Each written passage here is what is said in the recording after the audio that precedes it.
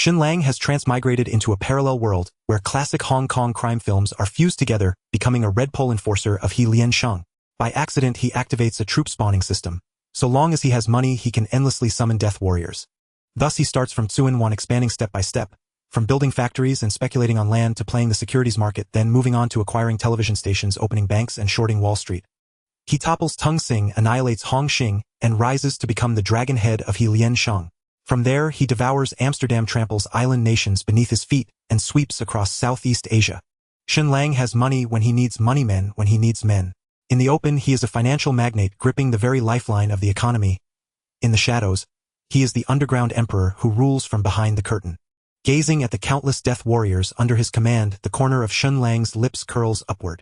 Chuan Bao said he wants to fight his way to the moon. Perhaps that isn't so impossible after all. It is the 1980s on Hong Kong Island. Inside Stanley Prison, an elderly man in a wheelchair is chatting with a handsome young man smoking beside him. Lang Jai, have you heard the news? They say Di and his wife have both disappeared. Word on the outside is that while the couple were having late-night supper someone hacked them down. Didn't even leave a corpse behind. Shen Lang snorts, blowing out a ring of smoke with open disdain. Though he is trapped behind bars, he knows better than anyone how Di died. How could one go fishing without wearing a helmet?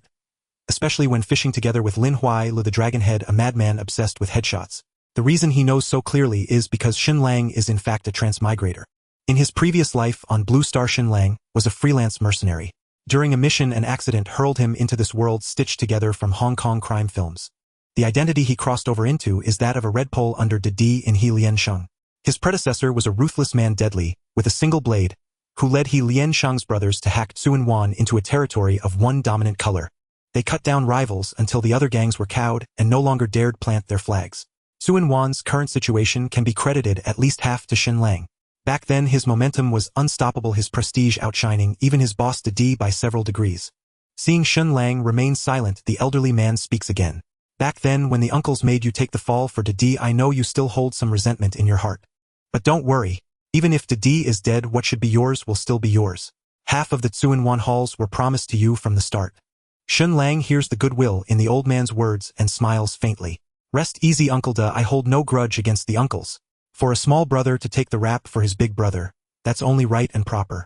It's only a pity the uncles' eyesight failed them. They picked a short-lived spokesman for Tsuen Wan. Shen Lang is merely stating the truth. He is not the one who took the fall, he has nothing to resent. He has only been here a few days, and has just finished assimilating the memories of the body's original owner. In 3 days Shen Lang's sentence will be up. By then having done time for his big brother will count as merit however one looks at it. Taking over Tsuen Wan will be all the more legitimate. Besides, life in prison is not as miserably bitter as one might imagine. The He Liansheng name still shines bright enough. Though confined in Stanley Prison and stripped of freedom, his conditions are far better than those of ordinary convicts by more than just a little. Within Stanley, He Liansheng alone has 100 or so brothers. As triad punks, if they aren't hacking people, they are on their way to hack someone. Doing a stint in prison is utterly commonplace. And Stanley is not a place just any street punk can get into. You have to be a major offender to qualify. Thus, among the triads, serving time in Stanley is jokingly called gilding. Those who graduate from Stanley speak with a different weight to their words on the outside. Exercise time is over. Several prison guards stride out, rubber batons in hand, driving people back. They do not regard the prisoners on the yard as human at all. Anyone whose movements are a bit slow receives a swing of the baton. Though the batons are made of rubber, a single strike leaves an instant bruise. When they swing in earnest, broken bones and fractures are commonplace. As the guards move, the prisoners scatter in panic, clutching their arms as they rush back to their cells. A young guard notices that Shen Lang has not budged at all and hurries over. He raises his baton, intending to give Shen Lang a good whack, but meets a pair of icy, vicious eyes. Hedon. That gaze is dark and unfathomable, impossible to look it straight on. Within those eyes lurks savage ferocity, as though a beast were coiled inside, ready to devour at any moment. The young guard is stunned by that look, his baton frozen midair, unable to fall. A bald guard notices the commotion and immediately runs over. Plastering on a smile, he casually takes the baton from the young guard's hand. Sorry about that, Brother Lang, he's new here. Shen Lang opens his cigarette case and pulls out a cigarette. Seeing this, the bald guard quickly fishes a metal lighter from his pocket. He flicks the lighter alight and holds the flame out. Shen Lang tilts his head, lighting his cigarette from the bald guard's hand. He takes a deep drag, then blows the smoke straight into the bald guard's face. I'll head back after I finish this cigarette. That won't be a problem, will it? The bald guard nods repeatedly. No problem, that's nothing at all. He then drags the young guard away. As he turns, something comes to mind. Oh right, Brother Lang, just now Brother Xiong mentioned you. He might be looking for you this afternoon. Shen Lang lets out a grunt through his nose in reply. The bald guard hurriedly pulls the young guard along, walking away as he mutters under his breath. Are you crazy? People like that aren't ordinary short-timers. You can't afford to cross them. After they have walked more than 10 steps, the young guard finally comes back to his senses, clearly still badly shaken by Shen Lang's earlier look. Brother Lien, that guy's eyes were terrifying. What's his background? The bald guard called Brother Lien's size. That's he Lien Shang's fast blade Lang. They say that 3 years ago, he alone chased more than a dozen men, while hacking and cut down over half of Tsuen Wan's turf. Don't be fooled by the fact that he's just a redpole. He's more feared than the hall's own branch boss. The young guard shudders. Then, didn't I just offend him? Will he come after me? Brother Lien thinks it over, then slowly shakes his head. That you don't need to worry about. Fast Blade Lang's sentence is almost up. He's graduating in just a few days. And at this point he steals a cautious glance toward the distant Shen Lang. And besides the big boss he followed, Didi is dead. He shouldn't have time to trouble a jinx like you. Seeing the young guard wanting to look back again, Brother Lien smacks him on the head. Stop looking. Get to work. Next time keep your eyes open. Watching the two guards walk off into the distance, Shen Lang exhales another mouthful of smoke. Though he has only transmigrated a few days ago, he has already fully adapted to the rules here. Nothing more than the law of the jungle. To survive in Stanley Prison, one must not only be hard and ruthless enough, but also have sufficient power behind them.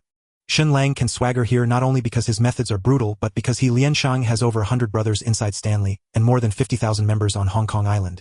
In his previous life as a mercenary, he licked blood from the edge of a blade, selling his life for others. In this life, reborn into a Hong Kong film world, it is as if heaven took pity on him and granted him a second chance. In the Hong Kong Island of the 1980s, Triads stand side by side and order is chaos. It is an era where the victor becomes prince and the loser a bandit. Shen Lang clenches his fist and speaks silently to himself. Tsuen Wan is only the beginning. In this life he will climb to the summit step by step and behold the scenery from on high. Mindset of the host detected as aligned. Great Overlord system binding in progress. System. Shen Lang had not expected such an unexpected boon. System binding successful. Open status panel. Shen Lang does not hesitate. Open. A pale blue panel unfolds before him. Name Shen Lang. Strength 19 normal human 10. Agility 19 normal human 10. Constitution 18 normal human 10. Level Shizhong Squad Leader EXP 0-100. Summonable Death Warriors 1010. Recruitable Character Slots 11. Distributable Attribute Points 10. The corners of Shen Lang's mouth curled slightly. What is the most important thing when you're mixing in the underworld? Power and influence. Shen Lang remembered that a man who looked very similar to him had once said these words. Being good at fighting is worth nothing. In this line of work, what matters is influence. This Grand Kingpin system allowed him to summon 10 Death Warriors right from the start.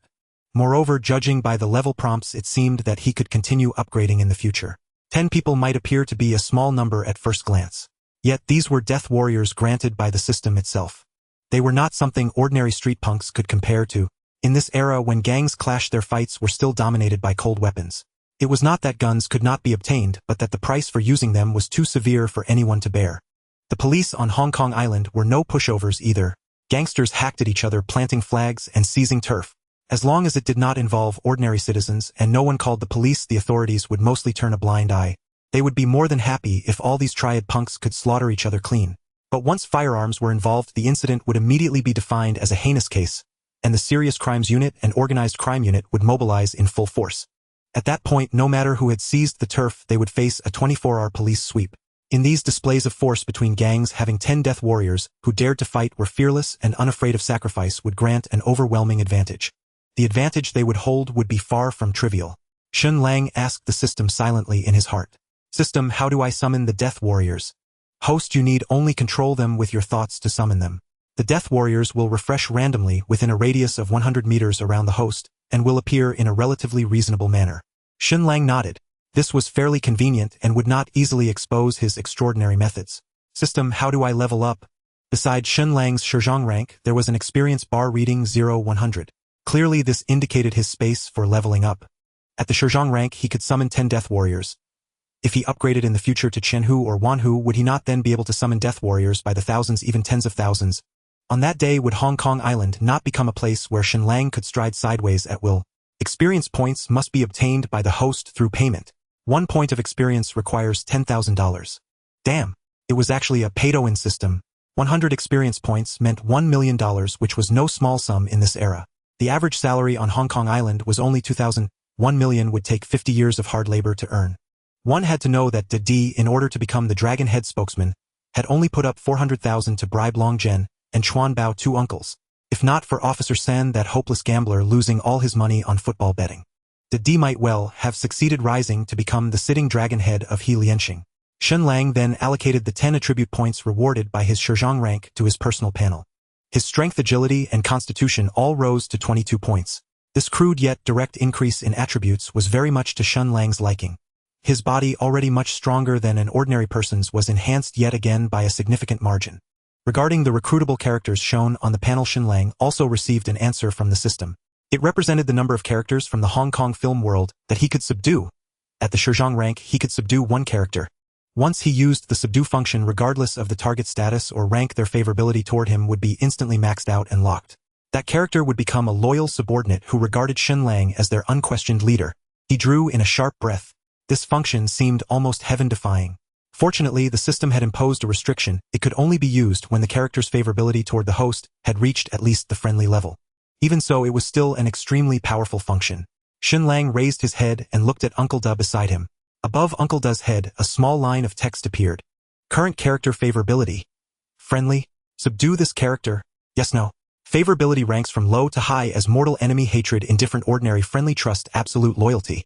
Shen Lang did not even have to think before choosing no. What a joke. Using such a precious opportunity to subdue an old uncle spending his retirement in Stanley Prison. That would be a pure waste of a slot. Uncle Da had no idea what had just taken place and spoke to Shen Lang on his own. Why does that bastard Sha Renxiong want to see you? Does he think he has the chance to knock you down now that Didi is dead? Thinking of this possibility, Uncle Da could not help feeling worried. Lang Zai, you must not act on impulse. In just 3 days you'll be released. You absolutely must not cause trouble at such a critical moment. Whatever happens with Sha Renxiong, endure it for now. Wait until you safely get out of prison before talking about anything else. Shen Lang waved his hand.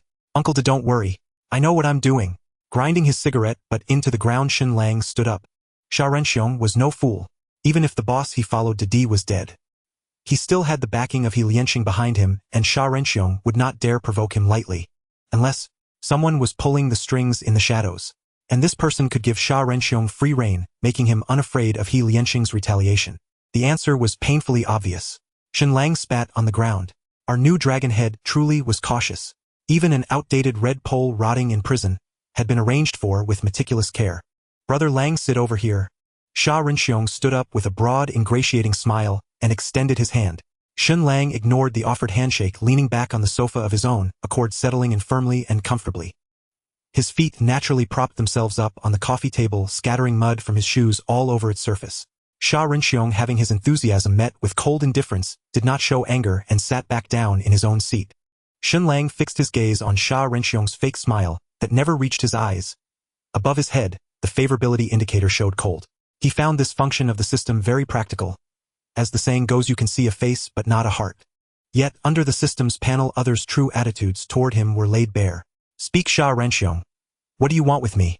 Sha Renxiong pulled a tea bag from the drawer and brewed it with the hot water on the table.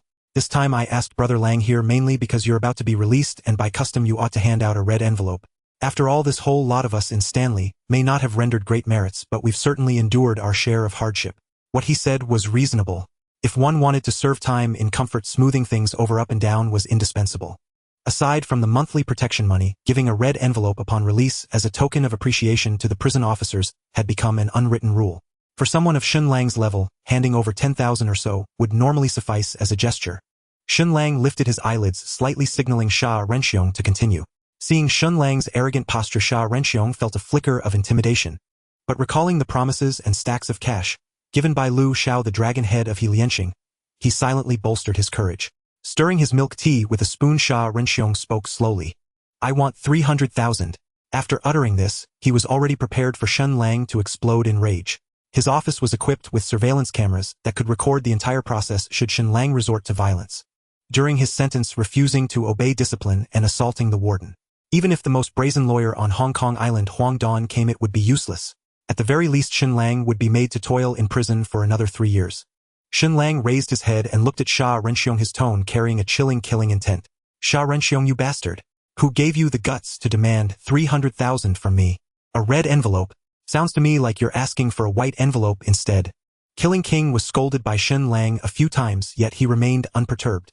After all, every step today aligned perfectly with his psychological expectations. Young Master Lu had promised him that as long as Shen Lang continued to stay in jail, he would receive a bounty of 500,000. Moreover, all members of Lianxing would not retaliate against him or his family. As the leader, his words undoubtedly held weight. For the hefty sum of 500,000, Killing King had no choice but to take risks. He planned to use himself as bait, trying every possible way to provoke Shen Lang. As long as he could force his opponent to strike first, he would then call for help to subdue him. At worst, he would take a few hard hits. Breaking a couple of ribs in exchange for 500,000 was still a profitable deal.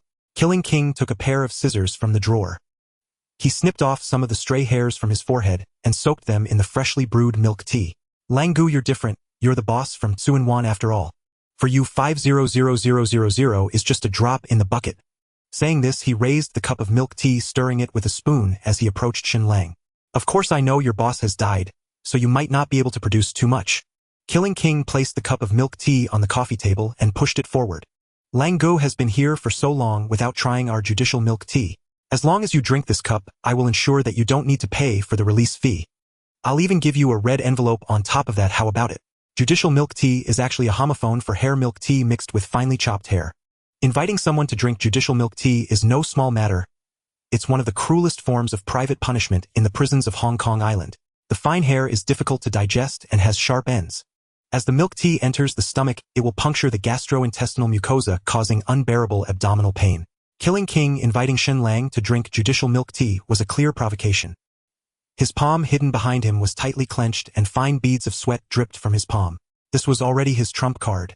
He didn't believe that someone like Quick Blade Lang, who couldn't tolerate any sand in his eyes, could endure such humiliation. To his surprise, Shen Lang did not get angry, but instead smiled, his smile conveying a chilling coldness. He fixed his gaze on Killing King, his eyes resembling those of a predator sizing up its prey. In his original form, he would not have swallowed such a bitter pill. Even if he did not beat Killing King to a pulp, he would certainly have splashed the milk tea on that scoundrel's face. That would have truly fallen into the opponent's trap. Killing King, you're not stupid. You know offending me will lead to dire consequences. Let me guess who is backing you up to make you so audacious. Killing King felt a chill as Shen Lang's gaze pierced through him, causing him to take a half step back. It seems there's no need to guess. Apart from us and Liansheng's new leader, others probably have no chance. What did young Master Lu say to you? Just keep me in Stanley and your benefits will be assured, right? Killing King did not expect that he would be seen through without saying anything.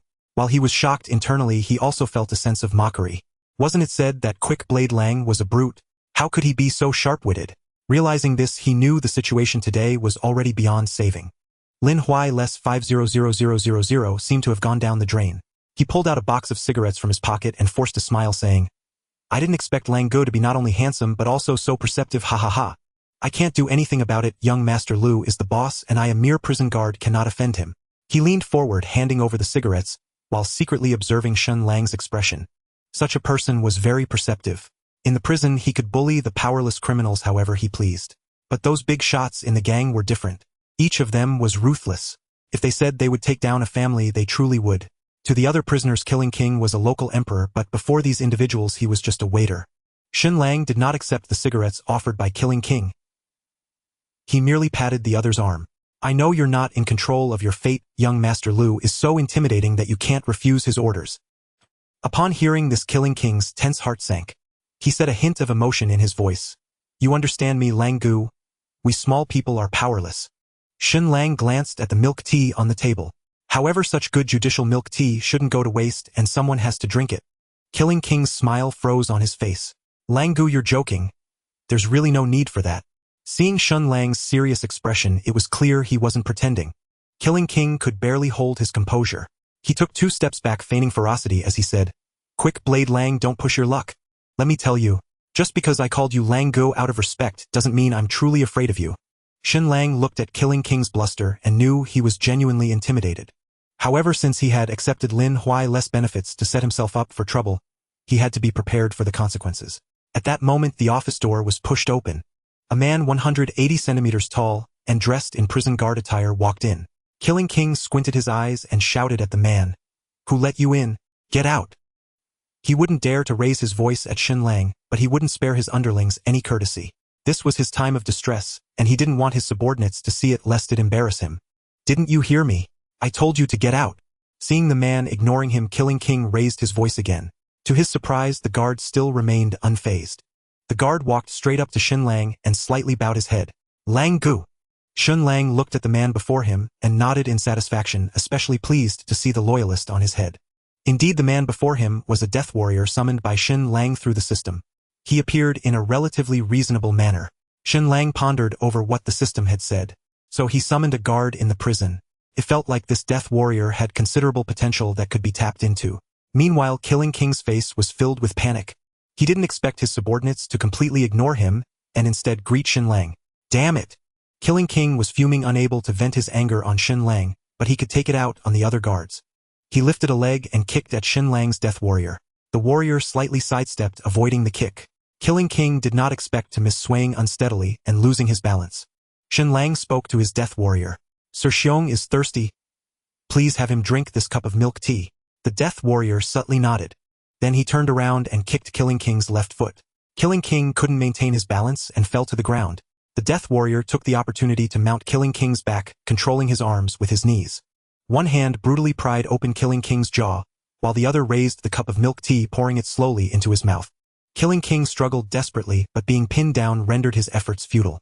He shook his head violently, trying to resist, but over half a cup of milk tea still slipped down his throat. TSK, TSK. Shen Lang watched in astonishment.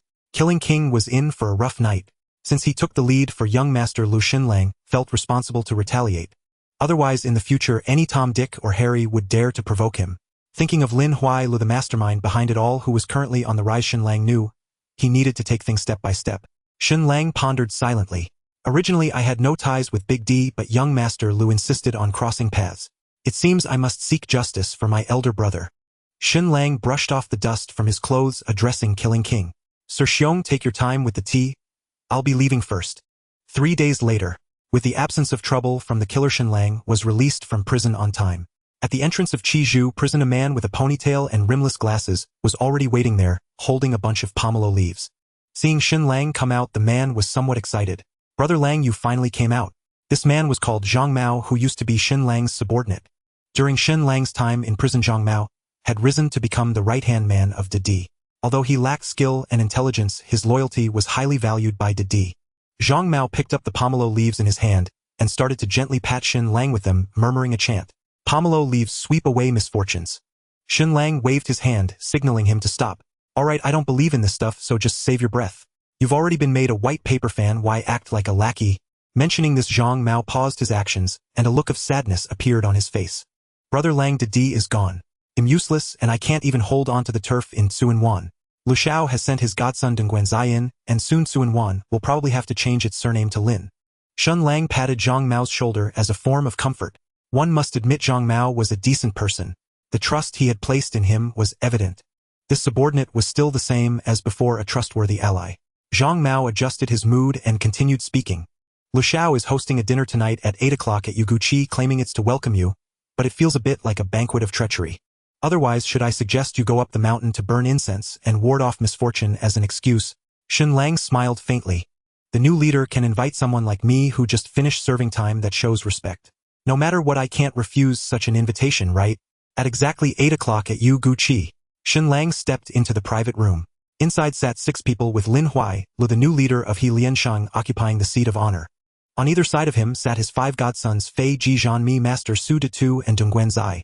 Only one empty chair was left between Dongguan Zai and Master Su, apparently reserved for Shen Lang. After Shen Lang entered the room and hadn't had a chance to speak, it was Dongguan Zai who opened his mouth first. He muttered sarcastically from the side. He said dinner was at 8, yet he arrives just in time. What an ego, one would think he is the leader. Shen Lang frowned slightly. Lu Xiao really knows how to pick people. Not only did he bring along the arrogant Dongguan Zai, but he also specifically arranged for him to sit next to him. Lin Huai Lu seemed to have not heard Dongguan Zai's complaints, gesturing slightly with his hand. Brother Lang has arrived, please take a seat. Shen Lang glanced at the only empty seat next to Dongguan Zai. Without a trace of fear, he walked straight over and sat down. Looking at Lin Huailu in the main seat, he slowly began to speak. I haven't had a chance to congratulate Lu Xiao on becoming the new spokesperson of He Liansheng. Lin Huailu displayed a smile of one in power. It's all thanks to the uncle's support and my brother's backing. Shen Lang sighed and shook his head slightly.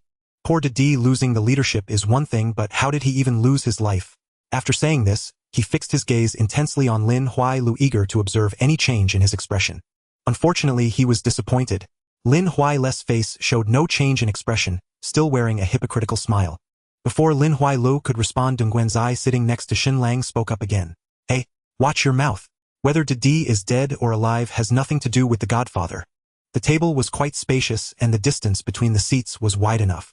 Otherwise Dong Guanzai's spittle would have splattered all over Shen Lang's face. Shen Lang ignored the barking subordinate and continued to gaze at Lin Huailu. Despite Dong Guanzai's loudness, the true focus of this dinner was solely on the new leader. Lin Huailu leaned back against the chair and spread his hands. I know there are rumors outside claiming that Didi's death is related to me, but I Lin Huailu can assure you here that Didi's death has nothing to do with me. At this point Datu chimed in to echo him. That's right, Brother Lang, you might not know in Chizhu, but Didi only died after our godfather took over as the leader. There was no reason for our godfather to kill Didi. Watching Lu Xiao blatantly lie and his godsons fiercely defend him, Shen Lang couldn't help but chuckle inwardly. If he hadn't seen the movie, he might have believed their nonsense. However, even confronting Lin Huailu with evidence here would be meaningless. In the gang, what's most important is not justice but power. Even if one brought evidence to prove Lu Xiao's involvement in the death of his brothers and sisters-in-law, so what? Would it affect his position as a spokesperson? When it came to selecting a spokesperson, Long Zhen accepted bribes without doing anything.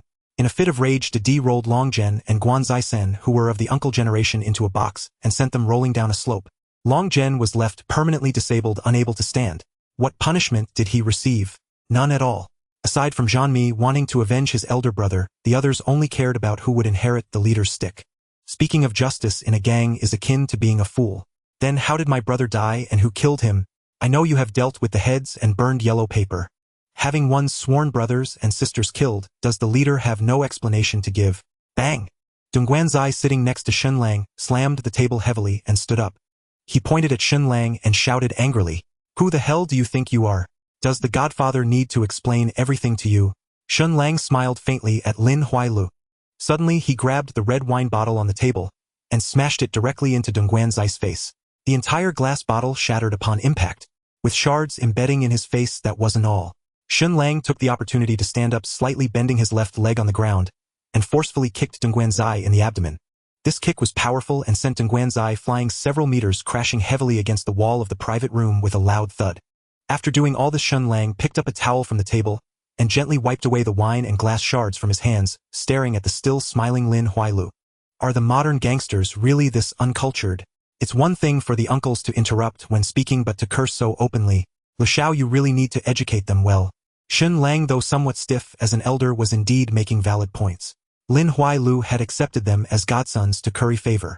Although their relationship had grown closer, it also made them seem inferior. Fei Ji, sitting next to Lin Huailu, tried to stand up but was stopped by Lin Huailu's hand. Brother Lang is right. Dong Guanzai is indeed a bit rude. But we're all brothers in the gang. Is it really necessary to be so harsh? Shen Lang scoffed. I held back. Otherwise, do you think this window could withstand it? Just a few broken ribs he can recover in half a month. It's better than offending someone outside who can't be messed with and having one's family business ruined. Don't you agree, Lu Xiao? Lin Huailu exchanged glances with Datu. The latter immediately understood and ran to Dong Guanzai, who was unconscious, dragging him out to call for an ambulance. Lin Huailu watched as Datu dragged Dong Guanzai away before slowly speaking. Lang Zai, still so impressive. After 3 years of training in Chizhu, your skills haven't declined at all. Shen Lang knew that the matter with Dong Guanzai had come to a close. The subtle probing from Lu Xiao was met with Shen Lang's firm rebuttal, marking an end to their first clash. Only the world of Dong Guanzai, who was injured, was left unresolved. Lin Huailu continued the earlier topic. We now have some clues regarding Didi's death. Firstly, the disappearance of the couple must have been orchestrated by someone far from ordinary. Shen Lang thought to himself, of course, it couldn't have been an ordinary thug. It must have been orchestrated by the leader.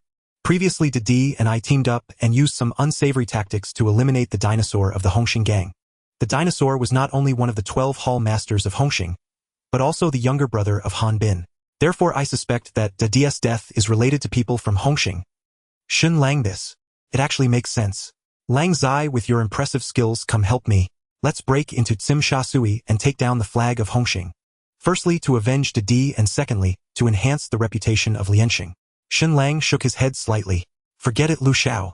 I can't even protect De Di's territory in Tsuen Wan, let alone Tsim Sha Sui. He scanned the room with his eyes knowingly, asking, I heard from Chong Mao that Tsuen Wan is almost completely taken over by that punk from earlier. Their skills aren't that impressive. They couldn't even dodge such a huge bottle. As his gaze swept across the room, several people avoided his eyes. Only Feiji seemed a bit eager to try. Lin Huailu stepped in to ease the atmosphere. Lang Zai, you might not know. After De Di's death, some people in Tsuen Wan are quite anxious. Chong Mao is loyal, no doubt, but he lacks the authority to keep the younger brothers in line. I sent Dongguan Zai to assist him in managing Tsuen Wan. After all, Tsuen Wan is the only territory of the gang that is entirely self-sustaining. Shen Lang scoffed at Lin Huailu's excuse. If Chong Mao couldn't control his subordinates after years, how could Dongguan Zai? Subduing subordinates is merely a matter of a carrot-and-stick approach. The one in power needs to be strong and willing to spend money. As long as you're willing to shell out cash to keep that group of thugs fed, how could the younger brothers possibly rebel? But now it's different. Lang Zai, you're back. I trust in your strength and character, and am reassured with you in Tsuen Wan. How about this? Let's divide Tsuen Wan's territory. The western coastal area, a prime location, will be entrusted to you, while the eastern region will still be managed by Dongguan Zai and De Tu. Everyone relies on their own skills with blades facing outward. In the future, whoever captures the territory will own it. If any outside gangs cause trouble, it'll stand up for you. How does that sound? Lin Huailu's move was indeed quite clever. He took half of the territory that originally belonged to Shen Lang to do a favor while promising expansion opportunities. No wonder he could become the leader. His scheming was truly profound. However, Shen Lang knew that this was already the best outcome he could hope for. If it weren't for the moment he struck Dongguan Zai, showing Lu Xiao his toughness, he probably wouldn't have been able to secure the territory in Tsuen Wan's western area. What? Should I take it up with my uncle and let the uncles of the gang decide? Save it. The uncles of the gang only have the right to elect the leader. Compared to the powerful leader, they are nothing. In the end, they could only condemn the other party morally. But what good would that do? The leader of Lianxing cannot be re-elected anyway. Lu Xiao could care less about the opinions of the uncles. Thus, after Shen Lang agreed to the leader's proposal, the atmosphere at the dinner party finally relaxed significantly. The crowd raised their glasses and it was quite lively. Despite the cheerful appearance from Shen Lang's perspective, it wasn't entirely the case. Indifference, normalcy, hostility, and the ordinary. Among the remaining four at the dining table, the highest favorability he received was merely normal. Feiji's demeanor was marked by indifference, while Lin Huailu surprisingly bore an expression of hostility. Truly, one knows a person's face but not their heart. Who could have imagined that behind his facade of a benevolent smile, Lin Huailu harbored such animosity towards Shen Lang? Though the moment he struck Dongguan Zai had established his authority, it indeed slapped Lin Huailu in the face. However, Shen Lang wasn't bothered. Right now it was just that Lin Huailu was too powerful and Shen Lang needed to endure. Once he developed further, he would definitely target this leader first. However, what pleased him was that the favorability from Zhanmi Zai was at normal. Moreover, there seemed to be a subtle shift towards friendliness. Zhanmi was quite a talent, or, in the second part of the storyline, he had already expanded his business to the continent. He had become a cash cow for the gang. Such talents could not be overlooked and should be brought under his wing quickly. Thinking of Zhanmi Zai's character in the storyline, Shen Lang had a vague idea. After dinner, Shen Lang intercepted Zhanmi. Brother Zhanmi, can we chat? Zhanmi Zai took the cigarette Shen Lang offered, wearing a slightly sheepish smile. Lang Gu, am not worthy of that. Just call me Zhanmi Zai. Even when I was a small vendor, I heard about your reputation in Tsuen Wan. You're my senior. Shen Lang smiled without comment. Zhanmi, everyone in the gang says you're the best at making money. Would you mind teaching me a thing or two? You know I need to take over Tsuen Wan, and I can't do it without knowing how to make money. Zhanmi Zai waved his hand. Those were just small businesses selling pirated CDs, and such. They're not worth mentioning. Shen Lang patted Zhanmi Zai's shoulder. You're different from that previous group of people. You are a talent and I really appreciate you. It's truly a shame to have you in Shanghai Street. Would you like to come to Tsuen Wan and help me? Zhanmi Zai clearly did not expect Shen Lang to be so straightforward in his recruitment. Lang Gu, you're joking, right? I can't cut people. I'd just be a burden if I went. Shen Lang shook his head gently. What do thugs fight for? Isn't it for money? With such a vast territory in Tsuen Wan, we can directly set up a few processing plants, hire cheap labor for subcontracting. Isn't it better to take on foreign contracts and earn foreign money? Zhanmi Zai seemed visibly swayed by Shen Lang's words. His favorability shot up, seemingly about to upgrade from normal. Shen Lang simply added more fuel to the fire. Once the factory grows, we can package the ownership of the factory and mortgage it to a bond company. The money we raise can be used to speculate on land. Jean-Mi's, I don't be fooled by the current downturn in real estate. The future growth may be astonishing. Jean-Mi Zeiss' favorability immediately turned friendly. Deep down he was a businessman. Joining Lianxing was merely to avoid being bullied in business. Unexpectedly, through a twist of fate, he ended up as a core member of the gang. He grasped Shen Lang's hand. Lang Gu, you truly voiced my thoughts. I've long wanted to achieve something. Seizing the moment while Jean-Mi Zai was excited, Shen Lang activated the system's subjugation function. Jean-Mi Zeiss' friendly demeanor flickered and finally settled into unwavering loyalty. Jean-Mi Zai felt that the figure of Shen Lang before him had grown larger, as if following him would lead to the fulfillment of his dreams. He could even lay down his life for this person. Shen Lang, observing the changes in Jean-Mi Zeiss' gaze, also felt the effectiveness of the system. This subjugation function was quite impressive. The subdued characters did not turn into emotionless killing machines. Rather, they retained their original thoughts and talents. This is how it should be. If they were merely converted into killing machines, the effect would surely be greatly diminished. Shen Lang patrolled the territory of Tsuen Wan with his gang. In the flat areas, many factories have been established over time, making it a renowned industrial town on the island with 90% of the textile mills located here. The workers here do not earn much. However, the vendors catering to these laborers have formed 2 bustling districts, but the protection fees the gang can collect are quite limited. Brother Lang, we've fallen into a trap, Long Mao said with a look of regret. Although the western part of Tsuen Wan is by the sea, it's just these big and small factories. We can eat as much seafood as we want, but we can't collect any cash. The eastern district of Dongguan is different. There they have commercial streets. Moreover, Brother DS' main source of income is from distributing powder for Uncle Quan. It's $20 a piece, but in Tsuen Wan it sells for $60, a huge profit. But now that the Dongguan guys occupy the eastern line, we won't have any share in distributing powder. Seeing Long Mao looking dejected, Shen Lang patted him on the shoulder. It's fine. I never intended to get into that business. Shen Lang does not engage in such sordid dealings. Among the gangs on the island, the one I admire the most is Zhang Tiansheng of Hongxing. Their gang has a rule of not dealing in powder. Compared to them, our leader's vision is still too narrow. And they still want to take Tsim Sha Sui and compete with Hongxing. Long Mao nodded secretly after hearing Shen Lang's words, but still feeling down he said, but without dealing in powder, how can we earn money to support our younger brothers? The money in the account is not much, just enough to last a month. If our younger brothers all go under the Dongguan guys, our so-called half-tong in Tsuen Wan will become nominal. Shen Lang exhaled a puff of smoke. I know. This was actually the pit that Lu Xiao dug for Shen Lang. You want territory. You want manpower. Fine, it's yours. Half of the tong in Tsuen Wan is yours. Is that enough? But if you lack the ability, you won't be able to support these younger brothers. In the end, if the tong is swallowed by the Dongguan guys, then the leader can't be blamed for being unfair. Of course, Lin Huayu's schemes go beyond this. He also provided Shen Lang with a solution. That is to take the people from Tsuen Wan to help Lu Xiao fight. To take Tsim Sha Sui for him. With the wealth of Tsim Sha Sui, even a little leakage would be enough for Shen Lang to support these younger brothers. This is the strategy of open ambition. If they advance, they will be used as pawns by Lu Xiao, risking their lives to compete with Hongxing to plant flags and seize territory. If they retreat, they might not even be able to hold onto the tong in Tsuen Wan being consumed by the Dongguan guys. All of this constitutes the intimidation the new leader imposes on Shen Lang. Spit. Shen Lang spat. I must say this move is quite ruthless. Even with the addition of Jean Mitzi, the situation hasn't improved much. Buying land to build factories, hiring workers, and pulling in business all require time and money. Even if Jean Mitzi made money over the years, he could only attract a few bosses. But stabilizing the investment expenses for opening a factory would be good enough. Moreover, supporting younger brothers is something that needs Shen Lang, the half-leader of Tsuen Wan, to figure out. Shen Lang rubbed his knuckles, thinking, Lin Huaya, you old coin, I won't do as you wish. Long Mao, tell the younger brothers tonight we're going to plant our flag. All right. But after saying this, he hesitated and asked, Brother Lang, are we really going to fight for Lu Xiao to take Tsim Sha Sui? Even if we put in more effort, we won't get much profit in the end. Shen Lang's lips curled slightly. Who said I want to take Tsim Sha Sui? We're going to Yuanlong to plant the flag of Dongxing. That night, in the busiest commercial street of Yuanlong, Shen Lang and Long Mao appeared with a group of younger brothers. Long Mao relay the message down, every brother who comes tonight, one and all. After it's over, each will receive $1,000, the injured will get 2,000 and the seriously injured will get 3,000 with medical expenses covered by the gang.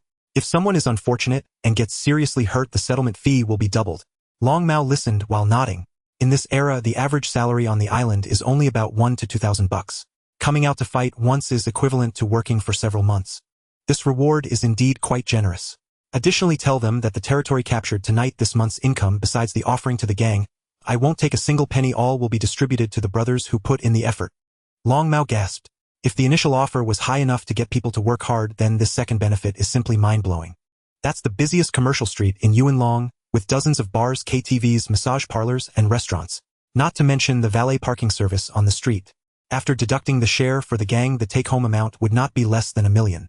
With Shen Lang's 100 or so hoodlums, if divided equally, each could get over 10,000 bucks. In the 1980s, over 10,000 bucks was real money with immense purchasing power. Looking at the eager and restless hoodlums below him. After issuing the order to move out, they charged like tigers unleashed, rushing towards Dongxing's commercial street. Shen Lang's lips curled upward. His objective was achieved. Here Shen Lang shifted a concept. He used misleading guidance. The street in Yunlong still belongs to Dongxing and does not belong to Shen Lang. However, under Shen Lang's suggestion, those younger brothers, for the income of this month, already regarded this street as their own territory. Anyone who dares to come and take it would have to fight. Since ancient times, wealth has moved people's hearts. Driven by enormous interests, they became hot-headed and lost their ability to think. To obtain the profits from the commercial street, they must first seize it from Dongxing. And they must hold it for a month. Otherwise, Shen Lang's promise would be mere empty talk. Shen Lang, who traveled from the 21st century, understands the tricks of making promises. For these younger brothers, it's a downward strike. Hoodlums don't use their brains. They are always reckless. If these younger brothers really manage to seize the commercial street from Dongxing, will Shen Lang truly keep his promise and distribute a month's profit? Of course he would. After taking the commercial street, what does Shen Lang gain? The most prosperous commercial street in Yunlong, along with a group of loyal and brave younger brothers who dare to fight. Both of these are priceless treasures. The commercial street speaks for itself, bringing in tens of millions in revenue each year, definitely a cash cow. A group of loyal and brave younger brothers is of immeasurable value. These people, having received Shen Lang's promise and real cash, will only become more loyal to him. In the future, when they go out to show off plant flags, they will charge even more fiercely and fight even harder.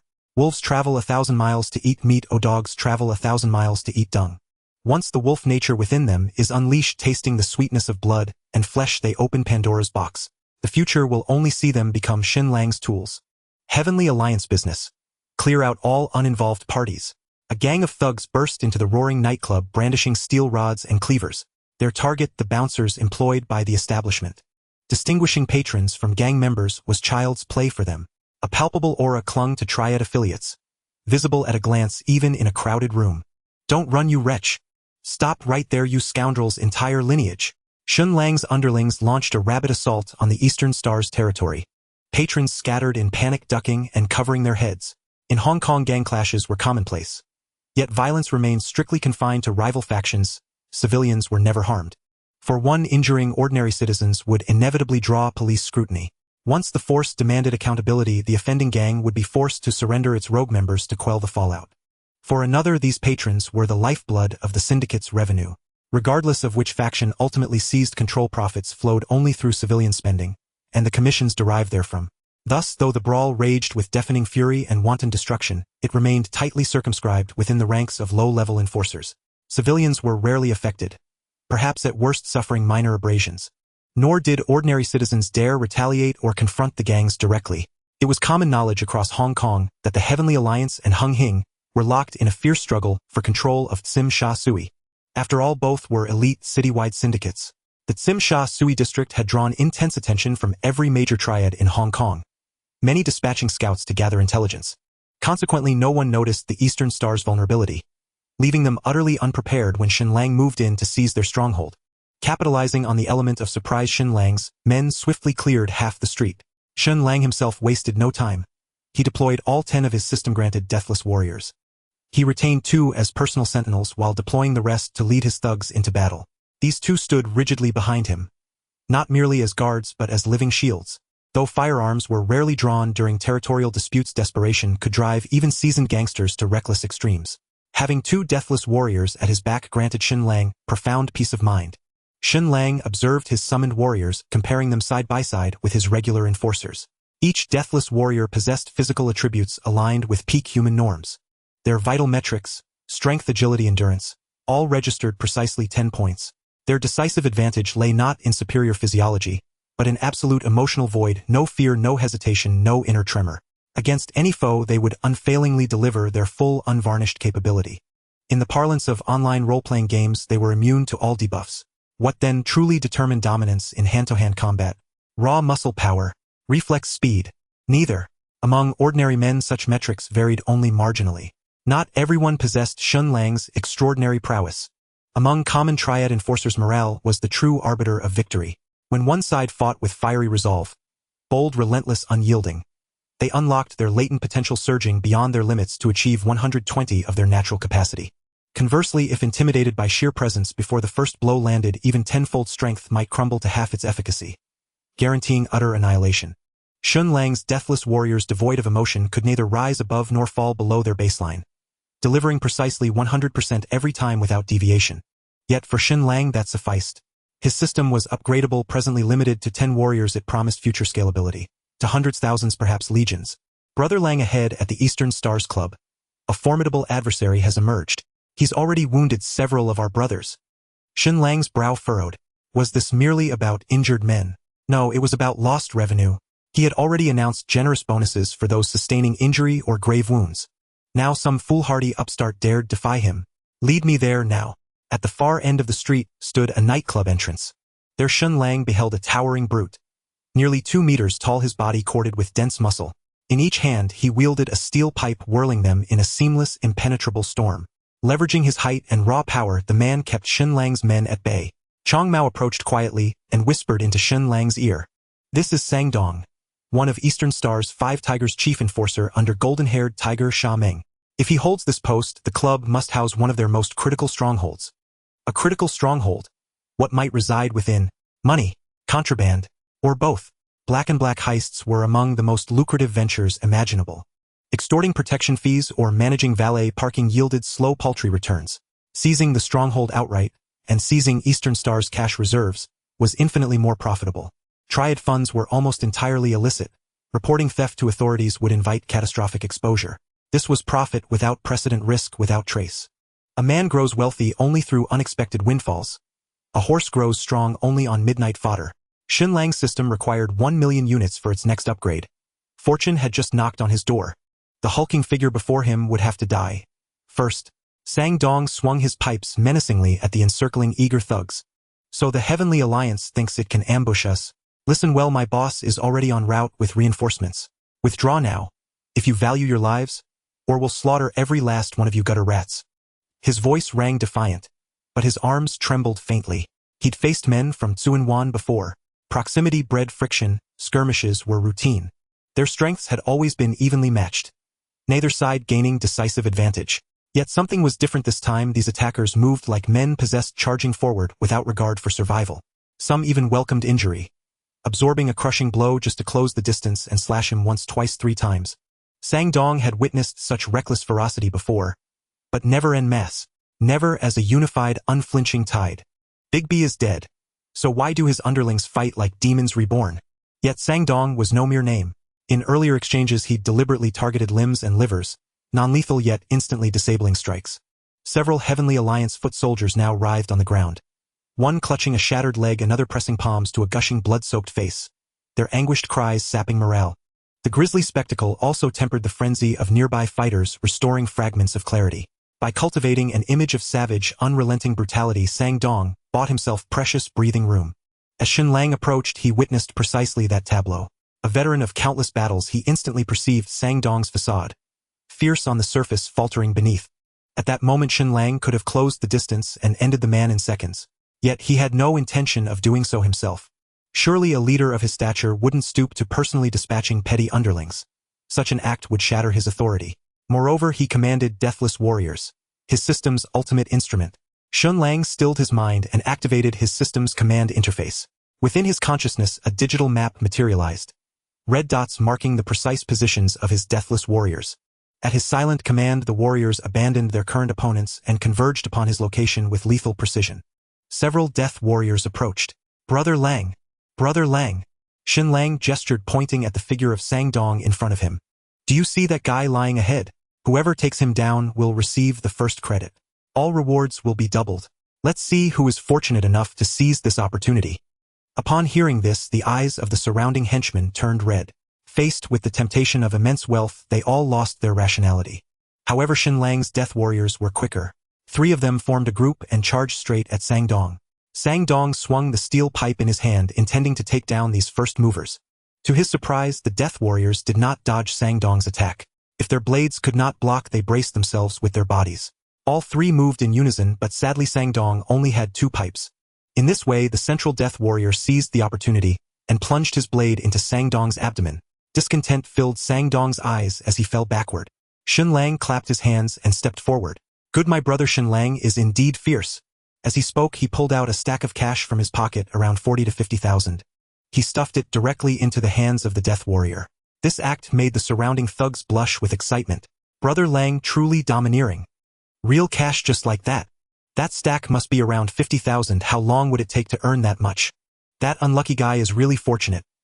I wanted to rush up too, but I was just a step too late. Shen Lang's public display of rewarding money instantly won over many hearts. They looked at the death warrior with eyes filled with envy and jealousy. Each of them wished they could take his place. Shen Lang was very satisfied with everyone's reactions. Although he had the death warrior system, he was still far from being invincible. For now, he needed this group of thugs to work for him. Putting on a show with the death warriors switching between left hand and right hand could solidify their loyalty, which was quite worthwhile. Looking at the goodwill ratings above, this group of people all had reached trust level, with a few even showing tendencies towards being unwavering loyal. Shen Lang was greatly pleased. His gaze shifted slightly and he frowned. Why is there an ordinary one here? Could it be an undercover agent? It's quite common for undercover agents to infiltrate gangs. Some are originally gang members but turn to the police, relying on leaking gang information to become informants. A significant portion of the Hong Kong police's expenditures goes towards informant fees. Each year they spend tens of millions just on informants. Shen Lang observed the little brother with an ordinary goodwill rating. He had no impression of him, so he probably wasn't an important plot character. He handed a message to Chong Mao and whispered, "Chong Mao, keep an eye on that little brother. Tomorrow transfer him to Dongguan's side for me." Although Chong Mao was puzzled, not knowing why Shen Lang would suddenly take an interest, he nodded immediately. "Understood, Brother Lang. I'll remember that. I'll arrange it later." In fact, Shen Lang initially intended to sink that unfortunate soul into the sea. However, if that guy was indeed an undercover agent sent by some inspector, going missing without reason would surely lead back to him. Killing a double agent in a gang is a completely different matter from killing an undercover cop. Shen Lang had no grudges with the Hong Kong police and did not wish to attract their attention, which is why he had Chong Mao transfer him to Dongguan's side. The Dongguan side was in need of manpower for their distribution work. It was only right to send the double agent there to shine and contribute. At that moment, Dongguan was nursing a few broken ribs in the hospital. Unaware that Shen Lang had secretly set him up. "Tell the brothers to go in and dig out all the good stuff that Dong Xing has hidden." After Chong Mao issued the order, each thug excitedly started searching inside. Soon they made a discovery in a concealed room. "Brother Lang, we found Dong Xing's safe." Shen Lang stood aside, having someone already taken the key from Sang Dong's body and handed it to him. These people still had the sense to know that only Shen Lang had the right to open such things. Shen Lang inserted the key and successfully unlocked it. He slightly opened a crack and saw it filled with cash and a large bag of 4 treasures. Shen Lang activated the system's function, feeding most of the cash inside into the system. By the time he fully opened the cabinet door, only 200,000 in cash and a large bag of 4 treasures remained. Shen Lang chuckled self-deprecatingly. "What a load of rubbish, golden hair tiger, there's no profit at all." He picked up the 200,000 in cash and tossed it into the air. "Let the brothers take it and split it." The thugs in the room burst into joy, scrambling to grab the falling cash. Chong Mao beside them felt a bit pained. 200,000 is still money. Brother Lang is truly generous to his underlings. This group of thugs had their eyes open today. They had only ever seen the big boss living in villas and driving luxury cars. The underlings fought for their livelihoods, barely scraping by with no hope in sight. But today, coming out with Shen Lang, he had thrown out tens of thousands. Where can one find a big shot who truly treats his underlings as brothers? After 3 rounds of monetary persuasion from Shen Lang, this group of thugs had been brainwashed almost completely. Each person's goodwill rating had reached unwavering loyalty. Standing alongside those 10 death warriors, it was hard to tell the difference. But the biggest beneficiary had to be Shen Lang himself. Name: Shen Lang. Strength 22, normal person 10. Agility 22, normal person 10. Physique 22, normal person 10. Level Centurion experience 2001000. Number of summonable death warriors 90,100. Number of capturable characters 12. Distributable attribute points 20. Shen Lang's level had risen to Centurion, which meant he could summon another 90 Death Warriors. The number of controllable Death Warriors had suddenly reached 100. However, the experience points required also increased. The next level required a monetary investment of 10 million. If it weren't for this time taking down Dong Xing's secret hideout, Shen Lang would have had to put in much more effort to upgrade the system. Opening a single safe yielded 3 million. If he could rob a few more, Shen Lang would surely take off immediately. Putting away his excess fantasies, Shen Lang weighed the bag of 4 treasures in his hand. With such a large bag, if convicted, it would be enough to keep him in Stanley Prison for life. He addressed the little brothers around him. When you follow me, Shen Lang, remember one thing clearly. That is to never touch drugs. Anyone who touches drugs, no more brotherhood. The gang rules will be enforced without negotiation. Gambling, drugs, and vice all harm people deeply. You can't control gambling either, so it's best to avoid it. Focus on the yellow side. Instead, take more walks around Palam Street to work on your fitness. Out of nowhere, some little brother started shouting, "I will never share the same sky with gambling and drugs." The others quickly responded, chanting along, "I will never share the same sky with gambling and drugs. I will never share the same sky with gambling and drugs." The Dong Xing brothers, rushing to meet the golden-hair tiger, the sandhopper in Yuan Long, were momentarily dazed upon hearing these chants. Why does it feel like many people are chanting slogans in my own territory? Fast Blade Lang, I didn't expect you, the scoundrel, to be out of prison. What's the matter? Just as Big D kicked the bucket, you come to stir up trouble for us in Yuan Lang. Are you tired of living? The 5 tigers of Dongxing are veterans who have been famous for many years. Plus, Yuan Lang is right next to Tsuen Wan, so Shen Lang has crossed paths with this golden-hair tiger before. It's been 3 years since we last met, and your filthy mouth is still as foul as ever. Can't you see the situation? Your little brothers are all lying on the ground, yet you're still here making noise with me. Of course, Sha Mang sees the nature of his territory. There are about 100 people watching the scene on the commercial street, and now the dead and injured are nearly covering the street. Although he brought over 100 brothers from his gang, this scene truly shocked him. It was just about seizing territory, a fight, yet it felt like a battlefield of life and death. Thus, he didn't make a move immediately, but chose to negotiate with Shen Lang first. You guys at Lianxing are really something, attacking both Hongxing's Tsim Sha Sui and our Yuan Lang at the same time. Did you pick the new boss to be so intimidating? You want to unify Hong Kong Island? Shen Lang shrugged nonchalantly. Unifying Hong Kong Island isn't out of the question. Taking your Yuan Lang as the first step, how about it? Wanna come over and be my lackey? It would be quite glorious to say so later. Sha Mang spat. Pa, you think I'm going to be your lackey? Do you look down on us in Dongxing? Sha Mang's crude words immediately drew discontent from Shen Lang's little brothers. They are all fiercely loyal to Shen Lang now. How could they stand to see their boss insulted? Instantly, the crowd was inflamed, brandishing knives and steel pipes, ready to brawl at the slightest provocation. Shen Lang slightly raised his hand, and his followers immediately halted their actions. Don't you shift the blame, brother camel of Dongxing. I have a great deal of respect for you. The only one I look down on is you. It's only natural for gangsters to seize territory. Whoever's fists are stronger gets to decide. Golden-hair tiger, your reputation sounds so grand, yet why do you act so sluggish like a girl? As soon as these words were spoken, Shen Lang's little brothers erupted into laughter. Hearing this, Sha Mang realized that the other party had no intention of negotiating. Damn, are you really looking to start a war with us in Dongxing today? I've surrounded you with so many brothers. What do you have to compete with me? Sha Mang's heart was still a bit anxious. This was unexpected. He only brought over 100 people, and counting those left behind to watch, there were nearly 300. He initially thought it was just a small scuffle, a mere posturing, but who knew Shen Lang was serious, decimating his watching little brothers, leaving him with dozens still standing. Moreover, these dozens were all covered in blood, radiating a fierce aura. In contrast, his own group had already lost some momentum. Even if his side had more people in a fight, they truly wouldn't gain any advantage. It was precisely for this reason that even upon seeing his head horse lying on the street gutted by someone, he did not let his blood rush to his head and directly engage Shen Lang. Even after being insulted by Shen Lang, he still claimed that his numbers were overwhelming, seeking to negotiate for a chance. Shen Lang shook his head and sneered. If I say you're a girl, you really act like one. Fumbling and dragging things out. Ask my brothers behind me, are they afraid of dying? As Shen Lang's words fell, a group of gangsters shouted in unison. Not afraid. Not afraid. The chorus rang out, soaring into the clouds. This rattled Dongxing's people, each feeling a sense of panic. Shen Lang reached out and patted Sha Mang's face. And how do you know that it's you who surrounded us and not the other way around? Suddenly, a new batch of gangsters surrounded the outer perimeter of Dongxing's men. A noisy crowd, nearly 100 people. They were the remaining 90 Death Warriors summoned by Shen Lang using the system. Under Shen Lang's control, the summoned Death Warriors slowly encircled from the periphery of Dongxing, completely surrounding them. One of Sha Mang's little brothers shouted loudly, "Not good, brother Sha Mang. A lot of people suddenly came from the outside and have already surrounded us." Sha Mang's pupils dilated, exclaiming in shock, "Fast Blade Lang, are you betraying me?" Without waiting for anyone's reaction, he called his little brothers and wanted to retreat. If he couldn't defeat the few dozen people in front of him, how could he handle the ambush coming from the outside? At this moment, anyone who didn't run would be a fool. Those in power aren't foolish. If they were, they wouldn't have reached this position. As Sha Mang fled, the gangsters from Dongxing erupted into chaos, fleeing in all directions. It's no joke. If the boss runs, who would stay behind to fight? At Shen Lang's signal, his little brothers seized this rare opportunity to beat down the drowning dog. Just a few steps away, Sha Mang heard a chilling voice beside him. "Did no one tell you that when you go out to kill, you must never turn your back on others?"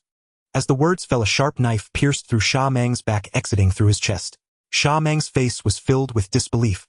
He never expected Shen Lang would take the opportunity to strike him down. Blood and fragments of his insides spilled from the corner of Sha Mang's mouth. He widened his eyes, wanting to grab Shen Lang with his hands, but he grasped at nothing.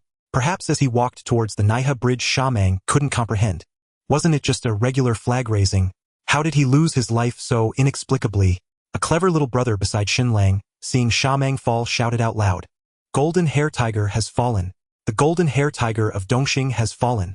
This shout boosted the morale of Liansheng's side even more, while the members of Dongxing were greatly impacted and lost their will to fight. It was already a battle of encirclement with an advantage in numbers. Plus, they had taken down the opposing leader first, and this chaotic battle presented a one-sided trend. Shen Lang's side suffered almost no losses while cutting down Dongxing's forces, causing them to drop their weapons and flee. Chong Mao approached and whispered to Shen Lang, "I've received reports from the little brothers that quite a few police officers are on their way here." Shen Lang pondered for a moment. "Leave a few clever little brothers to talk to the bosses of the commercial street. As for how Dongxing used to be, we won't charge extra with Liansheng, or everything will remain as it is. I'm going to the seaside for some fresh air. You take a few people with me, and also take the Golden Hair Tiger Sangdong and this group of fallen ones to the sea. The rest can disperse on the spot, and tomorrow come to the hall to collect their rewards." "Understood, Brother Lang. But what about that group over there who helped us just now? I don't know where they came from. I've never seen them in the gang before. How should we arrange them?" Shen Lang knew that Chong Mao was talking about the Death Warriors he summoned. Previously there weren't many Death Warriors, so they blended in with Shen Lang's little brothers and didn't stand out. But now, with 100 of them appearing at once, they outnumbered Chong Mao's summoned little brothers, making it hard not to notice. Shen Lang smiled mysteriously. "You don't need to worry about that group. They are my trusted confidants and will take care of themselves." Chong Mao was somewhat taken aback. He initially thought Shen Lang had just come out of Stanley all alone.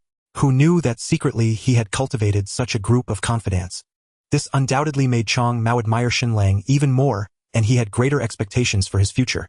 Seeing Chong Mao directing his men to stuff Jin Mao and the others into gasoline barrels, skillfully pouring quick-drying cement over them, Shen Lang couldn't help but sigh, pondering if the gangs of Hong Kong Island would engage in such battles every day. Would there come a day when the seabed between Hong Kong Island and the mainland would be filled in creating new land? This is also a result of the chaotic governance in this era. The foreigners all knew that the future of Hong Kong Island would inevitably return. Thus, they paid no mind to the governance of Hong Kong Island. Each one only wished to reap benefits before leaving. If it weren't for the oversight of the Independent Commission Against Corruption, it is feared that the wealth of the entire Hong Kong Island would be emptied by this group of foreigners. Therefore, in this era, although the economy was developing rapidly, thieves and gangsters emerged endlessly, and the gang factions reached their peak. Just as Shen Lang's thoughts wandered, a woman's cries for help faintly echoed from afar. Shen Lang furrowed his brows and followed the sound. Not far away stood a small tin shed dimly lit. When Shen Lang and the others first arrived, they had not even noticed it. Chong Mao came over and explained to Shen Lang, "There's a snakehead named Shizai Ming in this area. That tin shed over there is likely his hideout. That punk is pretty flashy. He loves to abduct beautiful girls from among the illegal immigrants to toy with them, and he even enjoys tattooing snakes on their backs. How should I put it? Even I, a pervert, find that a bit twisted. Shizai Ming, illegal immigrants, tattoos. This plot seems oddly familiar, doesn't it? Chong Mao, I'll leave this to you. I'll take a look over there." Chong Mao understood and pulled a black star out of his pocket, handing it over. "Brother Lang, take this. All the brothers are here. If something happens, just shout, and we will rush over immediately." One must say Chong Mao is quite reliable. It was clear that Shen Lang had plans to be a hero and rescue the beauty. He didn't insist on taking his little brothers with him, but wisely handed over a handgun. In this remote wilderness, a few gunshots wouldn't matter, the police would never come here. When Shen Lang arrived, he saw a stout man in green clothing, holding a cobra stepping closer to a woman backed into a corner. At this moment Shen Lang began to understand what Chang Mao meant by perverted. Not only was this guy fond of snakes, but he also insisted on dragging a girl into his sick games, truly sickening. Such a scum Shen Lang would not spare. A bullet accurately pierced through Shizai Ming's skull, taking his life. Only after dealing with the pervert did Shen Lang have the opportunity to examine the woman in the corner. The woman was dressed simply, yet her beauty could not be concealed. Her facial features were delicate and distinct. Although she shrank in fear in the corner, her eyes remained bright and clear. Especially her bare legs, fair and delicate, glimmering softly under the light, making it hard to look away. Although Shen Lang had eliminated Shizai Ming, it did not put the woman at ease. Shen Lang put away his gun and smiled, saying, "Don't worry, I'm not a good person." This sentence was originally intended to comfort the woman before him. He knew the woman was an illegal immigrant, fearing both the snakehead who oppressed her and the police of Hong Kong Island. To his surprise, upon hearing this, the woman shrank back even tighter, leaving only her long legs glaringly visible. Seeing that the conversation wasn't going well, Shen Lang continued to softly ask, "What's your name?" The woman, sensing that Shen Lang bore no ill will, cautiously replied, I'm Gang Sheng. Can you please not turn me over to the police? I don't want to be deported." Shen Lang did not expect that this woman would be so strong. After experiencing illegal immigration, fleeing being bullied by the snakehead, and witnessing a murder scene, her first words were not about the horror she faced, but rather about not wanting to be deported. Scratching his head, Shen Lang genuinely didn't know what to say to this woman, whether she was courageous or simply slow to react. Suddenly the woman let out a sharp scream, standing up and violently kicking her leg. A patterned venomous snake was flung from her body. Oh no. In focusing on the girl, he had forgotten about Shizai Ming's venomous snake. Shen Lang drew a dagger and hurled it at the snake. The dagger traced a beautiful arc in the air, impaling the venomous snake at its vital spot. After struggling a couple of times, it fell silent. The nearby Gang Shang was crying, her face streaming with tears. "It just bit my thigh. Am I going to die?" Shen Lang hurried over to check. Gang Shang, now filled with terror, disregarded the difference between genders and pointed at the wound on her thigh for Shen Lang to see. Shen Lang focused and noticed the wound was linear. It was significantly different from a snake bite. It appeared more like a scrape from a sharp object. Turning back to look at the venomous snake pinned to the ground by the dagger, he was astonished to find that it had no fangs. It made sense. Shizai Ming only liked to play with venomous snakes as pets, not to put lives at risk. After all, he must have removed the fangs. It seemed that Gang Shang had just panicked when the snake crawled on her, and upon standing up accidentally scraped herself, mistaking it for a snake bite. Gang Shang covered her beautiful eyes with her hands, her heart ashen, saying, "So how is it? Am I doomed? I just arrived at Hong Kong Island and I haven't even met my aunt." Shen Lang, feeling playful, put on a pained expression. Tisk, it's indeed quite troublesome here in these wild mountains and hills. An ambulance can't even get in. By the time you reach the hospital, it's likely you won't make it. Upon hearing this, Gang Shang's eyes welled with tears. "What should I do? Am I really going to die here?" "Well, there is a way. If someone is willing to suck the snake venom out for you, there might still be hope." Gang Shang's eyes widened. There were only the two of them, and she herself could do nothing. Thus, aside from the already deceased Shizai Ming, the only one who could help her was Shen Lang. "Then, sir, could you help me?" Shen Lang's lips curled slightly, feeling halfway to his goal. Sucking out snake venom is quite dangerous. If I have any cuts in my mouth and accidentally get snake venom, I could die too. We're not related, and I've already saved you once. Technically, I'm still your benefactor. I have no obligation to take that risk for you, do I? Gang Shang hesitated, torn between guilt for requesting something from her benefactor and her desire to live. "Please save me, I don't want to die. I will definitely repay you in the future." Shen Lang scoffed slightly. "Cut the act, promises are the least reliable thing. How about this, become my woman? If my own girl is in trouble, I would risk my life to save her. Otherwise, forget it.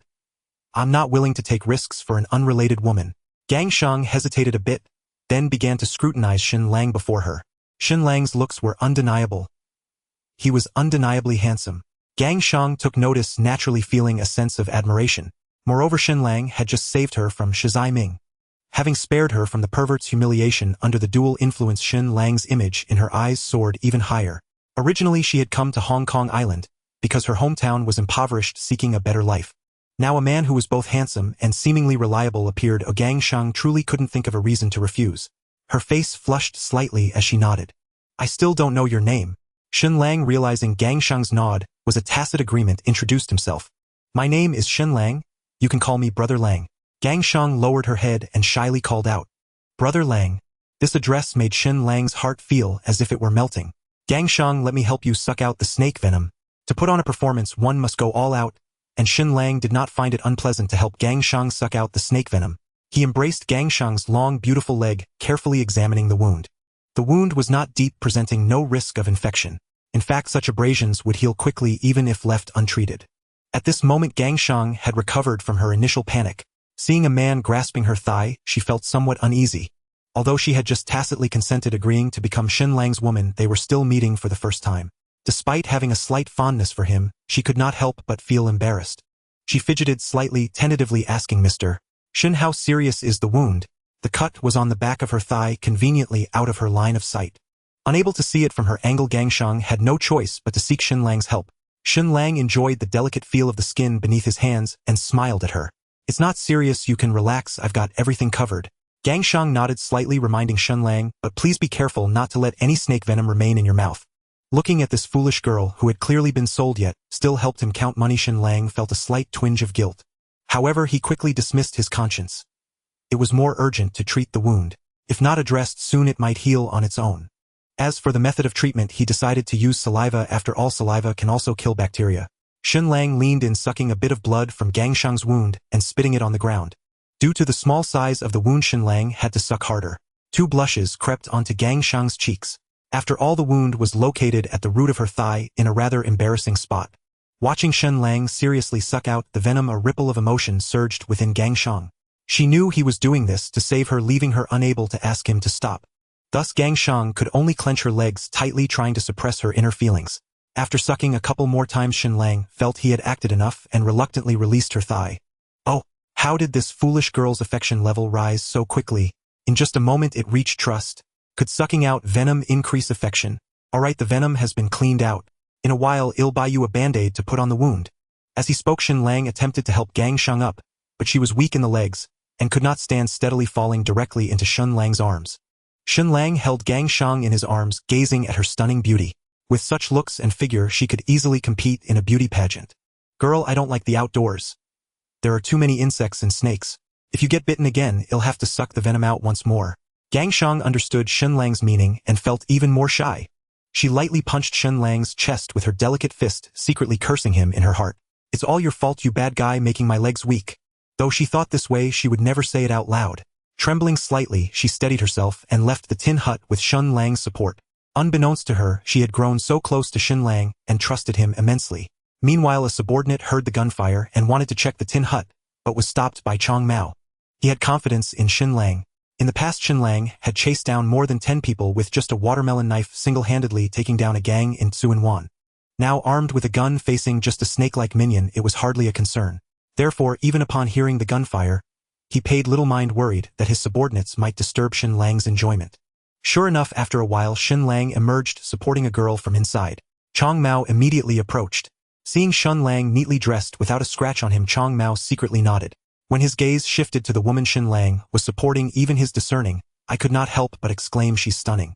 Especially her long, fair legs. She must be taller than him, right?" However, Chong Mao quickly averted his gaze. He was still clear-headed. "Langgu, sister-in-law." This call of sister-in-law came out so naturally, as if he had said it countless times before. This sudden title clearly caught Gang Shang off guard. Unintentionally, her legs gave way again, and she leaned heavily against Shen Lang. Seeing this, Chong Mao revealed a knowing smile that all men could understand. "Langgu is impressive. Even sister-in-law's legs are weak." Shen Lang playfully slapped Chong Mao and laughed. "Come on. Are you joking with me? You want to die?" Chong Mao did not dodge, still grinning after the playful hit. Shen Lang continued, "Tell the brothers to bring another barrel and dispose of the snake minion's body in the tin hut. I'll take Gang Shang and head out first." Chong Mao quickly nodded. "Don't worry, Langgu, I've got everything covered here." Shen Lang drove Gang Shang back to their residence in Tsuen Wan. He rummaged through the wardrobe and tossed a white shirt to Gang Shang. "Take this for now, tomorrow it'll take you to buy a new one. The bathroom is on your left, go wash up." Half an hour later, Gang Shang timidly emerged from the bathroom. She had tidied her somewhat messy hair, which now flowed smoothly over her shoulders. Since she had no spare underwear, she simply chose to go without and put on Shen Lang's shirt. The fabric was thin, and with a few still wet droplets, her beautiful figure was on full display. The shirt barely covered her long legs, providing quite a visual feast. Even a man as experienced as Shen Lang could not help but adjust himself in her presence.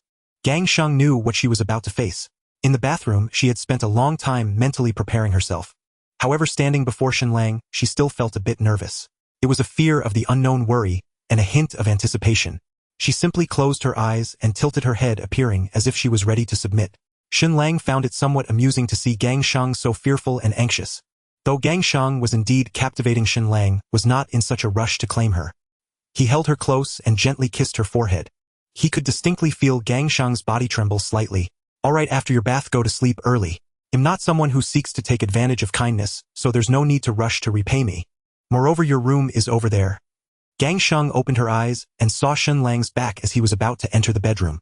Not knowing where she found the courage, she rushed over, hugged Shen Lang's waist from behind, and closed the bedroom door. A night of silence. Shen Lang slept soundly. But that night many others lay wide awake.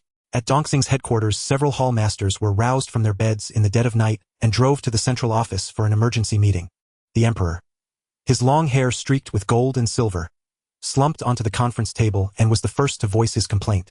"Senior brother, I stayed up all night watching a football match, enduring that interminable grueling overtime, only to have my head barely touch the pillow before your life or death chain calls dragged me out of bed. My head still spinning. What could possibly be so urgent that it can't wait until tomorrow?" Sitting at the head of the table, Luo Tuo wore an expression of profound disappointment and exasperation. He slammed his palm hard against the table. "Sleep, sleep, sleep. Is that all you ever think about? Will missing one night of sleep kill you? Look around. Look carefully who's missing." The emperor cast a single glance and instantly drew his conclusion.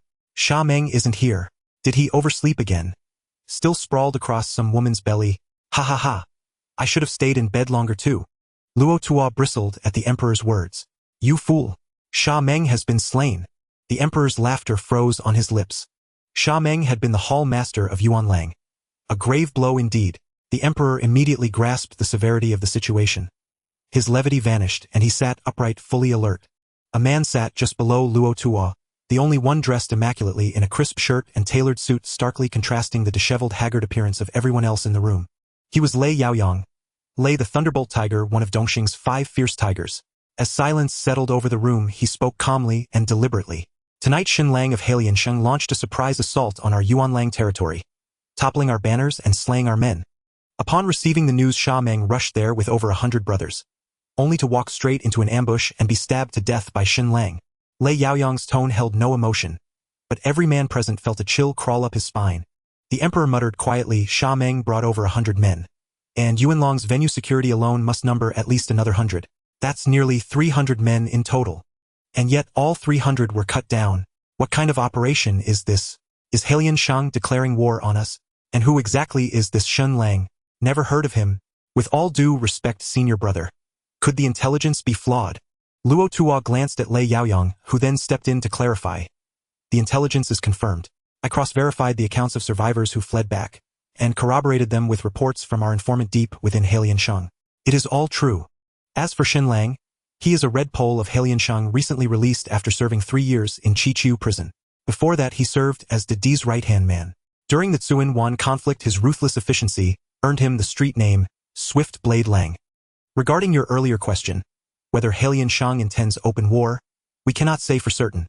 Luo Tuo slammed the table once more. "All triads across Hong Kong know Heiliansheng is locked in territorial warfare with Hung Hing. Police cars are lined up like rows of soldiers in Tsim Sha Sui. Yet Lin Huarailo pulled off a classic feint, diverting everyone's attention to Tsim Sha Sui, while secretly dispatching forces to strike our Yuanlang stronghold. This insult. I will not swallow it." Lei Yaoyang interjected smoothly, "Senior brother, let me lead a team to Yuanlang." After careful consideration, Luo Tuo replied, "No. Your territory is far more critical than Yuanlong's. We cannot afford to sacrifice one front to save another. Here's the plan. Call Wu Ye, the Crow, and Xiao Mian Hu, the Smiling Tiger, in Holland. Tell them to return immediately. I'll call Lin Huailo shortly to demand an explanation. In the meantime, each of you must hold your territories tight. No more home invasions." Wan Chai, Hong Kong Police Headquarters, Criminal Investigation Department. Inside the Organized Crime and Triad Bureau OCTB Office, Chief Inspector Huang Ziqing slapped several photographs onto the table. "Take a look, all of you." Several officers picked up the photos. They showed Triad members lying in pools of blood, though most bodies had already been removed, leaving only crimson stains behind. One officer raised a question. Sir Huang, wasn't the Tsim Sha Sui confrontation called off tonight? Then what are these photos? This isn't Tsim Sha Sui. It's Yuan Lang. Huang Zhiqing retorted, pounding the table. A female officer studied the images closely. Sir Huang. Are all those marks on the floor bloodstains? Huang Zhiqing snapped back, irritated. What else could they be? Beetle nut juice. Undeterred, the officer pressed on.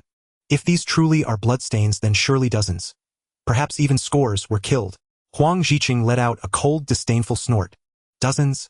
Forensic experts who visited the scene estimate the volume of blood indicates well over 100 fatalities.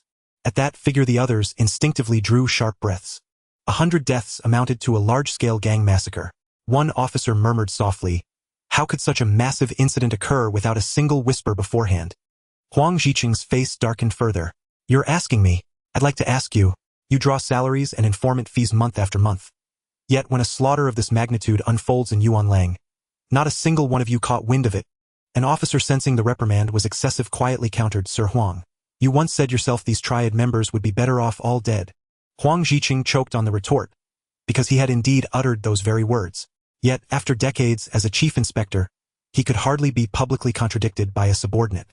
He paused, then nodded firmly. Yes, I did say that, and I stand by it. If Triad members wiped each other out entirely, it would be a blessing for all of Hong Kong. True. Tonight they hacked at each other. But can you guarantee they won't turn those blades on ordinary citizens tomorrow? The officer who'd spoken earlier fell silent immediately. Huang Zhiqing continued, Lian Shang deliberately provoked Hung Hing in Tsim Sha Sui, while launching a covert strike against Dongxing's Yuan Lang stronghold. Their ambitions run dangerously deep. I am ordering all of you activate every informant at your disposal. Track every member of Lian Shang, especially this man. He pulled out another photograph and pinned it to the briefing board, the unmistakable face of Shen Lang. I refuse to preside over another post-mortem debriefing in this office, while Triad wars rage unchecked. Understood. The next day, Shen Lang, having cleared his inventory, felt refreshed and energized. Plans change, reality intervenes. Glancing at Gangsheng sleeping peacefully beside him, Shen Lang's expression softened with quiet concern. They'd repaired the car late into the night, only finishing as dawn's first light crept across the sky. Gangsheng's newly acquired unwavering loyalty status was an unexpected bonus from this minor episode. Shen Lang left several $10,000 bills and the apartment key on the nightstand, and stationed 2 loyal retainers downstairs before departing by car. Today held serious business. Dragon head Lin Huailo had summoned the 9 hall leaders of Lian Shang to convene at Yu Gu Chi, a gathering of consequence. Has backbone, truly has backbone. For some reason, the bigwigs of Lianxing were fond of shunned flavors. Every meeting insisted on being held at Gucci. If I worked for OG, I would fill the place with cameras and bugs. Promotion would come by itself. Though he joked, Shen Lang knew the truth in his words. The reason Lianxing favored Gucci had less to do with the food than with the name's implication. Lianxing traced its roots back to the old Hong men. A certain patriotic ethos lay in its marrow. Sadly, those who preach righteousness seldom meet good ends. Shen Lang was not late. When he arrived, the room had not yet filled. Among the 9th District branch leaders, Eutubio Gao Lao and Dupuhe were already in place. Eutubio was the first to speak when Shen Lang entered. Longzai, you're a sight to behold. Jean Maohu from Yuan Lang got gutted by you. You seized Quan Wan and already you've won such honor. It reflects well on all of us. Eutubio always knew how to flatter. He immediately began lauding Shen Lang. In truth, his thoughts were no different from most of the society's men. When someone in the branch shines, everyone basks in the reflected glory. It polishes their own reputations, stiffens their posture before outsiders, and lets them bargain harder in business. Dupuhe chimed in.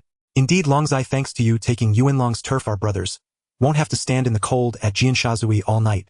And thanks for drawing the cops' attention, which gave you the chance to make your move. Right? Once Yuan Lang is secure, I'll send my men to distribute pills. Make sure you give me a friend's price. Shen Lang sneered but ignored the bait. These branch leaders were shrewd. No one stirred without profit. Their private calculations were almost written on their faces. It was all about that fat piece of Yuan Lang. As they talked, Dragon head Lin Huaila entered the private room, accompanied by Huanyo, the leader from Dajiaju. After a quick glance, Leader Lu took the head seat. His gaze swept the room and settled on Shen Lang. Longzai, what do you mean by this? Lin Huaila, unusually dropping his practiced smile, asked him with a frown. If Camel from Dongxing hadn't phoned me, I would never have known you pulled such a stunt. Ambushing Dongxing's stronghold, seizing Yuan Long, even killing Dongxing's 5 tigers, Jean Maohu. Do you still see me as the dragon head? Do you still care for your brothers in He Lianxing? Lin Huila launched into a provocation, accusing Shen Lang of arrogance. The room chilled. No one wanted to be the next target. Yet Shen Lang remained calm, a smile barely playing at the corner of his mouth. He feigned puzzlement and asked those around him, has He Lianxing changed its rules? Since when must a branch report to the dragon head before it seizes turf? That single question deflated Lin Huila's momentum. Shen Lang had after all broken no rule. Though He Lianxing was a vast organization, its control over sub-branches was loose. Each branch largely governed itself apart from regular tributes to the headquarters' central authorities, seldom meddled in day-to-day affairs. Only when matters exceeded a branch's capacity would they turn to the dragon head for coordination and support. Lin Huila had planned to strike first and catch Shen Lang off guard, but Shen Lang had spotted the weak point and countered. Realizing he could not defeat Shen Lang on principle, Lin Huila shifted tactics. If you wanted turf, why ambush Yuan Lang? The whole island knows we're at war with Hongxing over Jianshazui. You as one of He Lianxing should have helped. Yet you provoke Dongxing instead. Aren't you dragging your brothers down? Shen Lang snorted. I thought we were coordinating well. Leader Lu leads the brothers to weather the cold at Jianshazui, while I take Yuan Lang. Lin Huila, displeased, slammed the table. Do you think I don't want to act? OGU and PTU have nearly filled Jianshazui. Should I lead the brothers straight to prison? Seeing Lin Huila pound the table, Shen Lang rose to the bait. You knew Jianshazui was swamped by cops. Then why waste the brothers' time? You trumpet about crushing them, driving them out. If you love showmanship so much, why not act in films? The air grew tense. Several other branch heads could not remain silent and began to intercede. Leader Lu, calm down. Longzai is young and hot-blooded. Longzai has also done the gang a service. Yuan Lang is a sizable prize, isn't it? Longzai, say no more. Dragon Head is acting for the good of the entire gang. We are all brothers, talk it through. Shen Lang was untroubled. Though his formal power was limited, he could summon 100 sworn men at will. If matters became irreconcilable, he could smash his cup as a signal and force He Lianxing to replace its dragon head. Yet such a move would leave him without a place in He Lianxing. Merely his worst contingency. Under the others, please. Lin Huila scowled and sat back down. In any case, Camel from Dongxing is demanding an explanation. We are already at war with Hongxing. We have no reason and no freedom to provoke Dongxing. What do you all propose we do? Those present exchanged glances, each choosing their words carefully. Shen Lang snorted. Whoever takes turf keeps it. If an outside gang causes trouble, I'll stand up for you. In the span of a day, the winds had shifted so drastically. The dragon head now abandoned his own men. Was he prepared to hand brothers over to atone? Shen Lang leaned back, applauding with a laugh. See this? This is the dragon head you promoted. The man who expands the gang's territory becomes the scapegoat. It's absurd. The chair scraped the floor with a sour screech as Shen Lang stood and mocked the assembly. You needn't worry. Yuan Lang was seized by me, Shen Lang. If Dongxing has claims, let them fall on me. I won't burden the elders of He Lianxing. Farewell. Without heeding further entreaties, Shen Lang left the restaurant. Silence lingered in the private room. After a long pause, Gao Lao spoke weakly. Leader Lu, this will chill the brothers' hearts. His words echoed what the others felt. The looks they cast at Leader Lu carried an unspoken reproach. Lin Huila stared blankly. He had intended to use the Dongxing incident to pressure Shen Lang into fighting for Jianshazui on his behalf. He had not expected to be drawn into Shen Lang's rhythm, leaving the matter so intractable. Shen Lang. Lin Huila repeated the name in his mind. From the start, Lin Huila had felt this man would obstruct him. He had even bribed Chizhu prison to delay Shen Lang's release.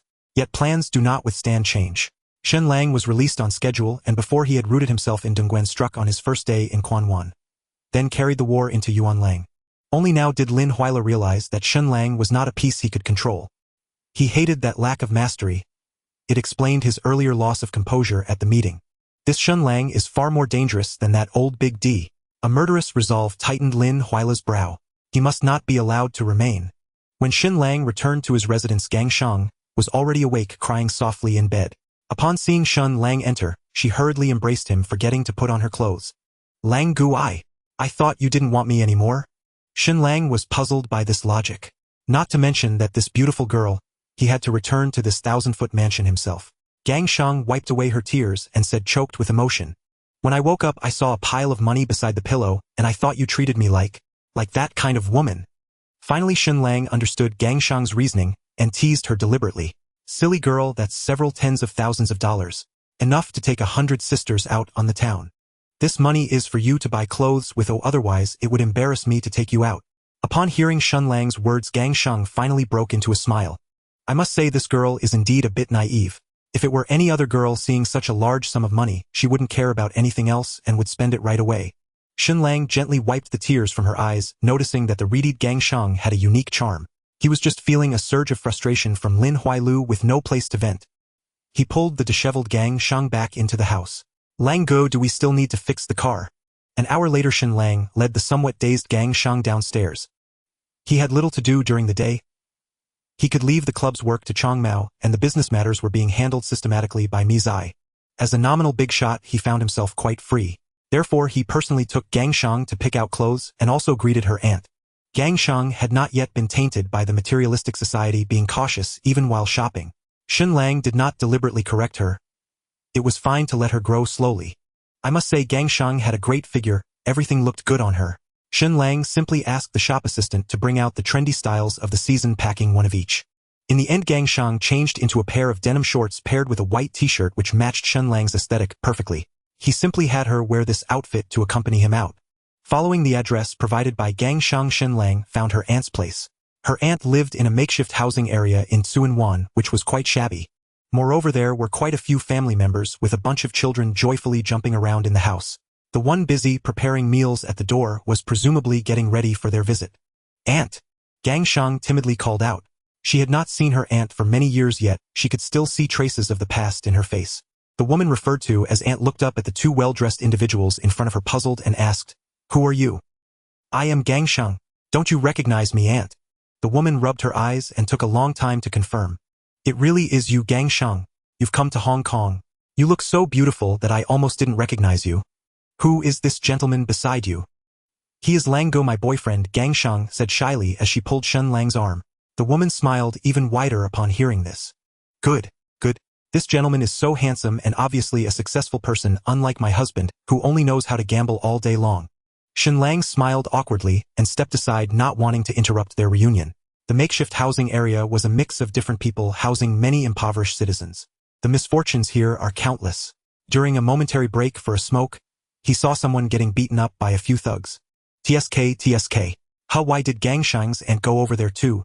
Is her aunt also a thug going over to finish off some business? This thought flickered in his mind for less than half a second before vanishing. Could that guy be Gang Sheng's gambling-addicted uncle? Stop hitting him. If you keep hitting him, he'll die. The aunt had a sorrowful expression, her eyes filled with tears, clearly having repeated the same phrases many times. A thug with green hair halted a few of them and stammered at the aunt. You pay his gambling debt and I won't hit him anymore. How much is it this time? $1,000. The man lying on the ground gasped and spoke. Nonsense, it was clearly only 500. His tone was filled with indignation, as if he had suffered an extremely unfair treatment. The green-haired thug stuttered an explanation. Before the beating it was 500, after the beating it's 1,000. Ah, why is it getting more expensive with each hit? Gang Sheng had unknowingly moved to Shen Lang's side. She gently tugged at his sleeve, her big eyes displaying a pitiful expression. Shen Lang understood, realizing she was asking him to intervene. For a thug of this caliber, it was beneath him to step in. However, unable to resist the plea of the beauty, Shen Lang still moved forward. People's auras are different. Just standing in front of the thugs made Shen Lang emit pressure. The green-haired thug unconsciously took a half-step back. "What are you? What do you want? Let me tell you, my boss is not easy to mess with." Reporting his title and name was a common thug's tactic. Seeing the green-haired thug trying to assert dominance, Shen Lang was somewhat curious. "Do tell, who is your boss?" The green-haired thug, seeing that he seemed to have intimidated Shen Lang, said proudly. "My boss is San Zai Chong." Shen Lang knew it was pointless to respond. A thug of this level wasn't even worth mentioning, and he had never heard of him.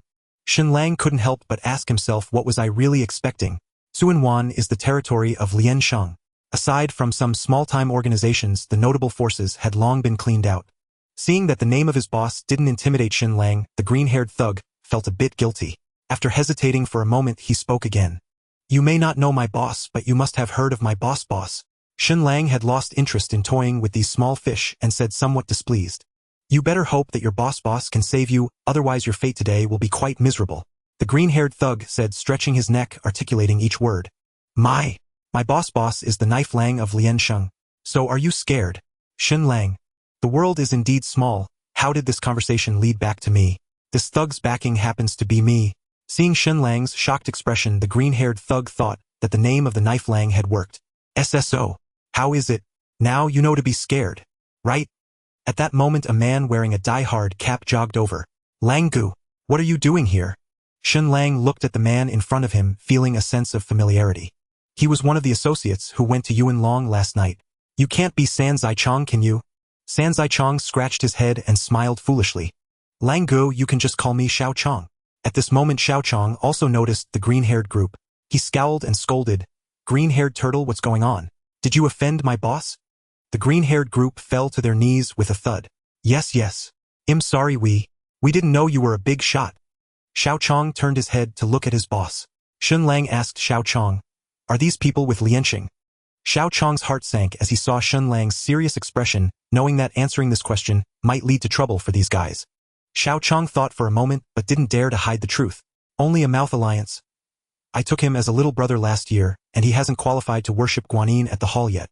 To formally join the gang, one must worship at the hall and pay respects to Guanyin. Only after that can they be listed in the Underworld roster.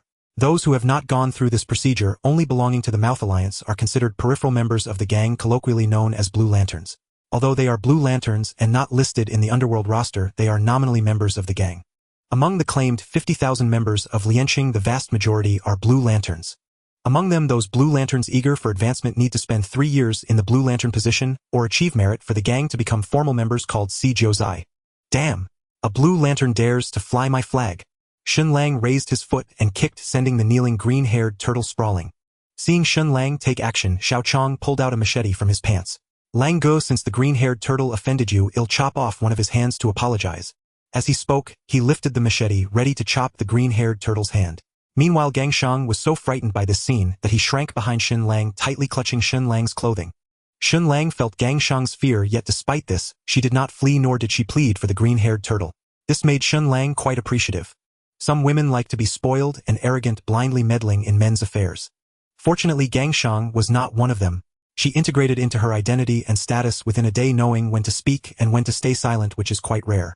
Alright, you can't just go around chopping off hands. Do you think I'm a hand-chopping maniac? If word gets out that I like to chop my little brother's hands, who would want to follow me? Xiao Chong was delighted to hear this, and the machete in his hand paused midair. He felt pain to chop off his little brother's hand, but since the boss didn't call for a stop, he dared not halt. What seemed slow actually happened in an instant. Shen Lang observed that despite the terror on the green-haired turtle's face, he remained silent. What's wrong? Are you scared, silly? No. Not at all. Still saying no. Your big brother is about to chop you, and you don't even know to run, just standing there like a dumb goose. The green-haired turtle thought for a moment and said slowly, I heard that. When you make a mistake you should admit it, and when you get hit you should stand straight. Wow, he's still a fan of Liang Kuan. Shen Lang couldn't help but look at this green-haired turtle with newfound respect. He exerted a little force and directly yanked the green-haired turtle up from the ground. He pointed at the uncle who had already climbed up and asked, That man is my girlfriend's uncle. Now do you know what to do? The green-haired turtle, still in shock from being pulled up by Shen Lang, nodded vigorously. Got it, that 500 gambling deadeye? I don't want it anymore. Why don't you want it? The money he owes the casino is the money he owes the hall, and the money he owes the hall is the money he owes me. What does it matter whose uncle it is? Just because of that he doesn't have to pay back the debt. The bruised man beside them originally thought that his niece had hooked up with a big shot, and was delighted at the prospect of benefiting from it, thinking he could evade the gambling debt. Shen Lang's words brought him crashing back to reality. He gaped in shock at his wife and niece, then stared blankly at Shen Lang. Why is the plot developing differently? The green-haired turtle scratched his head. So should I continue to demand that 500 gambling debt?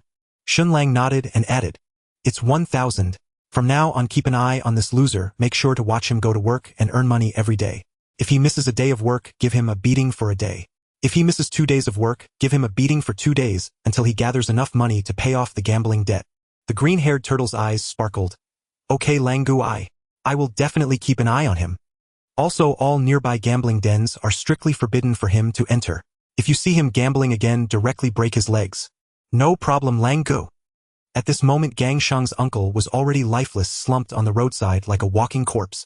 Working and paying off gambling debts was one thing, but being banned from entering gambling houses was even more unbearable than being killed. Gang Shang's and also sensed Shen Lang's intentions, knowing that this was a roundabout way to help her husband get on the right track. She wanted to thank him, but Shen Lang waved his hand, pulling Gang Shang away. Before leaving, he instructed Xiao Chong. This green-haired turtle is not bad. No need for an evaluation. When you have time, take him to the hall to worship Guanyin. A glimmer of joy flashed in Xiao Chang's eyes as he immediately pulled the green-haired turtle. Hurry up and thank Lang Go. Thank you, Lang Go. When they reached the alley entrance, Shen Lang asked Gang Sheng, you still have money left after buying clothes and jewelry, right? Yes, there's quite a bit, over 30000. Take out 3000 and give it to your aunt, but remember not to let your uncle see. Gang Sheng's eyes lit up at his words, a hint of emotion welling up inside her. Is that really okay? Hurry back, I'll wait for you in the car. Gang Sheng nodded enthusiastically and ran off happily. Shen Lang leaned against the car and lit a cigarette. Sensitive as he was, he sensed that someone seemed to be watching him. Ever since he evenly distributed the reward attributes from the system upgrade, Shen Lang's strength and agility had reached 28 points, while his physique had even reached 30 points. Besides significantly enhancing his physical strength, he found that all 5 senses had become sharper. For instance, at this moment Shen Lang could clearly feel that someone was observing him from a telephone booth 100 meters away. Is it the police? That shouldn't be. If the police wanted to trouble him, they would directly summon him. They could randomly find someone involved in gang activities to drag him in for 24 hours of questioning. If it's not the police, then who could it be? Chong Mao, I've been followed. At New Show Street, a number XX, check the identity of the person following me. Chong Mao was quick and soon had a reply. Lang Gu, I found out that the one following you is from Lu Xiao's gang. Damn it, Lin Huila. I hadn't even sought him out. Yet he's already tailing me. When Gang Sheng returned home, he found Shen Lang standing there, eyes blazing with murderous intent. Brother Lang, what's wrong? Don't be angry with me. I'll go get the money back, okay? It has nothing to do with you. Shen Lang steadied his breathing and asked Gangxing, do you like kids?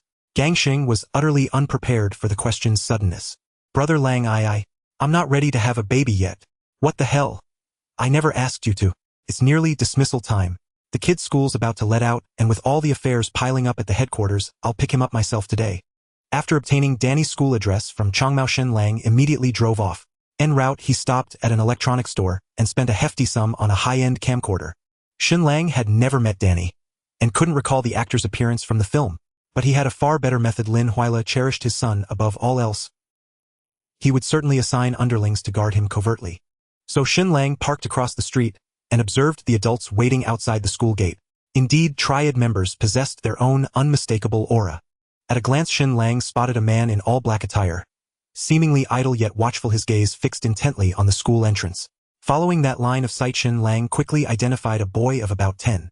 The way the Triad enforcer trailed the boy, cautious, tense, fearful of being seen, confirmed beyond doubt this was Lin Huila's son. Danny! Shen Lang pulled the car alongside and called out. Hearing his name, Danny instinctively looked up, only to meet the gaze of a strikingly handsome stranger and the firm grip of a powerful arm. Just like that, Shen Lang whisked Danny into the car. Before pulling away, he even waved cheerfully toward the hidden bodyguard. Young Master Lu, terrible news.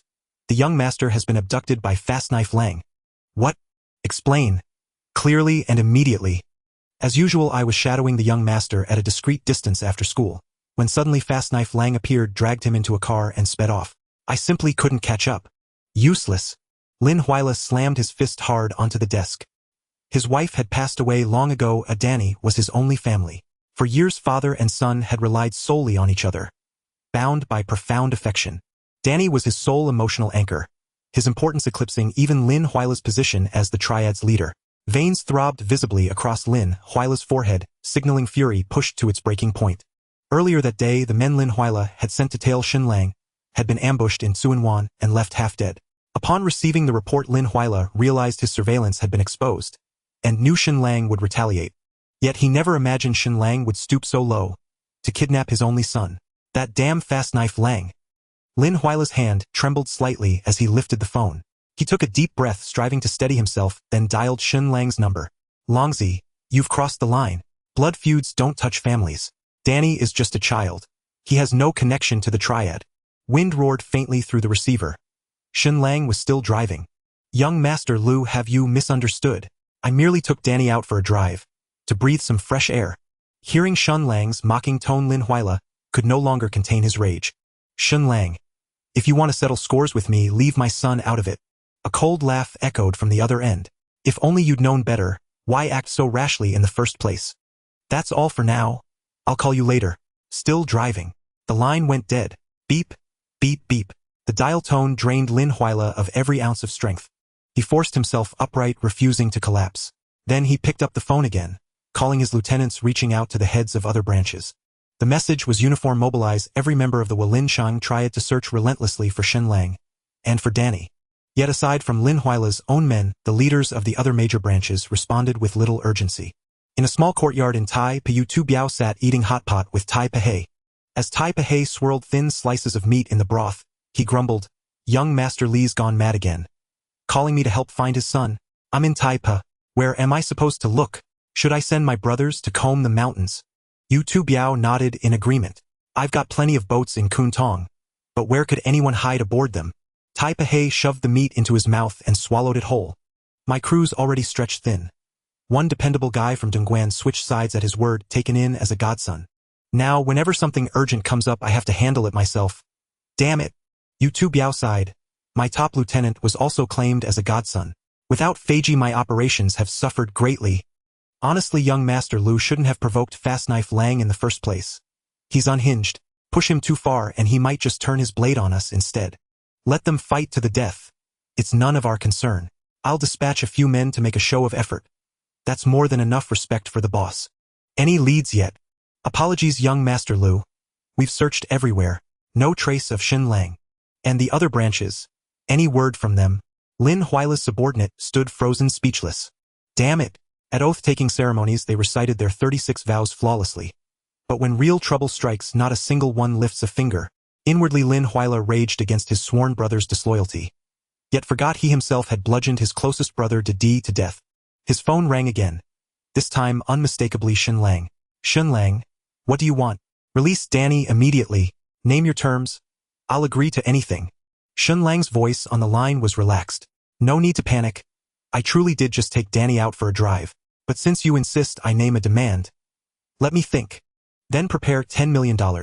And send someone to deliver it to the Triads' Tsuen Wan branch." $10 million. Shen Lang, you've got quite the appetite." After a brief pause, Lin Huaila continued, "I'll pay, but I demand a simultaneous exchange person for cash." Shen Lang chuckled softly at the other end. "No need for such formality. I'll tell you exactly where Danny is. You go pick him up yourself. Once you've got him, bring the money. You're the boss. I trust you." Lin Huaila hesitated.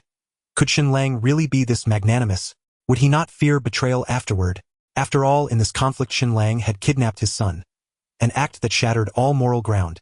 Lin Huaila could easily use this incident as justification to unleash the entire Wo Shing against Shen Lang. Even expel him from the Triad altogether. What game is Shen Lang playing? But Lin Huaila had no time to ponder further. The offer favored him and he seized it without hesitation. "Agreed. Where is Danny now?" Shen Lang's voice came low and deliberate. "Shili Reservoir along the western bank of the Shay River. Can you find it?" "Oh, and yes.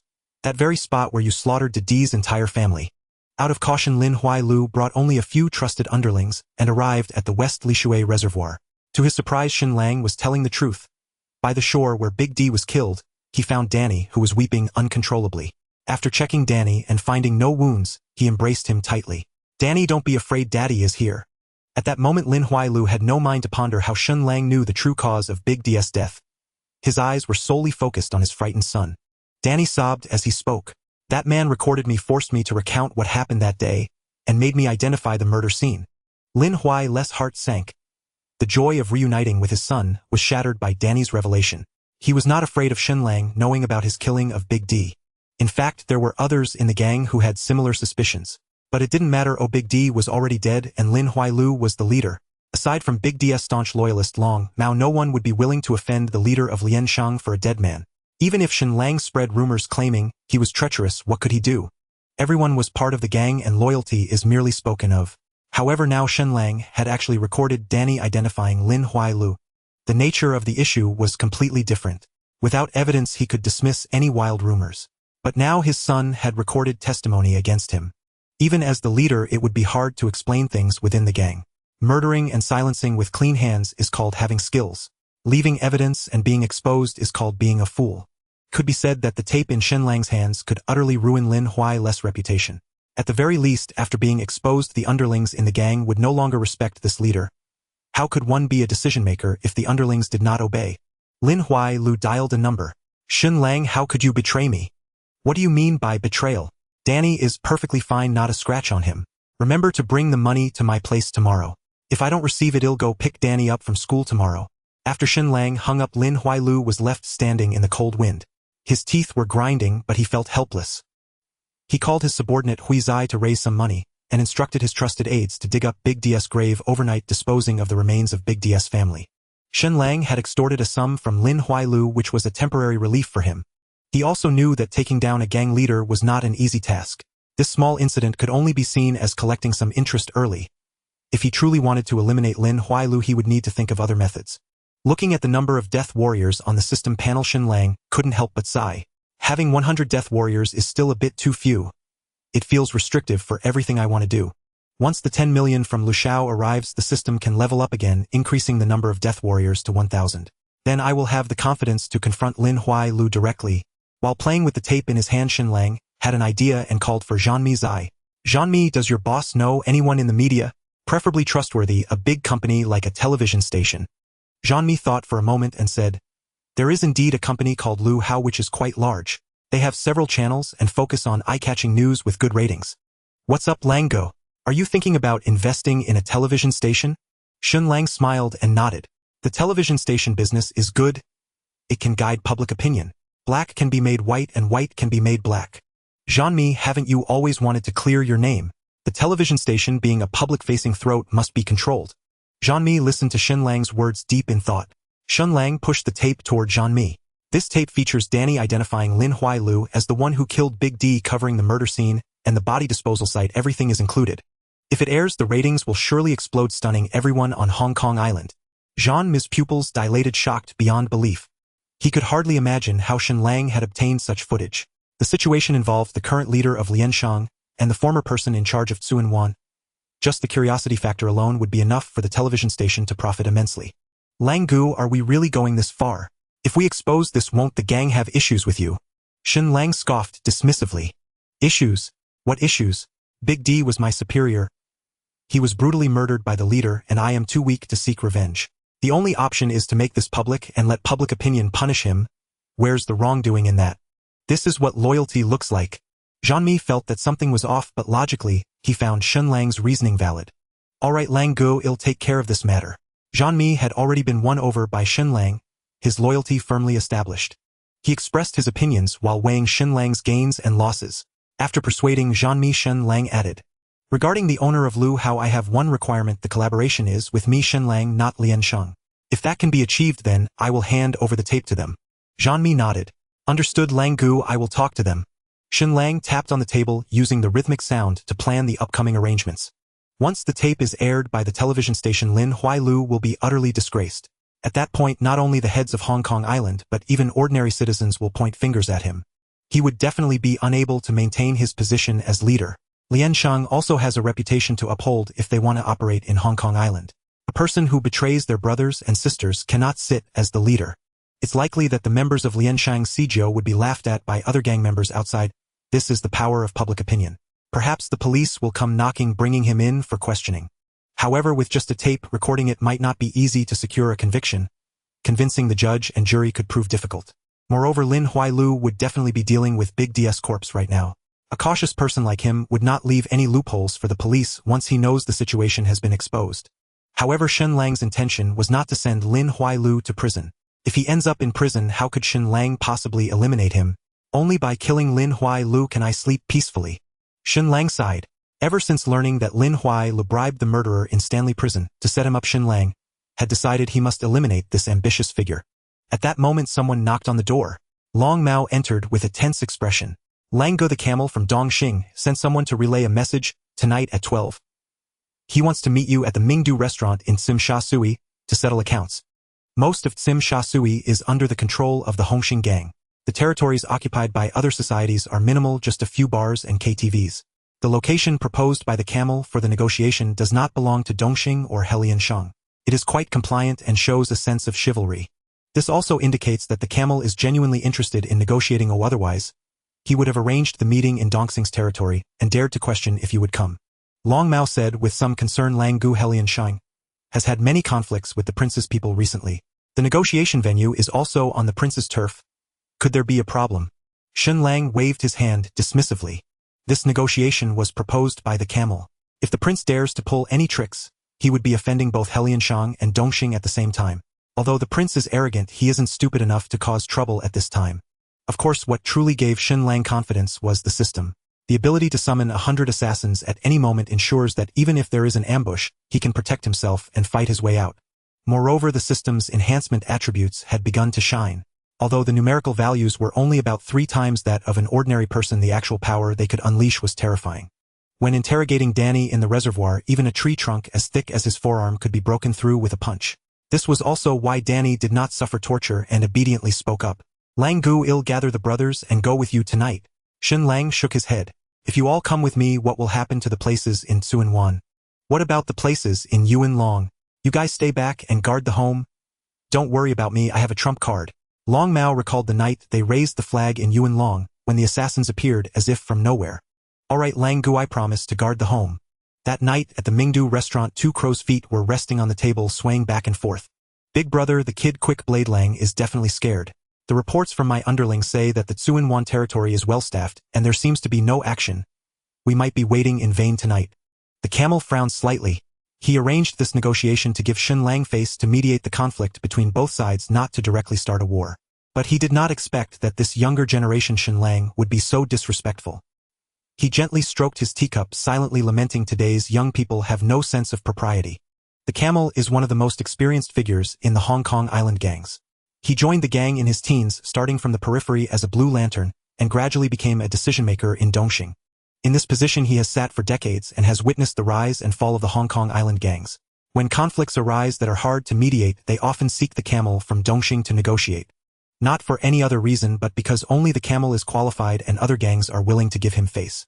Therefore, even though Golden Hair Tiger died at Shen Lang's hands, the camel is still reluctant to hastily initiate war. After failing to negotiate with Lin Huailu, he chose to directly meet with Shen Lang, the party involved, to negotiate in person. It's still 10 minutes away from midnight, isn't it? What are you rushing for? If Quick Blade Lang still hasn't shown up after midnight, then we can leave. The camel said this, but he felt some disappointment in his heart. It seems that Quick Blade Lang might not show up tonight, and he would have no reason to stop his underlings. It appears that a battle between Dongxing and Helianshang is inevitable. At that moment, a Triad member with dyed red hair rushed in from outside. Big boss, the person has arrived. The crow, upon hearing this, was somewhat incredulous. Could it be that the message from his underling was false? Quick Blade Lang has come. How many people did he bring? The red-haired man blinked. He didn't bring anyone. Quick Blade Lang came alone. The crow immediately stood up and grabbed the red-haired man's collar. Are you messing with me? Does Quick Blade Lang dare to come alone? Did you even look at his appearance properly? The red-haired man, frightened by the crow, became flustered. Crow Gu, I recognized him for sure. It's definitely Quick Blade Lang. He even drove himself. The Sai Chai helped him park the car. Not only did the crow not believe it, but even the camel beside him was somewhat skeptical. At that moment, a figure appeared at the top of the stairs, slowly making his way down. Crow, there's no need to take out your frustration on your little brother. He didn't say anything wrong. I really did come alone. The person who arrived was Shen Lang. The crow released his grip on the red-haired man and stepped forward. Damn. Quick Blade Lang, you really are brave, just like Guan Gong attending a meeting with a single sword. Shen Lang smiled. I certainly can't compare to Lord Guan. However, since the camel is looking for me to negotiate and not to engage in conflict, what would I need to bring a crowd for? Camel Gu, wouldn't you agree? He nodded slightly to the camel as a greeting. The camel had initially thought Shen Lang would stand him up, but unexpectedly, not only did Shen Lang show up, but he was also very sincere in coming alone. It must be said that in the eyes of the camel who valued propriety, Shen Lang's actions earned him goodwill. However, goodwill aside, today's main topic is still the negotiation. After taking their seats, the camel took the initiative to ask Quick Blade Lang, we at Dongxing and Helianshang have always kept to ourselves. Why did you suddenly raid our Yuan Long territory without reason? Shen Lang thought for a moment and said, Camel Gu, you might not be aware of my circumstances. I spent 3 years in Stanley Prison and just got out. Moreover, my big brother Big D was killed before I was released. Without the protection of my big brother, things have been tough for me. I've become a marginal figure. Our leader has taken all of Big D's territory, leaving me with just a small corner in Tsuen Wan. What can I do? My brothers need to eat. If you ask me why I attacked Yuan Long, I can only tell you 3 words. To make a living. This statement is indeed quite shameless. Because my brothers have no food, I have to attack you. But placed in the context of the Triads gangsters, it is justifiable. Without food, one must resort to robbery, robbing others' territories and stealing their livelihoods. If I don't rob, should I go work? If I were willing to work, I wouldn't need to join a gang. The camel fell into a brief silence. He wasn't particularly taken aback by Shen Lang's words about making a living. Even if you want to rob territory, there's no need to resort to killing, right? My underlings saw that Sha Meng was stabbed to death while trying to flee. Upon hearing this, Shen Lang couldn't help but laugh. Camel Gu, those of us in this line of work have our heads tied to our belts. Either you kill me or I kill you. It's quite normal for someone to die, isn't it? That day Sha Meng had more people than I did and surrounded me. Fortunately, I had a backup plan and arranged for some people to guard the periphery, or otherwise I wouldn't be sitting here listening to you negotiate, would I? Clearly the camel was caught in Shen Lang's logical trap, and the more he thought about it, the more he felt that Shen Lang's reasoning wasn't without merit. Does that mean everything Quick Blade Lang did was in accordance with the rules? On the other side, the crow noticed that his big brother's expression was increasingly off. He slammed the table hard. Quick Blade Lang, although that scoundrel Sha Meng was a piece of trash, he was still my brother. You killed my brother, and then come here to spout nonsense. Tell me, how should I get my revenge? The camel sitting in the lead has now reacted. He did not come here to empathize with Shen Lang. A hall master has died in the Dongxing. The 5 tigers of Dongxing are now reduced to 4. Shen Lang may have his own difficulties and reasons, but why should Dongxing become a stepping stone for Shen Lang? At this moment Camel felt a wave of fear in his heart, and a hint of wariness appeared in his gaze towards Shen Lang. Quick Blade Lang. No matter what reasons you have, the Hall of Yuan Lang in Dongxing has lost a master, and we have sacrificed hundreds of brothers. This is an undeniable fact. The blood of my brothers cannot flow in vain. Shen Lang spread his hands, appearing very frank. With so many halls in Hong Kong, which place can be secured just by shaking hands and being polite? Aren't they all fought with real knives and guns, risking their lives? I thought that you as a senior would come to negotiate because you could see our difficulties and would be willing to find a peaceful solution, but it seems you are just relying on the power of Dongxing to oppress others.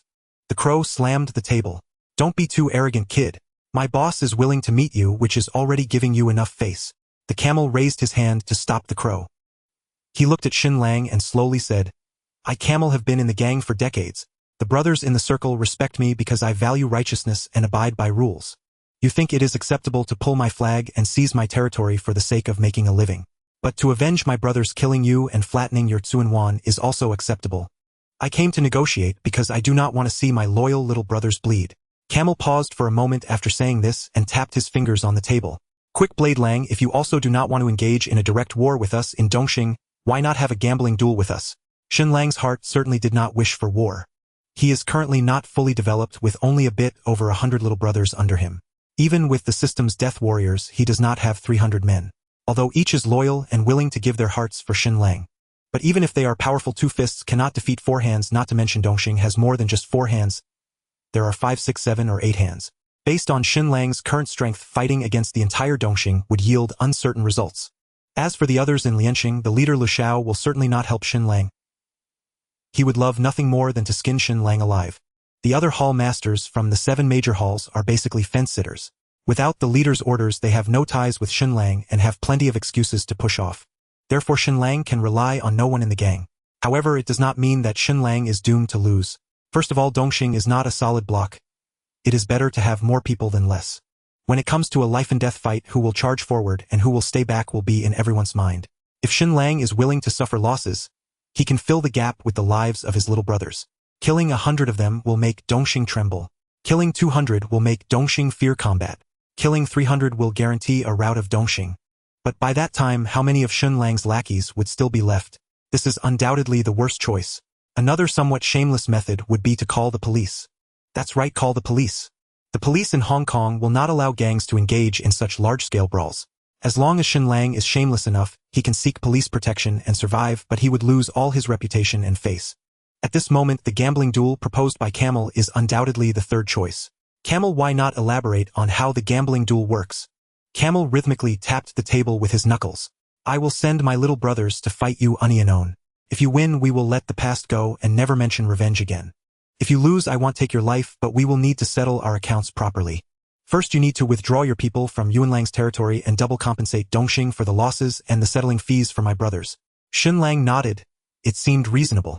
This was similar to losing a war and having to cede land and pay reparations, which is also the usual practice among gangs. Secondly, you must go to Dongxing's headquarters and guard the spirits of Sha Meng and the deceased brothers for 3 days. Upon hearing this, Shen Lang's pupils contracted sharply. If the first condition is still within reason, the second is nothing short of a humiliation. Guarding the spirits is the duty of a filial son. To have Shen Lang guard the spirits of Sha Meng and his subordinates essentially forces Shen Lang to become Sha Meng's godson. From now on, every member of Dongxing must regard Shen Lang as their elder. Shen Lang would no longer be able to mix with Lianxing, nor would there be any little brothers left with him. He simply cannot afford to lose face. No wonder they don't want Shen Lang's life even in defeat. This blatant humiliation is far more serious than paying with one's life. A surge of killing intent rose in Shen Lang's eyes, and his tone turned a few degrees colder. This is quite reasonable. I must thank Brother Camel for sparing my life. Who will I fight? Shen Lang pointed at the crow beside him. Is it this loser? The crow felt insulted and was about to flip the table but was stopped by a glance from Camel. The crow is just one of them. I will send a total of 3 people to fight you. If I send fewer, I won't be able to explain to the brothers below. 3 people. Shen Lang sneered. Is 3 people considered unknown? Camel shook his head slightly. The 3 won't come at you together, but there will be no breaks in between. If at any point you feel you can't hold on, you can surrender at any time to call it off. As long as you surrender, I guarantee no one will continue to attack. However, if no one surrenders, the duel must continue. On the arena, life and death are determined by fate. The crow fanned the flames beside him. If you're afraid, then go back to Tsuen Wan, tell your little brothers to wash their necks clean, and wait for me to send someone to chop you up. Camel sighed. This kind of gambling duel has existed for a long time, and there have been several instances in the past.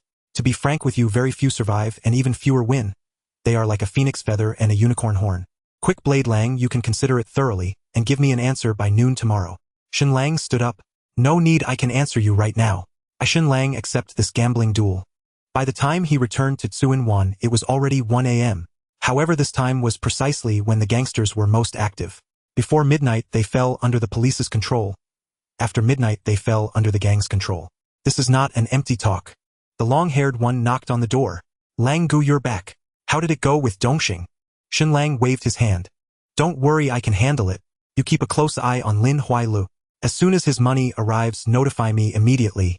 Although Shen Lang's strength is already more than enough to deal with those from Dongxing, since there is enough time getting Lu Xiao's 10 million, and leveling up the system once more would be safer. The long-haired one nodded quickly. Got it, Lang Gu, I'll have someone keep watch. By the way, a batch of newcomers has arrived. Do you want to meet them, Lang Gu? It doesn't matter if they are collecting blue lanterns. As long as they are loyal enough, let them do as they please. No, Lang Gu, the blue lanterns are definitely not worth you personally meeting. They are elites coming from other halls and gangs who have heard of you. Elites? Then it is indeed worth a meeting. Is this what you call elite? Shen Lang looked at the 10 individuals before him and asked Chow Mao. Chow Mao nodded eagerly. Yes, each one is indeed an elite. In other clubs, they were all seasoned veterans, some were on the verge of retiring. They had all come over after hearing about Brother Lang's reputation. In this era, transferring between clubs is not troublesome at all. As long as the big shot from the previous club gives the nod, the underlings can switch allegiance. Whether they will be welcomed is another matter. Shen Lang opened the system's favorability prompt, and his expression turned more sour than a bitter melon. Among the 10 individuals, only 3 had reached a friendly favorability, while the remaining 7 included 5 who were hostile and 2 who were indifferent. If it is indeed, as Chow Mao said, that they came here out of admiration, then at least it shows that they hold some reverence for Shen Lang, and achieving a friendly favorability should not be surprising. However, even so, they shouldn't harbor hostility, right? I despise this person, yet I want to be his underling. A normal person would never act in such a manner. As for whether they could be other enemies, young Master Lu must be overwhelmed right now with no time to insert an undercover agent. The deal for the gambling fight with Dongxing has also been settled to take place in 3 days, so there is no need for any sabotage. Thus, eliminating other possibilities, the answer was becoming clear. Very well, you and the 3 of you are good. Work well in the club, and I will not treat you poorly. You can leave now. After seeing those 3 leave, Shen Lang looked at Chow Mao with a helpless gaze. Chow Mao, noticing Shen Lang's glance, seemed to catch on to the boss' thoughts. Brother Lang, your eyesight is sharp. These remaining few are truly elites among elites. This one called Ali is especially skilled in martial arts, particularly in grappling, and 3 to 5 regular people can't even get near him. And this one called a Mei, don't be fooled by her being a girl. When she gets moving, she is fiercer than any man. This one called a Run is even more heavyweight. The head of the Anai family has high hopes for him, but he was ultimately snatched up by me. A Run? Are you Chun Yong-ren? Chun Yong-ren asked in surprise. Brother Lang, you know my name. Looking at the handsome face across from him, Shen Lang let out a helpless sigh. Even the male lead from Infernal Affairs has shown up. Among the 7, this person left the deepest impression on Shen Lang. He is Huang Jicheng, an undercover agent personally selected from the police academy. What a big move. Such a powerful undercover agent is not placed in the NI family, but instead inserted into my Tsuen Wan. Ladies and gentlemen, what merits do I Shen Lang possess to warrant such a grand display from you? Please, aside from collecting a bit of parking fees and sanitation fees, I have always been a good citizen. After saying that without looking at their expressions, he instructed Chow Mao see these gentlemen off and remember to pay for their taxi fare. Chow Mao, who was slow to realize, was slightly dazed. You guys are police. Unfortunately, no one paid him any mind. The seven exchanged glances and left awkwardly. The next morning Shen Lang awaited the person he had been eager to meet. Lin Huai Lu entered with several lackeys. Shen Lang leaned against the sofa, not even bothering to get up. The head of the dragon young master Lu graces Tsuen Wan, what an honor. His tone carried a hint of mockery, utterly unreserved. However, there was really no need for politeness. For Lin Huai Lu, Shen Lang had previously spared his face a few times and even kidnapped his son. Now he also held evidence of Lin Huai Li's involvement in the murder of Big D. This was already a deadly feud. No matter how respectful Shen Lang was, it changed nothing. For Shen Lang, Lin Huai Lu was already a dead man. He was merely extracting the last bit of value from this deceased man. Lin Huai Lu took a suitcase from his lackey and tossed it onto Shen Lang's desk. I brought the money. Where's the thing I want? Shen Lang ignored the other's words, and after confirming that the suitcase was not tampered with, slowly opened it. It was packed full of cash, a considerable amount, all brand new $1,000 bills. Shen Lang pulled out a bundle and counted through it with his fingers. Wow, young Master Lu is quite smart. Not only did you use $1,000 bills, but they are all sequentially numbered. Could this be the money from the armored truck robbery a few days ago? What did you come to me to sell stolen goods? Armored trucks in Hong Kong Island had always been favored by robbers. Wearing a mask and armed with submachine guns, those willing to take risks were numerous. Among them, there were quite a few unfortunate souls who chose the wrong target. A few days ago, a gang of robbers had robbed a truck coming from the mint. The truck was loaded with large bills freshly printed and destined for various banks. Due to the high denomination bills, each was sequentially numbered. Even if the robbers got their hands on them, they could not use them at all. These numbers had already been entered into the banking system, and once used, the police would be alerted and would immediately catch you. However, it doesn't mean these things can only be treated as worthless paper. If there is a well-connected intermediary to move this money out, it can be laundered in the Southeast Asian black market after going through a big circle. But the manpower and resources consumed are enormous, and the intermediary fee is astronomical. If a 10 million is washed back, having a million left would be considered encountering a conscientious merchant. Lin Huai Lu smiled slightly and said with an air of composure, if Brother Lang doesn't want sequentially numbered money, that's fine. Just hand over the tape, and he'll have someone exchange it for you right away. Lin Huai Lu's plan was quite good. He wanted the tape in Shen Lang's hand without spending too much money, so he brought this box of cash through an intermediary, hanging Shen Lang in limbo, trying to force him. This 10 million was like a beautiful woman thrown in front of you. Just when you were enthralled, they suddenly inform you she's on her period. While you were still lamenting, they tell you that as long as you hand over the tape, she wouldn't mind breaking the traffic light. One must say Lin Huai Lu's move was brilliantly, turning passivity into initiative. Even though he had been played by Shen Lang a few times in terms of grasping human nature, Lin Huai Lu was still sharp. Unfortunately, he encountered the unreasonable Shen Lang. Sequentially numbered money. Sequentially numbered money is still money. After all, it's all for the system. As long as it's not counterfeit, who cares if it's sequentially numbered or not? When Shen Lang closed the suitcase, he threw the cash directly into the system.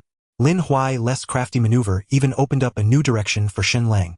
Although he wouldn't go mad and rob an armored truck, acquiring some sequentially numbered money at a low price to upgrade the system is also a good choice. Then I thank young Master Lu, may we have a pleasant cooperation. Lin Huai Lu was utterly bewildered. You want this box of sequentially numbered money? Of course. Sequentially numbered money is still money. Why would I refuse? Lin Huai Lu fell silent, not expecting Shen Lang to play completely outside the rules. Then what about the tape I want? Shen Lang scratched his ear. When did I say I would give you the tape? This 10 million was meant to exchange for my son Danny. Now that your son has been taken away, and I've received the money, everything is settled. Our transaction is complete, young Master Lu. Lin Huai Lu's expression shifted between dark and light. So what will it take for you to hand over the tape? Shen Lang thought for a moment and smiled. Otherwise, young Master Lu, how about preparing another 10 million? Sequentially numbered money is also acceptable. I don't mind. Lin Huai Lu's eyes burned with malice as he fixated on Shen Lang, seemingly trying to see through the other's true thoughts. Unfortunately, it was destined to fail. Shen Lang's eyes held defiance, mischief, and mockery, but there was one thing that was utterly absent: fear. Shen Lang, you can't bring me down. Even if you expose this matter to my uncle, it would be useless. I am the head of Lianshang and everyone in Lianshang has to listen to me. Fighting against me, you have no chance of winning. Facing Lin Huai's less aggressive demeanor, Shen Lang remained calm and composed as if the person before him was not the leader of Lianshang, but just an ordinary middle-aged man. Whether there's a chance of winning or not, you'll only know after trying. For Lin Huailu, the identity of the Dragon Head is what Shen Lang is most concerned about. Otherwise, if Lin Huailu comes to Tsuen Wan and Shen Lang summons his death warriors, he could easily cut him into dozens of pieces. However, if Shen Lang were to do so, he would not only be eliminated by He Lianqing, but all the gangs on the entire island would also reject him. Don't be fooled by the previous Dragon Head's cowardice. In the end, he was threatened by the gang's lawyer arranged by Lin Huailu and met a tragic end. Firstly, this is because a new Dragon Head has already been chosen, and the old Dragon Head will naturally lose power just waiting for the transfer of authority. Secondly, the coward actually lost his mind and intended to become a witness for the police, which is the path to his demise. In the gang, whether through intrigue or fighting to the death, everyone can still sit down and negotiate. However, if someone betrays their brothers and testifies against the police, that person is seen as dead in the eyes of the gang and will be directly expelled. They won't even be considered human, let alone expect to hold the power of the Dragon Head. The three major taboos of the gang are betraying the second wife, wearing red shoes, and washing the horse. The taboo that the coward broke was wearing red shoes. While killing a big boss is not among these three major taboos, the outcomes are still different. Lin Huailu is the Dragon Head of He Lianqing, the boss of everyone in He Lianqing, so Shen Lang refrains from direct action due to these considerations. However, thinking about these matters now is of little significance. 10 million has already been secured. The most important thing is to upgrade the system. Shen Lang opened the panel and indeed saw that the experience points were full. Without any hesitation, he chose to upgrade. The panel after upgrading was as follows. Name: Shen Lang. Strength 28, normal person 10. Agility 28, normal person 10. Constitution 30, normal person 10. Level: Chinhu. Experience points 200100000. Number of death warriors that can be summoned 10001000. Number of characters that can be subdued 23. Distributable attribute points 30.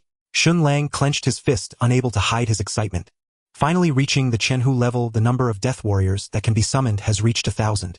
Being able to summon over 1,000 death warriors at any time significantly enhances Shen Lang's strength. Even across the entire island, this is a force that cannot be ignored. It's a pity that the death warriors lack independent thought and can only act according to Shen Lang's commands. Otherwise, Shen Lang could easily establish a gang that rivals He Lianqing. But this is already enough to satisfy Shen Lang.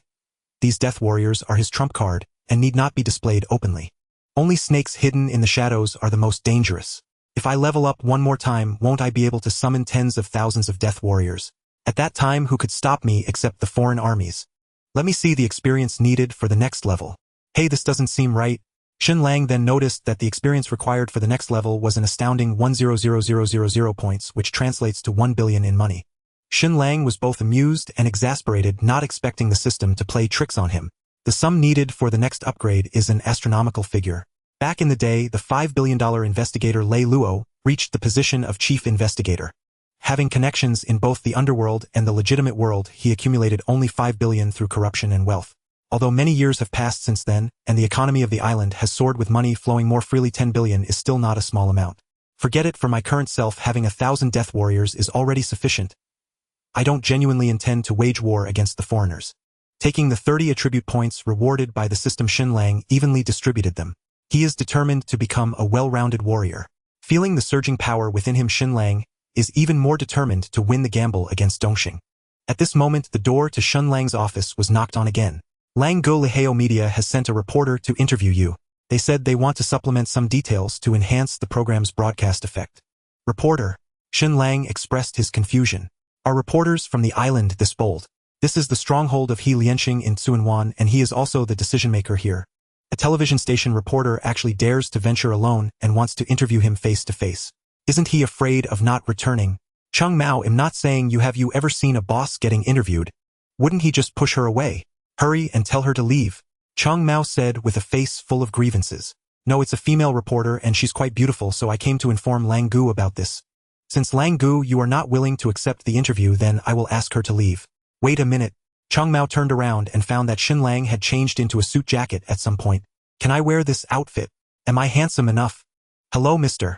Shen, I am a reporter from Lihao Media. My name is Lu Huizhen and I am very pleased to meet you. Shen Lang lightly shook hands with Lu Huizhen, whose delicate hand felt weak. Hello, Miss Lu.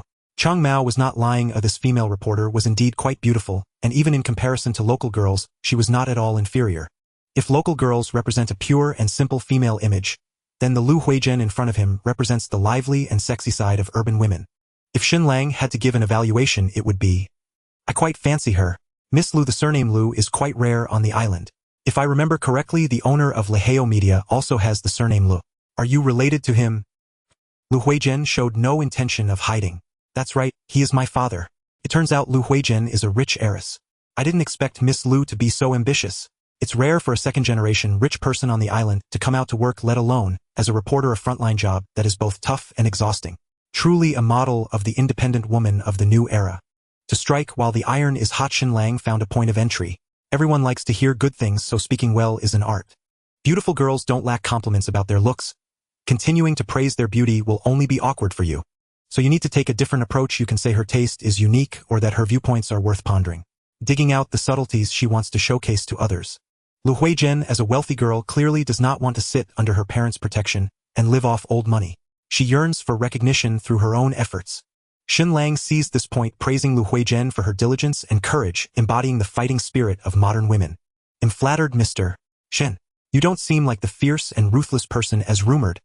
Instead, you appear cultured and gentlemanly like a businessman. No wonder the children of wealthy families are all sharp. Shen Lang praised Lu Huizhen as an independent woman of the new era, and Lu Huizhen praised Shen Lang as a cultured businessman. The two exchanged glances and smiled at each other. Shen Lang spoke up. Miss Lu, since we have such a good rapport, why don't we treat each other to dinner? We can discuss the interview while we eat. During dinner, Shen Lang assisted Lu Huizhen in completing the information she wanted to record. There were no secrets of the association that couldn't be discussed. Instead, it was filled with gossip and anecdotes. Shen Lang also gained something from this. His greatest gain was discovering Lu Huizhen's feelings for him.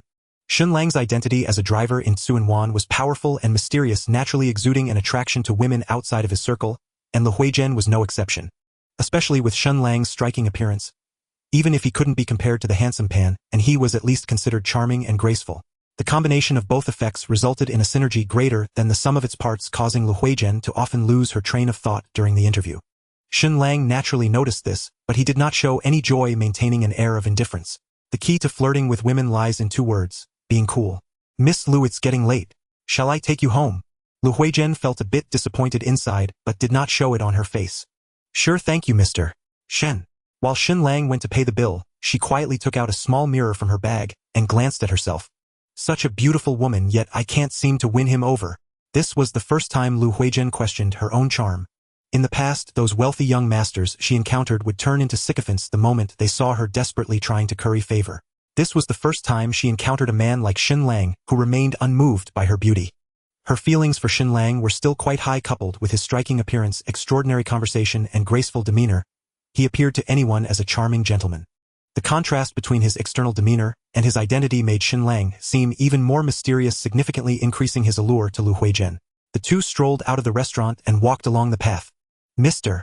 Shen, I heard the bar nearby is quite famous. Since you treated me to dinner, how about I treat you to a drink at the bar? Sure, let's go there, you lead the way. Shen Lang chuckled, inwardly realizing that this girl finally couldn't hold back and took the initiative. If things continued smoothly, they would likely progress further tonight. However, just as unexpected events were about to occur at the end of the street not far from them, a group of gangsters suddenly burst out from a bathhouse.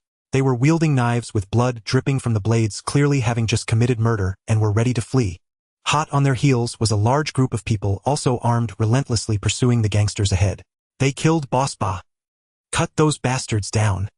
The keywords bathhouse and Ba caught Shen Lang's attention. Could this be the scene where Chun Haonan killed Ba in the Gangster movie? Before Shen Lang could think further, the gangsters had already scattered in different directions.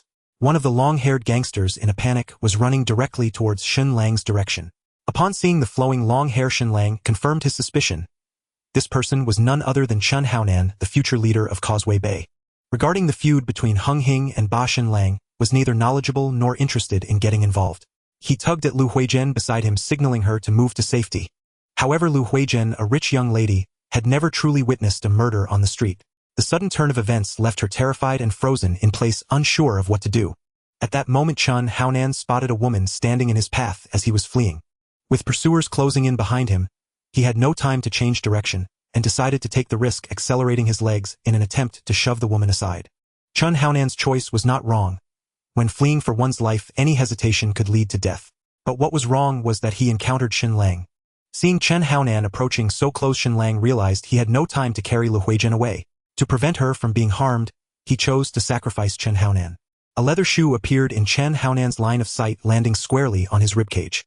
He felt as if a train had collided with his chest, and his forward momentum came to an abrupt halt, being kicked away at a speed several times faster than before. Chen Haonan coughed up a mouthful of blood, his face filled with disbelief. He had no idea when that man had kicked him or why he possessed such immense strength. All he knew was that he was merely a dozen meters away from escaping, but that short distance had become an insurmountable chasm. A dozen of BS subordinates caught up, and with a flurry of knives they took Chun Haonan's life. Shen Lang carefully covered Lu Huizhen's eyes, shielding her from witnessing the bloody scene. After finishing their work, BS men looked at Shen Lang with a hint of caution. "Thanks, brother." One of them called out this line, while the others dragged away Chun Haonan's body, leaving only a large pool of blood on the ground as evidence of Chun Haonan's existence. Though she couldn't see the murder, the sound of the knife slicing through flesh reached Lu Huizhen's ears. Shen Lang could clearly feel Lu Huizhen's body trembling. With each sound that echoed, Lu Huizhen leaned further into Shen Lang. By the time the gang had left, Lu Huizhen was half-fleeing in Shen Lang's embrace. Moreover, as Shen Lang covered Lu Huizhen's head with his hand from the perspective of passers-by, they appeared to be two lovers deeply in love. Shen Lang had no intention of taking advantage of the situation. He despised such opportunistic behavior.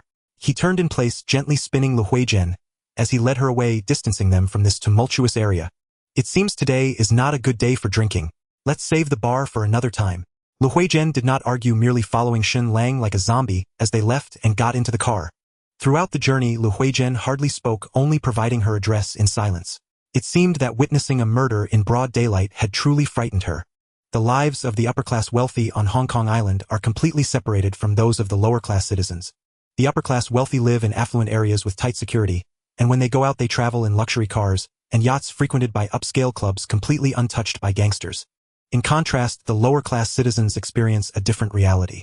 Due to the chaotic management by the foreigners, there exist significant power vacuums between the ruling class and the lower-class citizens, and the emergence of gangs fills this void.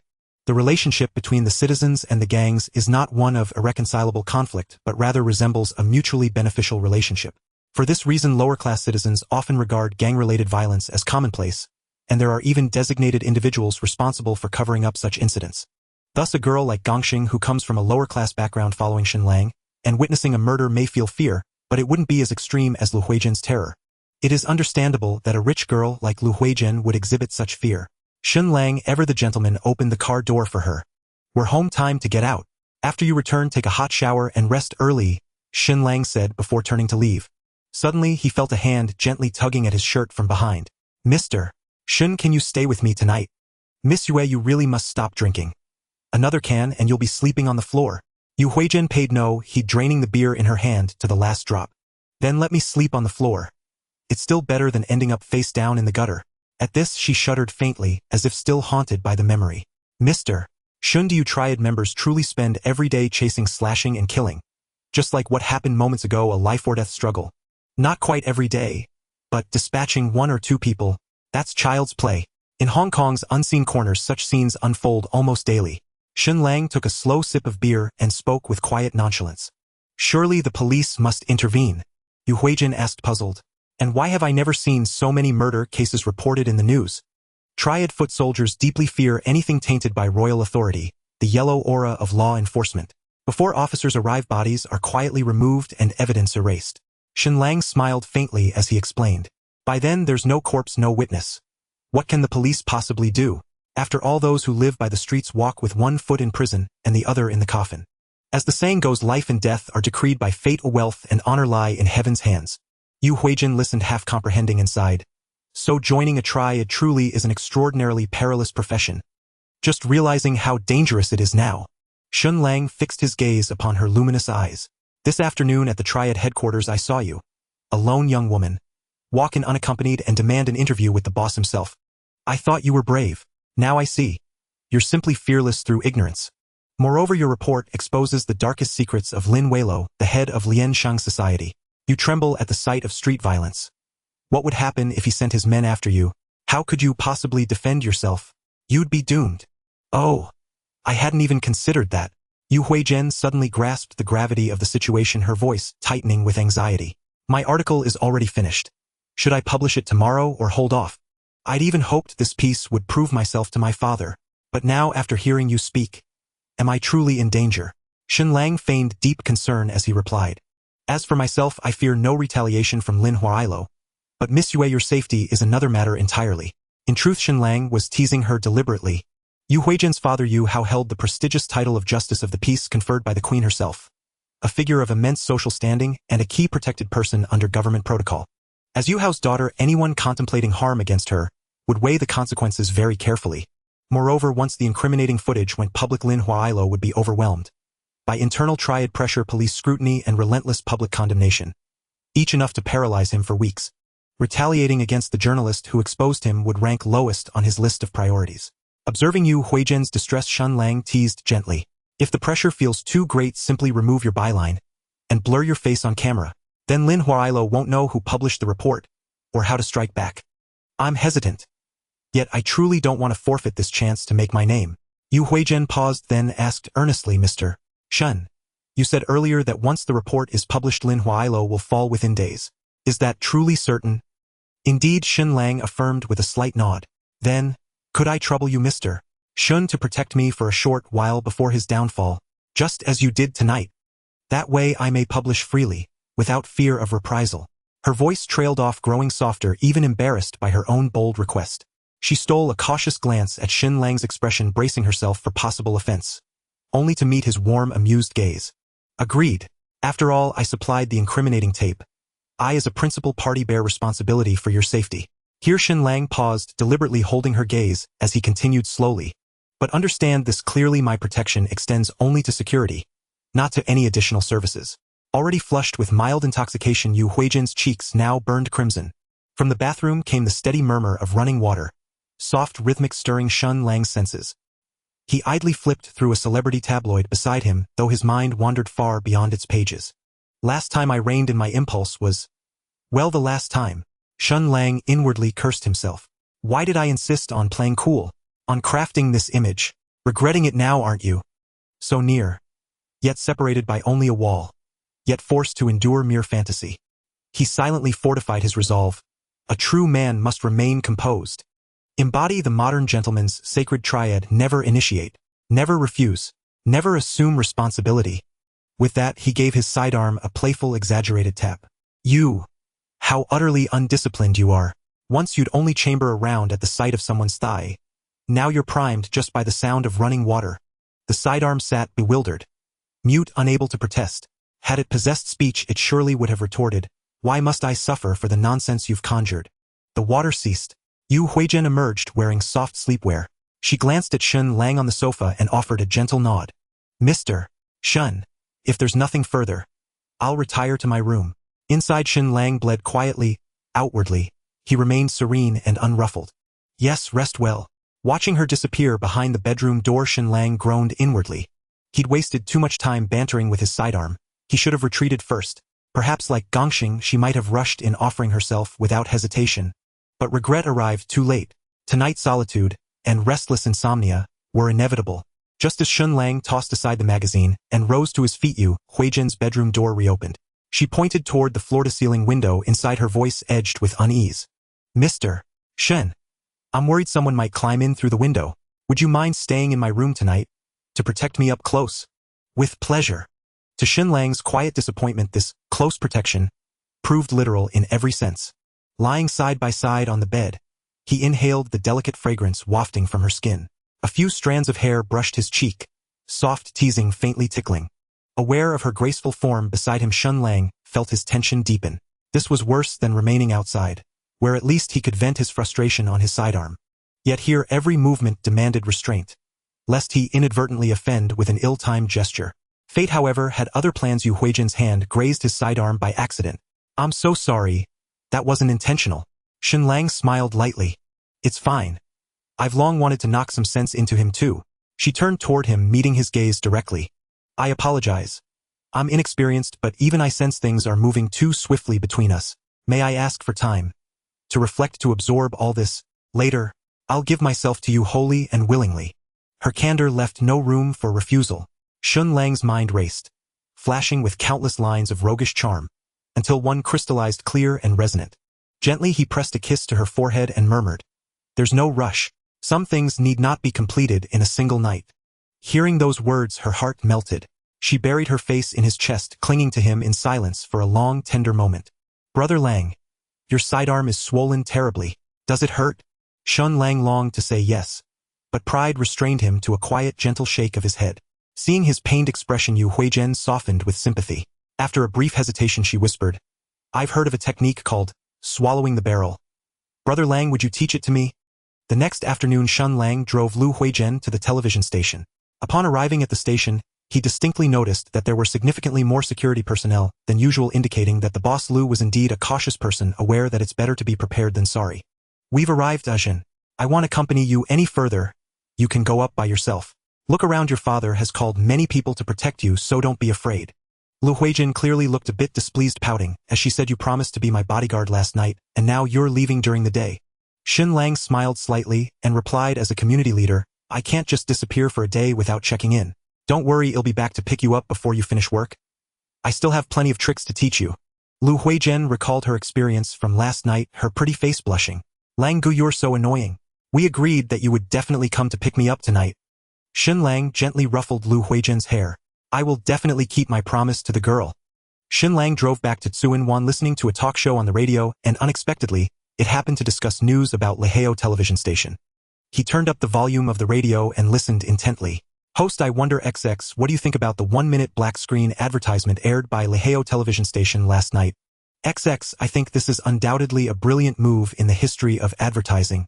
Leheo has bought out the prime advertising slots on the Hong Kong Island television station. There were no actors hired, no singers invited, and not even a product shown. They simply displayed a black screen to the audience for 1 minute. It wasn't until the last 10 seconds that they displayed a subtitle, tomorrow at 6 p.m. Leheo News Major Scoop. This kind of creativity is truly unprecedented and may never be replicated in the future." Host. Haha, the television station's phone was overwhelmed with calls yesterday. Some people asked what the scoop was, some wanted to file complaints, and others even suspected their televisions were broken. XX, the feeling of silence speaks louder than words, certainly piqued everyone's curiosity. Yesterday, Hong Kong Island citizens discussed nothing but Leheo television station over their tea and meals. I have to say, I will also be tuning in to Leheo's channel tonight, eager to find out what the major scoop is. Leheo's ratings are bound to explode this time. Shen Lang's lips curled slightly. He hadn't expected that Leheo television station truly had capable individuals. This method of advertising was indeed innovative, full of hype and anticipation. Previously, Shen Lang had been concerned about how many people would see the recorded footage. The content was too sensitive, making rebroadcasting nearly impossible, and after airing it would certainly be taken by the police as evidence. Now Shen Lang felt reassured. With Leheo's advertisement, more than half of the citizens on Hong Kong Island would likely be glued to their screens to watch this episode. Lin Huailu was in serious trouble this time. It would be difficult to avoid disgrace. As Shen Lang parked the car and was heading towards the venue in Tsuen Wan, he felt a sense of tension, sensing that something was amiss. It was too quiet. Although this parking lot wasn't very crowded, there were usually a few thugs hanging around smoking and chatting. Today, not only were there no signs of life, but several unfamiliar vans had also appeared. Suddenly, the doors of the vans swung open simultaneously, and over 20 thugs armed with steel knives emerged. One thug stepped forward, his gaze sharp and filled with murderous intent. It was Lin Huai's godson, Fei Ji. "Lang Go, my godfather sent me to retrieve something." Shen Lang looked at the group Fei Ji brought, which slowly spread out encircling him. Shen Lang scoffed with disdain and said, "Retrieve something? Fei Ji, what could possibly require such a grand setup?" To his surprise, Fei Ji didn't answer but merely stared at Shen Lang, slowly drawing a long knife from his waist. Shen Lang had forgotten that Fei Ji was just a hothead. A verbal sparring would be useless. However, since talking was not an option, then it was time to fight. Did these 20-plus people really think they had him cornered? Shen Lang took the initiative, charging forward with an Iron Mountain crash into Fei Ji's embrace, driving his shoulder into Fei Ji's chest. At the same time, Shen Lang's right hand seized Fei Ji's fingers, applying pressure and directly snapping his finger bones. Fei Ji's long knife slipped from his grip and was caught by Shen Lang. The entire sequence of movements flowed seamlessly. The surrounding thugs hadn't even reacted when Fei Ji had already fallen to the ground, having lost his weapon. Shen Lang twirled the knife in his hand, the long blade dancing like an agile spirit between his fingers. "Fei Ji, you were too careless. Everyone knows him, called Quick Blade Lang. Yet you dare to bring a knife to my side, you're asking for it. As he spoke, the blade flashed and Fei Jia's right arm was severed at the root by Shen Lang. Blood gushed from the wounds, splattering all over the nearby thugs. The sight of blood stimulated everyone's nerves, and the thugs finally reacted from their initial shock. One of them roared, "Kill him!" However, just as he finished speaking, he met Shen Lang's gaze. With a sweeping strike of his long knife, Shen Lang severed the thug's throat. The man clutched his neck, trying to staunch the blood flow, but to no avail, retreating step by step until he collapsed in a pool of blood. At the same time, several others were stirred up, raising their knives to strike at Shen Lang. Leveraging his physical advantage, Shen Lang easily dodged several blades in close quarters, leaving deep bone-revealing wounds on the attackers. A few more reckless individuals charged forward, mistakenly believing they were in Shen Lang's blind spot and would not be discovered. They only realized their mistake when their arms were severed. Shen Lang's targets were clear. Whoever dared to show their head would be the first to fall. In an instant, he killed one and injured 5, effectively crippling their leader. One man stood against 20, yet he did not fall behind in momentum. The remaining thugs, although still spirited, hesitated to show themselves after witnessing the gruesome fate of their companions.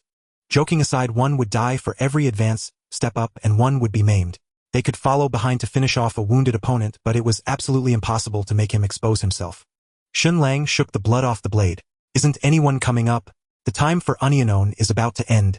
A thug turned back, noticing that a crowd had gathered in the parking lot, without him realizing it. The crowd was dense and dark, nearly filling the parking lot. "Let's kill them all, leave not a single one alive." When Chong Mao and his group arrived, they saw the parking lot strewn with corpses, and Shen Lang covered in blood, leaning against a car smoking. "Lang Gu, are you alright, Lang Gu?" Shen Lang shook his head lightly. "I'm fine. I just pity this suit. I only wore it for 2 days and now it's all bloodied." Chong Mao noticed Fei Ji, who was barely breathing, at Shen Lang's feet. Was this done by Lin Huai-less bunch? Shen Lang spat out a mouthful of blood. Who else but that scoundrel would use his godson as an assassin? Chong Mao angrily kicked Fei Ji in the head. "You scoundrel, how dare you touch Lang Gu?" Shen Lang hurriedly waved his hand. "Be gentle, don't kick him to death." Chong Mao retracted his foot, still feeling unsatisfied, and spat on Fei Jia's face. "By the way, Lang Gu, there's something else I need to tell you. I just received news from the younger brothers of other factions that Lin Huailu seems to be holding a Dragon Head meeting, inviting even the elders, yet our faction received no information. I wonder if it has anything to do with your attack." Shen Lang crushed the cigarette in his hand into powder, letting it drift down from the air. "While calling people to kill me, he's also holding a Dragon Head meeting. Lin Huailu, you really are asking for your own demise." Old grudges and new hatred intertwined as Shen Lang felt that he could no longer delay. It was time to send Lin Huailu to the Underworld. Chong Mao, have the younger brothers find a large vat, one that can fit a person. Chong Mao responded and curiously asked Lang Gu, "What do you need a large vat for?" "Lin Huailu is holding a Dragon Head meeting. I'm going to send him a gift." "A gift? What kind of gift?" Shen Lang pointed at the fallen Fei Ji on the ground. "A human pig, do you know what that is?"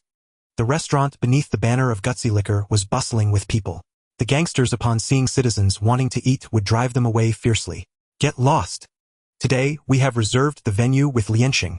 On the second floor of the hotel, Lin Huailu smiled and spoke. "Now that everyone is here, let's start the meeting." At this moment, sitting beside him, Chuan Bao suddenly asked, "Isn't it wrong, Alu? The 9 major factions have not gathered yet.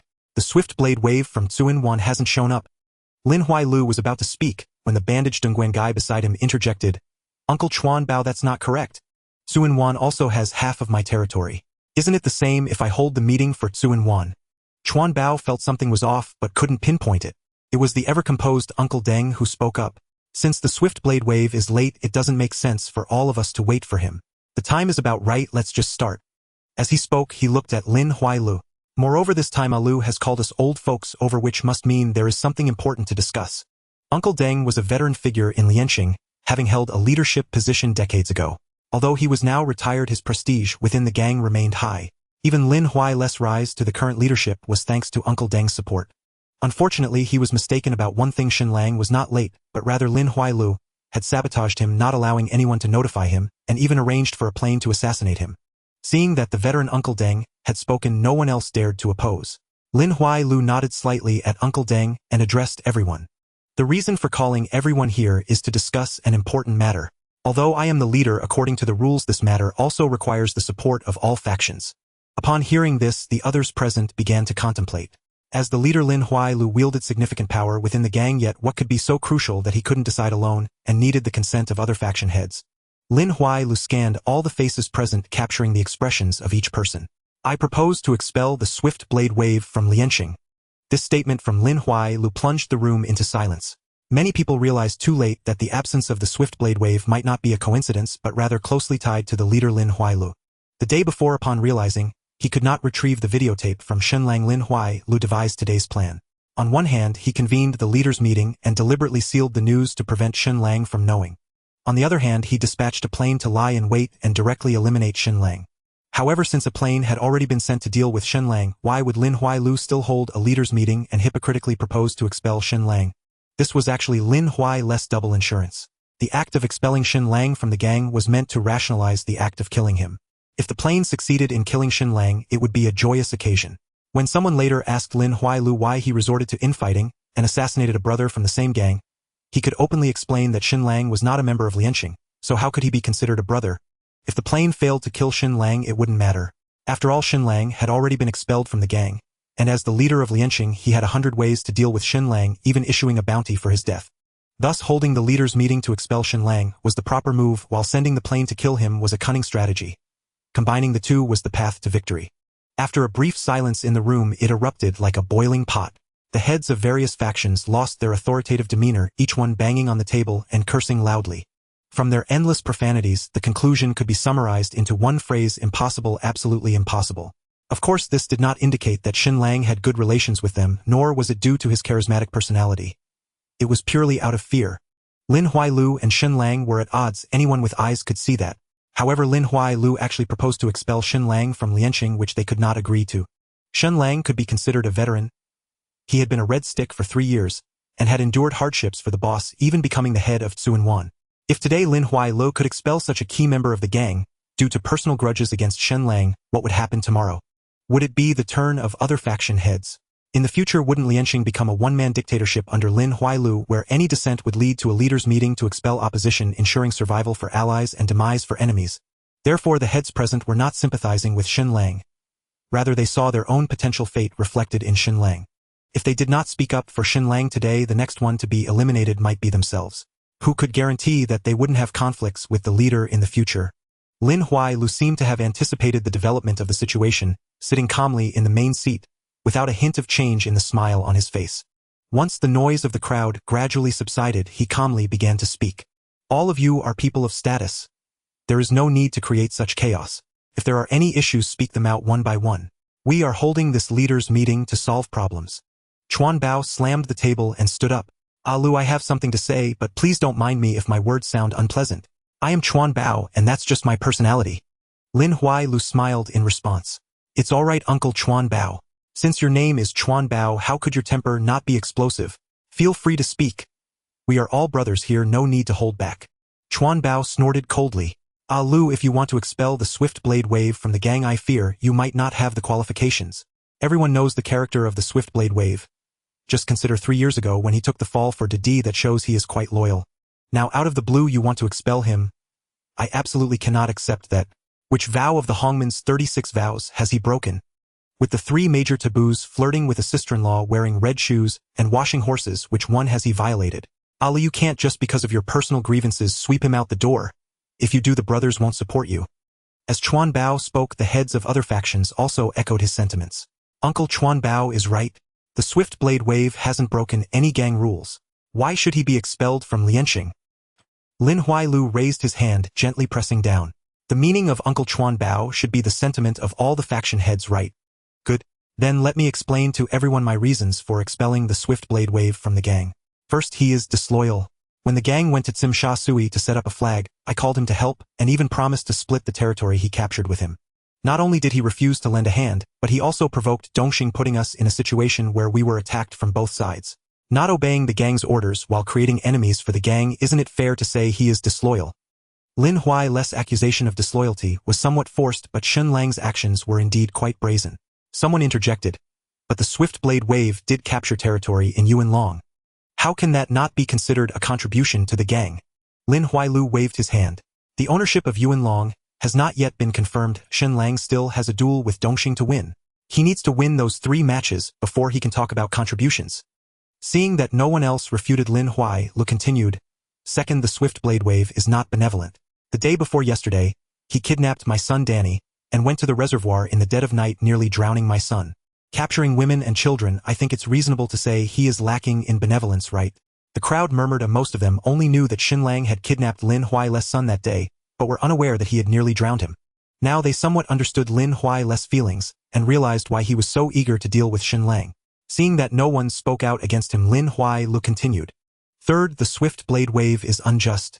The day he was released from prison, I hosted a banquet to welcome him with my godsons. What did he do? He smashed Dongguan Gai's head and broke 7 of his ribs. The person is right here. I don't need to say more, right? Dongguan Gai raised his head, looking disdainful. He ambushed him that day, or otherwise who would win or lose was still uncertain. At that time only Lin Huailu and his godsons were present. This was the first time the crowd had heard of this incident. Lin Huailu did not wait for others to discuss, and continued, moreover, regarding the kidnapping of my son. I am the leader of the gang, as well as his boss. Kidnapping the son of his own boss and extorting me for 10 million. Uncle Chuan Bao said he has loyalty. I want to ask, what kind of loyalty is that? I say the swift blade wave is unjust, no one can refute, right? The crowd fell silent. From their perspective, Shen Lang's actions in this matter were indeed unscrupulous. Not only did he engage in kidnapping and extortion, but he also took the money without distributing it to silence everyone. Chuan Bao slammed the table again. Damn it! That swift blade wave really deserves to die. While saying this, Chuan Bao was actually thinking of that 10 million. He was from the uncle generation and rarely involved himself in matters. Each month he could only take a few thousand from the gang for living expenses. While he spoke of how the swift blade wave deserved to die, he actually loathed Shen Lang for keeping everything to himself. If only he had given me 1 million, I would definitely ensure his survival today. Others were having similar thoughts as Chuan Bao. At this moment, they all developed a deep resentment towards Shen Lang. A slight smile appeared on Lin Huai's lips. The current situation was exactly what he desired. That 10 million was a matter of consecutive serial numbers, and Lin Huailu certainly wouldn't bring it up. The more resentment everyone had towards Shen Lang, the more favorable it would be for his plan. Seeing that the atmosphere was nearly set, Lin Huailu slowly began to speak. The swift blade wave is a disloyal, unkind, and unjust scoundrel. Therefore I propose to expel the swift blade wave from Lianxing. I have finished speaking, or who is in favor, who is against? After Lin Huailu presented his prepared remarks, the voices of strong opposition in the room gradually faded away. After all, Shen Lang had been branded as an unfaithful, ungrateful, and unscrupulous person, a character that drew the wrath of both heaven and man. At this moment, anyone who stood up to defend Shen Lang would appear rather misguided. They did not care whether Shen Lang was to be held accountable. They only cared whether Lin Huailu had a reasonable excuse. If there was a reasonable excuse, it would indicate that he still had some principles in his actions, and others need not worry excessively being overly anxious for no reason. At this time, some people began to seriously contemplate Lin Huai's proposal, considering whether Shen Lang's fate would affect their own interests. However, Lin Huailu also knew that he had only deepened the negative feelings towards Shen Lang in their hearts, but it was not enough to make them take the risk of offending Shen Lang by casting a vote in favor. At this point, a little more fuel was needed. Lin Huailu subtly signaled to Dongguan Zai beside him, who immediately understood. Dongguan Zai raised his hand and shouted, "On behalf of Tsuen Wan, I support the Godfather." Fire Bull, standing next to Dongguan Zai, immediately spoke up, "I represent Tai Kok Sui and also support young Master Lu."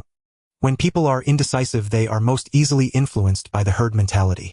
On the pasture, a trained sheepdog can herd 200 sheep at once. Its task is simple.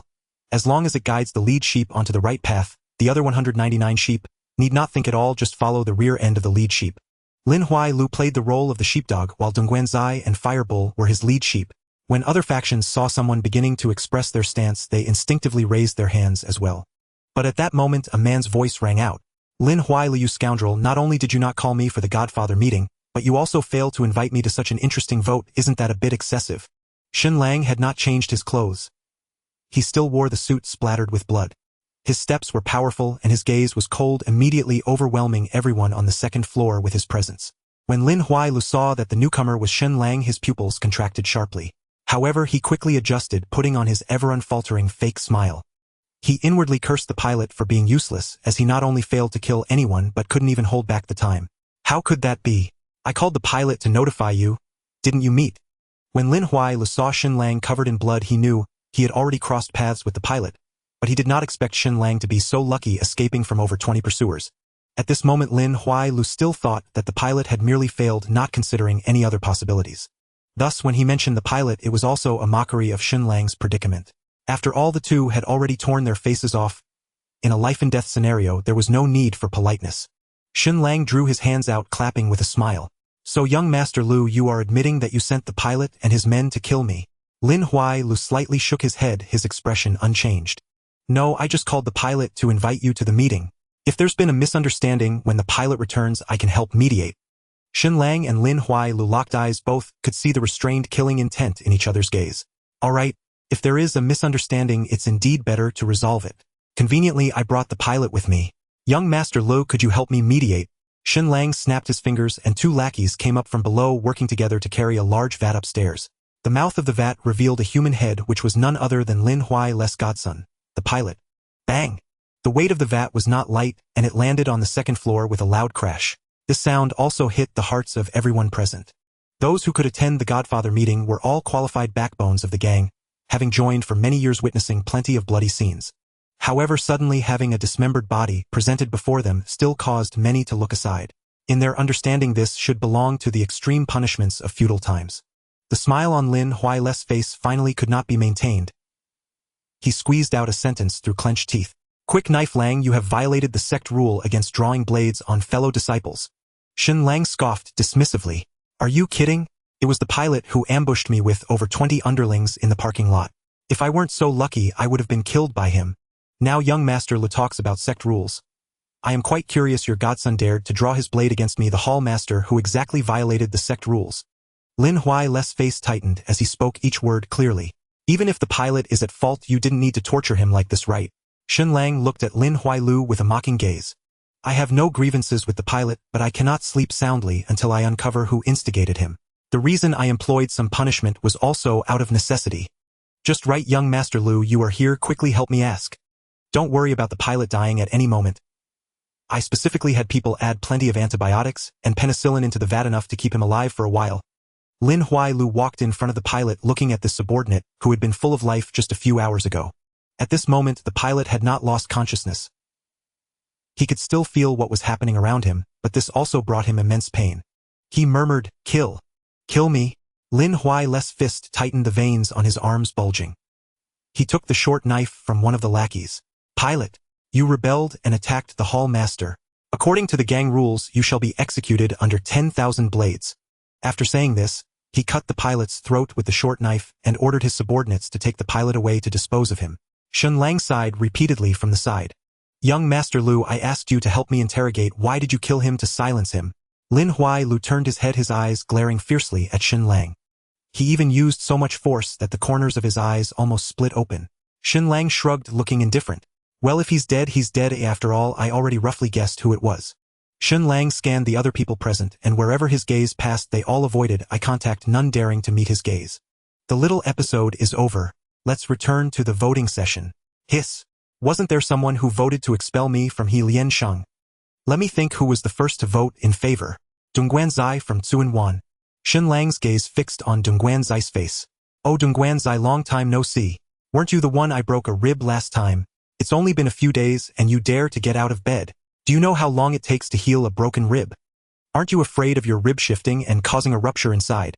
If this were a normal time, Dongguan Zai's personality would have definitely led to a back-and-forth exchange. But now, first he was injured and unable to move much, second everyone had just witnessed the fate of the pilot. This made Dongguan Zai realize that Shen Lang was a complete madman. Opposing such a person was truly a foolish thought. Seeing that Dongguan Zai did not respond, Shen Lang turned to ask Firebull, Brother Firebull, we have no grievances, why suddenly do this to me? Are you in such a hurry to take sides and show loyalty? Firebull kept his head down, remaining silent. He did not dare to engage, fearing Shen Lang might suddenly go mad and eliminate him. At this moment, Lin Huai-Lu shouted, Enough! Quick Knife Lang, what are you trying to do? Today I, Lin Huai-Lu, am holding the Godfather meeting here. It is also I who propose to expel you from Liansheng. Among the 9 major halls, as long as more than half support me, you will have to roll out like a stray dog. Does threatening this and that do any good? Do you want to go to war with all of Liansheng? He approached Shen Lang, pointing a finger at Shen Lang's chest. I am the Godfather of Liansheng and can convene a Godfather meeting at any time. I clearly tell you that I intend to expel you. If I can't expel you today, I will continue to hold meetings tomorrow, and I will keep holding them until I expel you. Shen Lang's eyes revealed mockery. The Godfather is so powerful. I just wonder how long you can keep this position. A killing intent surged from Lin Huai-Lu's eyes. As long as longer than you. I doubt that. Shen Lang raised his hand to check his watch. It's about time. An exciting program is about to start. Godfather, do you want to join me to watch? Wanchai Western Wing of the Hong Kong Police Headquarters O-Team Office. A young police officer entered with several takeout meals and saw Huang Ziqing, who was eating instant noodles. Officer Huang, are you on night duty today? I'm sorry, I didn't know. I'll go buy another meal. Huang Ziqing waved his hand dismissively. No need. My stomach isn't feeling well lately and I can't eat takeout. Instant noodles are just fine for me.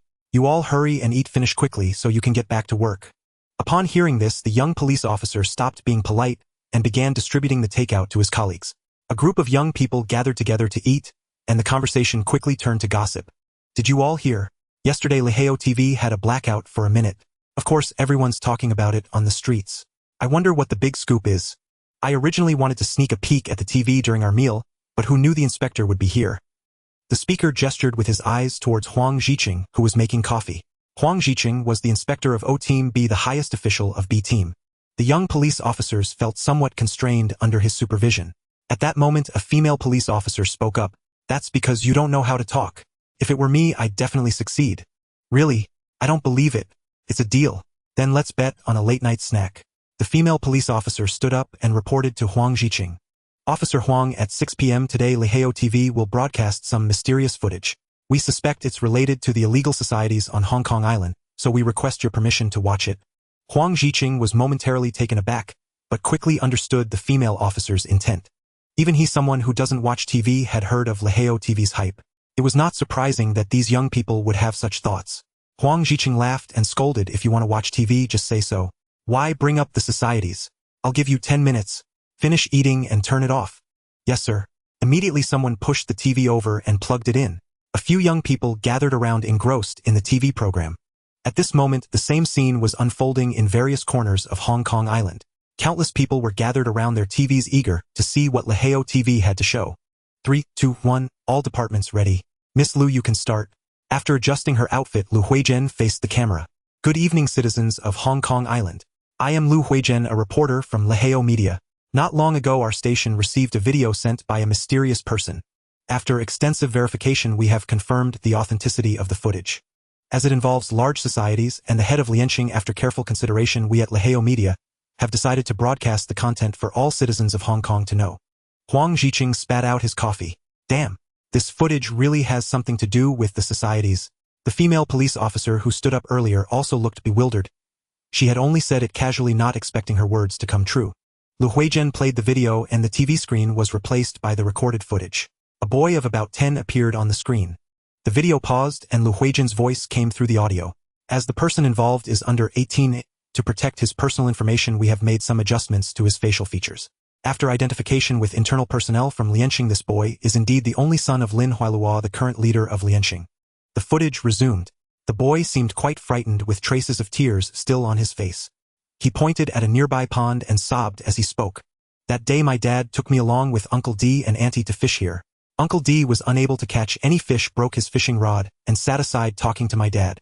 Auntie needed to relieve herself, so I went to help keep watch. When I came back, I saw. The boy hesitated at this point, aware of the seriousness of what he was saying, which could even lead to his father being investigated by the police. But that was something to face later. The man in front of him was the most terrifying. He glanced up at the man opposite before quickly lowering his head again. I saw my dad hit Uncle D on the head with a rock, a total of 13 times. After saying this, the boy seemed to feel a lot lighter. No one knew the kind of pressure he had endured in the days following witnessing his father kill his uncle. Later, Auntie saw it too, and she ran away in a panic. Dad chased after her and threw me the car keys, telling me to go back to the car. Then I ran as fast as I could. When I got close to the road, I looked back. I saw Dad catch up with Auntie and strangle her with a branch against a tree. The boy's eyes were filled with fear, seemingly returning to the day of the incident. After that, I hid in the car. Dad came back once but left again after taking a shovel from the trunk. Later we went home. The recording abruptly ended and Lu Huizhen reappeared on the screen.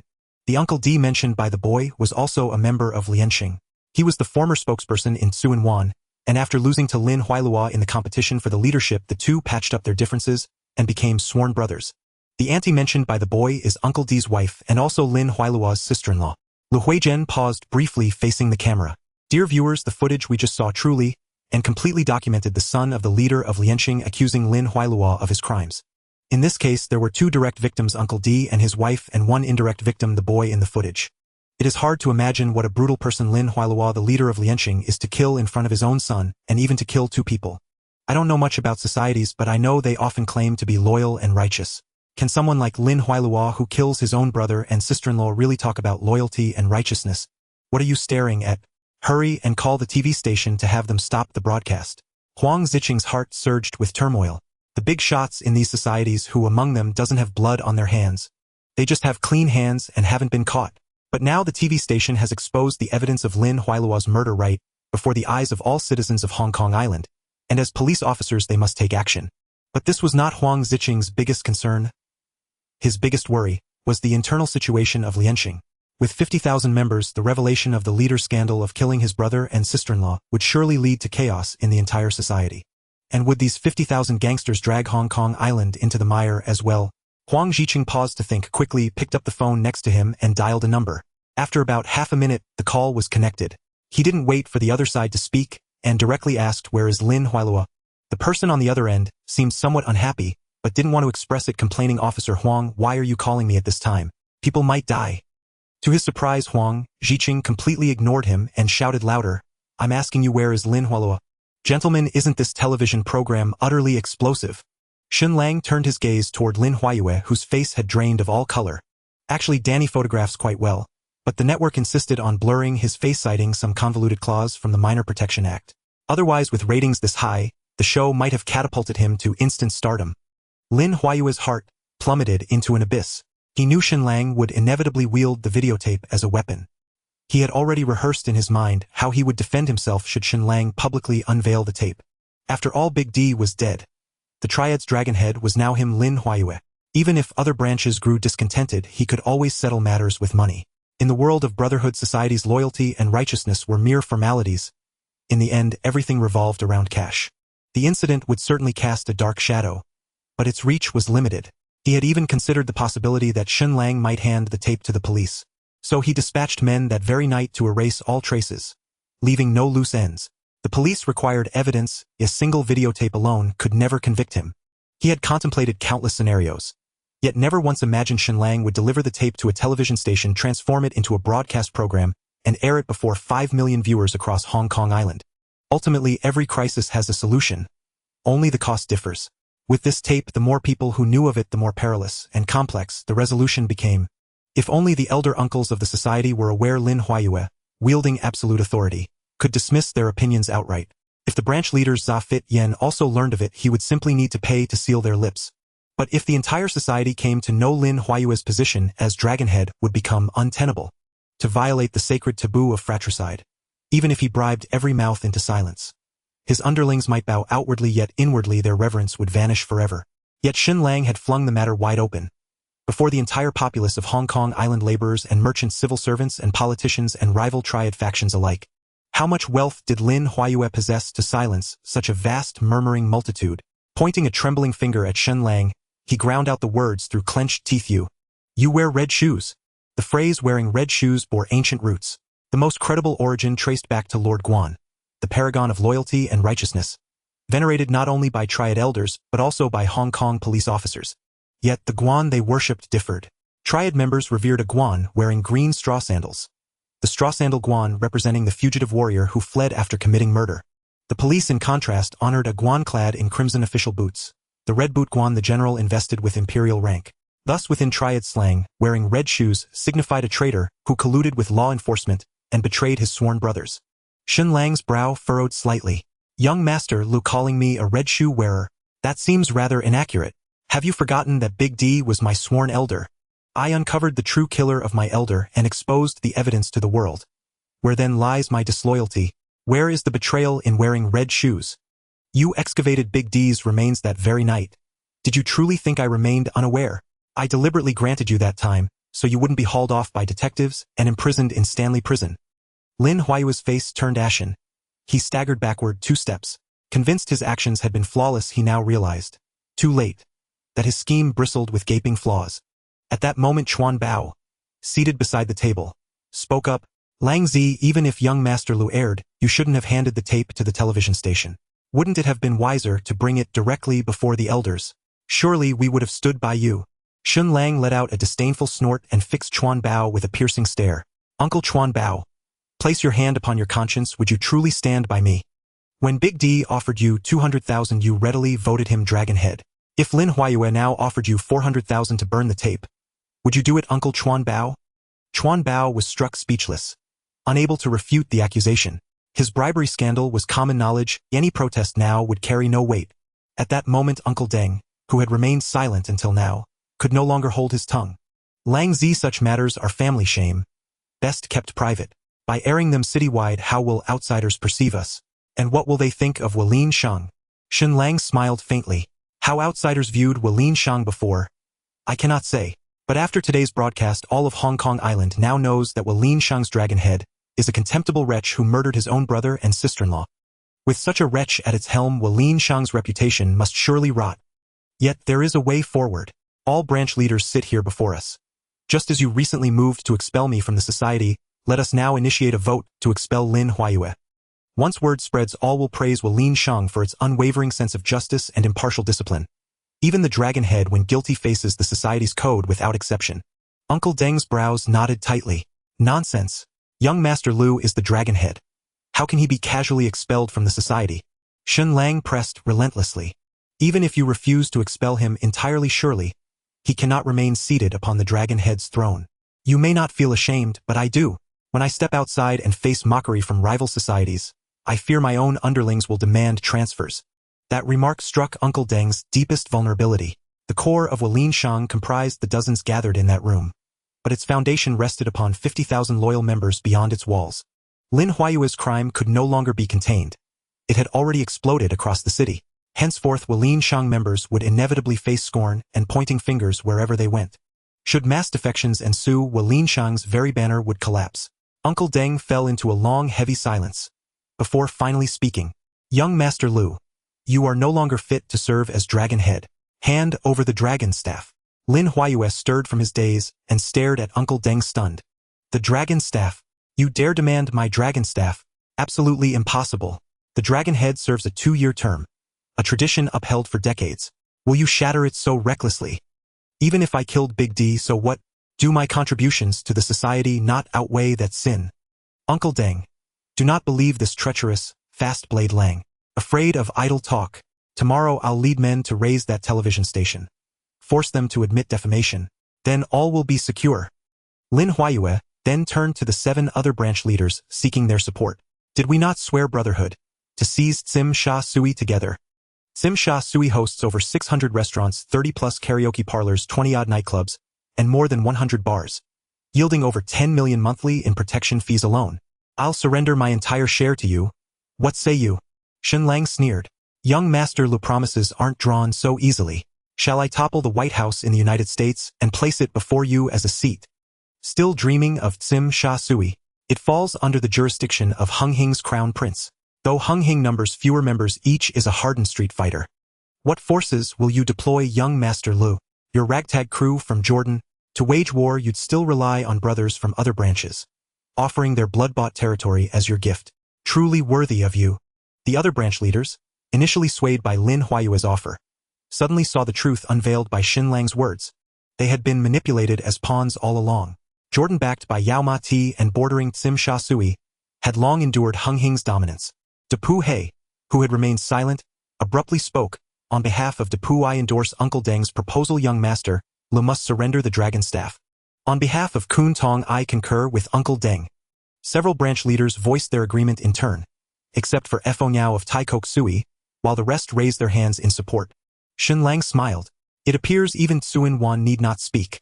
The tally stands at 6 votes, exceeding the majority. Uncle Deng, your authority here is supreme. Please render the final decision. Uncle Deng glanced at Lin Huayue, whose eyes brimmed with terror. Young Master Lu lacks virtue to match his position. By unanimous vote of the branch leaders, his status as Dragon Head is hereby revoked, effective immediately. Young Master Lu, surrender the dragon staff and the society's secret registry. Lin Huayue roared, impossible, utterly impossible. By what right do you decree my removal? So long as the dragon staff remains in my grasp, I am Lien Shang's dragon head. I refuse to yield it. You wish to take it? Then come and seize it. Shen Lang smiled faintly. No need for such trouble. I've already sent men to retrieve it. He snapped his fingers. Chong Mao stepped forward, cradling a cloth-wrapped bundle. Hiding it behind your wife's ancestral tablet wasn't difficult to deduce after all. Shen Lang took the bundle from Chong Mao, unfolded it, and revealed the lacquered black dragon staff. Young Master Lu Yu claimed whoever holds the staff is the dragon head, correct? Now the staff rests in my hands. Call me elder brother. Let's hear it. Give me back the dragon head stick. Lin Huailu charged at Shen Lang like a madman, disregarding everything. At this moment Shen Lang would no longer indulge him, raising a foot to deliver a precise kick to Lin Huailu's abdomen. Lin Huailu was kicked several meters away, rolling a few times on the ground, before coming to a stop, spitting out a mouthful of fresh blood, looking utterly disheveled. This was the result of Shen Lang deliberately holding back, or otherwise Lin Huailu's frame would not have been able to withstand even a single move from Shen Lang. Young Master Lu, you are no longer the dragon head, this stick has nothing to do with you. At that moment Shen Lang noticed that the eyes of others in the room were all on him, or more precisely on the dragon head stick he held. Clearly they could not guess Shen Lang's thoughts, whether he would harbor other intentions after grasping the dragon head stick, or if he would even be willing to hand it over again. Shen Lang weighed the stick in his hand. It was not heavy at all. This unremarkable stick was indeed the symbol and token of the dragon head of Lien Shang for decades. You don't think I cherish this broken stick, do you? To be the dragon head requires strength and money. A mere stick does not hold such power. Uncle Deng, let's hand the dragon head stick over to you for now. Deng Bo took the dragon head stick, rubbing it with his hand, seemingly quite nostalgic. Having weathered the storms with Lien Shang for nearly 100 years, this dragon head stick has always been passed down among the dragon heads. Unexpectedly, it has come to me this year, and I must now keep it safe. Although everyone respects and trusts me, this is not entirely proper. I will quickly gather the uncles to discuss a new candidate for the dragon head. Bang! A gunshot rang out. Lin Huailu pulled a handgun from somewhere and fired a shot at the ceiling. The shell ejected from the gun, falling to the ground with a crisp clink. Deng Bo, give me back the dragon head stick. Lin Huailu aimed the gun at Deng Bo, stepping closer. Hurry, give me the dragon head stick. Deng Bo was clearly startled by the gunshot, but quickly regained his composure. He stared at the seemingly mad Lin Huailu and the dark barrel of the gun, yet he showed no signs of panic, speaking slowly. Lu, don't do anything foolish. If you do this, the uncles won't be able to help you. At this moment Lin Huailu had lost his usual calm demeanor, his forehead beaded with sweat, his eyes bloodshot, and the gun in his hand trembled slightly. Help me with what? If you truly helped me, you wouldn't have taken my dragon head stick. Deng Bo sighed softly, his eyes filled with disappointment. Among the current hall masters, Lin Huailu was the one he had the highest hopes for. In every aspect of life he was impeccable. Yet just a few days into being the dragon head, it seemed as if he had completely changed. His ambition swelling and his thirst for power led him deeper and deeper, committing fratricide and assassinating his peers, one incident after another, leaving Deng Bo bewildered. Lu, just stop. Everyone here is a brother. Let's just assume you've had too much to drink and no one will mind. Don't make it so you can't back down in the end. Lin Huailu snatched the dragon head stick from Deng Bo's hand, saying fiercely, I don't want to back down, nor do I need to. With the dragon head stick in my hand, I am the legitimate dragon head of Lien Shang. It doesn't matter if you don't acknowledge me. It's enough that the 50,000 members of Lien Shang recognize me. Soon I will send someone to burn down this restaurant. You bunch of rejects can go below and repent. Lin Huailu threatened everyone with the gun, stepping backward toward the stairs. Shen Lang couldn't help but sigh. Lin Huailu truly was asking for death. Just as Lin Huailu reached the staircase and slightly turned his head to check the steps, a short knife flew from Shen Lang's hand, traveling over 10 meters to accurately stab into Lin Huailu's throat. With a scream, Lin Huailu dropped the gun, clutching his throat tightly with his right hand. His body, losing balance, toppled straight down the stairs. Thud, thud. He rolled down several steps and fell at the corner of the staircase. A large stream of blood gushed from between his fingers, his body convulsing uncontrollably, but gradually weakening, eventually falling silent. Lin Huailu's eyes gradually dimmed until he lost all life, yet until his death, he tightly gripped the dragon head stick in his hand.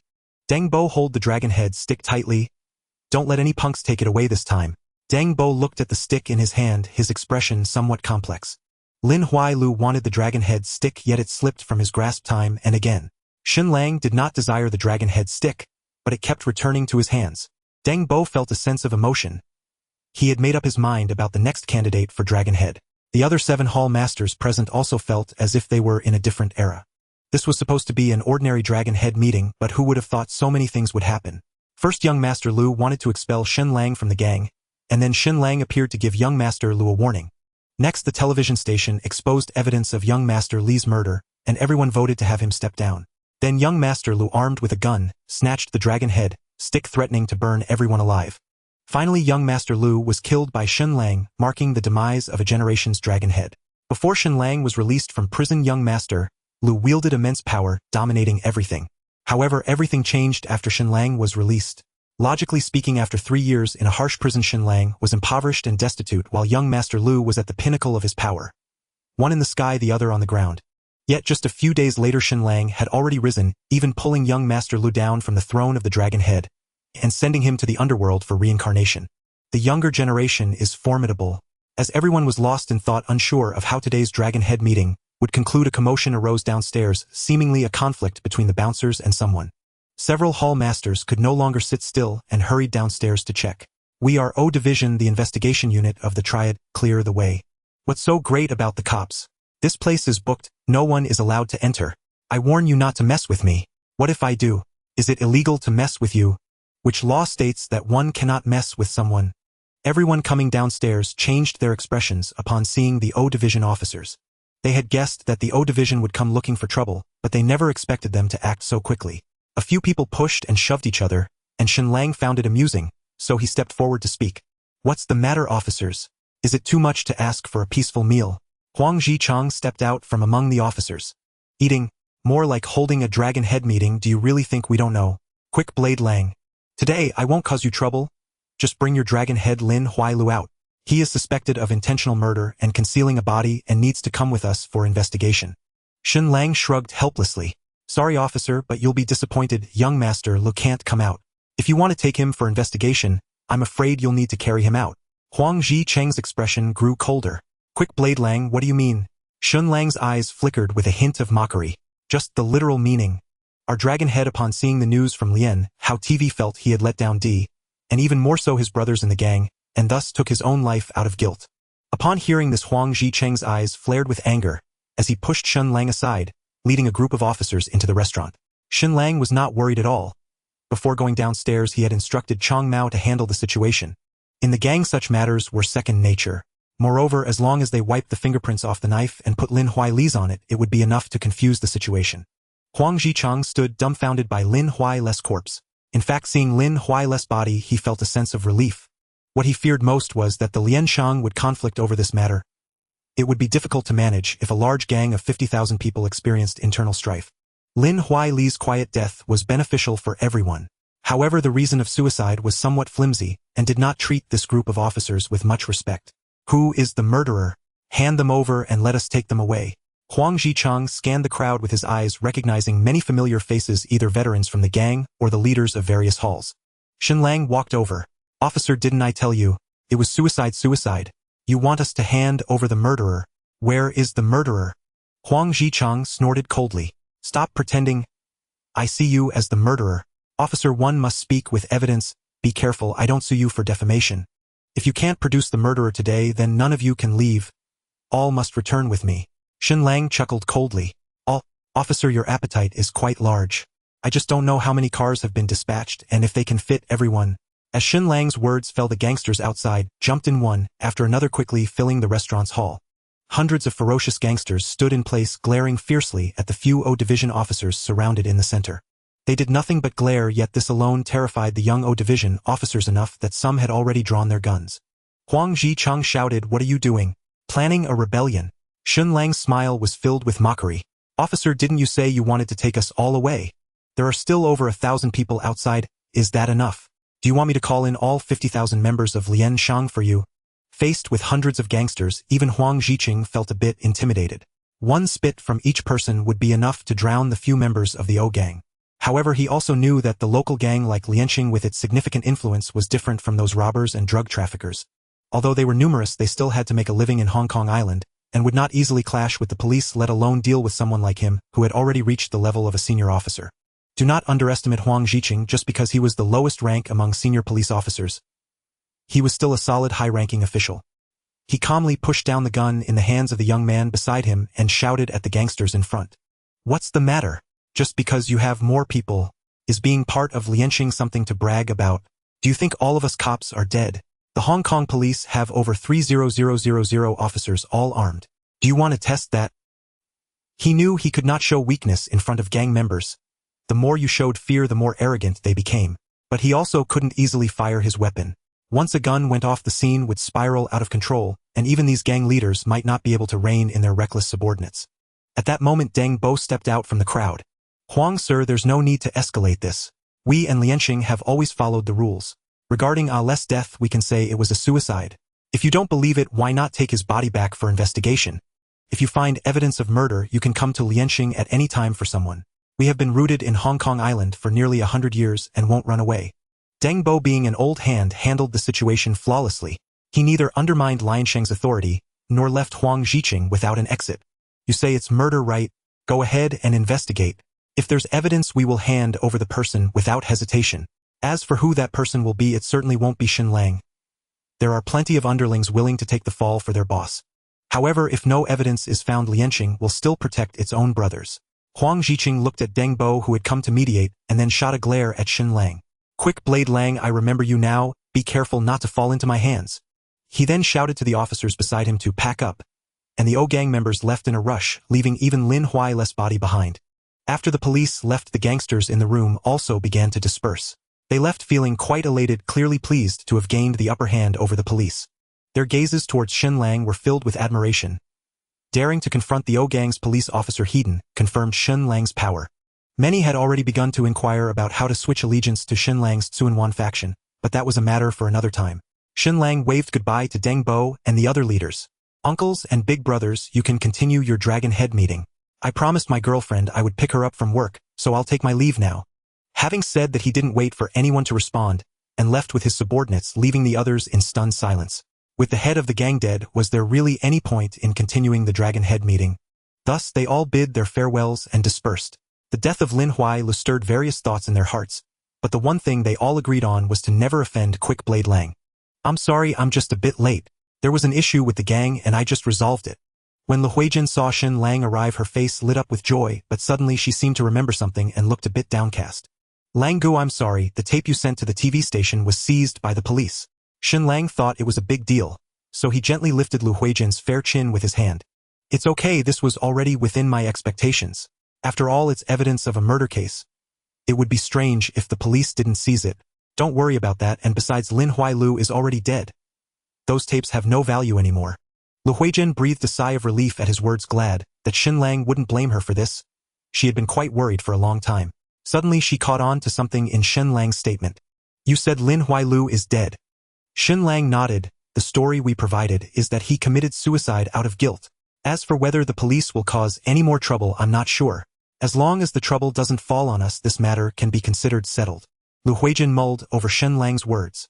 With Lin Huai dead, he wouldn't be able to cause trouble for the TV station anymore, and she personally had no more worries. But if the danger was lifted, would Lang Gu still be willing to protect her closely? All the way to Lu Huijin's building, Shen Lang noticed her unusual demeanor. Ajin, why do you look so down? Did someone upset you? It was better not to ask. As soon as Shen Lang did, Lu Huijin's eyes immediately turned red. Lang Gu, do you think you will abandon me? Shen Lang felt a bit puzzled and gently wiped the corner of Lu Huijin's eye. Silly girl, why would you suddenly ask that? When have I ever said I would abandon you? Lu Huijin spoke with a choked voice. I know you gave the recording to the TV station and collaborated with Dad to deal with Lin Huai. Now that Lin Huai is dead, your purpose has been achieved. So am I no longer of any value? Will you still be willing to protect me closely? Shen Lang suddenly realized that this was what Lu Huijin was worried about. It was understandable. A girl who had just fallen in love would inevitably have such concerns, especially since she thought she was the one who fell for him first, putting her at a disadvantage in the relationship. It was only natural for her to think like this. Shen Lang smiled and pretended to think seriously, saying, You know I'm a big shot in the gang, right? I'm usually very busy. During the day I have very little time, so I can only protect you closely at night. Lu Huijin burst into laughter, lightly punching Shen Lang's chest. With tears like pear blossoms, she was heart-wrenching, and even Shen Lang's gun felt a bit restless.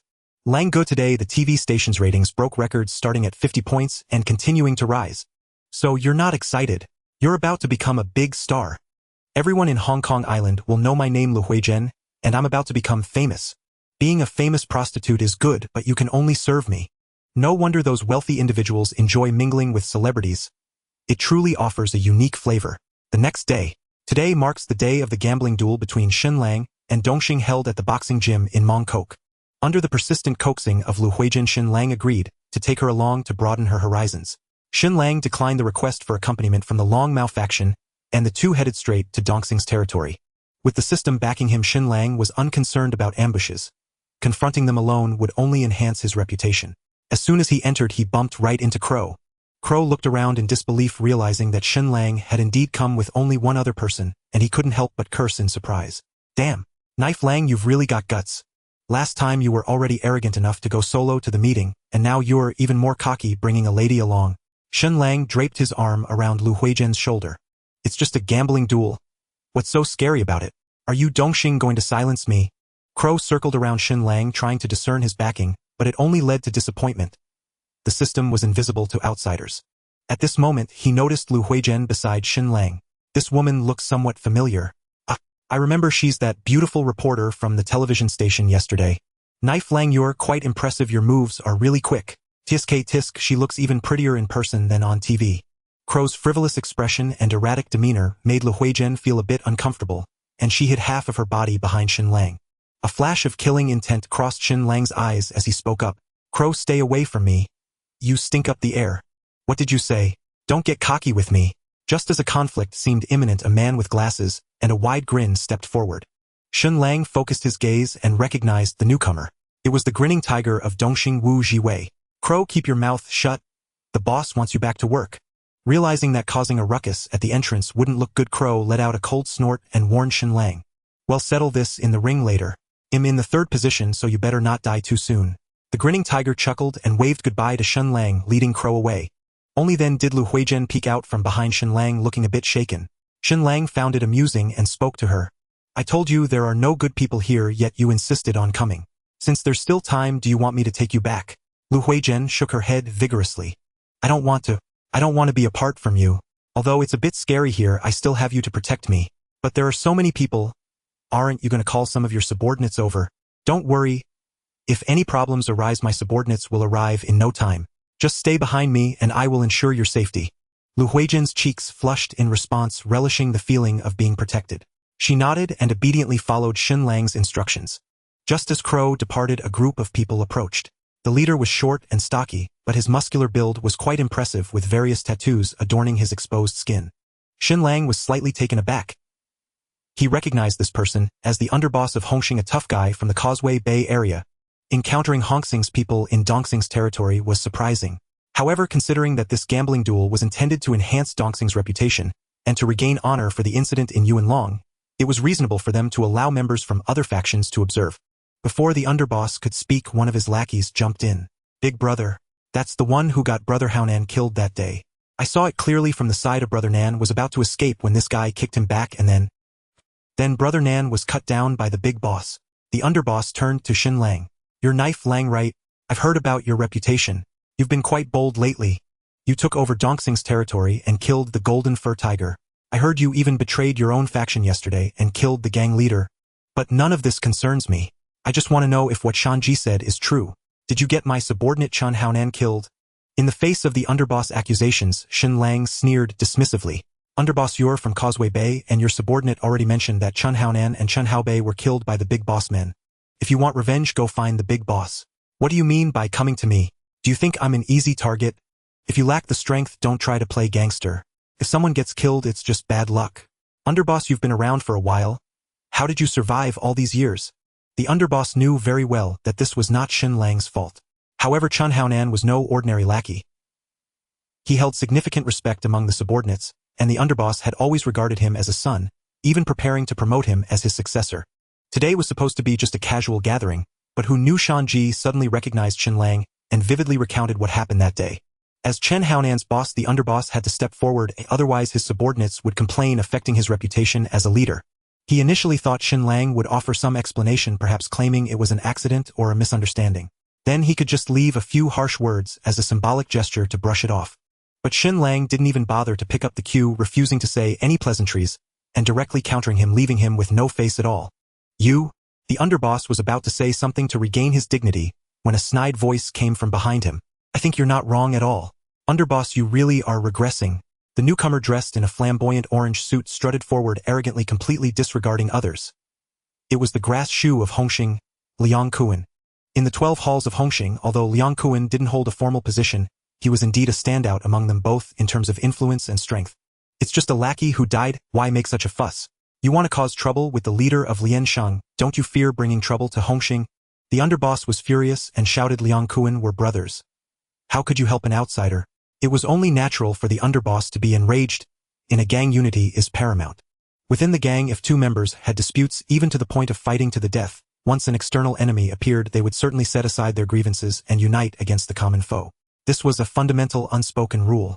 Inside Hongxing, while the underboss and Liang Kuan had indeed had their share of friction, he never expected Liang Kuan to speak up for an outsider at this moment. Liang Kuan scoffed at the underboss, saying, "Oh, so you still acknowledge we are brothers? When you sent Chun Haonan to take out my good brother, the big boss, did you ever think of us as brothers? The big boss may be dead, but he still owes me over 20 million. So are you going to pay that back for him?" The underboss was left speechless, as he indeed had some culpability in this matter. Everyone knew that the big boss was Liang Kun's sworn brother. He also served as Liang Kun's financial aide, secretly helping him earn money. As Liang Kun's power grew, it subtly threatened Jiang Tiansheng's position as the leader. Thus he sent the underboss to take care of the big boss, intending to undermine Liang Kun's influence. Such a thankless and dangerous task was only something loyal followers like the underboss would be willing to accept. The underboss gained nothing from this and ended up in a foul mood. To avoid losing face completely, he scoffed and led his subordinates away. Liang Kuan watched the underboss' retreating figure, a fleeting flash of killing intent appearing in his eyes. He turned to Shen Lang. "Knife Lang, you've been quite impressive lately. The brothers on the street all say you are both courageous and clever. Meeting you today, I can see you are indeed extraordinary." Liang Kuan lowered his voice, speaking only for the two of them to hear. "Don't keep it to yourself, teach me how to take out the leader. Those who are ambitious but lack strength often meet a dire fate. Those who possess strength but lack ambition can only be used as tools throughout their lives. Liang Kuan is different. He possesses both strength and ambition. Once the time is ripe, he might just bring Jiang Tianxing down." Shen Lang did not engage in much conversation with Liang Kuan, merely offering a few casual responses.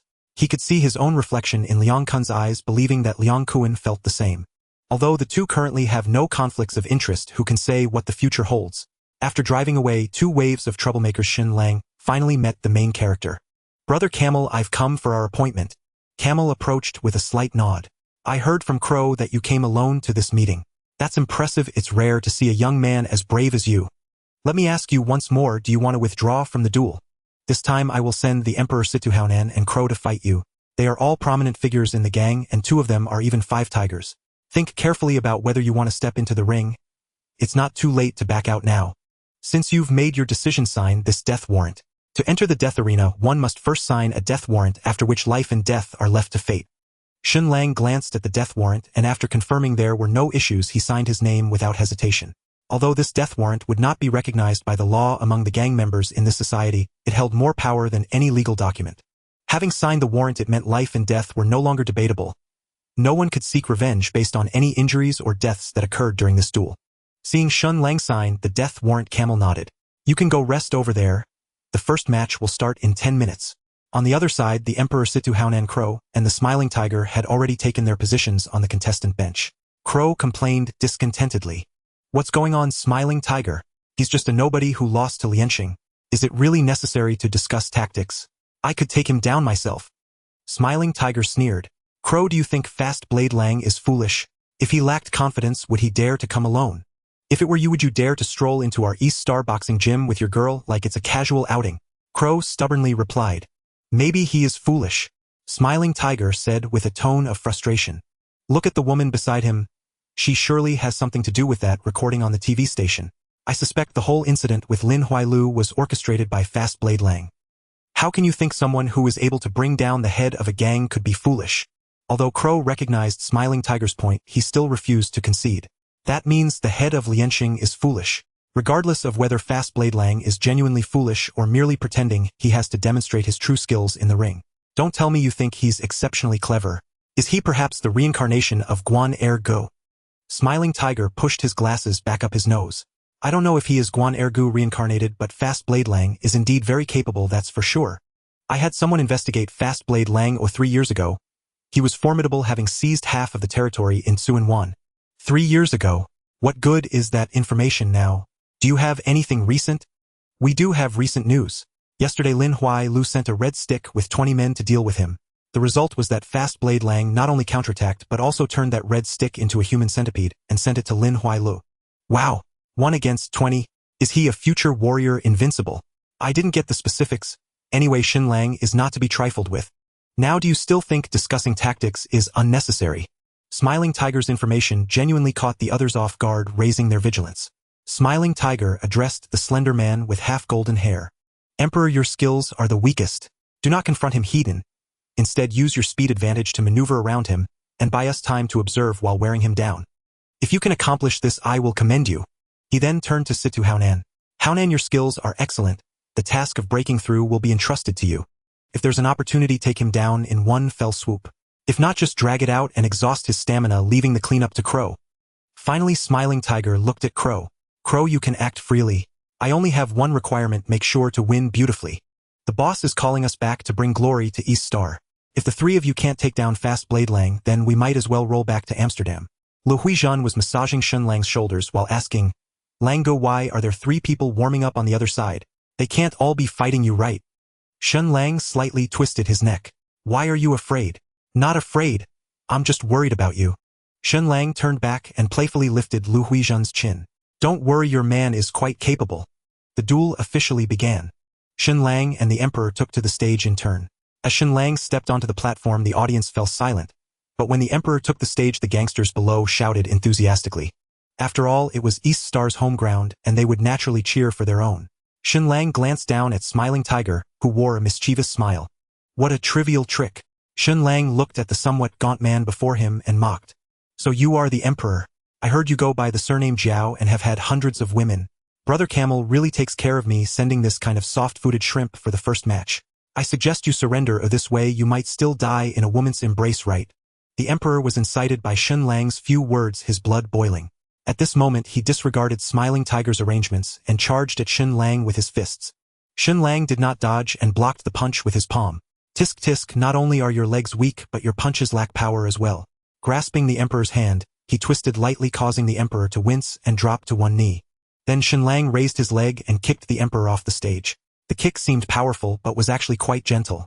Choosing such a character for the first match was clearly a deliberate act of letting Shen Lang win. Shen Lang reciprocated by holding back. He didn't want East Star to start off with injuries. This kick left the East Star members in shock. Though the Emperor was not the Hall Master, he was still relatively well known among the Red Sticks, as he often changed women, attracting the envy of many underlings. How could such a prominent figure in the gang be kicked out without even landing a blow?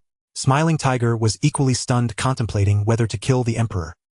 He had originally hoped to use the Emperor to gauge Shen Lang's capabilities, at the very least to wear him down a little, but the Emperor had achieved nothing. However, the Emperor had indeed tested something. That was the depth of Fast Blade Lang's abilities. His moves to deal with the Emperor flowed smoothly, seemingly executed without thought, relying solely on muscle memory. Smiling Tiger's smile grew increasingly grim, and he became more wary of Shen Lang on stage. Camel, seated in the main position, felt a sinking feeling in his heart. Indeed, the Emperor was a waste he intentionally inserted. Among the East Star 5 tigers, aside from the already fallen Golden Hair Tiger and the White Fan Smiling Tiger, 3 others could definitely be gathered. The reason he added the Emperor and placed him in the first match was due to his admiration for Shen Lang. One could say the first match was deliberately arranged for Shen Lang to win. Because Camel had confidence in his subordinates with Situ Haonan and Crow present, there was no way Shen Lang could win this duel today. Letting go of one round could also reflect the demeanor of a leader. However, while Camel had mentally prepared for the outcome of the first match, he did not expect it to end so cleanly. The Emperor, even at his worst, was still a red stick. Even if he was weak, he shouldn't be unable to withstand one round and be kicked off the stage, right? For some unknown reason, Camel suddenly felt a sense of foreboding. This duel won't lead to any unexpected incidents, will it? The Emperor, having been kicked off the stage, quickly stood up from the ground, still full of vigor, wanting to rush back onto the platform, only to be stopped by the referee. According to the rules of the wager, being knocked off the stage means a loss. I can still fight. Why am I declared the loser? Are you a supporter of Dongxing siding with outsiders? It was the Camel who spoke up. Emperor, go back. You've already been knocked off the stage. Don't embarrass yourself here. Seeing the old top boss speak, the Emperor finally stopped making a fuss, returning to the contestant's seat. Upon seeing the disdainful gazes of Situ Haonan and the Crow, he quickly tried to defend himself. I just slipped and was sneak attacked by that loser. Moreover, I noticed he has no strength in his legs. His kicks don't hurt. The crow, hearing this, became even more furious and kicked out, causing the emperor to clutch his chest and wail. You fool! I only kicked you a few meters and you're crying like the sky is falling yet. He kicked you over 10 meters and you didn't even lose a hair. Use your pig brain, that's called having no strength. Although the crow wasn't very bright, he had some experience in fighting. The power behind Shen Lang's kick was clearly more refined than mere brute force. Situ Haonan also gave his assessment from the side. This fast leg technique of Shen Lang is quite strong. I, for one, wouldn't have the confidence to deliver such a kick. As one of Dongxing's twin red sticks, Situ Haonan had a wealth of combat experience. He had also represented Dongxing in fighting competitions in Hong Kong, consistently making it to the finals only to lose to the Prince of Hongxing. His discerning eye made his words carry more weight than others. I can only utilize my advantage in boxing to attack his upper body.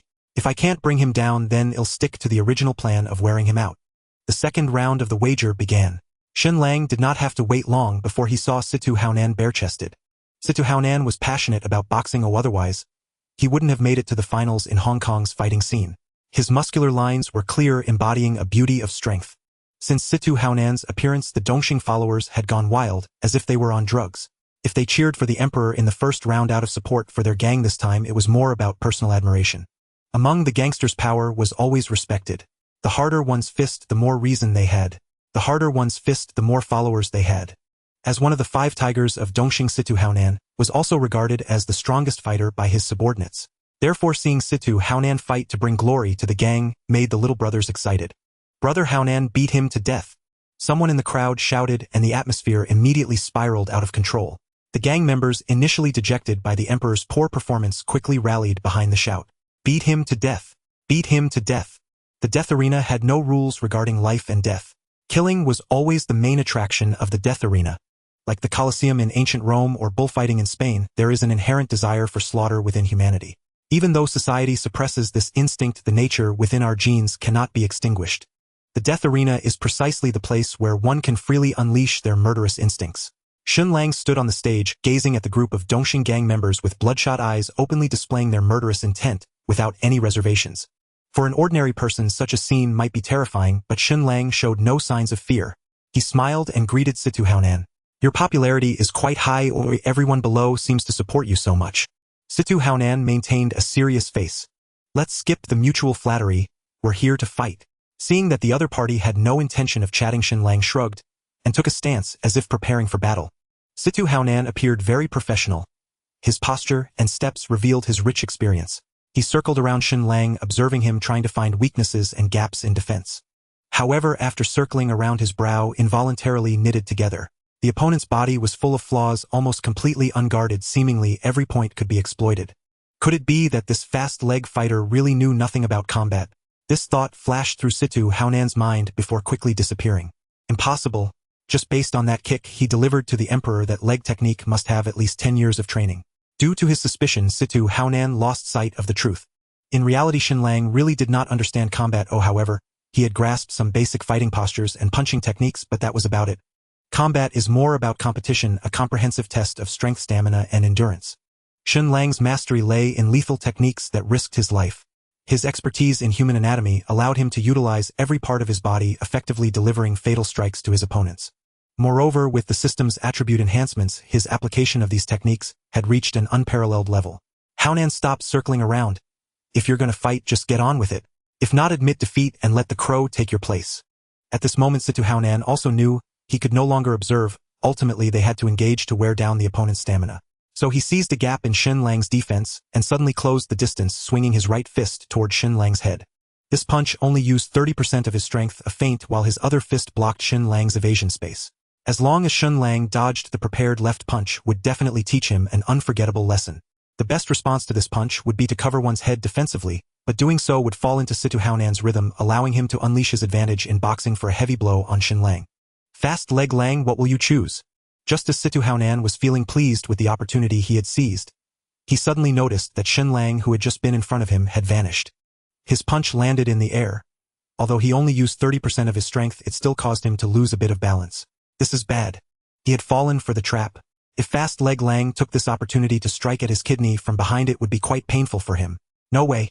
Situ Haonan, with his rich combat experience, instantly came up with an idea. Since his right fist had caused him to lose balance, he would use that very imbalance. He rolled forward with the momentum, reaching the other side of the stage, then used the force to stand up and immediately turned around. Never turn your back to your opponent. Even when taking hits, one should keep their eyes on the opponent.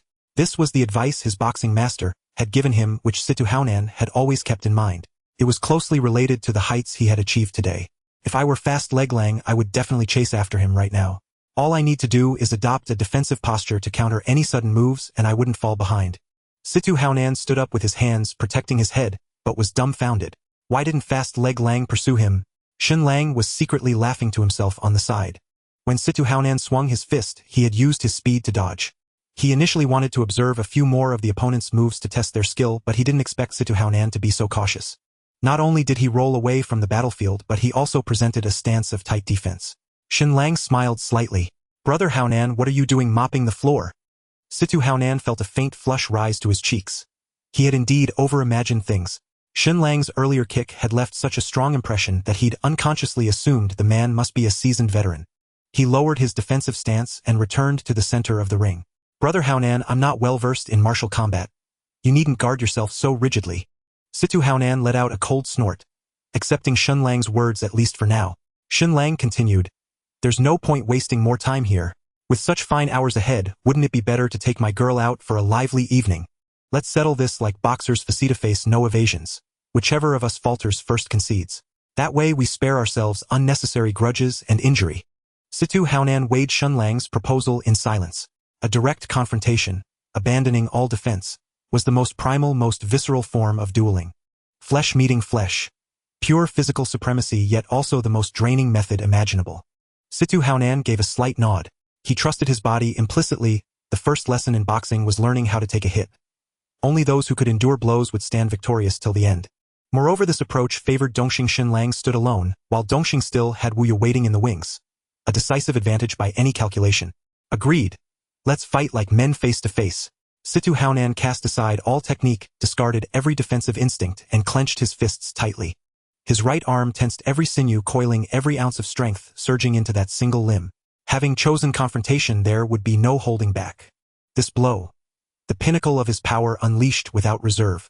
It should have been this way from the start. A faint knowing curve lifted the corner of Shen Lang's lips as his right fist tightened. Bang! Their fists collided with a thunderous crack. In its wake, the very air inside the gym seemed to freeze solid. Countless spectators held their breath, straining forward, desperate to know the outcome. On the ring, Shen Lang and Situ Haonan locked eyes, and within that gaze each recognized in the other a rare unspoken respect. You're formidable. So are you. I feel a sharp tremor in my hand. Situ Haonan's finger bones had fractured completely. Even his elbow joint had torn open, exposing half a length of stark white forearm bone beneath ruptured skin. An appalling, grisly sight. He raised his left hand in silent acknowledgement. I yield. One strike, and his arm shattered. There remained no reason to continue. A hush fell across the entire gym. So profound a pin drop would have echoed like thunder. Dongxing's underlings stared, disbelief etched across their faces, convinced they were dreaming. Shibei was the first to stir. His hand trembled slightly as he held his wine glass. What had he just witnessed? This was Dongxing's dragon-taming tiger, the peerless double-flower red pole.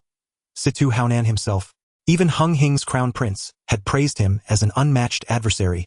And yet, just one punch, only one exchange. Had Situ Haonan's arm truly been broken by that single blow? Just how terrifying was this swift blade Lang? Shibei patted Shanji, who still sat dazed beside him. Xiao Ji, I know you still carry deep grief over Chun Haonan's death, but from this moment on, under no circumstances may you provoke Swift Blade Lang again. He is beyond anyone among us, beyond our reach entirely. Shanji nodded hastily, but resentment still smoldered in his eyes. He and Chun Haonan had grown up together, bound by life-and-death loyalty. To abandon vengeance felt worse than death itself. His gaze fixed upon Shen Lang, towering and unshakable atop the ring. And a chilling thought surfaced: even the strongest fist cannot stop a bullet. On the opposite side of the arena, Emperor's jaw nearly dropped to the floor. He now felt overwhelming gratitude that Shen Lang had kicked him off the ring earlier. If not, his own arm might be shattered now. Wu Yu kicked over a nearby chair with a curse. Damn! It's like that bastard's made of iron. How can a fist be that hard? Panic surged through him, raw and unrelenting. As one of Dongxing's 5 tigers, no one understood Situ Haonan's prowess better than he did. Were they to spar, Wu Ye freely admitted. He stood no chance against Situ Haonan. But in a fight to the death, he feared no one. His title Down Mountain Tiger had been earned not through skill, but through sheer unflinching brutality, ruthless toward himself, merciless toward enemies. Yet even Wu Ye, the most arrogant, the most unyielding, now knew true fear. Beside him, Xiamayan, whose face was clouded with dread. Shen Lang's displayed strength was simply preposterous. One kick eliminated Emperor. One punch felled Situ Haonan. And Shen Lang stood there, calm, unruffled, as if he'd merely taken a sip of tea. This was no longer a contest between equals. It transcended tiers of ability. Even overwhelming numbers would prove futile. Then Xiamayan, who noticed Wu Ye slipping a blade, concealed along his waistband, tucked into his pant leg. He lunged forward to stop him. Wu Ye, you're insane. Introducing a blade in a life-or-death ring violates every taboo. But Wu Ye paid no heed. To hell with taboos. Is my life less important? I refuse to end up like Haonan, maimed and broken. Xiamayan, who pleaded earnestly. At worst we forfeit. We lose face, but that's survivable. Wu Ye's face twisted with bitter fury. Is this merely about my dignity? It's Dongxing's honor. All of it. If Swiftblade Lang defeats 3 of us in succession, how will our brothers hold their heads high on the streets? And if you rush in with a knife, will that restore Dongxing's pride?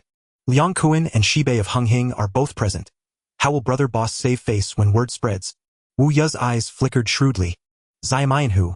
Send our men to seal every entrance to this gym. Once I've dealt with that wretch, I'll personally confront Hunghing's delegation and declare this our territory.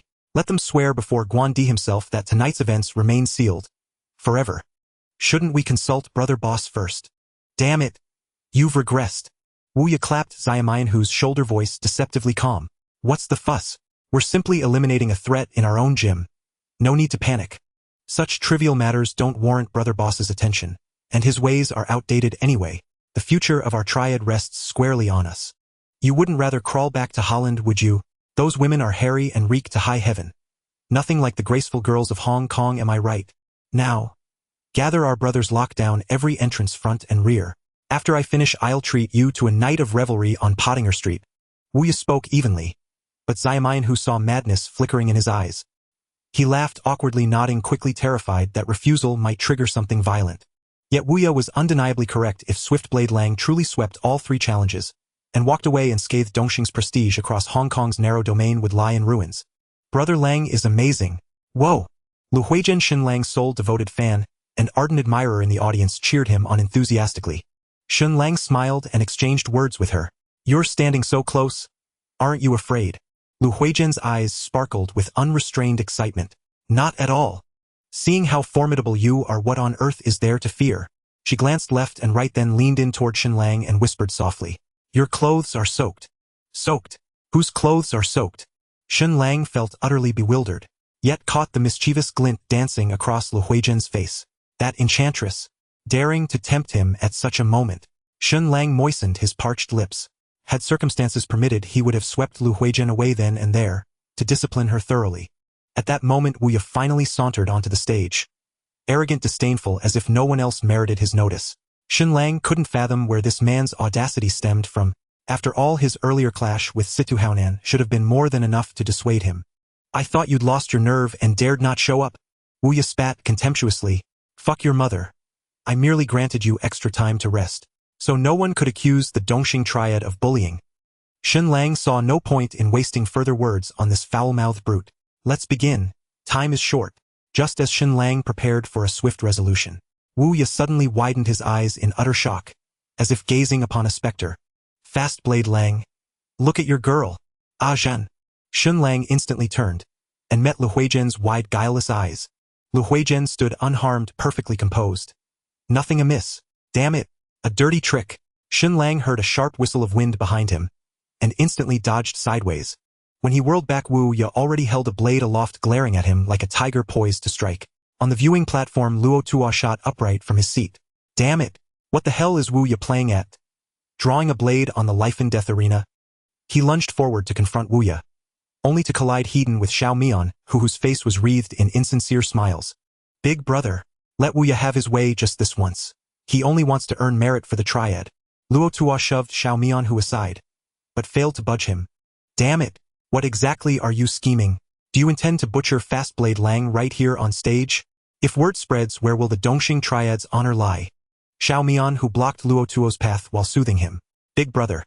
If Fastblade Lang truly sweeps 3 victories in a row, that would be the real disgrace for Dongxing. Rest assured. I've arranged everything. Both exits are locked tight. No one leaves. As for the Hunghing members, Wu Ye claims he'll handle them personally. Everything that happens here today will stay buried. Guaranteed. Outsiders will only hear that Fastblade Lang perished on the life-and-death arena, defeated in wagered combat. Only thus can Dongxing's dignity be preserved. Luo Tuo stared at Xiao Mian, who had just laid bare the entire plot before him. Even if the truth remains hidden, what of morality? I'm over 50. I'll soon retire. Must I endure the torment of my own conscience until the end? Xiao Mian, whose smile faded. His gaze grew solemn as he fixed it upon Luo Tuo. Big brother. You yourself said you're stepping down, then surely you must think more deeply about your brothers in the Triad. Would you truly sacrifice their pride, and let Dongxing's members hang their heads in shame outside, just to soothe your own conscience?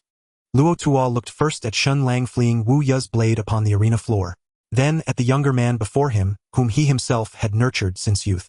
With a long weary sigh, he sank heavily back into his seat. On the arena, Wu Ye brandished his blade, chasing Shen Lang relentlessly. Below, Dongxing's members roared with feverish excitement. 2 consecutive defeats had plunged their spirits into despair. But Wu Ye's sudden dazzling prowess injected them with a potent surge of adrenaline. Was drawing a blade against the rules? Did it even matter? All they craved now was one thing, that Wu Ye cut Fastblade Lang down upon that stage. Kill him! Kill him!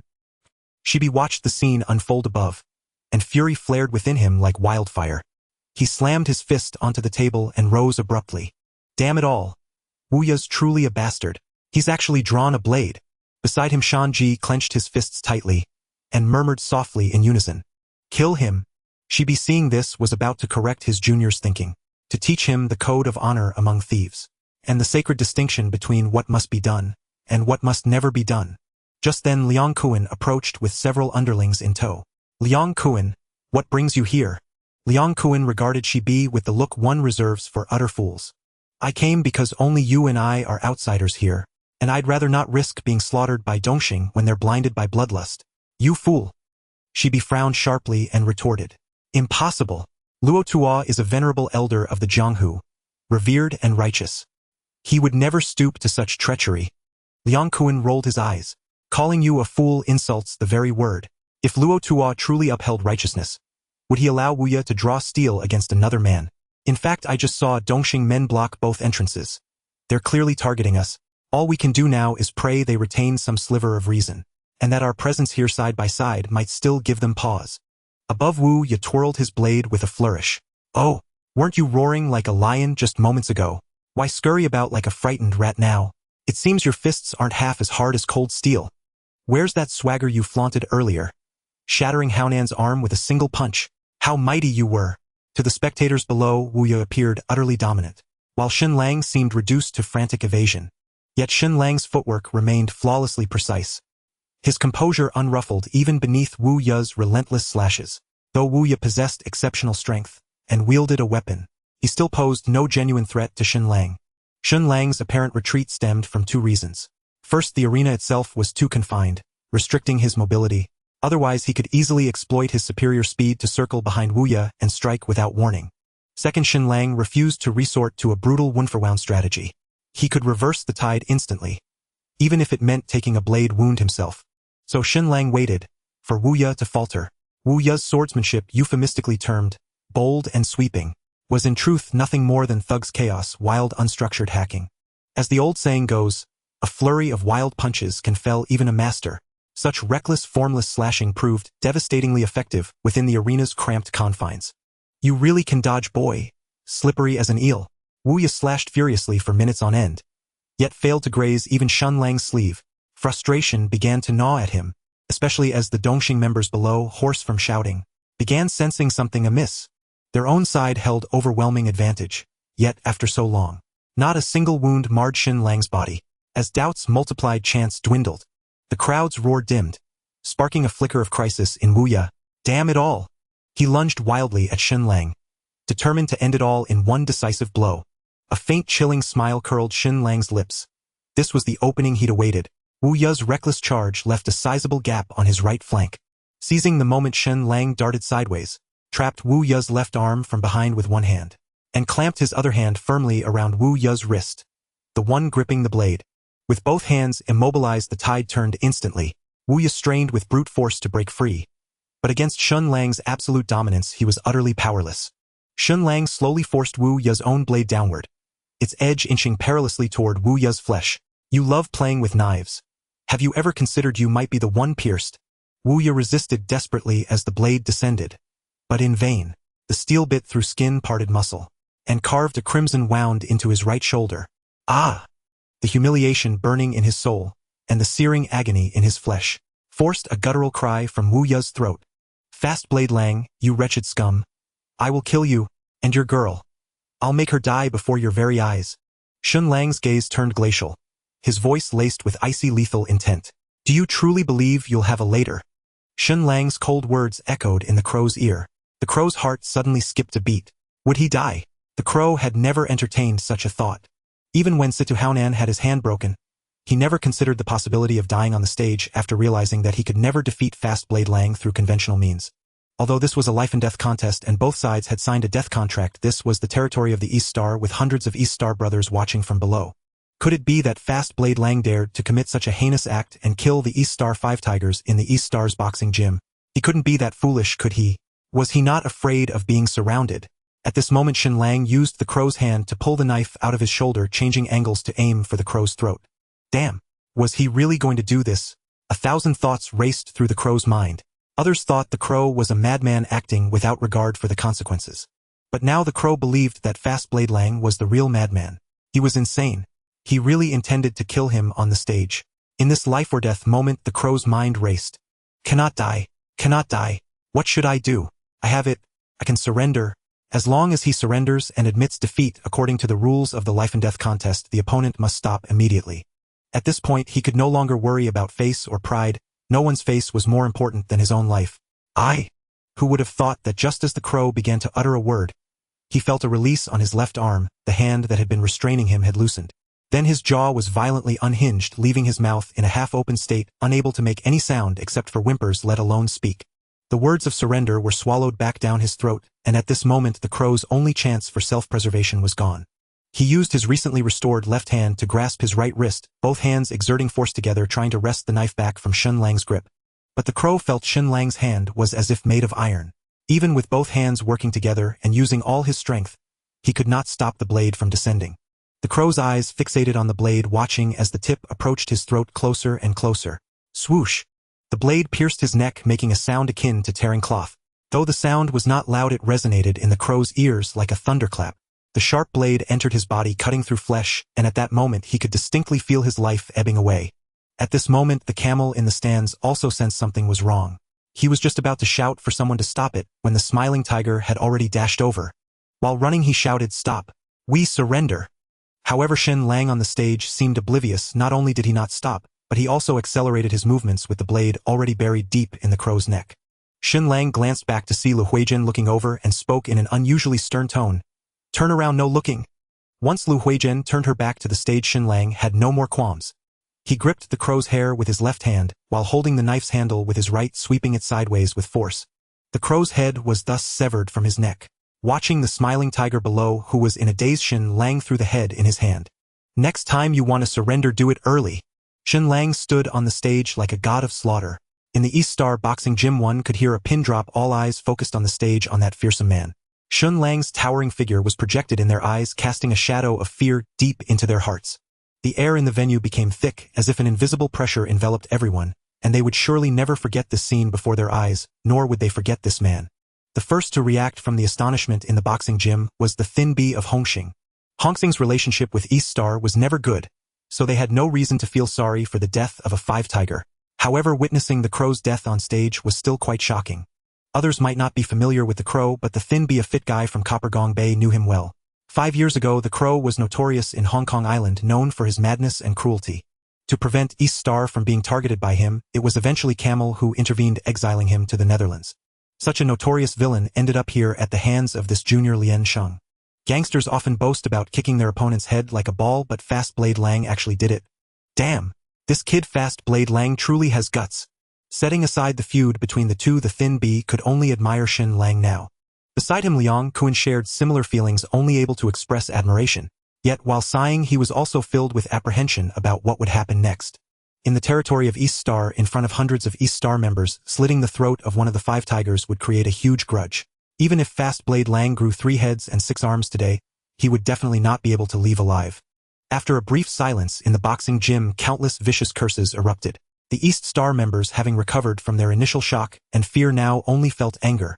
They were furious that an outsider dared to kill their gang member in full view, and it was done in an almost humiliating execution. They were angrier still because the man before them brought them fear, and this fear was also a source of humiliation. The only effective way to overcome fear was to use violence against violence. Kill him, avenging for the big brother. Someone shouted, igniting the emotions of everyone present. Those standing on the periphery quickly approached the stage, and those closer to the stage began to attempt to rush up. Filled with rage, their only thought was to kill Shen Lang. Shen Lang stood on the stage looking at the gangsters below with blood-red eyes, sneering in disdain. He called out to Camel on the high platform.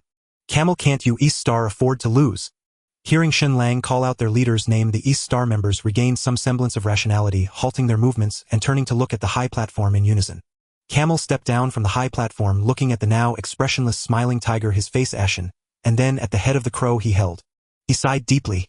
Although the crow was not the underling he had known the longest, he was certainly the one he had the highest hopes for. That year he sent the crow who was reviled to the Netherlands. Wasn't it also a form of protection for him? To nurture the crow, he even sent the smiling tiger to be by his side, hoping they could complement each other in both scholarship and martial arts, allowing the gang to develop sustainably. But now, with a life extinguished, all became empty talk. Camel looked at the crow's expression of disbelief, even in death, suddenly feeling the pain of a parent sending off a child. Camel's tone carried an unmistakable sadness. "Fast Blade Lang, since you have already won, why still resort to killing?" Shen Lang stood on the stage, locking eyes with Camel below. "Camel, are you mistaken? It wasn't me who came up with a knife seeking to kill with every move. Even if you call the authorities, I am merely acting in self-defense. And isn't this a life-and-death contest? Is the death contract we signed a sham? A life was lost, and now you come to blame me. If you were afraid of dying, you shouldn't have let him step onto the stage. How should we proceed now? Are you, East Star, going to bully others with your power? Just give a straight answer. Do you recognize the outcome of this bet or not?" Everyone in the boxing gym turned their hopeful gazes towards Camel, as his next response was crucial. Camel's tone remained calm, even showing no trace of anger. "This bet you have won." His words sealed the fate of the entire matter, and as his voice fell, disappointment inevitably spread among the crowd. "But," Camel gently brushed his hand over the crow's eyelids, closing them. "We must avenge the crow's blood feud." The East Star members, who had just been dejected, suddenly sparkled with determination upon hearing this. "Fast Blade Lang, you must stay." Bang! With a deafening sound, the door of the boxing gym crashed to the ground as 1,000 assassins surged in like a tidal wave, filling the gym to the brim in the blink of an eye. The assassins entered without uttering a word, surrounding the several hundred members of Dongxing. Most of Dongxing's people were still dazed, unable to grasp the situation, when they found themselves caught in a traffic jam inside the gym. What was going on? How did so many people suddenly come in? These 1,000 assassins not only had the advantage in numbers, but they also wore neatly tailored black suits, creating a stark contrast with the colorful gangsters of Dongxing, making it clear who was superior at a glance. Luo Tuo, standing nearby, was also left speechless. He had merely suggested that Shen Lang should stay, and the door of the gym had flown off its hinges. Who were these people? What do they want? Countless questions flooded his mind, creating an intriguing scene. Shen Lang's 1,000 assassins surrounded the entire venue, simultaneously encircling all the Dongxing members present. The Dongxing members in turn surrounded the stage, encircling Shen Lang. The scene fell into a stalemate. Shen Lang raised one hand and the 1,000 assassins stomped their feet in response. "Lang Gu!" The synchronized stomping and this shout almost blew the roof off the gym. Some of the more timid gangsters had already plopped down onto the ground, while the braver ones trembled uncontrollably. The sound and sight were truly overwhelming. These gangsters, who usually only knew how to fight fiercely, had never witnessed anything like this. If they weren't scared to the point of losing control, it could be considered excellent mental fortitude. "Oh, my brothers have come to pick me up. I didn't hear what Luo Tuo said clearly just now. Are you telling me to stay?" Shen Lang jumped off the stage, poking Luo Tuo in the chest with his finger. "What are you going to use to keep me here? Just that mouth of yours?" "Sorry, I prefer women. I'm not into that kind of thing." Since the mask had been torn away, Shen Lang had nothing left to fear. To act polite at this point would only invite disdain. Tying a tie could make one a gentleman, Tearing it off could still make one a thug. This insulting remark made Luo Tuo's face twitch with anger.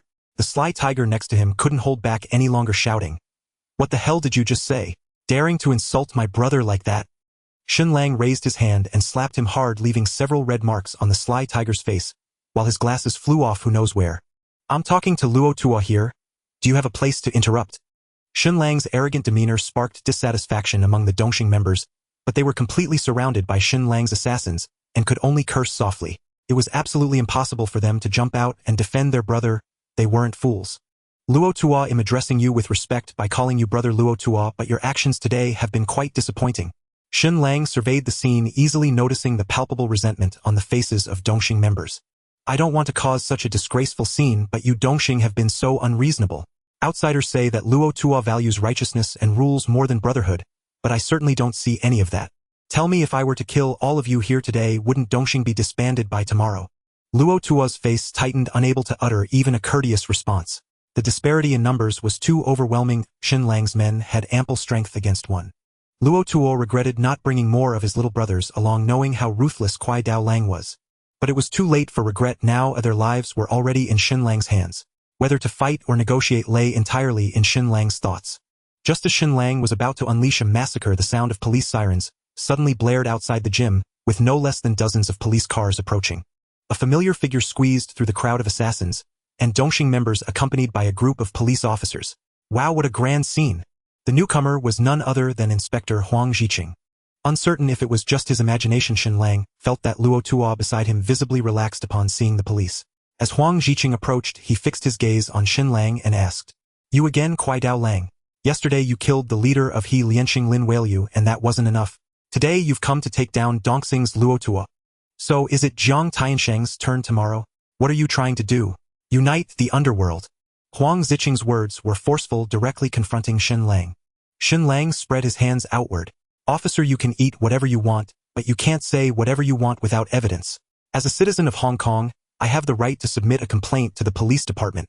Then let me ask you, what are you and He Lianxing and Dongxing doing here?" A crowd of over 1,000 people preparing for a violent clash. Shen Lang explained with a smile. "This is a boxing gym, or of course I came here to watch a fight. My little brothers love to watch too, so they followed me along." "Officer, is there anything wrong with that? Is watching a fight illegal? Or is watching a fight illegal?" Huang Zhiqing snorted coldly and pointed to the corpse of the crow on the stage. "What fight? What kind of fight do you have that twists people's heads off? Who killed that person up there? Was it you, Kuai Dao Lang, again?" Shen Lang put on an innocent expression. "I'm not sure, that person isn't one of mine. Perhaps he was just walking carelessly and accidentally twisted his neck." A young police officer approached Huang Zhiqing after inspecting the corpse on the stage. "Sir Huang, the deceased is the crow from Dongxing's 5 tigers. He died from excessive blood loss after having his neck pierced by a sharp weapon. This knife is the murder weapon." Huang Zhiqing picked up the bag containing the murder weapon, glanced at it, and handed it to Luo Tuo while the corner of his eye darted towards Shen Lang. "Luo Tuo, tell me who used this knife to kill your underling." Luo Tuo stared at the evidence bag, falling into silence.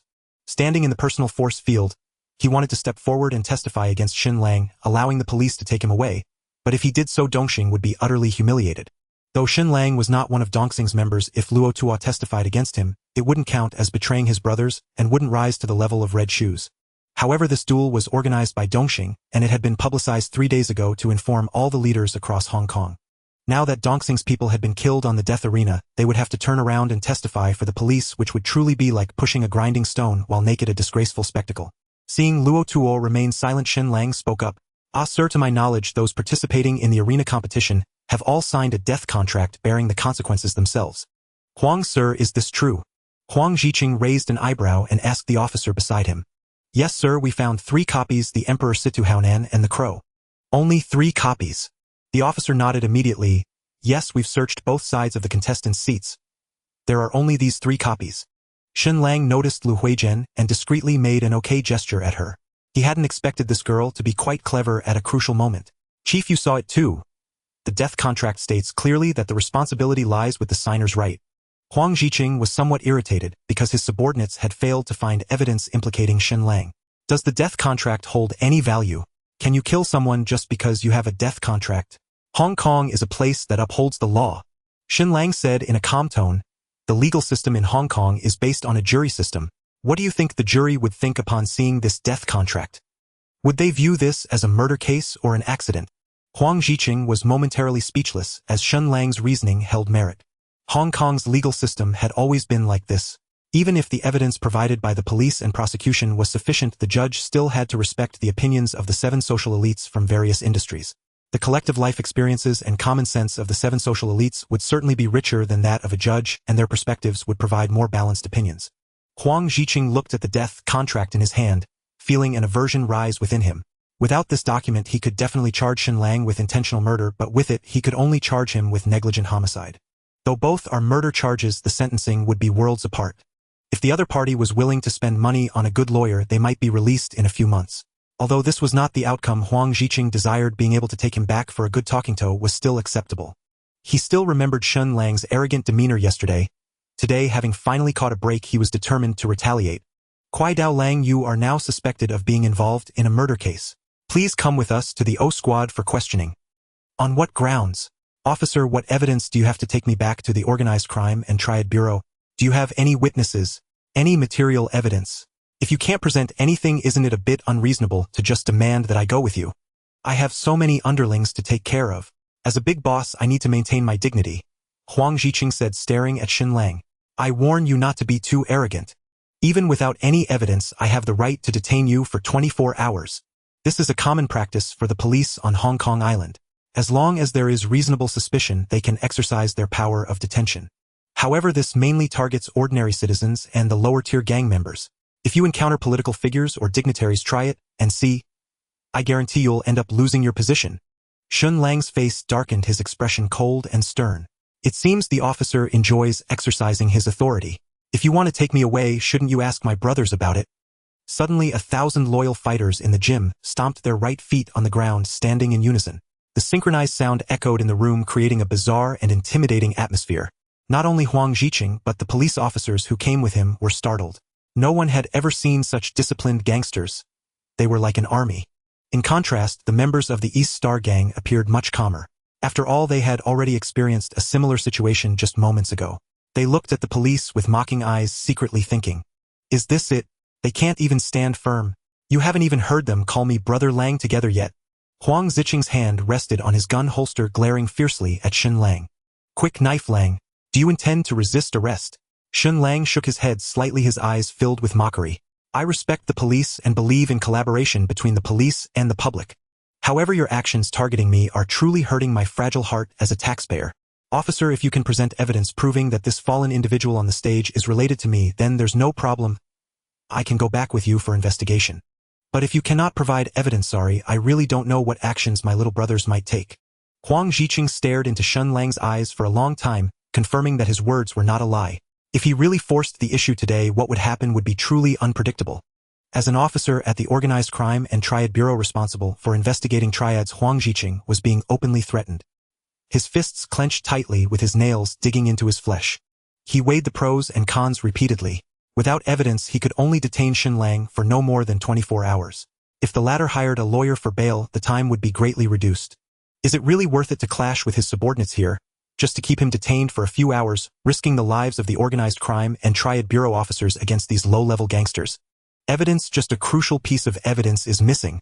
Shen Lang waved his hand at Huang Ziqing. Officer, if there's nothing further, I'll take my leave. After saying that, Shen Lang turned to leave. Huang Ziqing raised his head and shouted at the hesitant Camel. Camel, are you going to let your little brothers die for nothing? Are you just going to watch that fallen individual walk out? Camel's eyelids drooped. It seemed he had made many mistakes today. He shouldn't have allowed the crow to kill on stage, nor should he have attempted revenge after the other party won the life-and-death duel. His good reputation, which he had built over half his life, was reduced to ashes in a single day.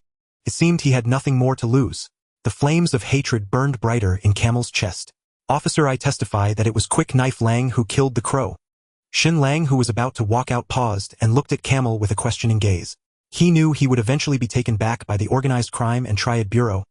After all, his fingerprints were on the murder weapon. But at least before that, he still had time to find a lawyer to strategize. However, what surprised Shen Lang was that Camel actually stood up to testify for the Organized Crime and Triad Bureau. Was he really so desperate as to throw away his last bit of face? Huang Ziqing got the answer he wanted immediately, beaming with joy. Quick Knife Lang, now there's a witness identifying you. What else do you have to say? Let's go with us. Shen Lang sighed helplessly. Since the East Star leader is willing to lower himself to be a witness, I will go back with you and savor the taste of the organized crime and Triad Bureau's coffee. But Camel. Shen Lang looked at the East Star leader not far away and shook his head slightly. I wonder if you have chosen a good successor for yourself. Camel, feeling guilty, lowered his head, not even daring to meet Shen Lang's gaze. I will step down as leader tomorrow. But before he could finish his sentence, a loyal fighter suddenly emerged from the side wielding a sharp blade, stabbing Camel's chest repeatedly in a lightning-fast manner. By the time everyone reacted, Camel had already collapsed in a pool of blood. This sudden change shocked everyone present. Some of Camel's subordinates rushed to subdue the attacker, while others tried to revive Camel by pinching his nose, shouting for an ambulance.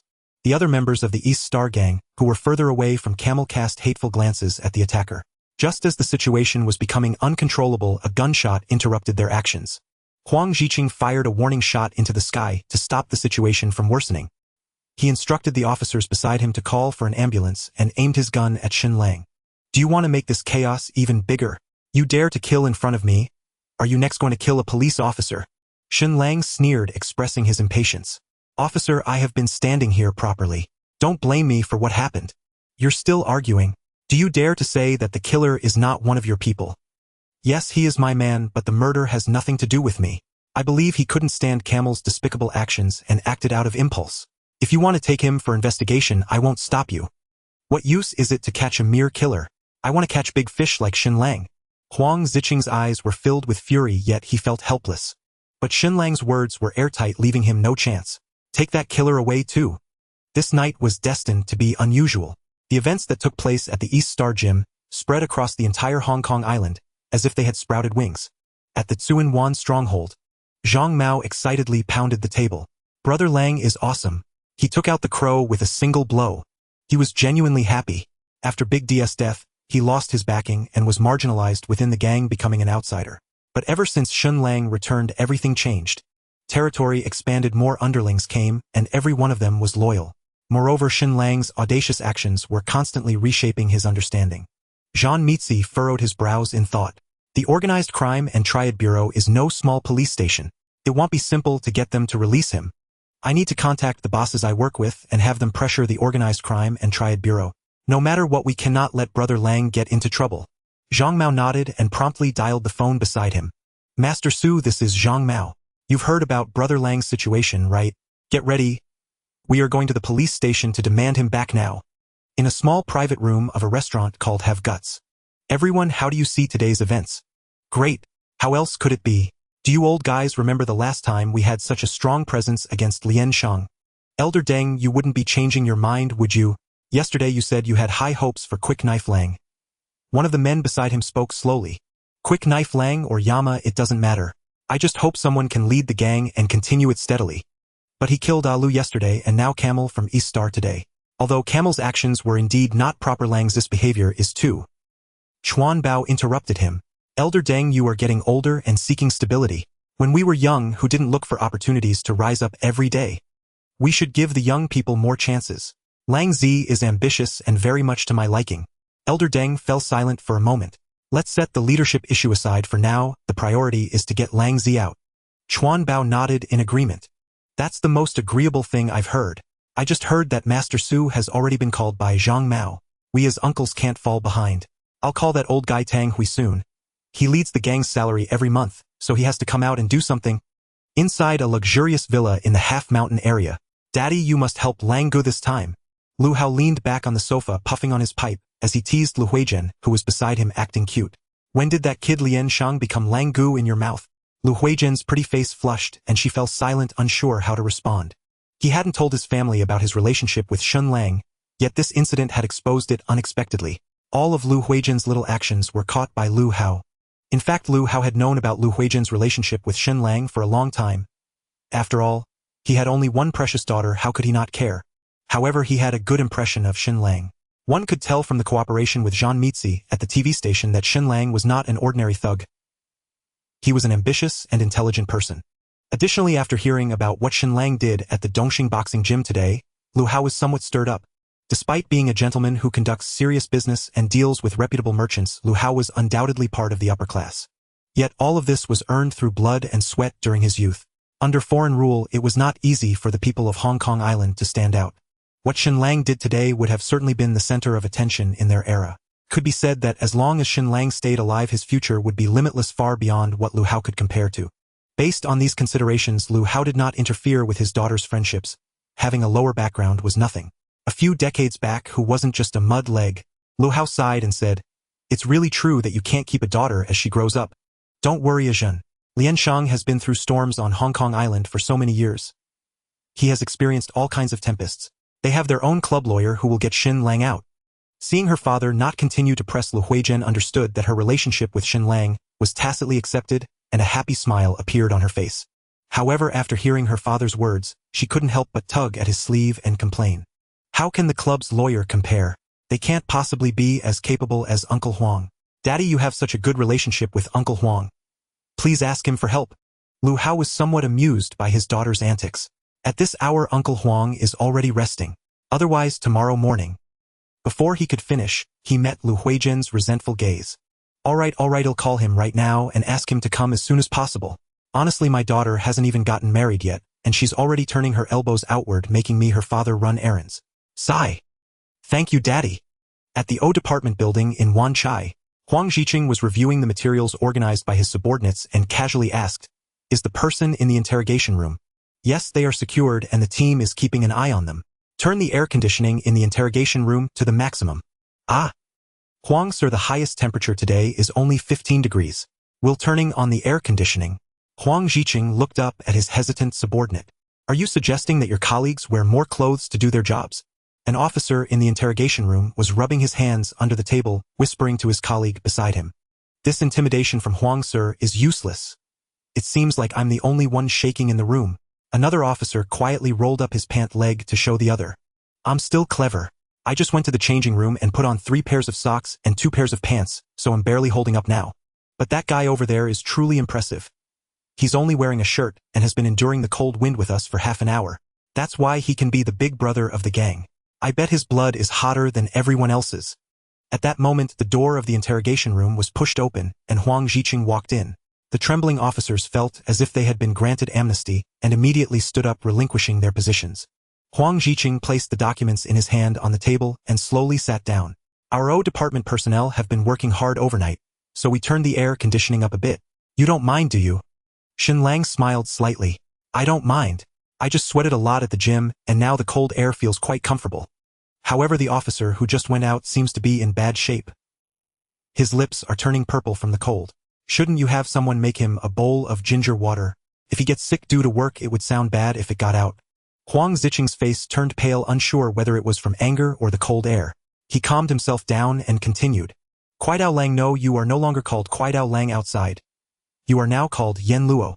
Does that sound impressive? You killed 2 heads of major gangs in 2 consecutive days.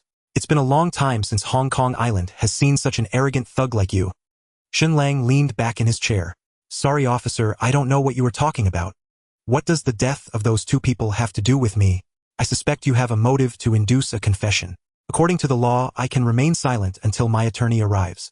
Huang Zhiqing slammed his hand on the table, his eyes fixed on Shen Lang. "Stop playing tricks with me. I've seen many people like you who immediately want to see a lawyer. Let me tell you, this is the O Department, the Organized Crime and Triad Investigation Unit. It's not some small police station outside. I alone decide who can enter this interrogation room. Without my nod, you won't see even half a lawyer." Bang, bang, bang. A knock sounded and an officer pushed the door open. "Huang, sir, a lawyer is here to bail out the suspect." A hint of displeasure flashed across Huang Zhiqing's face. He had barely sat down when Shen Lang's people arrived. He stood up and left a message for Shen Lang. "I advise you not to rely too much on people outside. I'll send him away right now, and when I return we can take our time." "Huang officer, hello. I am Su Guangren from Su He Law Firm. Here is my business card." Huang Zhiqing took the business card, glanced at it, and casually tossed it aside. "Master Su, the white paper fan of Lian Shang, I know you. Let's get straight to the point. What brings you to the O Department?" "I am here to take my client, Mr. Shen away." Huang Zhiqing snorted coldly. "Do you think this is a rich man's place where you can take anyone you like? He is accused of murder." Master Su immediately retorted, "However, according to the bail regulations, my client can be granted bail during the process of being accused or declared guilty." So you want to lecture me on the law, huh? Huang Ziqing interrupted disdainfully. Let me tell you, Shen Lang is involved in a serious murder case, and the methods used are extremely brutal. I have ample reason to suspect that if he is released, it will disturb the normal order of Hong Kong Island and threaten the safety of ordinary citizens. According to emergency regulations, he can be legally detained and denied bail. Huang Ziqing's string of words was firm and powerful, each word striking Master Su, leaving him speechless. Huang Ziqing tapped the table with his finger. If you want to be a lawyer, don't get involved with the underworld. Honestly, go back to school and study for a few more years. If you want to take someone from me, you're not qualified enough. Just then, a man's voice came from behind. So, am I qualified enough? Master Su turned around and saw the newcomer showing a look of joy. Tang Bo, what brings you here? The newcomer was Tang Hui, the lawyer brought by Chuan Bao, who, like Chuan Bao, was a senior from Lian Shang's uncle generation. More than a decade ago, he was the club's appointed lawyer, spending most of his life resolving disputes between the gang and the police, with rich experience unmatched by Master Su, a newcomer. Tang Hui patted Master Su on the shoulder. It's all because of that old man Chuan Bao. He was afraid you wouldn't be capable, so he called me over in the middle of the night. Master Su looked embarrassed. He hadn't expected the O department's attitude to be so tough, and had been left speechless before he could say much. It's all my fault for being dumb. I had to trouble Tang Bo to come out in the middle of the night. Huang Ziqing's expression was unfriendly as he stared at Tang Hui. Tang Hui, it seems Lian Shang is determined to protect Shen Lang, even pulling you out after so many years of retirement. Huang Ziqing naturally recognized Tang Hui. When he was still a patrolling officer, Tang Hui was already working for Lian Shang. By the time he became the O department inspector, Tang Hui had already retired and no longer made an appearance. However, he had heard previous superiors mention that Tang Hui was experienced and quite cunning, and the brothers in the O department had suffered quite a bit at his hands. Now that you know me, things will be easier. Just fill out a form, I'll pay the money, and you let the person go. You get to relax, and I can go back to continue my nap. It will be good for everyone, right? Huang Ziqing's face was a mixture of emotions. Tang Hui, are you getting old and hard of hearing? Did you not catch what I just said? Do you want me to repeat it for you? Tang Hui snorted coldly. It's an emergency ordinance, and I heard it, but that thing is only meant to scare children. Activating the emergency ordinance requires evidence. May I ask this officer, do you have any evidence? Are you saying that my client committed murder? Has my client confessed? Do you have crucial evidence? Is there a threat to the safety of the citizens of Hong Kong? Whatever you say goes. Huang Ziqing was momentarily at a loss for words because what Tang Hui said was all factual. The activation of the emergency ordinance is very strict. As long as Shen Lang does not confess, if the O team cannot produce crucial evidence, it will be hard to enforce. Huang Ziqing's mind was in turmoil. Are we really going to let him be released on bail? Then the O team has worked all night for nothing. Thinking of Shen Lang in the interrogation room looking calm and collected, he felt furious. The witness was no longer an option, and the camel had been sent to the hospital by the Dongxing people, and it was uncertain whether it could be saved. Dongxing is currently in chaos, and it is difficult to find other witnesses for the time being. The only evidence available is the corpse of the crow and the murder weapon left at the scene. The murder weapon. Right, there's that murder weapon. Everyone present at the scene was from Dongxing, so it was impossible for anyone to help Shen Lang dispose of the fingerprints on the weapon. Thinking of this, Huang Ziqing shouted to the female police officer beside him, I may go get the report on the murder weapon. He turned to Tang Hui and smiled confidently. You want evidence, right? Is the murder weapon enough? If there are fingerprints of your client on the weapon, then you have nothing to say, right? I will charge your client with second-degree murder. If he wants bail, he can wait until after the judge's ruling. Tang Hui's brow slightly furrowed, as he had not yet come to an agreement with Shen Lang, and their understanding of the crime scene was limited. If what Huang Ziqing said is true, the means of killing are extremely brutal, and if there are fingerprints of Shen Lang on the murder weapon, then the emergency ordinance can indeed be enforced to deny bail. They suffered from a disadvantage of information asymmetry. Tang Hui immediately spoke decisively. I demand to see my client. He needed to understand more details in order to devise targeted strategies. Huang Ziqing snorted coldly, and had not yet opened his mouth when two more people walked in. Tang Hui, I didn't expect to run into you here. Tang Hui turned around and saw a middle-aged man in a tailored suit with glasses approaching, accompanied by a beautiful young woman. Lu Huizhen and her strong ally Huang Dan. Huang Dan, why are you also at the O team? Ha ha ha, it should be for a similar reason. I am here to bail out my niece's boyfriend. Boyfriend? Lu Huizhen nodded slightly. Hello, Uncle Tang, Shen Lang is my boyfriend.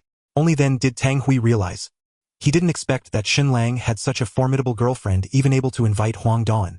Huang Dan is one of the most impressive lawyers in Hong Kong and one of the few QC lawyers.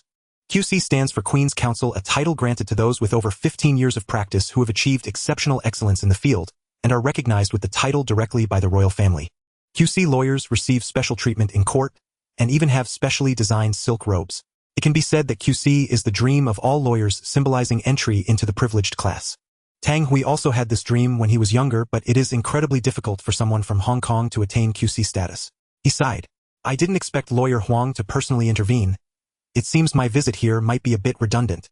Huang Don smiled. How could it be redundant? We haven't seen each other in years. After bailing out that brat, let's go for a late-night snack together.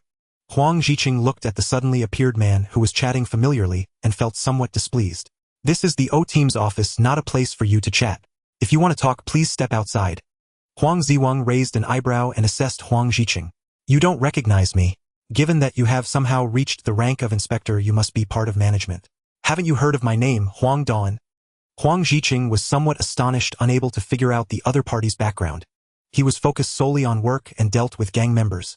While he had seen many ordinary gang lawyers, this person's refined attire and arrogant attitude clearly indicated he was not an ordinary figure. A police officer in the know leaned into Huang Ziqing's ear. Sir, this Huang Don is a Queen's Counsel.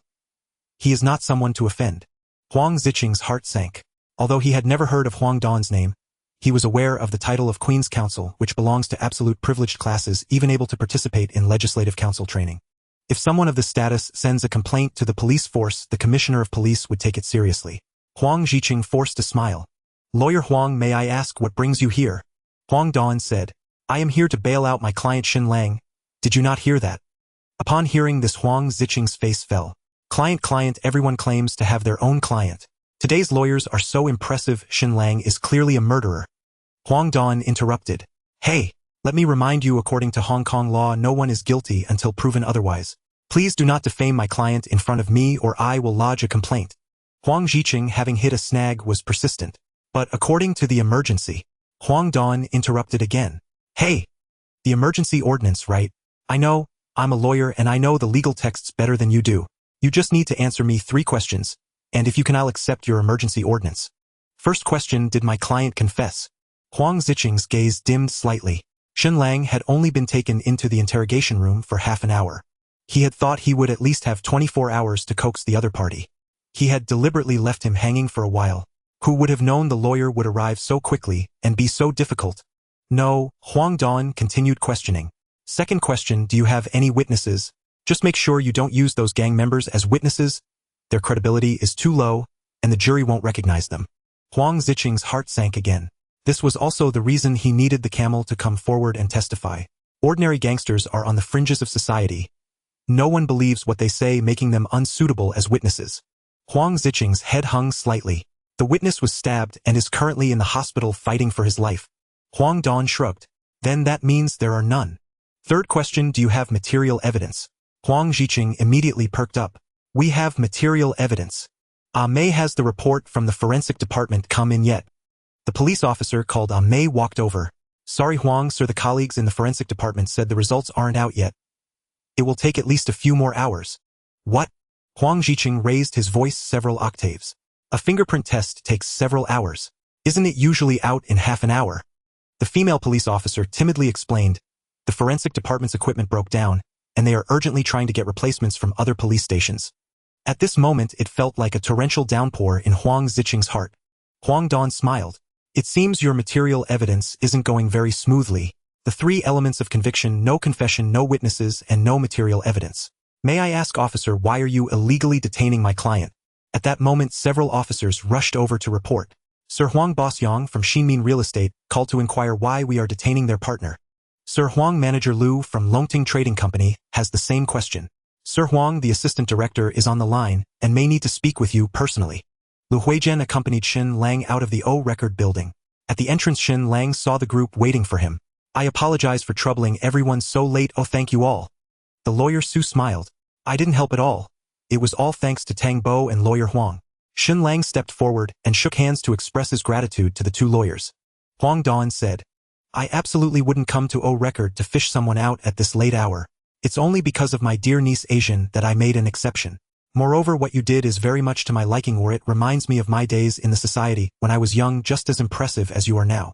Tang Hui beside him finally couldn't contain his curiosity. Old Huang, how did you know that the equipment in O Records testing department would break down? Huang Dan shrugged. Of course I had someone do it. Ah! The others were astounded, as expected of a royal lawyer. His methods were indeed unique. Why are you all so surprised? I just had someone break the equipment, not forge evidence. What's the big deal? Lu Huizhen noticed the key point. Uncle Huang, does that mean Lang Gu will still be charged? Huang Dan slightly nodded. Of course he did kill someone in plain sight. The police currently lack sufficient evidence, but once they gather enough they will still initiate charges. Lu Huizhen's face immediately turned sour. What should we do, Uncle Huang? I really don't want Lang Gu to go to jail. Huang Dan smiled. Don't worry, my dear niece. Since I have promised to help your lover, I will see it through to the end. The police will definitely charge him with intentional homicide, but we only need to defend against excessive self-defense. Moreover, since you signed a death contract for the arena, the entire case is very clear-cut. Even a newcomer wouldn't lose. If I personally handle it, I can guarantee your lover won't spend a single day in jail. Hearing Huang Dan's assurance, Lu Huizhen finally had a smile on her face. Su the lawyer and Tang Hui beside her couldn't help but admire. One word: professional. Before parting, Huang Dan specifically reminded Shen Lang. Be more low-key in your actions, recently participate less in the society's matters. You mustn't get caught with something at this critical moment. It won't benefit you if it arouses the jury's disdain. The next day, Shen Lang arrived at the residence in Tsuen Wan. He bumped into Cheng Mai, who also had dark circles under his eyes, clearly having not slept well the previous night. Although Cheng Mai had been subdued by Shen Lang and locked in loyalty, unlike the Death Warriors, he was a person with independent thought, and Shen Lang preferred to see him as a friend. Shen Lang patted his shoulder. Cheng Mao told me everything. Thank you for yesterday. The calls from the wealthy merchants and the assistant director of the police department that Huang Zhichang received yesterday were all results of Cheng Mai utilizing his connections. Although this was something his little brother should do, accomplishing it in such a short time clearly came at a considerable cost. Lang Gu, these are all part of my duties. By the way, didn't the lawyer remind you to stay away from the society recently? You seem to have quite the information network. Shen Lang looked around again and casually entered the office. I just came to grab something, I'll leave soon. Cheng Mai smiled. The factory is all set up and it's a legitimate business. Lang Gu, do you want to come and take a look and discuss it together? Cheng Mai drove Shen Lang for more than 10 minutes and entered the industrial zone of Tsuen Wan. He pointed at the large factory in front of him and introduced it. Lang Gu, this is it, over 10,000 square feet of land. In other districts this is unimaginable, the rent would be staggering. Only here in Tsuen Wan do we have such a unique advantage, and with a few bosses helping it only costs a third of the market price. Shen Lang looked around the factory environment. It was right next to the main road, very convenient for transportation, and not too far from residential areas, making hiring very easy. Beyond that, he couldn't discern much more. However, with a commercial genius like Cheng Mai around, he didn't need to worry too much about those aspects. All he could do was use his perspective as a time traveler to help steer the development direction. Now that we have the factory, what are we preparing to do for our first business? At this moment, it was the golden period of the fastest economic development in Hong Kong Island. It could be said that any business could make a fortune, but the prospects and profits varied among different businesses. Cheng Mai thought for a moment and said, we are just starting out, have no technology, so we can only do processing. I have an idea that I would like Lang Gu to help me review. That is to do clothing processing.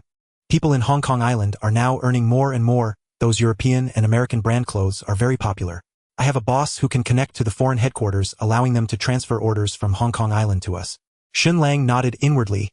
Clothing, food, housing, and transportation are expenses everyone must incur, and clothing comes first. Don't underestimate the clothing business just because it seems small. Each piece only costs 100 or so. But with a population of over 5 million in Hong Kong Island, that's an incredible business. There are so many beauty-loving girls in Hong Kong Island, and each season, they need to change into several new styles, accumulating a boundless future. This idea is good. It's best to earn women's money. The factory is so large that we shouldn't waste it. We can divide it in half. One half will be for brand orders, and the other half we will directly imitate styles to create our own Ready Tower brand. Cheng Mai's eyes brightened. So Lang Gu means that we will be making knockoffs ourselves. Shen Lang shot him a glance. What knockoffs? That's such an ugly term. We are just coincidentally aligned with some design inspirations. The cost for us to make a piece of clothing is only several dozen dollars. Why can foreigners sell it for thousands just by putting a label on it? What ordinary citizens can afford that? We must drive the price down. We can sell the same clothing for just 100 or so. Wouldn't the girls from Potland Street rush to buy it? At such a conscientious price, there's a tenfold profit, even surpassing cosmetics. Cheng Mai's eyes sparkled. The wealthy ladies of Hong Kong Island will buy the clothes we process at brand stores, while ordinary girls will buy our own knockoffs. Wouldn't that mean all the women in Hong Kong Island would be under our control? Shouldn't I rush to Guangdong Road to get a shop? Shen Lang showed no concealment of his disdain. Why do you need to get a shop? Are you planning to sell women's clothes yourself? Or are you going to have those little brothers of yours sell women's clothes? Besides, how many clothes can one shop sell? Our factory is over 10,000 square feet. Do you expect it to rely solely on your little store for sales? Chung my sighed. I do have some girls under me, but they can't handle hard work. It would be fine to have them stand on the street, but selling clothes in a store might just... Goodness, Chung Mei's business is really broad. Even the service industry is involved. Shouldn't I set up a brokerage for him to promote some female artists?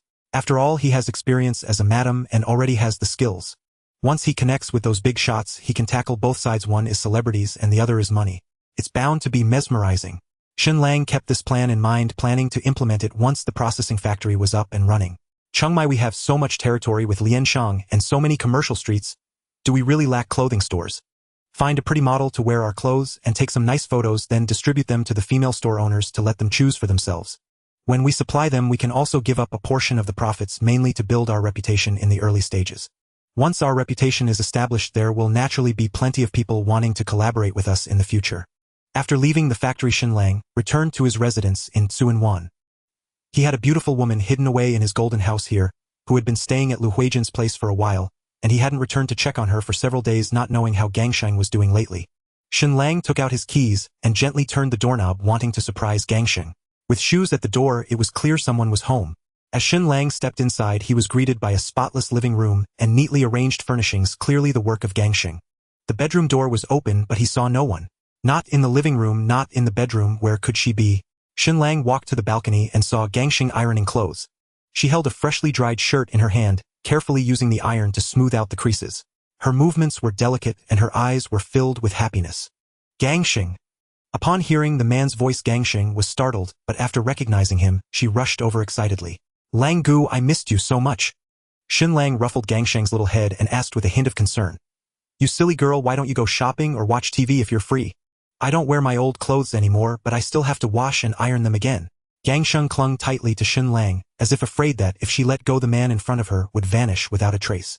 I'm used to working, and these clothes are still in good condition.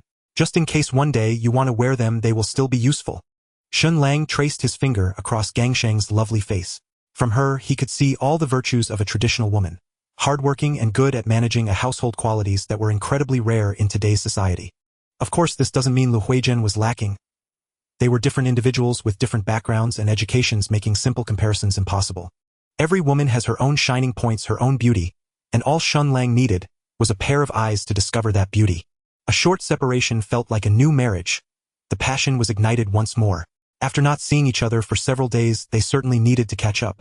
Once the storm calmed, Shen Lang lay on Gangsheng's chest, enjoying the rare, tranquil moment. Lang Gu, my identity has been sorted out.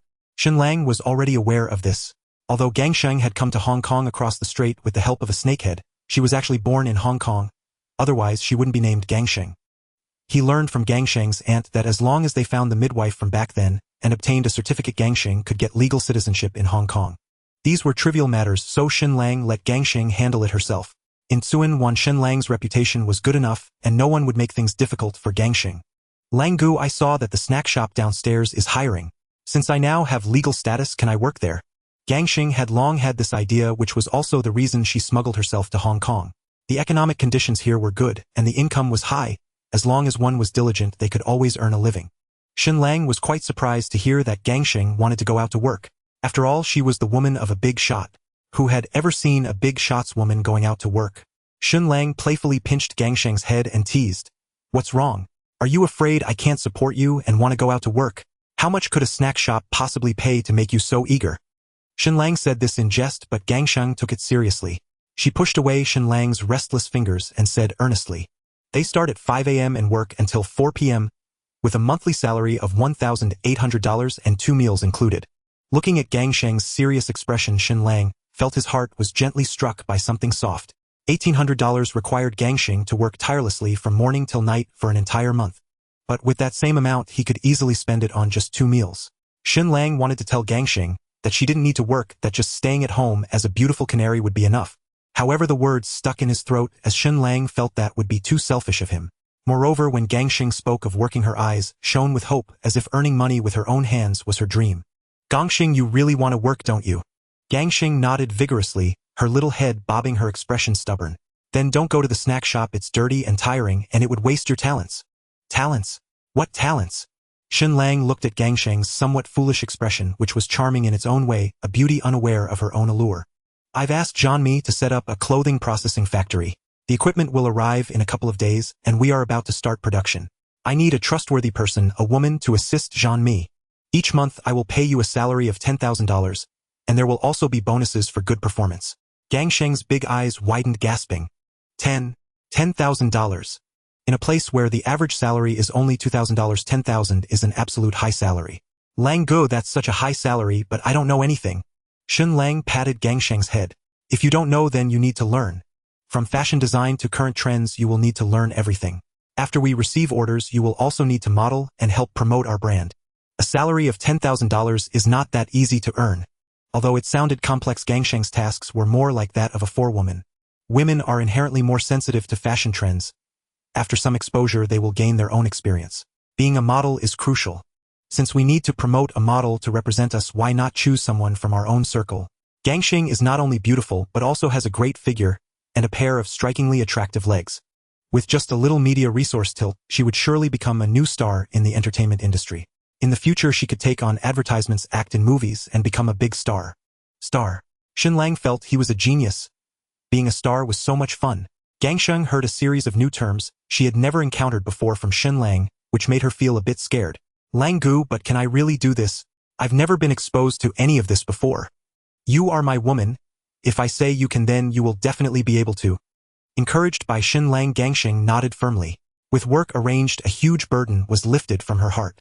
Just thinking about having to deal with beautiful clothes every day in the future, and being able to help Lang Gu made her heart overflow with joy. The look in her eyes towards Shen Lang grew more and more affectionate, almost palpable.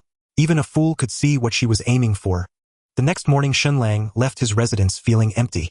After disappearing for a day and a night, Lu Huizhen nearly bombarded his phone with calls. After all, they were in the throes of a passionate romance, and even a little separation would leave Lu Huizhen aching with longing. Thus Shen Lang, dragging his tired body, arrived at Lu Huizhen's house again. As soon as he stepped in, Lu Huizhen pounced on him like a hungry tiger, entangling herself around him like an octopus, refusing to let go. Lang Gu, where have you been? You didn't reply to my messages all day. Shen Lang hadn't planned to let his women know about each other's existence. Though both women had reached a loyal level of affection, it was better to avoid complications. He felt his time management skills were decent enough to handle it all. Shen Lang awkwardly smiled. I was helping Jean-Mi find an assistant at the factory. When it came to avoiding heavy topics, Shen Lang was an expert. What he said was absolutely the truth. He could honestly swear he wasn't lying. He indeed recruited a talent for the clothing factory, although the process of recruitment had its twists and turns. Lu Huizhen didn't think too much about it, knowing it was business, so she stopped asking further. Forget it, you disappeared for so long, you need to make it up to me. She jumped off Shen Lang and grabbed his hand, heading towards the bedroom. The look in her eyes was thick with affection. That gaze, haven't I seen it somewhere before? Zhen. Say it outside, don't run into the bedroom. Lu Huizhen's cheeks flushed. Dragging Shen Lang toward the bedroom had already exhausted her courage, and there was no way she could bluntly voice her desires to him. Lu Huizhen rose onto her tiptoes and lightly licked Shen Lang's earlobe, then gently bit her lower lip, her eyes and brows brimming with languid, irresistible charm. Under ordinary circumstances, Shen Lang would never hesitate for an instant, but after being drained to his limits over at Gangxing's place, he had no appetite left to savor a Bowtai's favors now. Shen Lang looped his arms around Lu Huizhen's shoulders. Jean, I'm not used to this in the daytime. Tonight perhaps. Let's watch some television. There have been a lot of good films lately. Lu Huizhen felt a pang of disappointment, but pulled by Shen Lang, settled beside him on the sofa. Shen Lang pressed the remote. The television was airing an action movie. On the screen, a man with the bearing of a singing god wore Li Xiaolong's iconic yellow jumpsuit, twirling a pair of nunchaku, and sending his foes sprawling in a flurry of blows. Shen Lang watched the scene with a sense of déjà vu and turned to Lu Huizhen. Jean, who is this fellow? Lu Huizhen had already shaken off her earlier deflation, wrapping her arms around Shen Lang's arm, and leaning her head on his shoulder. You don't know him. He is Long Wei, the most famous kung fu superstar right now. He owes his reputation to real kung fu, risking his life and refusing to use stunt doubles. He is the hottest male star of the moment. At that, Shen Lang remembered This Long Wei came from a Hong Kong film called Shu Den Long Wei, and Lu Huizhen appeared in it as well. In the film, Lu Huizhen follows Long Wei to investigate whether he uses a double, trailing him to a Czar jewelry exhibition, where she encounters a robbery staged by a gang led by the codename Doctor. In that Hong Kong picture, Long Wei is not strictly the protagonist. The true male lead is his bodyguard Li Jie. Li Jie, once a military bomb disposal specialist, had his wife and child slaughtered by the villain known as Doctor during an act of terror.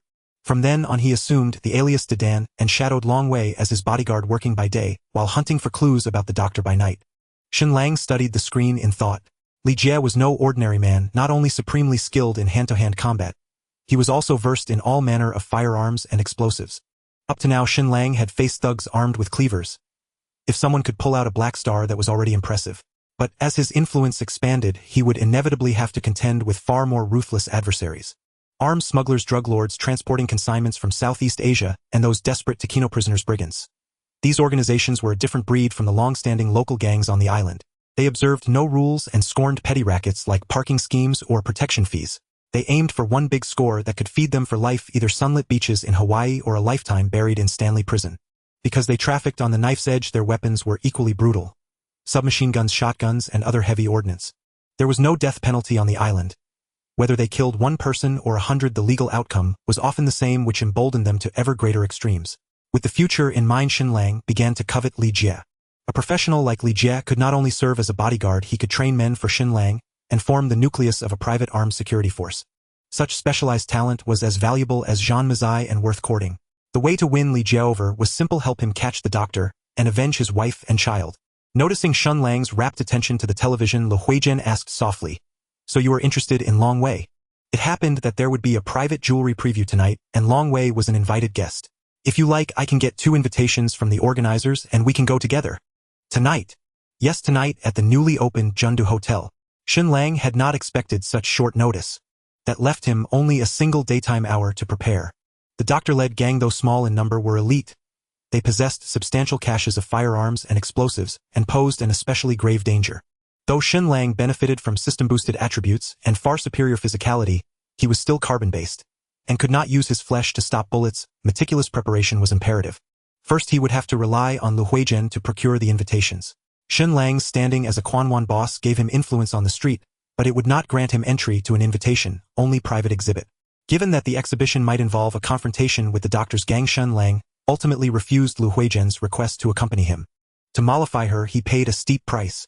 The dizzying sensation of emptiness and exhilaration left him a little intoxicated. Until he forced himself, he never truly knew how capable he could be. An hour later, Shen Lang drove down. While behind the wheel, he keenly sensed someone tailing him, following him all the way to a factory area in Kowloon. The tail remained at a distance, parked at a junction 100 meters away, self-satisfied in its concealment and entirely unaware it had long since been exposed. In his office, Shen Lang met with Jean Mazai. "Jean, arrange a few matters for me. First, send some sharp, discreet men to identify the occupants of that black sedan at the junction that followed me. Tail them, but do not rattle the grass and startle the snake. Second, get me a set of military-grade body armor, the best you can find, and book a shooting range with a full complement of firearms. I will be there this afternoon." Military bulletproof vests were Shen Lang's chosen safeguard. They were controlled items, even harder to get than firearms, and not easy to procure legitimately.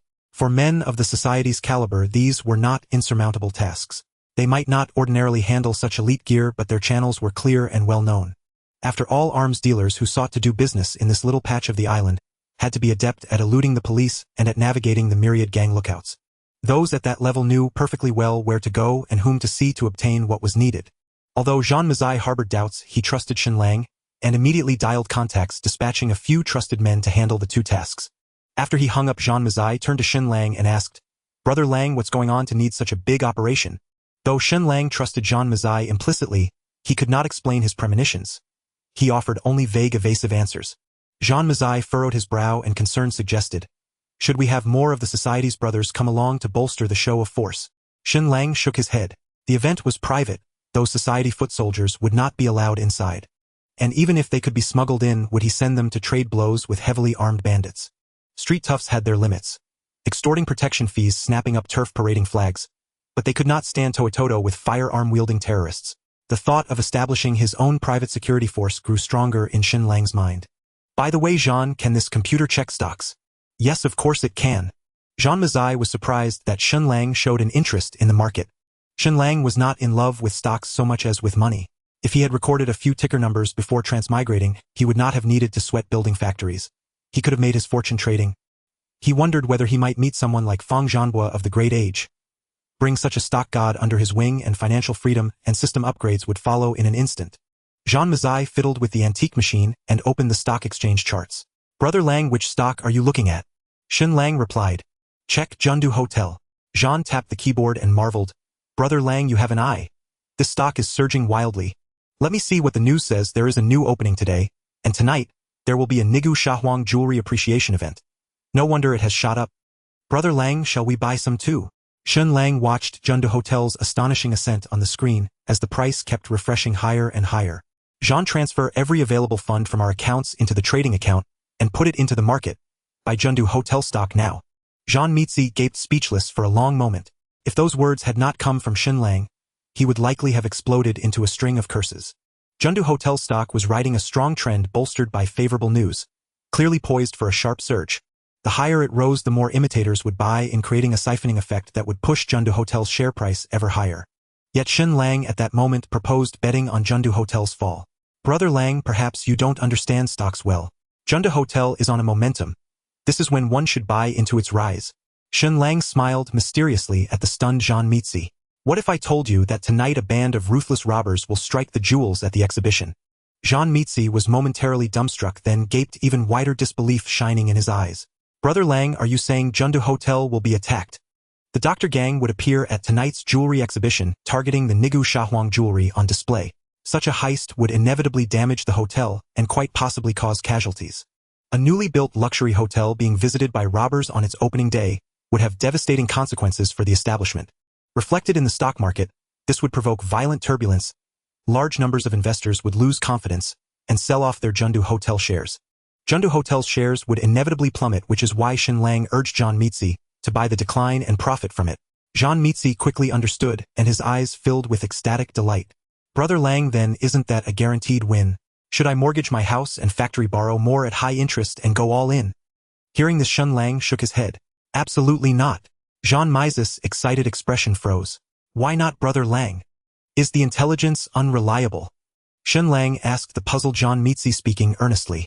The information is sound, almost certain, but the gamble you propose is a grave mistake. Jundu Hotel runs hundreds of five-star branches worldwide. The Gangdao outlet is but a sliver. Compared with the owners behind it, we are utterly insignificant.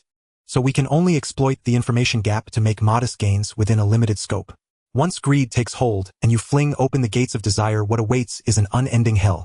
Shen Lang casually picked up a cup. Our liquid funds are like this cup of water.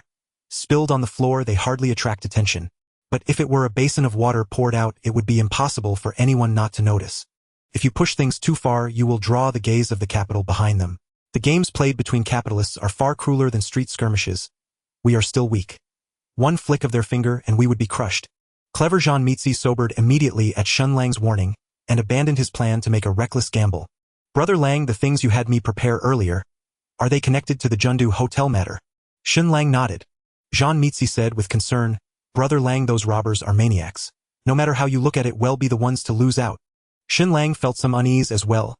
After all, he was dealing with the brutal Dr. Gang, who 3 years earlier had orchestrated a school bus bombing, abducted an elite school's bus, and extorted Gangdao's wealthy merchants. At that moment, an underling knocked and entered. Brother Lang, Brother Jean, we've confirmed the people in the black car at the corner are officers from OG. Officers from OG tailing me. It seemed Huang Ziqing would not relent. He was determined to dig up more dirt to strengthen his case. If OG has come knocking, why not use them to swallow the wolf? Shen Lang's mind raced and a plan formed swiftly. He intended to draw OG into the Jundu Hotel affair, letting the officers attract the Dr. Gang's fire instead. Huang, sir, this is Unit 2. The target has left the factory and is heading east along Quanjin Highway or destination unknown. Unit 2, any abnormalities with the target? Has his movement been exposed? Huang, sir, the target is behaving normally. Unit 2 is well concealed. For the record, my tailing skills would earn full marks. Huang Ziqing sat in his office staring at the Gangdao map. What on earth was Shen Lang up to? He wasn't even visiting gang headquarters but inspecting a factory. Was he really turning over a new leaf to run a legitimate enterprise? Huang quickly discarded the ridiculous notion. In his understanding, a gangster was a gangster. No one could become a decent man overnight. Living off quick shady profits, how could they ever settle down to honest trade? That morning Huang had men fetch Xiao Mian, who, and after threats and bribes, the man agreed to testify in court. Although Xiao Mian, who was also a gang figure, he was a notable boss with a public identity as a partner in a law firm, sufficient to lend weight to his courtroom testimony. The fingerprint results on the weapon finally came back, with both witness and physical evidence complete. They now satisfied the requirements for detention and indictment. But before he could dispatch men to summon Shen Lang, Huang Dan arrived at his door. He brought a guarantee letter from a sir assuring that Shen Lang would appear for his hearing, stripping Huang Ziqing of the power to detain him. Huang Ziqing had always been a step slow, eager for an advantage at trial. He had sent subordinates to tail Shen Lang and gather evidence of his illicit activities. If they could obtain proof of his illegal acts, it would be enough to sway the jury against Shen Lang and thus influence the verdict. Unfortunately for Huang, Shen Lang had guidance from someone above. Today, he did not visit gang dens but only legitimate venues. Just as Huang was at a loss, another report came in. Huang, sir, the target has entered Dongshan shooting range. The place is sparsely populated and Unit 2 cannot easily enter to observe, requesting instructions.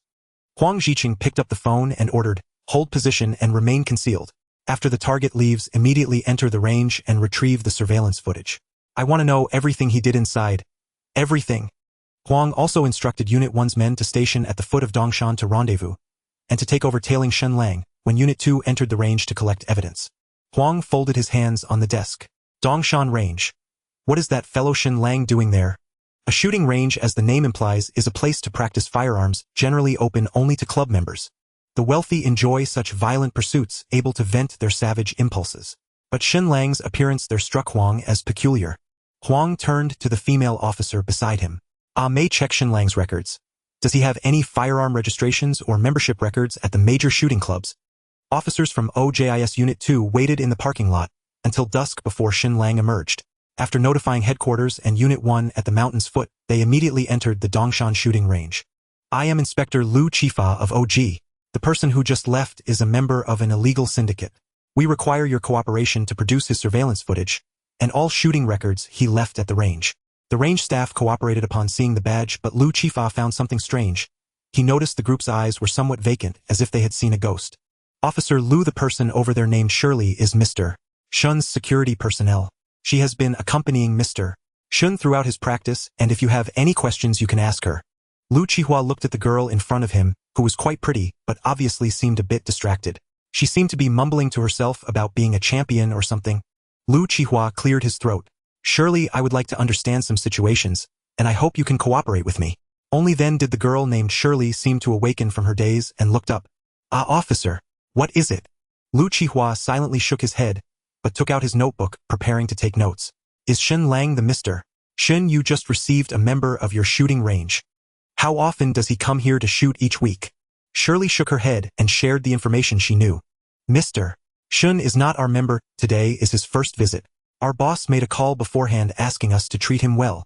Otherwise, our member-only shooting range does not allow non-members to enter. Not a member. First time here. Lu Chihua noted this key information down. When Shen Lang was shooting, did he exhibit any unusual behavior or actions? Lu Chihua waited for a long time without hearing a response from the girl, so he looked up and found that Shirley had zoned out again. He tapped his pen on the notebook, producing a clanging sound which finally brought Shirley back to reality. Sorry, what did you just ask? Unusual behavior, right? Shirley pondered for a moment and nodded seriously. Unusual, very unusual, Mr. Shen's shooting skills are extraordinary. Inside the shooting range, Shirley showed Lu Chihua the target paper that Shen Lang had just used. Officer Lu, look, these are the target papers just used by Mr. Shen. Lu Chihua examined the bullet holes on the target paper, noting that there were only 3. The first bullet hole hit the outer ring, scoring 4 points. The second bullet hole was better, scoring 8 points, and the third bullet hole was at the bullseye, accurately hitting 10 points. However, the bullet hole at 10 points seemed larger than the other 2. Did Shen Lang only fire 3 shots? Shirley gently shook her head. This target paper was shot with a Type 54 pistol commonly known as the Black Star. Each magazine of the Black Star holds 8 bullets. Lu Chihua asked with some confusion. What about the remaining 5 bullet holes? Did they all miss the target? Shirley pointed with her slender finger at the bullet hole on the bullseye. Officer Lu, don't you think this bullet hole is much larger than the other 2? Lu Chihua gasped. Are you saying that the other 8 shots all hit the same bullet hole? Seeing Shirley shake her head again, Lu Chihua finally breathed a sigh of relief. It was impossible for 5 bullets to hit the same hole. Even the snipers in the police force couldn't achieve that. Shirley said in a soft tone when Mr. Shen used the Black Star he had 3 magazines, so he fired 22 bullets, all hitting the same bullet hole at the bullseye. Lu Qihua was stunned, exclaiming, "Impossible, absolutely impossible." Lu Qihua was no novice. As an inspector from the O department, he also spent time at the shooting range every week. He had encountered situations where 2 bullets hit the same hole, but that was exceedingly rare. Firstly, the environment must remain unchanged. Even a slight change in wind direction during the 2 shots would alter the bullet's trajectory. Moreover, the weight of the pistol would change. A fully loaded gun and an empty one have a significant difference in weight. Do not underestimate this slight difference. It affects the angle at which the bullet is fired, the recoil. Even if the shooting posture remains unchanged, if the weight of the firearm changes, the shooting result will also deviate. Even if Shen Lang could truly control the gun accurately, he still had to change magazines, and that was twice. After changing magazines twice, could he replicate the exact same posture, the exact same angle, and hit with the same accuracy continuously? Let alone the police, even world-class shooting champions wouldn't be able to achieve that level, so Lu Qihua was immediately skeptical. Shirley beside him seemed to understand him well. When I told my colleagues, they didn't believe it either. When we collected the bullets just now, we even found that the bullet impact points were not far apart. Eventually Lu Qihua accepted this fact because he simply couldn't find a reason for Shirley to lie, and the surveillance video had already been retrieved. Once they returned to the O department, it would be clear. Shirley took out a second target paper and handed it to Lu Qihua. He looked at this target paper and sighed in relief. This target paper still had only 1 bullet hole, but it was different from the previous one. The hole at the center scoring 10 points was significantly larger, clearly showing traces of multiple bullets passing through. This means that Shen Lang still hit the bullseye with every shot, but it was not as exaggerated as the previous target paper where 22 bullets passed through the same small aiming point. Lu Qihua smiled. This one seems more reasonable. Hitting the bullseye every time is impressive, but the sharpshooters in the police force can also achieve that level. This result was impressive, but still within Lu Qihua's expectations. He wasn't sure when it started, but Shen Lang was on the same level as the police sharpshooters which he had anticipated. Shirley gently shook her head. "No, Officer Lu, this target paper is even better than the last one." Lu Qihua frowned slightly, then suddenly realized. The first target paper had 2 bullet holes not on the bullseye, while the second one all hit the bullseye. Shirley must have thought the second target's performance was better for this reason. Lu Qihua smiled slightly. After all, she was a girl. Even though she worked at the shooting range, she still couldn't see the subtleties involved. Just as he was preparing to explain the size of the bullseye bullet hole and the difficulty level to Shirley, Shirley pointed at the second target paper and said softly, "This target paper was shot with an MP5 submachine gun." Upon hearing this, Lu Qihua's eyes widened, and the expression in his eyes shifted from surprise to fear. The MP5 is a beloved submachine gun among anti-terrorism SWAT teams. Features low recoil, high firing rate, and great accuracy. But no matter how accurate it is, it's still a submachine gun. In continuous firing mode, it can shoot all 30 rounds in the magazine in just 3 seconds. Using an MP5 to shoot a target paper and hitting all bullseyes is beyond his imagination. MP5? Is it the same MP5 I know, or is there a new model of pistol? Shirley, unaware of Lu Qihua's thoughts, replied, "What else could it be? Isn't this the gun used by the Flying Tigers?" After explaining, Shirley picked up the next target paper. This one was shot with a Uzi submachine gun, and this one was shot with an AK-47. Each one hit the bullseye with precision. I was just thinking, could Mr. Shen be some kind of shooting champion? His skills are truly remarkable. Lu Qihua returned to the O bureau lost in thought, carrying target paper and surveillance footage. Huang Ziqing simultaneously opened 2 sets of footage from different angles, attentively studying them alongside the target paper. The footage recorded all of Shen Lang's actions at the shooting range in detail. With each glance, Huang Ziqing's mood grew heavier. When Shen Lang first picked up the Black Star pistol, he seemed somewhat clumsy, as if he had never handled a handgun before. As Shen Lang slowly became familiar with the pistol in his hand, he aimed at the target and fired his first shot, achieving a score of 4 rings, as recorded by the footage near the target paper.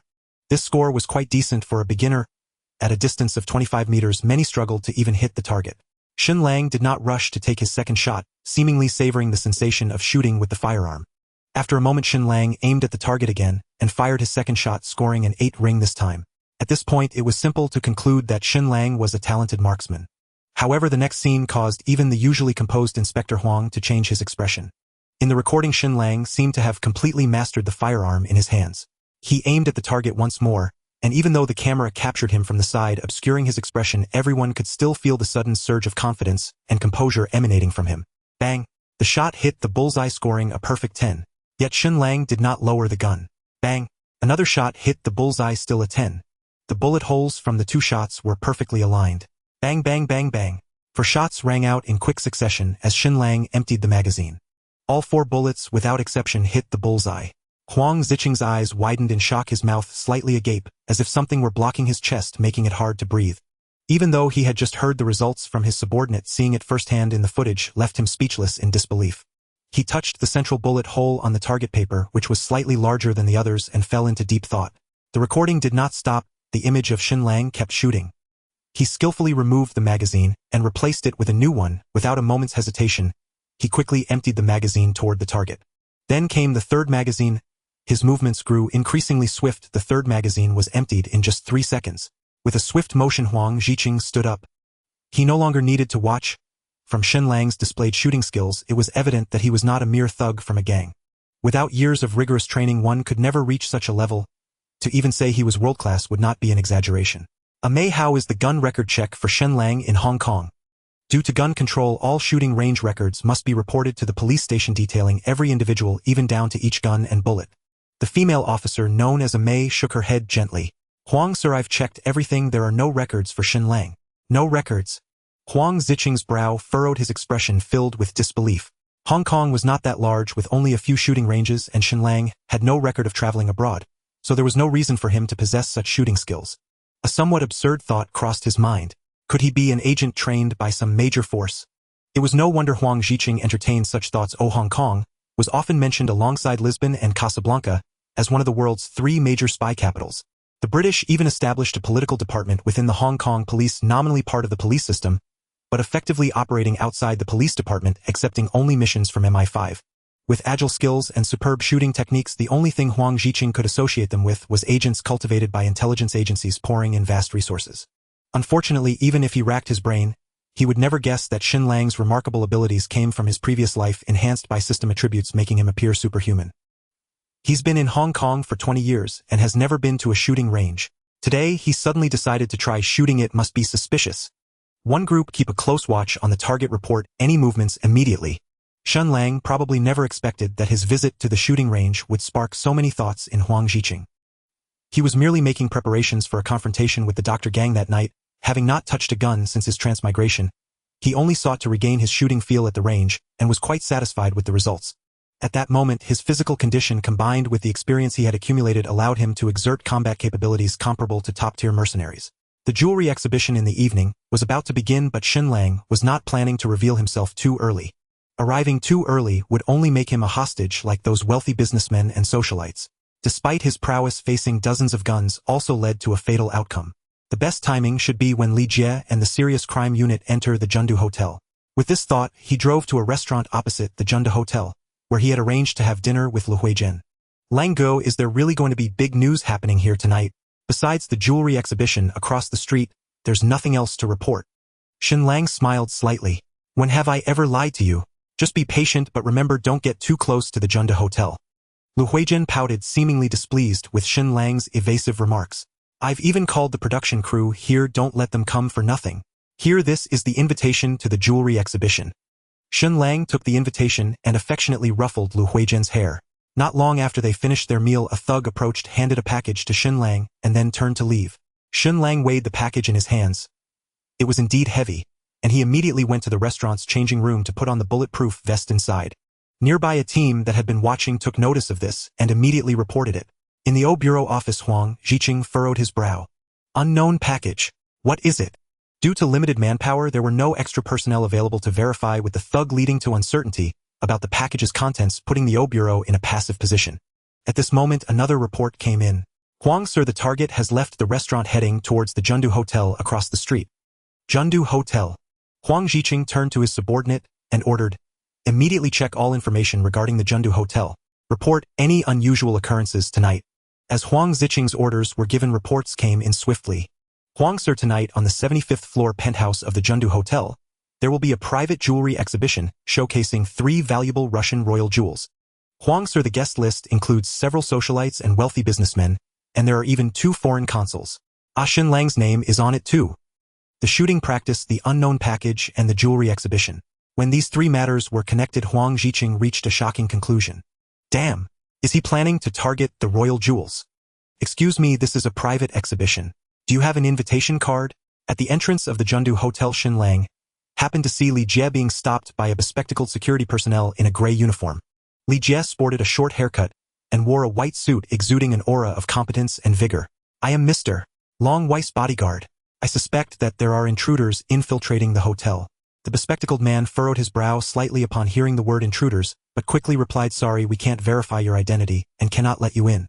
Shen Lang stepped in at the right moment, presenting the invitation letter in his hand. "I have an invitation letter. Does that mean I can enter?" The bespectacled man momentarily lost focus, clearly not expecting any guests to arrive so late. However, he quickly took the invitation letter and handed it to his overweight colleague next to him. "Check it and verify this gentleman's identity." The overweight man held the ticket-checking machine in one hand and the invitation letter in the other, seemingly at a complete loss. Shen Lang smiled and asked the overweight man, "Haven't you used that before?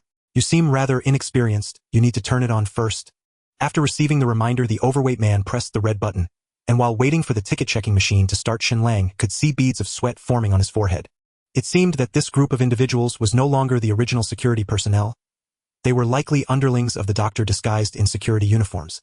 Shen Lang continued to question the overweight man before him. "Actually, I also want to start a security company." "What is the name of your security company? Is it difficult for you to obtain a gun license? Also, why have I heard that security companies often hire people from India?" The overweight man became even more nervous in response to Shen Lang's barrage of questions. He casually inserted and removed the invitation letter from the ticket-checking machine regardless of whether it prompted any response, and directly returned it to Shen Lang. "Your identity is fine, please go in." The anomaly here also caught Li Jie's attention. He stopped arguing with the bespectacled man and instead stared directly at him, asking, "When did you change shifts?" "When I arrived an hour ago. This was not under your responsibility." A flash of anger crossed the bespectacled man's eyes as he was about to find an excuse to explain. Suddenly, a bloodied man crawled out from the shadows of the stairs. "Run! They are intruders." With this, the bespectacled man and his accomplices' identities were completely exposed. They immediately tore off their masks and drew guns, aiming at Li Jie and Shen Lang. Their actions of killing and silencing were entirely within Shen Lang's expectations. Having been prepared, Shen Lang swiftly maneuvered behind the overweight man, using him as cover while disarming him of his sidearm. There were a total of 13 intruders in the hotel lobby. Aside from the overweight man and the bespectacled man at the entrance, there were still 11 inside. With a powerful grip, Shen Lang held onto the overweight man's collar and quickly retreated behind a pillar in the lobby, simultaneously firing 2 shots that accurately struck the heads of 2 men, ending their lives. When dealing with intruders, one must show no mercy. A snake that is not killed may bite back. Meanwhile, Li Jie quickly subdued the bespectacled man and began shooting it out with the remaining intruders using the confiscated firearm. Both of their marksmanship skills were excellent, and they took the initiative, soon clearing out the remaining intruders. Shen Lang's swift movements and exceptional shooting skills piqued Li Jie's suspicion. "Who exactly are you?" Shen Lang said to Li Jie, a relaxed expression on his face. "Who I am is not important, but I know who you are." Li Jie, a former demolition expert from the Special Forces, and now a personal bodyguard for Long Wei, your wife and child perished in a bus explosion 2 years ago. You are here to find the leader of the intruders, known as the Doctor, and you have only heard his voice, not seen his face, correct? As Shen Lang recited each piece of information, Li Jie's expression darkened, shifting from vigilance to fear. "You investigated me. What exactly do you want?" Shen Lang smiled slightly. "As I mentioned earlier, I want to start a security company, and I'm currently lacking a capable security captain. I'll help you find the Doctor, and you will be my security captain." Officer Huang. Shortly after the target entered the Junda Hotel, there were numerous gunshots, and a team is requesting support from headquarters. Gunfight. Huang Jiqing listened to the information relayed by his subordinate, feeling both startled and pleased. The surprise was due to the occurrence of a shooting incident, especially in a newly opened luxury hotel, where over 100 distinguished guests were present. The pleasure stemmed from finally having leverage against Shen Lang. Committing armed violence was a serious offense that could lead to a lengthy prison sentence. At this moment, Huang Jiqing knew that with only the personnel from the O department, it was impossible to handle such a major case alone. "Call the police station in Tsim Shui to send someone to investigate the situation. Notify the nearby patrolling EU Special Police to provide support, and I will call the Ministry of Internal Affairs to request the dispatch of the SDU elite unit." Huang Jiqing quickly issued the orders, and the office immediately became busy. Typically, major cases like this are handled by the Serious Crimes Unit of the corresponding jurisdiction. The O department usually only deals with gang-related cases, making their involvement in such a significant case quite rare, and everyone was very excited. A female officer ran over to report to Huang Jiqing. Officer Huang, the brothers in Tsuen Wan, reported back that there has been no unusual activity from the Lianxing gang as usual. So Lianxing is not involved. Huang Ziqing's brow furrowed even deeper. He did not believe that Shen Lang would be foolish enough to attempt to raid a jewelry exhibition with tight security armed with just a single gun. Could it be that this robbery was planned by the organization behind Shen Lang? The big news that Lu Huizhen had been waiting for finally arrived. Before the police arrived, Lu Hao TV had already begun live broadcasting. Following their previous report on the Lianxing gang scandals, they had captured another major news story causing ratings to soar. Dear viewers, as you can see, the police have now surrounded the entire Zhengde Hotel, and the elite unit has just launched its first round of probing attacks. Boom! A severe explosion occurred on the 10th floor of the hotel, shattering all the windows at once, and countless fragments flew out, nearly causing a traffic accident on the nearby road. Lu Huizhen patted her chest, feeling a lingering fear. Fortunately, she had followed Shen Lang's instructions and stayed outside the warning line, not daring to get too close to the Zhengde Hotel. Otherwise, the consequences would be unimaginable. She looked up at the top floor of the Zhengde Hotel, feeling a twinge of anxiety for her beloved. When Huang Ziqing arrived at the scene, he saw the injured members of the Flying Tiger team supporting each other as they walked out of the hotel. The team leader's clothes were mottled with burn marks, but he still reported to the on-site commander, Inspector Lu Zhixiao. Commander, we encountered more than 10 assailants on the 10th floor. They were all armed with rifles and possessed a large amount of explosives. I request that headquarters dispatch bomb disposal experts for support. Lu nodded. I understand. You take the injured brothers for treatment first. I will arrange for the riot police. As the team leader of the Flying Tiger team was leaving, he seemed to recall something and added, I don't know if it's my illusion, but I feel that the group of assailants' target is not us. They seem to be searching for someone. Lu nodded again, signaling them to rest, and dispatched a second team of the Flying Tiger team to continue their mission. The situation at the Zhengde Hotel exceeded his expectations. The presence of firearms could be interpreted as the actions of ruthless criminals, but the use of large-scale explosives could directly classify them as terrorists. At this moment, Inspector Lu also noticed Huang Ziqing's arrival. Thanks to the information from your O team, we have already dispersed the surrounding citizens in advance. It's just that the big shots on the rooftop are a bit difficult to handle. More than a dozen well-known tycoons from the island and dozens of prominent nobles were present, and most importantly, there were 2 foreign consuls among them.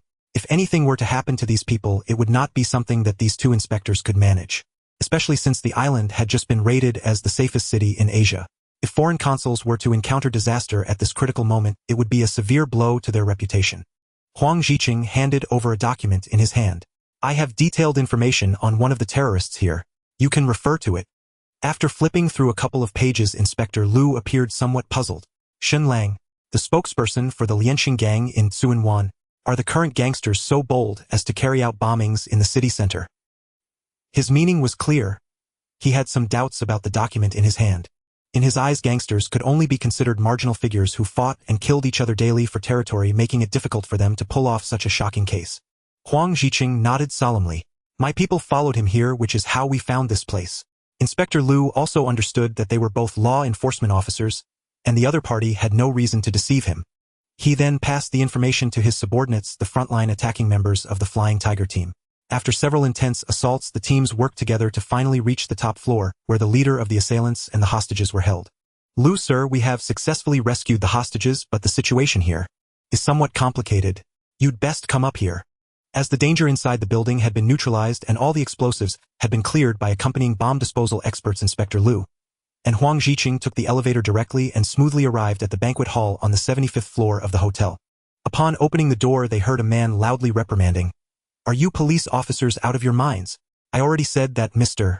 Shun shot the assailants and saved us, yet you still aim your guns at him. What's the meaning of that? Are you going to blame Mr. Shun for stealing your glory? Where is your superior? I want to file a complaint against you. Hearing his subordinates being scolded for doing their duty, even knowing that the people in the room were not to be offended, Lu Zhixiao still stepped forward and said, I am the commander of this operation, Lu Zhixiao, and I am also their superior. Any issues can be directed to me for complaints. The Flying Tiger team member, who had been reprimanded upon seeing Inspector Lu arrive, immediately expressed his grievances. We received images from the commander and identified a terrorist named Shen Lang, but these people claim that Shen Lang is their savior. Lu Zhixiao subtly glanced at Huang Ziqing beside him, but in order to uphold the police force's reputation, he still spoke up. We certainly have sufficient evidence to conclude that Shen Lang is a member of the terrorists. Please trust our police judgment. The man still wanted to continue scolding, but was gently tapped on the shoulder by Shen Lang behind him. "Boss Lin, there's no need to argue with them. Since these officers are so adamant, they should provide solid evidence." Shen Lang, dressed in a well-tailored suit, appeared calm, holding a goblet in his hand. The crimson liquid shimmered brilliantly under the light, making him look no different from the high-class patrons in the hall. Huang Ziqing's sharp gaze swept across the room. There were not many signs of struggle left in the hall. Several dead assailants had been dragged to one corner of the room, while the guests of the exhibition rested on sofas on the other side, some of them still appearing somewhat shaken. He glanced at the previous Flying Tiger team member, who immediately understood what he wanted to ask. "It was like this before we entered. The leader of the terrorists was shot in the head, and the hostages are resting, while those few are here drinking and celebrating." Huang Ziqing waved his hand to interrupt, staring at Shen Lang, and asking, "Shen Lang, what trick are you playing this time?" Shen Lang smiled slightly in response to Huang Ziqing's threat. "Commander, it seems like you are the one playing tricks. The assailants here have long been subdued, yet your team members came in aiming guns at my head. If Boss Lin hadn't stepped forward to speak up for me, who knows what you would have done? Instructing the Flying Tiger team to shoot innocent civilians, wow, Officer Huang, you would definitely make the headlines." Hearing Shen Lang's words, the first to feel anxious was the Flying Tiger team member, who loudly defended himself. "Commander, I only intended for him to surrender. I never had the intention to fire. I had my safety off." He couldn't help but feel nervous. The crime of killing civilians was no small matter, and he would surely have to spend a few years in jail. Being jailed with the police was no different from going to hell. If the inmates inside found out about his original identity, they would definitely make him suffer more than death. Huang Ziqing remained expressionless, his eyes fixed on Shen Lang as he asked each word. "Do you dare say that the robbery here has nothing to do with you?" Huang Ziqing did not believe a single word of what Shen Lang said. Perhaps it was indeed Shen Lang who shot the assailants, but it was more likely that he realized the police's offensive could not be resisted, turned against them, killed all the informed parties, pinned everything on the dead, and whitewashed his identity. Shen Lang shook the wine glass in his hand and took a gentle sip. "It has nothing to do with me." Huang Ziqing was enraged by Shen Lang's nonchalant attitude and shouted at the top of his lungs. "I might as well tell you my brothers have been following you the whole day, from when you went to the shooting range to practice shooting to when you met someone to collect an unknown package, all under our surveillance. Moreover, most importantly, someone witnessed you entering the hotel, and then gunfire erupted. There are still more than 20 corpses lying in the hotel lobby's corridor. Do you still dare to say that what happened here has nothing to do with you?" Huang Ziqing's words were powerful and resonant, leading those present to indulge in their imaginations. From his perspective, Shen Lang's behavior was indeed peculiar, and it was no wonder they harbored doubts. Shen Lang remained unperturbed, speaking calmly.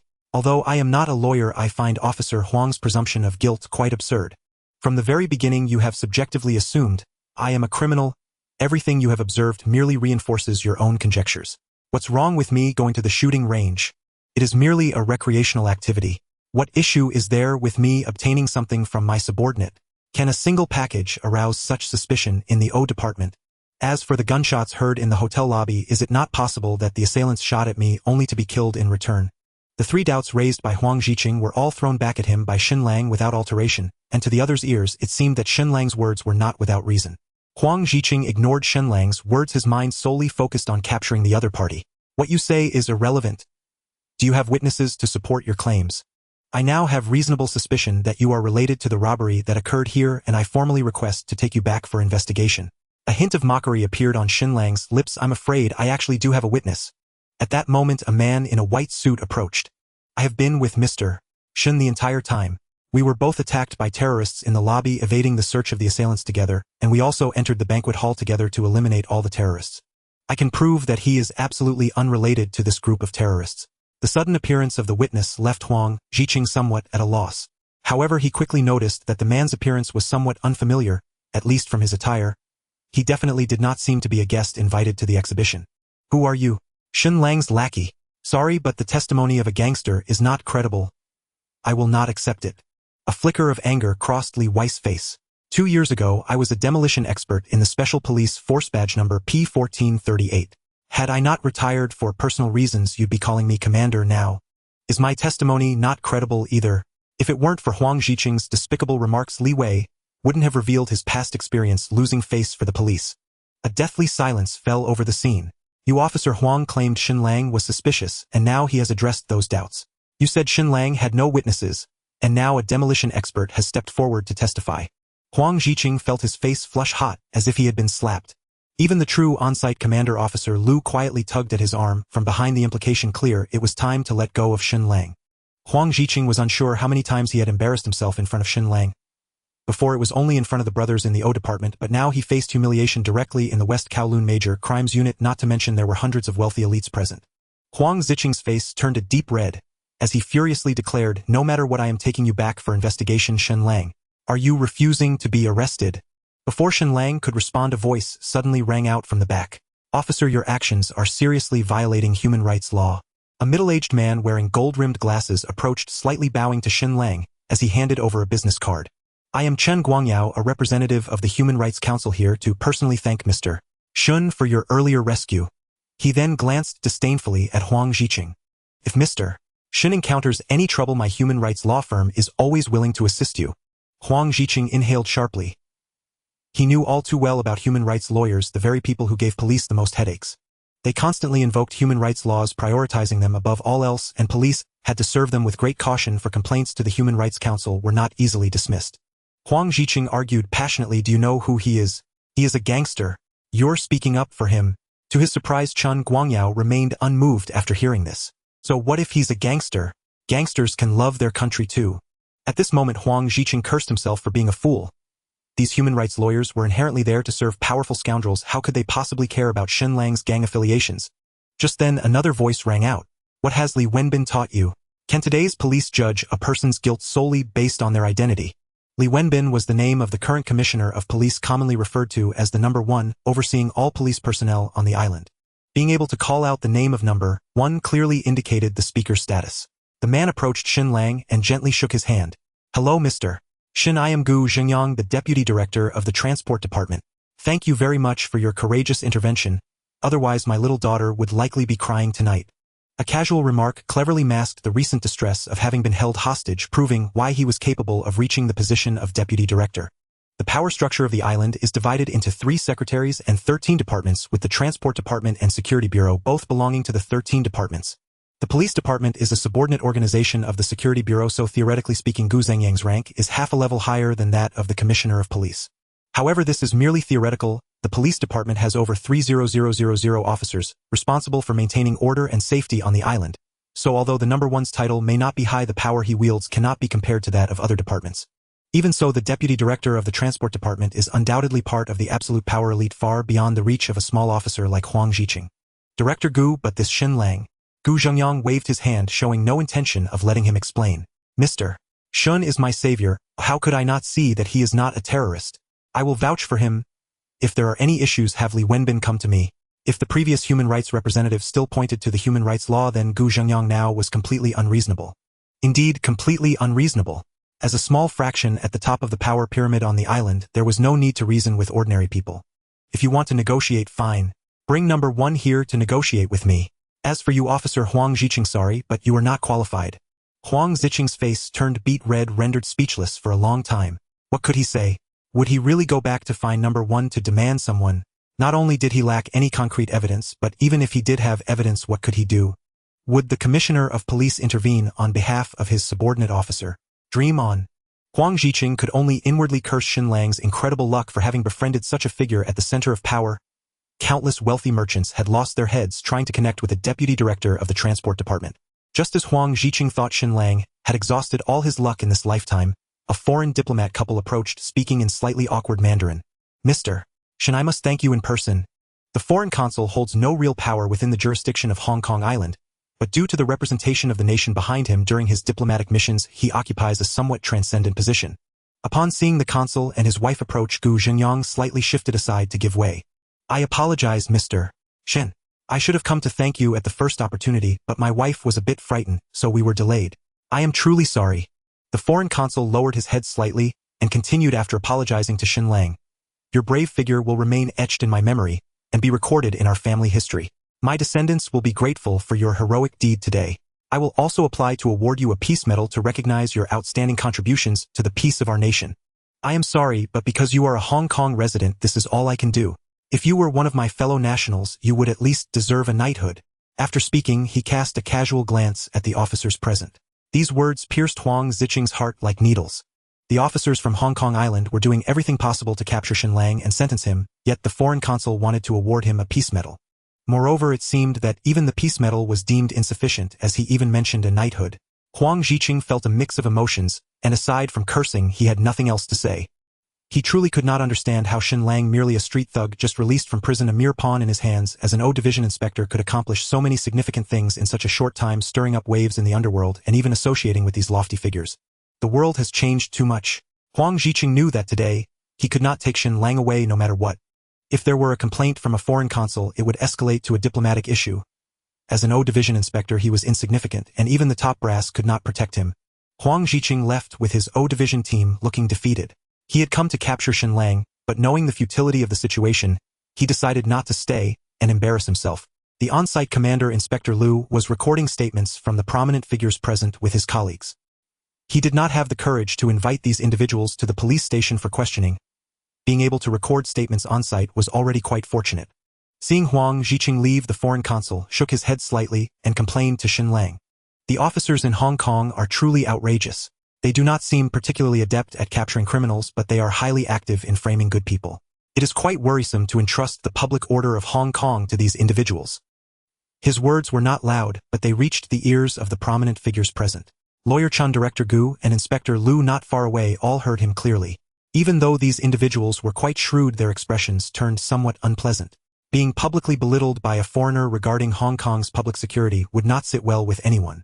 However, they could not refute it as the situation was right before them. They could only silently curse Huang Ziqing for being a bastard and for disgracing all citizens of Hong Kong. At this moment Shen Lang smiled slightly. "I apologize, but I do not agree with your perspective." The foreign consul was somewhat surprised at his intention in saying those words was to support Shen Lang, yet he did not expect to be met with opposition. He looked puzzled, eager to hear Shen Lang's explanation. Shen Lang, seeing through his thoughts, continued, "Regarding this robbery case, how do you feel about the speed of the officer's response?" The foreign consul pondered for a moment. "It seems quite fast." Because the O Division had been tracking Shen Lang, they were the first to notice the anomaly at the hotel. The police headquarters responded very quickly, and the SWAT and Flying Tiger teams arrived on the scene, immediately launching a forceful assault without hesitation.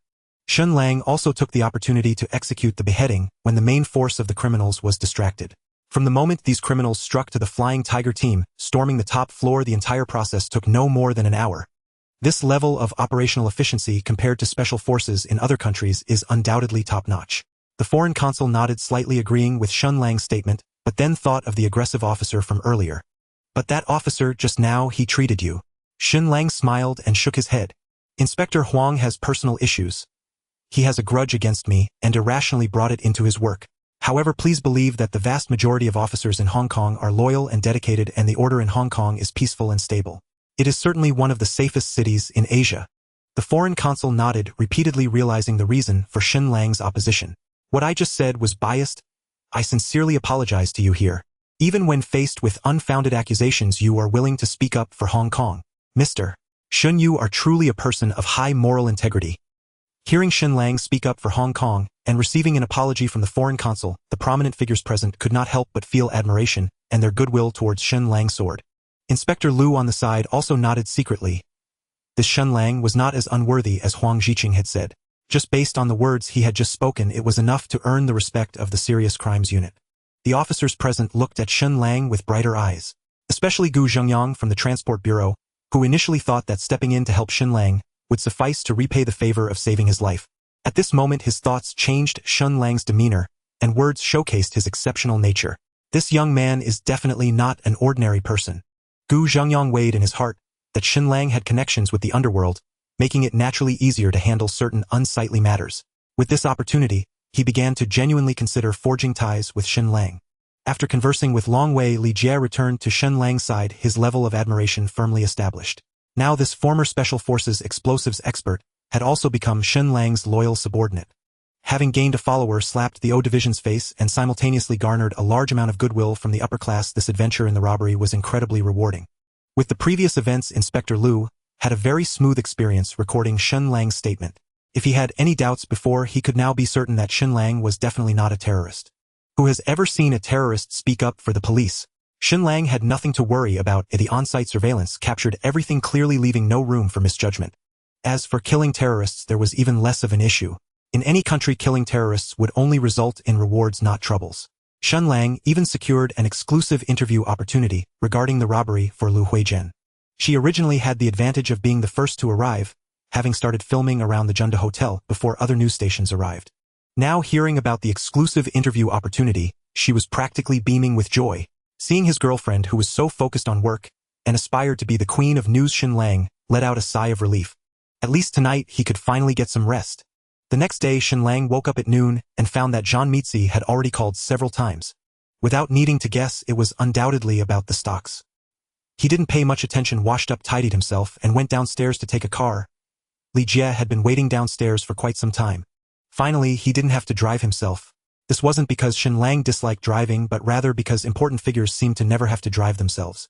Though Shen Lang was not yet an important figure, it was still necessary to cultivate good habits early on. Li Jie's driving skills were excellent, smoothly navigating the bumpy roads of Tsuen Wan. Looking at the somewhat outdated interior, it was time to treat himself to a new car. This Toyota no longer matched his status. Jean-Mi, why did you call so many times? I will definitely come to the company after I wake up. Jean Mitzi wore a look of apology, but his eyes were full of excitement. Lang Go, the stock of Jundu Hotel, has dropped by 40 points. Shen Lang observed the trend of the stocks, which indeed had been plummeting. Every media outlet is bearish on Jundu Hotel, and experts say it could drop below 50 points today. This excited Jean Mitzi. Yesterday, he followed Shen Lang's instructions and withdrew 5 million in liquid funds from the account, investing it all after leveraging it tenfold to short the stock. Calculating at the current price of dropping below 40 points, if they closed their positions now, their 5 million would directly roll into 20 million. Just overnight, the principal had quadrupled. Shen Lang also glanced at the news reports, where it was evident that everyone was pessimistic about Jundu Hotel. That's enough, Jean-Mi, this price is already sufficient. Buy back our shares and close the positions. The smile on Jean Mize's face froze. Lang Gu, are we closing the positions now? Shouldn't we wait until the market closes or see how it looks tomorrow? Experts say it can drop below 50 points. Shen Lang scoffed. Experts? Haha. If they really could predict stock fluctuations, they wouldn't be sitting in studios teaching others how to trade, earning a meager salary. The most unreliable people in this world are experts. Their words are merely the thoughts of the puppet masters behind them, what they want ordinary people to hear. The reason Jundu Hotel was suffering such a drastic drop today was twofold. First, because of the robbery it faced last night. Second, the price had been artificially inflated recently, leading to a sharp drop of 40 points, which was far below its true value, and certainly not the outcome the puppet masters wanted to see. Jean Mitzi was still somewhat hesitant. If Jundu Hotel really dropped below 50 points, they could earn an additional 5 million, reaching 25 million. Faced with such a huge temptation, Jean Mitzi was quite torn. However, he still unreservedly trusted Shen Lang and decisively closed the stock positions to secure their profits. Shortly after Jean Mitzi executed the closing trade, a news headline suddenly appeared on the front page. Foreign consul praises Hong Kong police's rescue operation. Jundu Hotel enhances security system based on recommendations. The beginning of the news was filled with the usual flattery, merely praising the bravery of the Hong Kong police. But it went on to elaborate on how Jundu Hotel would upgrade its security system using high-end technology, aiming to become the safest hotel in Hong Kong. Once this news report was released, an enormous volume of buy orders suddenly appeared in the stock market, leaving no opportunity for others to follow suit, immediately reducing Jundu Hotel's decline to 10 points. Jean Mitzi watched in awe of the operations of the market manipulators. Shen Lang chuckled beside him. Did you see? The stock market is filled with ruthless characters who would eat people without spitting out bones. All the rises and falls have room for manipulation with the aim of cutting down the funds of retail investors. Don't be too concerned about gains or losses. Once our company goes public, we can also become the manipulators to harvest them. Jean Mitzi was speechless in shock, silently writing the character for admiration in his heart. The factory was gradually getting on track. All the equipment and workers were in place, and Shen Lang's agrade business was thriving. In the studio, Shen Lang met Hong Shang. The tall beauty was taking model photos under the photographer's guidance. Her poses were still somewhat inexperienced, but with her external conditions, she looked good no matter how she posed. Shen Lang didn't want to disturb Hong Shang's work, just instructed Jean Mitzi to enlarge the fitting room space, install a large mirror on the wall, and preferably add a bed and a few sofas. This way, when Shen Lang came to visit Hong Shang in the future, he could also take a moment to have a date in the fitting room. After inspecting everything as the leader, Shen Lang still had to praise his subordinates' work capabilities. Jean-Mi, you hired workers remarkably quickly. You managed to get several hundred workers in just a few days. Are there really so many idle laborers in Tsuen Wan? Jean-Mi grinned. Of course Tsuen Wan couldn't hire so many people at once. I specifically went to Yuen Long to dig up a batch of Big Circle sisters. Big Circle refers to the derogatory term used by Hong Kong people for undocumented immigrants from the mainland. During this period, many people would wear a swim ring to swim across to Hong Kong to make a living. Big Circle sisters. Is there no problem with the immigration department? Jean Mitzi made an okay gesture. Don't worry, I've already taken care of it. If there's any inspection, we will be notified in advance. These big circle sisters are very hardworking, much more diligent than Hong Kong people able to do the work of 2 people. Of course, I won't treat them poorly. I've promised them that as long as they work diligently for 6 months, I will help them sort out their identity issues. Moreover, the apartment building has already been purchased. Except for a few long-term tenants that are hard to evict, the other rooms have been converted into dormitories specifically for these factory workers. One must say Jean Mitzi is quite clever. Having the employee dormitory nearby makes it more convenient for employees to work overtime. Everyone hates capitalists while wishing to become capitalists themselves. Shen Lang never expected to become the very person they despised the most. He felt a slight unease in his heart, but then thought that by improving the welfare and treatment of employees, ensuring they received fair compensation compared to other unscrupulous bosses was already quite conscientious. With this in mind, Shen Lang left the factory to visit the apartment building that Jean Mitzi had purchased. At this time, Hong Kong had not yet been targeted by international capital, and the land and housing prices had not yet been inflated. Jean Mi acquired this 8-story apartment building with 10 rooms per floor for less than 4 million, a price that felt like a steal. Looking ahead, within 5 years, the price of this apartment building could easily multiply by 20 or more. Many wealthy individuals in Hong Kong made their fortunes by speculating on land. While Shen Lang was admiring the building from below, a woman's voice suddenly came from behind him. "Excuse me, sir, could you please help me move a box?" He turned around to see a stunningly beautiful woman. "Little Jew." "What little Jew? My surname is Wan. Sir, have you mistaken me for someone else?" At this moment, Shen Lang also realized that Little Jew was merely a nickname given her stingy and frugal nature, which made her resemble a Jewish person, hence the name given by Jean Bo. It seems that at this point in time Ruan Mei had not yet encountered that scumbag, but unfortunately she met another one. "Miss Ruan, why are you carrying so much luggage by yourself?" Ruan Mei sighed and explained, "Isn't it because the taxi is too expensive? It costs $30 for such a short distance, while the bus only costs $2. Shen Lang gazed into the distance and spotted the bus station at the end of his sight, roughly estimating it to be about a kilometer away. He truly wondered how this girl managed to carry it all. Shen Lang took the bags from Ruan Mei's hands, saying, "Let me help you." Ruan Mei immediately thanked him profusely. "Thank you so much, sir. There aren't many kind-hearted people like you in Hong Kong." Ruan Mei poured a glass of boiled water for Shen Lang. "I really owe you one, otherwise I wouldn't be able to manage on my own. Sorry, I haven't formally introduced myself yet. My name is Ruan Mei and I work at the factory next door. I wonder who you are, sir." "My name is Shen Lang. As for my identity, I should be your landlord." Hearing Shen Lang's words, Ruan Mei was taken aback at first, then immediately retorted. "Mr. Shen, don't joke around. This apartment was bought by our boss. I've seen you at the factory and you don't look like him at all. You're actually the former long-term tenant of this apartment, right?" She looked at Shen Lang with a hint of disdain, mumbling, "You seem to be dressed decently, but you love to boast." Ruan Mei mistakenly thought Shen Lang was the type of man who brags and chases girls. Shen Lang chuckled, quietly surprised that speaking the truth led to such an eye roll from her. However, he had no intention of explaining. This unfolding was quite interesting. He wondered what Ruan Mei's reaction would be when she discovered the truth. "All right, I've had my water and expressed my gratitude. Shouldn't you be leaving now?" Seeing Ruan Mei trying to usher him out, Shen Lang naturally couldn't agree. Such a calm start could not be easily forgotten, could it? If he couldn't leave a good impression, he would take the opposite approach and leave a bad one. It would be best if Ruan Mei thought of him in bed at midnight feeling annoyed. Imagine a girl in her middle school years often teased by the boy sitting behind her who would pull her hair. Those years would be tiresome and she might even cry and tell the teacher. But when she grew up and looked back at her middle school days, she would find that the only person she remembered was that boy from the back seat. If she attended a reunion and met that boy again, the chances of sparks flying between them would be much higher than with anyone else. Shen Lang deliberately put on a dissatisfied expression. "Come on, I helped you carry such heavy things up. Is just saying thank you all that's needed?" Shen Lang's gaze wandered over Ruan Mei, causing her to subconsciously grip her collar. "What do you want?" Shen Lang waved his hand. "Don't worry, I'm not a bad person, but I'm not that low either. Treat me to a meal. That's not too much to ask, right?" Ruan Mei sighed in relief, but then her expression soured again. Although this man wasn't after her body, he was after her money. Eating at a restaurant outside would cost at least $50. If he was too demanding, even $100 might not be enough. She felt a hint of regret within her. After all that effort riding the bus, it was to save on expenses. She had thought she had met a kind-hearted person downstairs, but it turned out he was a rogue. However, the request he made wasn't unreasonable, so she couldn't directly refuse. Suddenly she thought of an idea that could both invite him to eat and... "Well, can we eat at home? I am really good at cooking."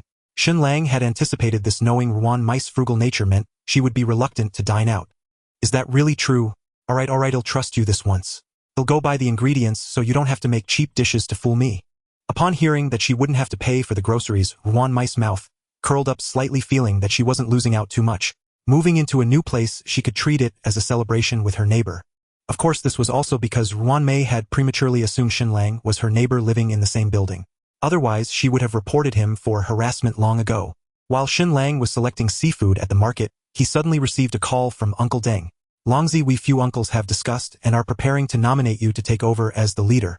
These old fellows' thoughts were exactly as Shen Lang had expected. Among the middle generation in the gang, only Lin Huailu and Didi were exceptional while the others were mediocre. Now that both of them were out of the picture, the middle generation could be said to be in a state of disarray.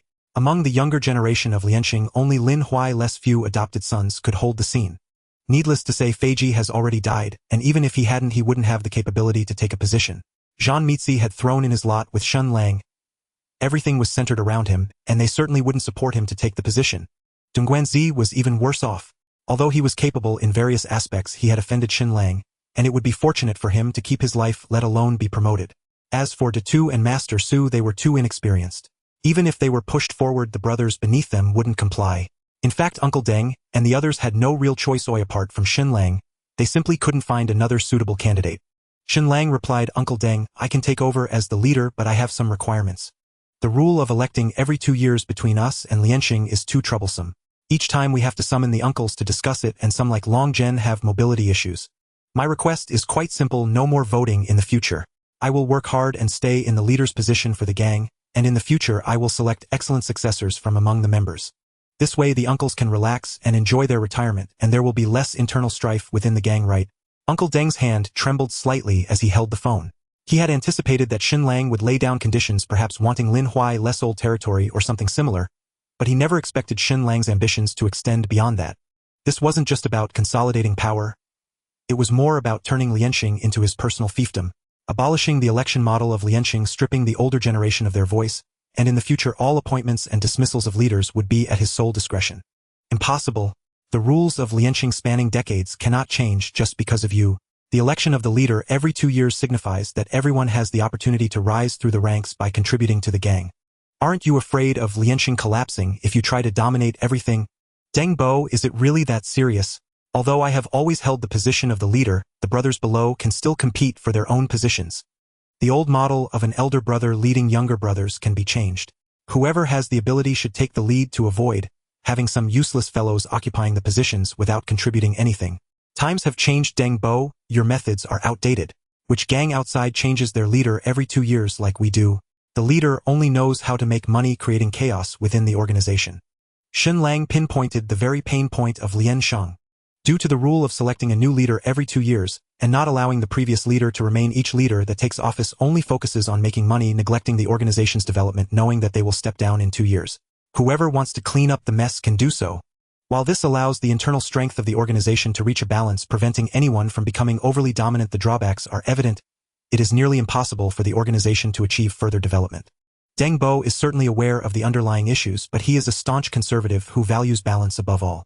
Therefore, Shen Lang's remarks sound particularly unpleasant to his ears. Lang, don't think that the organization can't produce anyone else. There are plenty of people below who want to rise to the position of leader. It doesn't have to be you. You need to think carefully. Last time you and Dongxing were at a stalemate, and it was only because of Lianxing's reputation that you have managed to stay safe until now. If you assume the position of leader, the Dongxing gang can help you bear the burden. If you do not become the leader, the organization cannot protect you. Deng Bo's words were laced with veiled threats. If you were the leader of Lianxing, then everything would be easy to negotiate. The entire organization would stand by you, and Dongxing wouldn't dare to act recklessly. However, if you refuse to take on this role, then you will have to handle the issues with Dongxing yourself. The organization will not fight for a mere hallmaster against Dongxing. A hint of disdain curled at the corner of Shen Lang's mouth. His relationship with Dongxing had long since reached a deadlock, and if it weren't for Huang De-wen's warnings, he would have already led his men to confront those thugs. Relying on Lianxing's name to intimidate others and deter Dongxing from attacking, that is not a solution. Deng Bo, I have nothing to consider. If I am to be the leader, then I will be the eternal leader. Changing leaders every 2 years with everything limited by the elders does not appeal to me. As for Dongxing, the troubles I caused are mine to resolve. I still have a group of brothers willing to risk their lives for me. I don't need the organization to fight my battles. Deng Bo angrily hung up the phone, feeling a splitting headache, a racing heart, and even some difficulty breathing.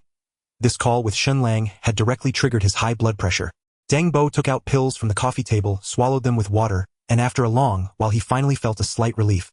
He then dialed another number. Spread the word that the next leader will definitely not be Shen Lang. Wan Mei prepared a large feast rich in color, aroma, and taste, making it incredibly tempting. Wan Mei seemed a bit shy. I apologize, Mr. Shen, for the expense. I initially thought you were a scoundrel, but I didn't expect you to buy such precious ingredients. Shen Lang smiled, slightly speaking nonchalantly. It's mainly to celebrate your housewarming, and these ingredients can only shine under your culinary skills, revealing their true value. Stop daydreaming, the food will get cold. Let's eat quickly. Wan Mei nodded slightly and picked up her chopsticks, as she hadn't had these delicacies in a long time. Since discovering she had congenital heart disease, she had resolved never to marry or have children, choosing instead to live quietly until she passed away. To improve her quality of life after her illness, she had been scrimping and saving, resulting in her current miserly demeanor. Enjoying food is a joyous affair. After a sumptuous dinner, both felt immensely satisfied. They chatted a lot, and under Shen Lang's deliberate coaxing, Wan Mei felt as if she had found a confidant. Having never had many friends, Wan Mei had a lot of pent-up desire to share, and she naturally recounted amusing tales from her childhood, unaware that night was falling. As their relationship warmed, Wan Mei felt a hint of romantic longing.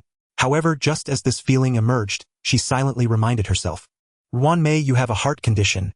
Don't let it harm Mr. Shen. After this thought arose, Wan Mei's mood visibly sank, becoming somewhat melancholic. Mr. Shen, it's so late, you should head back. We've talked for so long, and I don't even know your address. Next time, I'll make some pastries to bring over to you. Shen Lang's smile held a hint of mischief. When did I say that I live here? Wan Mei's eyes widened in disbelief. Just then, Shen Lang's phone rang abruptly, and the caller was Zhan Mizai. Bro Lang, something happened at the hall. Someone threw a Molotov cocktail at the Tsuen Wan base. Chong Mao was burned, and is now in the hospital for emergency treatment. Shen Lang's heart sank. Chong Mao is his most capable subordinate, managing the big and small matters within the organization. Shen Lang didn't know which fool did this, but he knew one thing: this fool had angered him. Got it, I'll be there right away. After hanging up, Shen Lang lost the mood to tease Wan Mei and hurriedly said his goodbyes. In the hospital corridor, he saw Zhan Mizai looking dejected. What's the situation now? The issues at the hall aren't serious. No one seems to be looking to take over. The fire has been extinguished and the injured brothers have been sent for treatment.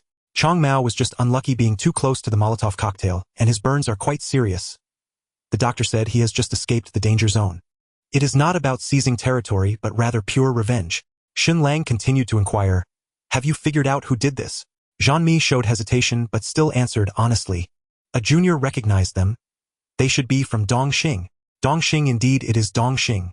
No one else would dare to act so boldly against him. Zhan Mi continued, in the evening Deng Bo spread the word that the next leader of Liansheng would not be you, Bro Lang. I had some vague worries then, but I didn't expect something to happen at the hall tonight. Deng Bo, I didn't expect this old man to kick someone when they're down. It seems that those who can survive in the organization are indeed not easy to deal with. It seems there is an opportunity. It is time to teach him a lesson. Zhan Mi, how many men can we muster right now? Zhan Mi quickly dissuaded him. Bro Lang, we can't stir up trouble at this time. Their provocation is aimed at forcing you to act. In a few days the trial will begin. Let's settle this after we win the case, okay? Shen Lang shook his head gently. Zhan Mi, you don't understand. Swallowing our anger will lead to no good outcome. If we endure today's incident, tomorrow that group from Dongxing will come looking for you, and the day after they might come for my women, for Gangshang, Lu Huizhen, and Wan Mei. What then? Should I continue to endure? Zhan Mi felt like a strange name had been mixed in. Rest assured, I won't act personally, allowing O to catch something on me. You just need to tell me how many brothers we can call up now.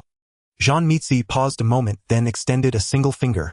Seeing that lone digit, Shen Lang could not help feeling a trace of disappointment. With only 100 men, a surprise raid might work, but to confront an enemy hidden it would be insufficient. It seems this time we must employ die-hard fighters as the main force. 1,000 men. Our territory has grown, every place needs constant watching, and people cannot be spared, so at most I can muster 1,000. 1,000? Shen Lang was somewhat astonished. He remembered that when he first took over Kowloon West District, he had only about 100 goons. Even planting a flag in Yuanlang had been a stretch. How had his forces swelled so quickly? He seldom meddled in the gang's internal affairs, leaving them to Chong Mao and Zhan Mizi. Although Shen Lang's growing renown played a part, the speed of this expansion was still astonishing. All right, summon the brothers, we strike Wangjiao. Wangjiao was Dongxing's core territory, and one of the island's most prosperous commercial districts. The take Dongxing squeezed from here accounted for at least half the gang's total income. Unlike the impoverished backwater of Yuanlang, with only a handful of massage parlors, Wangjiao teemed with bars and nightclubs. Only by striking at the heart and smashing this place could Dongxing truly be made to suffer. On Wangjiao's streets, over 1,000 thugs appeared clutching steel pipes and machetes beating on the metal railings by the roadside. The crisp clang of metal colliding rang through the entire street, and the air was thick with a murderous tension. The usually bustling Wangjiao thoroughfares held not a single ordinary patron. They had clearly been warned in advance, aware that something was about to happen here. Under the neon glow, the two forces met in the center of the street. Standing at the front for Lianxing was Shen Lang, while the special ops soldier Li Jie stood silently by his side, dutifully performing his role as bodyguard. Dongxing's ledgers here were two men, Ben Lei Hu Lei Yaoyang and Zaimayan Hu Wu Jiwei. Jinmahu and Wu Ya had already been eliminated by Shen Lang, and Sita Haonan's arm wound would not heal in a day or two. Even if it mended, he would likely no longer be able to throw fists recklessly. In other words of Dongxing's once formidable 5 tigers, only the 2 before them remained. Although Dongxing was not truly governed only by those 5, they were the ones known to the outside world. If all 5 were taken down, Dongxing's future would be bleak. Zaimayanhu had changed greatly. He used to wear a sly, thieving smile at every turn. Since the last gambling clash, he could no longer smile. His face was perpetually mournful. Crying-faced tiger would be a more apt name. Benlei Hu Lei Yaoyang bore some resemblance to Wu Ya in looks, but unlike Wu Ya's recklessness, he was composed. Clad in a well-cut suit, he appeared unexpectedly urbane. As the two groups converged, Zaimayanhu was the first to speak. Yan Luo, Guidao Lang, what are you doing in Wangjiao looking for trouble? At the last clash in the Dongxing boxing hall, Shen Lang's brutal actions had deeply shaken those Dongxing thugs. The name Yan Luo spread far and wide. Zaimayanhu had heard the name so often it slipped from his tongue, but not wanting to appear weak, he quickly amended his words. Shen Lang paid little heed to the theatrics. Zaimayanhu, stop playing innocent. You know perfectly well why I'm here. Hand over the bastard who blew up my spot, and if I'm in a good mood I might spare him. Zaimayanhu sought to argue. What the hell are you talking about? What business is it of Dongxing that your place was bombed? But his retort lacked conviction. He could not help casting a sidelong glance toward the street corner. A few hundred meters away, a lone black car was parked, and inside sat OJIS Huang Jiqing. One could say that Dongxing's stunt today was tacitly coordinated with OJIS Huang Jiqing. Their aim was simple: to force Shen Lang to act and seize incriminating evidence against him. Organizing a large-scale brawl during the pretrial bail period would blindside the jury and greatly increase the chances of Shen Lang's conviction. If Shen Lang lost his case and was locked up, Dongxing could bribe contacts inside the prison and spend heavily to have him killed. Without his men, even if Shen Lang were invincible, he would not survive inside a prison. After all, the death of a prisoner was a disturbingly ordinary occurrence behind bars. But all of this hinged on what Shen Lang would do today. Zaimayanhu's gaze was furtive, yet it did not escape Shen Lang's sight. With thousands mobilized at once, it was impossible to fool the authorities. The reason OG had delayed revealing itself was likely that they were waiting for Shen Lang to make a move. A junior at Shen Lang's back leaned forward. Brother Lang, I recognize him. The bastard who threw the petrol bomb. Following his finger, Shen Lang saw a slick youth with long yellow hair. Shen Lang cast a glance and looked toward Lei Yaoyang and Zaimayanhu. His expression spoke. Plainly, the culprit has been pointed out. What explanation do you have? Lei Yaoyang seemed unconcerned with concealment. He unbuttoned the collar of his shirt. Yanlua, though I dislike crude brawling, you brought men into Dongxing's turf and tried to take one of ours. If we do not settle this with a fight, how can we keep face? Posturing alone would not solve the problem. A fight was necessary. Whoever could still stand in the end would have the stronger claim. This was the creed of these thugs, the law of the jungle. At their leader's orders, 1,000 on each side plunged into a chaotic melee. Of blood spattered everywhere, and the thunder of metal pipes filled the air. Shen Lang naturally did not personally wade into the fray. Him, a big shot joining a street brawl would be beneath his station. Perhaps it was the weight of the name Yan Luo that made Dongxing's men give Shen Lang a wide berth, leaving a large clearing around him. Seeing Shen Lang show no intention of acting, Zaimayanhu hurriedly tugged at Lei Yaoyang. Lei kicked aside a thug charging at him and nodded to Zaimayanhu. They had planned beforehand that if Shen Lang did not enter the fight, Lei Yaoyang would force the issue. As one of the 5 tigers, Lei's skill was unsurpassed. Ordinary Lianxing lackeys could not stop him. In just a few strides, he was before Shen Lang and unleashed a heavy punch toward his face, only for his wrist to be caught mid-swing by Li Jie, the special ops soldier Shen Lang had recruited. In OJIS black car, Huang Jiqing peered through binoculars at the scene, seeing Shen Lang, still unmoved in his spot, while Dongxing's Lei Yaoyang was being driven back by Li Jie. Damn it, since when did this guy become Shen Lang's henchman? As the plan faltered and they could not catch proof of Shen Lang acting, Huang Ziqing felt disheartened, but could only wait. He did not believe that a boss like Shen Lang would remain hidden forever. At that moment, a subordinate poked Huang Ziqing's shoulder. "Huang, sir, look." Huang lowered the binoculars and saw that the street had at some point become crowded with a mass of men in black suits wielding steel pipes. A black tide numbering at least 1,000. They flowed like a river of black, silent and unstoppable, carrying an undertow that threatened to swallow the Dongxing before them. Sir Huang, Shen Lang has a backup plan. The Dongxing gang is attacking from both sides. He definitely won't be able to hold on. Should we notify the assault team to come and intervene? No need. Huang Ziqing raised his right hand. After all, both sides are just gangsters. It would be better if they all perish. We need to capture evidence of Shen Lang's involvement without alarming the snake. Wait a little longer. Once Dongxing is defeated, Shen Lang will definitely make his move. The hidden assassins under Shen Lang's command struck, immediately breaking the balance of the scene. The first to notice was the smiling tiger, who had been lurking stealthily around the battlefield, constantly watching the movements of the police. Unexpectedly, before the police could arrive, Shen Lang's assassins showed up instead. Realizing he was about to be caught in a pincer attack, he quickly shouted a warning to Lei Yaoyang. Lei Yaoyang had intended to get closer to Shen Lang, but was intercepted by Li Jie, whose skills were astonishing, preventing him from making any progress despite his repeated attacks. Hearing the warning from Smiling Tiger and recognizing the situation, Lei Yaoyang understood that Dongxing was doomed today. He could no longer afford to fight Li Jie and grabbed a few of his younger brothers to rush outside. As a former soldier, Li Jie was ruthless against terrorists, but he still held back against the gangsters, otherwise Lei Yaoyang wouldn't have been able to escape. Shen Lang observed, silently making a mental note to improve Li Jie's moral education in the future. Gangsters are not good people. Killing them only contributes to society. As the leader escaped, the morale of Dongxing plummeted. With the bosses having fled, who would continue fighting? As the first person dropped their weapon with a clatter, others followed suit, and the remaining hundreds of Dongxing members surrendered. The previous blondie was dragged out by Shen Lang's subordinates and presented before him. The blondie clearly anticipated his fate, kneeling on the ground, weeping profusely. "Brother Yanluo, please spare me.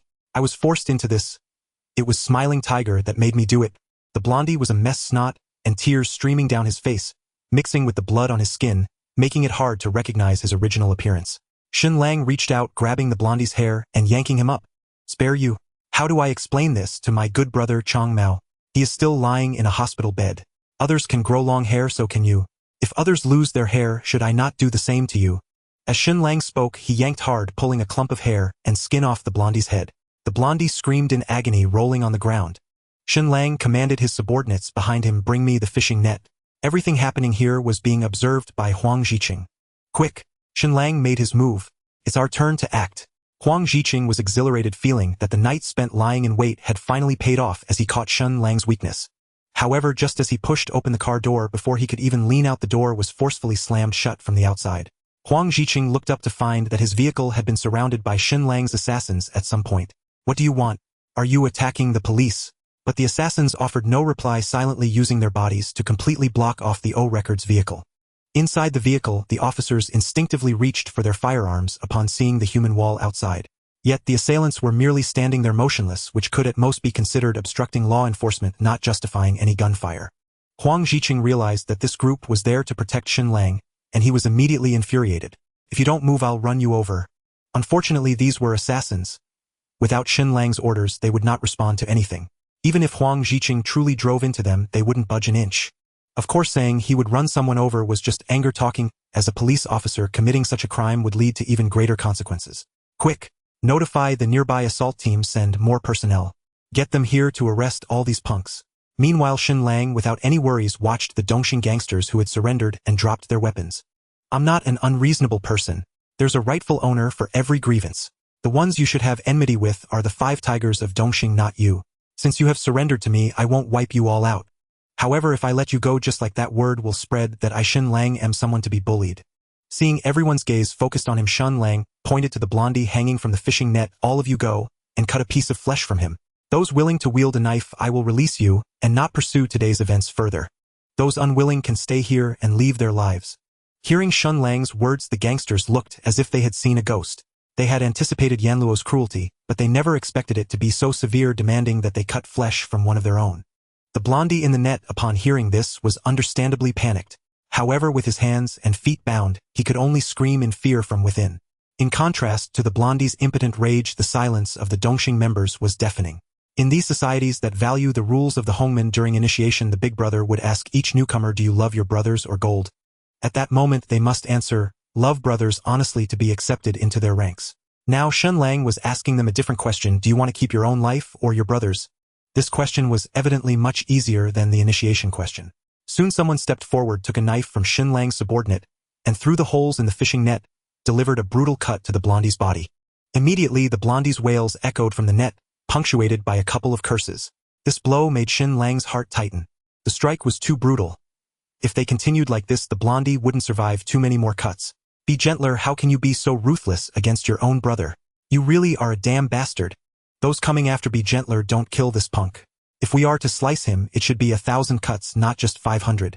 Indeed, Shen Lang's method of dealing with the blondie was called 1,000 cuts, which also had a more formal name, Ling Chi. With the first to take the plunge, the rest no longer hesitated, lining up to step forward and slice the blondie. The blondie went from cursing and roaring in the beginning to crying and begging for mercy later, until he finally couldn't make a sound. The Dongxing members who had cut flesh did not leave. They stood there in a daze, as if they had lost their souls. This was exactly the result Shen Lang desired. Fear is the most primitive human emotion, leaving a deeper impression than any other feeling. After today's incident, at least this group would not find themselves opposing Shen Lang again. This deeply ingrained fear would remain vivid in their memories. Huang Zhiqing had not yet awaited the support of the assault team when Shen Lang's assassins dispersed. He engaged with this group of assassins for a moment before leading a few colleagues into the crowd. "Where is Shen Lang? Where did Shen Lang go?" Huang Zhiqing roared amidst the crowd, but no one answered him. The members of Dongxing appeared dazed and expressionless, as if they had suffered a major blow. Huang Zhiqing asked around, but no one paid him any mind, leaving him feeling quite embarrassed. After all, he was a police inspector from the O Division. When did even the lowly street thugs dare to ignore him? Just as he was about to show these people who was in charge, several accompanying officers gasped. "Damn!" They all turned and began to vomit. Huang Zhiqing followed the sound and saw a fishing net hanging under a streetlight with the dismembered body of a young man inside, bloodied and unrecognizable. Despite having been a police officer for decades and witnessing gruesome and perverse cases, seeing the scene before him made him immediately double over and vomit. It was only after Huang Zhiqing had emptied his stomach that he began to feel a creeping sense of fear. Shen Lang hanging this young man's body here was likely not just for the members of Dongxing to see, but also for others who harbored hostility towards him, including Huang Zhiqing himself. For a brief moment, Huang Zhiqing regretted targeting Shen Lang. The next day, news of the events here spread rapidly, and all the factions on the island witnessed Shen Lang's ruthlessness. In another stronghold of Dongxing, Lei Yaoyang, usually composed, smashed everything in the room into pieces. The smiling tiger stood by watching coldly, showing no intention of intervening. Once Lei Yaoyang had vented his frustration, he spoke in a low voice. "It doesn't matter if we've broken things. What matters is what we should do next. We lost the place in Mongkok. We can always gather more people to reclaim it. But you as the one in charge are not calm enough. We can't deal with Yan Luo, that bastard." Lei Yaoyang tidied up his disheveled clothes, straightened a chair he had knocked over, and sat down. After his outburst, he finally regained his composure. "How do we deal with Yan Luo? Yesterday, 1,000 people couldn't hold Mongkok. Are we going to bring 2,000 tomorrow? What's worse, Yan Luo even let that group of people go yesterday. I truly wish he had slaughtered those hundreds of bastards." The gangsters released by Shen Lang were all significantly shaken, and upon returning, nearly everyone sought out their big brothers to request transfers or to leave the gang. They could transfer to other gangs to continue as gangsters, but they absolutely did not want to confront Shen Lang again. Everyone knew that the conflict between Shen Lang and Dongxing was escalating, leading to a situation of no return. So if transferring wasn't an option, they were even willing to bear the cost of leaving the gang to get away from Dongxing. It is known that while entering a gang is easy, leaving is immensely difficult. Those influential big shots wanting to retire from the underworld often face pressures from various factions, let alone these lowly street thugs. It's simple, they can come and go as they please. How do the brothers in the underworld view me? Generally, transferring is easier, a big red envelope can do the trick. But to leave the gang, one must contribute to the big brother, be willing to take a few knives, dodge bullets, or lose a few fingers. Otherwise, it's just wishful thinking. Clearly, the members of Dongxing were genuinely frightened by Shen Lang, each of them eager to escape as quickly as possible. Moreover, this group also spread their fearful emotions to others. Those who hadn't participated in the battle yesterday, along with the remaining tens of thousands of Dongxing members, began to tremble. A wave of resignation surged through the various factions. One or two could be handled, and the big brother could use his authority to suppress it. But when hundreds or thousands wanted to leave together and others were watching, it was a different situation. This is how Lei Yaoyang lost control and smashed things. These lowly street thugs were the core of the gang. Without them, who would park the cars on the roadside? Who would punish the unruly customers? Who would collect protection fees? If a gang loses a significant number of its street thugs, it means a drastic reduction in the territory it can control. The smiling tiger sighed. We should prioritize calming our little brothers for now. Everything depends on tomorrow's trial. If we can get Yen Luo locked away even for just a month, it would be enough for us to catch our breath. Otherwise, why don't we kidnap the families of the jurors and force them to convict Yen Luo? The smiling tiger frowned at this suggestion. Are you crazy? The jurors are all elites from various fields. They are powerful and wealthy individuals. Even if you threaten them successfully to convict Yen Luo, what happens next? Can we withstand their revenge? With so many factions on the island, how many would want to take a knife for them? We've already provoked one Yen Luo. Don't you dare bring new troubles to Dongxing. Lei Yaoyang sighed, knowing the smiling tiger had a point. These gang leaders, while appearing prominent on the surface, held no real status in the eyes of those in power. Perhaps their greatest value is as tools helping them deal with matters that are inconvenient to handle. In the eyes of the wielders of the knife is merely a tool. Likewise, in the eyes of those in power, gangs are the same. The smiling tiger noticed Lei Yaoyang's disappointment and spoke to comfort him. You don't need to worry too much. Those high and mighty figures look down on us gangsters the most. Shen Lang's identity as the one in charge of the gang cannot be erased. Even if they hire a top-notch lawyer, our chances of winning the case are still high, especially since I've investigated and found that several members of the jury have been involved in the jewelry robbery case at the Jundu Hotel. I believe that as long as we approach this angle reminding them of the fear they experienced under violence, Yen Luo will definitely not have a good outcome. And on the Lianqing side, after receiving the news of Shen Lang's overwhelming victory, some rejoiced while others were dismayed. Those rejoicing were naturally those who had no chance to contend for the leadership, as they had no conflicts of interest with Shen Lang. Shen Lang was out there doing things under the banner of Lianqing. The louder his name rang, the brighter Lianqing's banner shone, and the brighter Lianqing's banner shone, the easier it became for them to find opportunities. Thus these people wished for Shen Lang to plant flags every day, filling the island with Lianqing's flag. Those worrying were the members of the gang who were qualified to contend for leadership. They had finally heard the news from Uncle Deng that Shen Lang would not have a place in the next leadership. After learning this news, they rolled up their sleeves, preparing to do something significant for the gang to impress and pave the way for becoming the leader. But now they were collectively dumbfounded. What big thing could they do? No matter how big, could it rival the might of taking down the entire Mongkok? With a name that could scare Dongxing into submission, many who were unaware of the situation secretly complained about Uncle Deng, believing that the leadership should be held by Yen Luo. If Yen Luo sat for 2 years, only then would the brothers below have a chance. Otherwise, even if one could become the leader with Yen Luo around, it would be hard to sit stable. He specializes in killing leaders. The older members of the gang had also heard about what Shen Lang did. In just one night, he took control of the entire Mongkok. Such a formidable feat was hard to miss. Of course, news of Shen Lang's ruthless revenge had spread as well, and the older members couldn't help but express their admiration for his merciless actions. Such bloody methods were rarely seen even during the chaotic times of the gang several decades ago. As someone who experienced that era, Chuan Bao vividly remembered those days of blood and violence. Back then, it wasn't just about fighting and killing. It was also about who could be more ruthless. If you said you would ruin someone's family, you would truly ruin them, leaving no room for mercy. However, everyone knew deep down that the bottom line was gradually being lowered. If you treated someone in this way today, tomorrow they would retaliate even more fiercely. In the underworld, one must eventually pay the price. Chuan Bao had heard of Shen Lang's ruthlessness and couldn't help but worry a bit for Uncle Deng. Through their connection, Chuan Bao was aware of Shen Lang's ambition. But Uncle Deng's straightforward behavior of openly stating that the leader would never be Shen Lang would surely provoke this violent man. After some thought, he decided to advise Uncle Deng. At the very least, he should retract that statement about the leader. Such words could be spoken in private, but how could they be made public? But before Chuan Bao could dial the number, he received a call.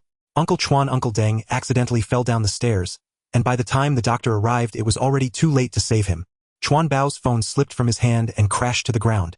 His breathing quickened, and he struggled to utter a word. Shen Lang went to the hospital to check on Chang Mao's injuries, and found that the latter had regained consciousness. He appeared to be in good spirits, and aside from his long hair being completely burned off, the injuries were less severe than he had imagined. Upon seeing Shen Lang enter, Chang Mao's eyes glistened with tears. "Brother Lang, I've heard about what happened. Last night you avenged me in Mongkok." Shen Lang waved his hand. "I only have a few trusted brothers. How could I let those Eastern stars go unpunished? Besides, they were also coming for me. You just happened to be caught in the crossfire." What Shen Lang said was true. If it weren't for the previous gambling incident, the Eastern stars wouldn't have retaliated. Chong Mao was merely a victim caught in this turmoil. Although Shen Lang said this, Chong Mao did not share the same sentiment. As a subordinate, he should be ready to fight and die for his big brother. Sustaining some burns was nothing serious. However, the fact that Shen Lang took his brothers to seek revenge that very night was a display of loyalty that not everyone could muster. In a chaotic battle involving thousands, for a big brother to stand up for his little brothers is truly rare. Chong Mao silently vowed that from now on he would dedicate his life to Brother Lang, and he would never hesitate to stand by him. Shen Lang didn't stay long or after comforting Chong Mao and instructing the hospital to find the best doctors and medicine, he left. The hospital was merely a stop on the way. Shen Lang's ultimate destination was Ruan Mai's home. Having obtained the worker schedule from Jean Mitzi, Shen Lang, armed with a bag of ingredients, arrived punctually at Ruan Mai's doorstep only to be greeted by a broom. "Get out! Who exactly are you? Yesterday you tricked me into thinking you were my neighbor, which is why I let you stay for dinner. How could this scoundrel dare to come back today?" Ruan Mai's anger was understandable. She had a delightful conversation with Shen Lang the day before, and perhaps even developed a hint of affection. However, Shen Lang's abrupt departure, without leaving any contact information, made her restless throughout the night. The deeper the love, the sharper the hate. After a day and night of brewing emotions, Ruan Mai's resentment toward Shen Lang was palpable. Shen Lang dodged left and right, finally managing to seize the weapon from the girl's grasp. "Hey, whether you call me a freeloader or a deceiver, when did I ever claim to be your neighbor?" Ruan Mei yanked on the broom forcefully, but couldn't retrieve it from his hands, and in frustration she released it. She carefully recalled what had happened the previous day, and realized after a while that Shen Lang indeed never claimed to be her neighbor. It was she who had assumed he was a neighbor after encountering him downstairs. But at this critical moment, how could Ruan Mei easily back down? "If you're not living here, then why were you standing downstairs lost in thought?" Shen Lang found it amusing and teased. "So standing downstairs lost in thought must mean I live here. How about this? I'll hang around the entrance of the hillside villa later, and see if any silly girls mistake me for a neighbor and invite me for dinner." At this moment Ruan Mei had no retort, and could only glare at Shen Lang with her big eyes. Forget it. But why did you come uninvited today?" Shen Lang patted the ingredients in his hands. "I came to mooch a meal.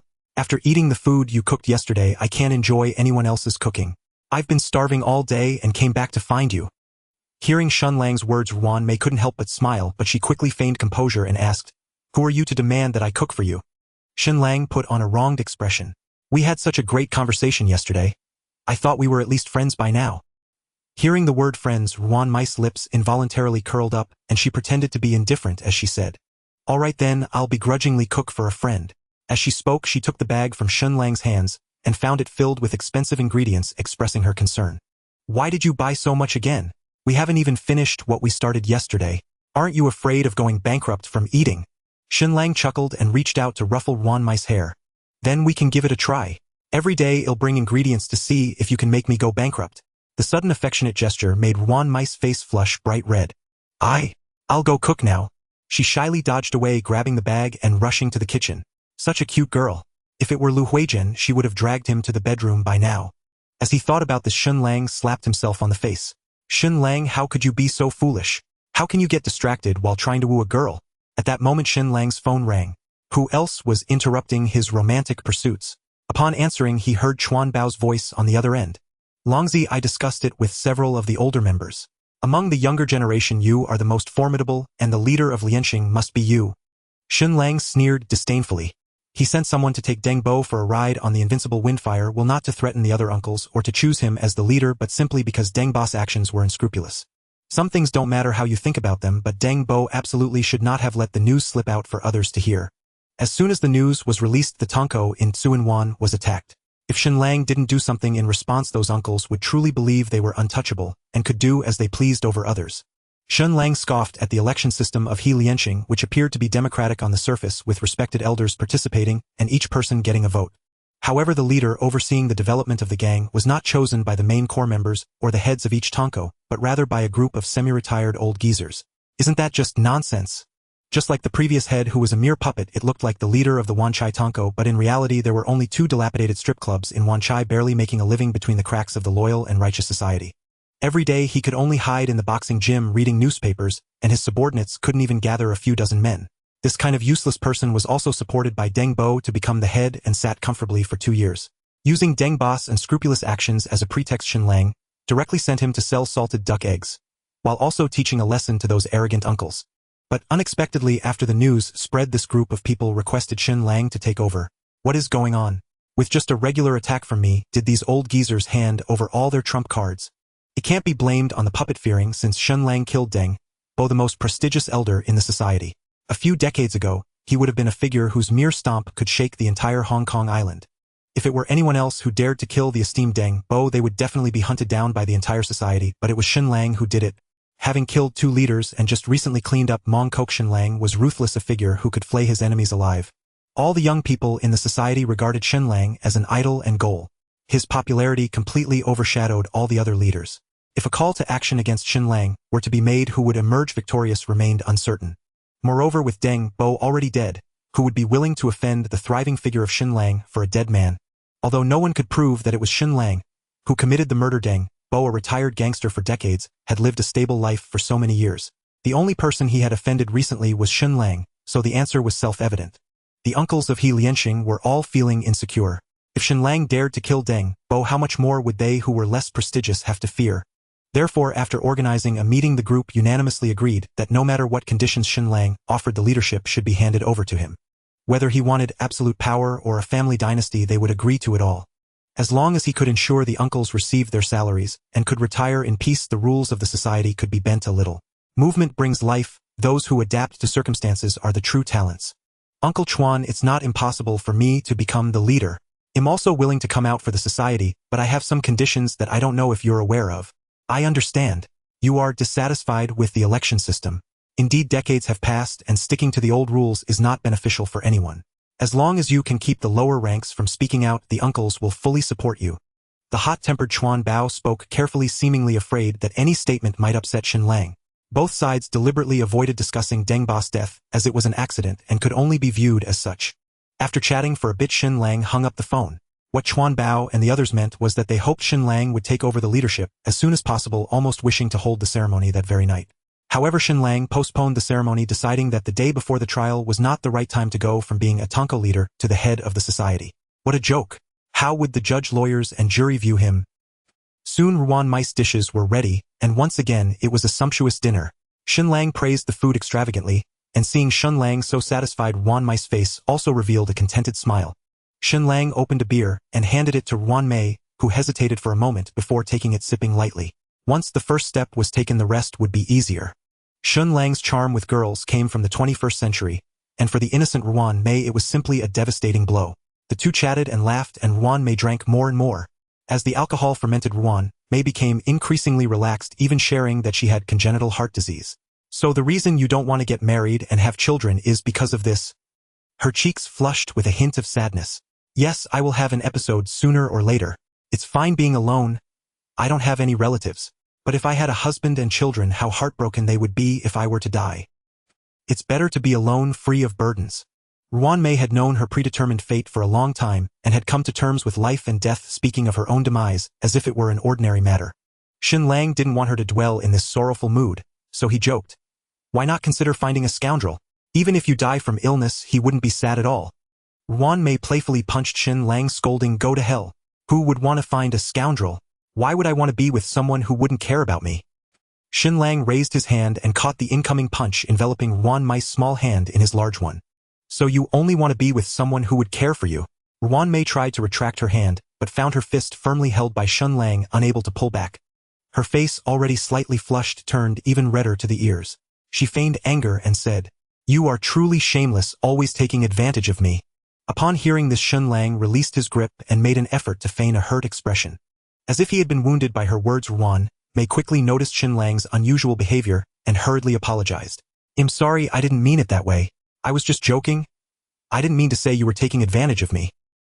But before she could finish her words, Shen Lang lunged forward, holding both of Ruan Mei's hands down, leaning his face closer to hers, doing nothing but staring intently at her.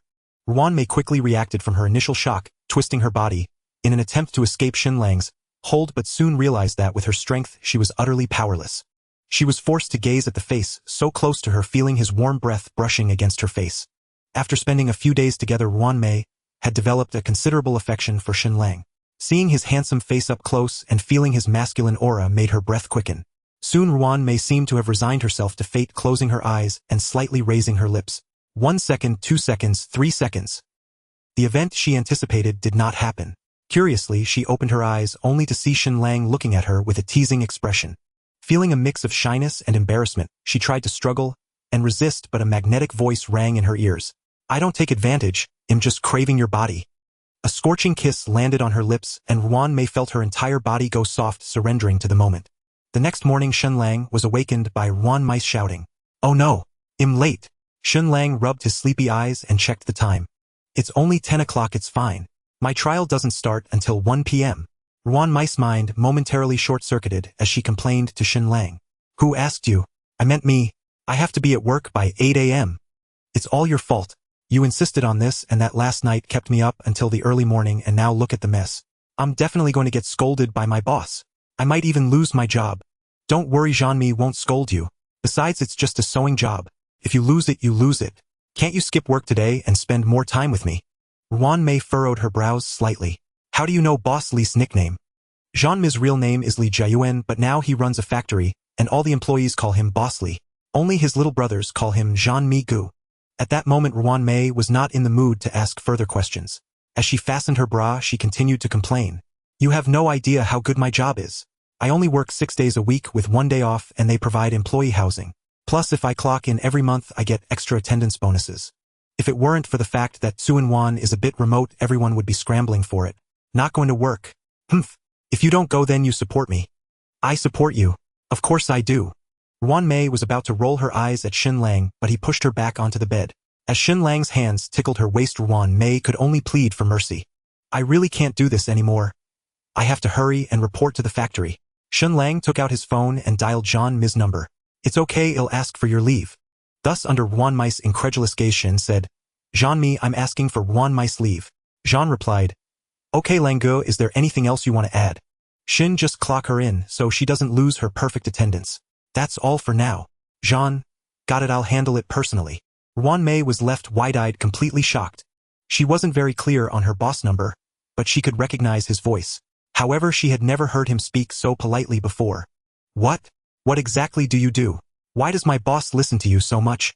Shen Lang pinched Wan Mei's head, though the sensation was rather lacking through the bra. I already told you on the first day I'm your landlord. You work for Jean-Mi and Jean-Mi works for me. So, in a way, I'm also your boss. Wan Mei stood there in a daze, unable to process this shocking information, even ignoring Shen Lang's wandering hands. Her emotions were a complex mix. Yesterday she had dinner dated and played cards with the man she admired, and now waking up he had become her boss. Does this mean I've been coerced? No, coerced means some benefit is exchanged. Since I didn't gain anything from it except pleasure, it can't be considered coercion. With that thought, Wan Mei felt tears of grievance welling up. Shen Lang hurriedly let go and comforted Wan Mei. Did I hurt you? Who would have known that? Wan Mei ignored him, completely opened her mouth, and bit down on Shen Lang's shoulder, seemingly wanting to vent all her grievances. Shen Lang embraced Wan Mei, gently patting her back. The button Wan Mei had struggled to fasten finally came undone. An hour later Wan Mei released her grip. She decided she would never bite Shen Lang again. It only hurt her after biting someone. Time was indeed getting late, and Shen Lang needed to prepare for the afternoon trial. He picked up his slightly disheveled clothes from the sofa and put them on.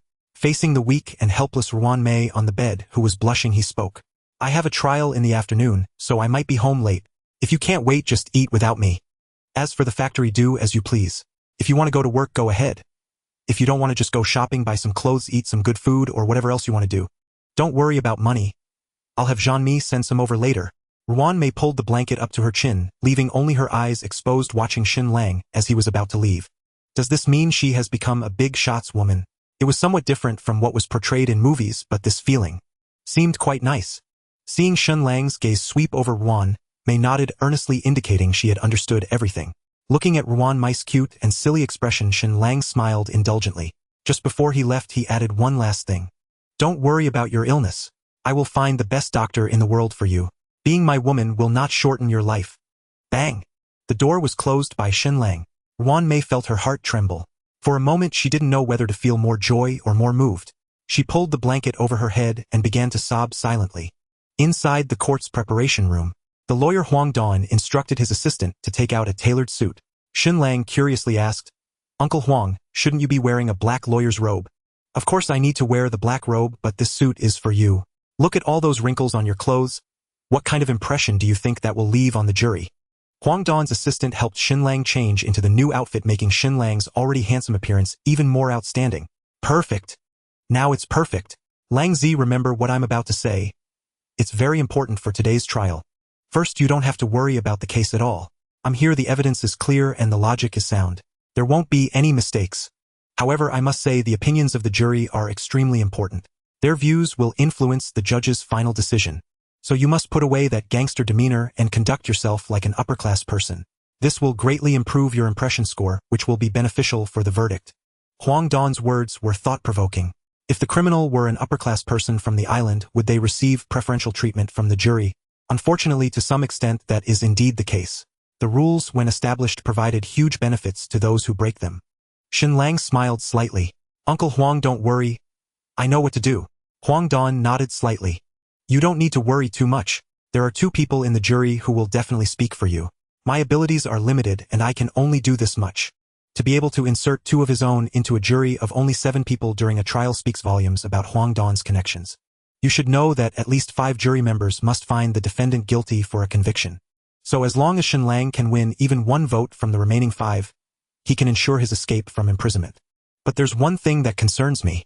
When I was inserting people into the jury, I noticed Gu Zhenyang from the transport department also trying to insert people, even putting himself in.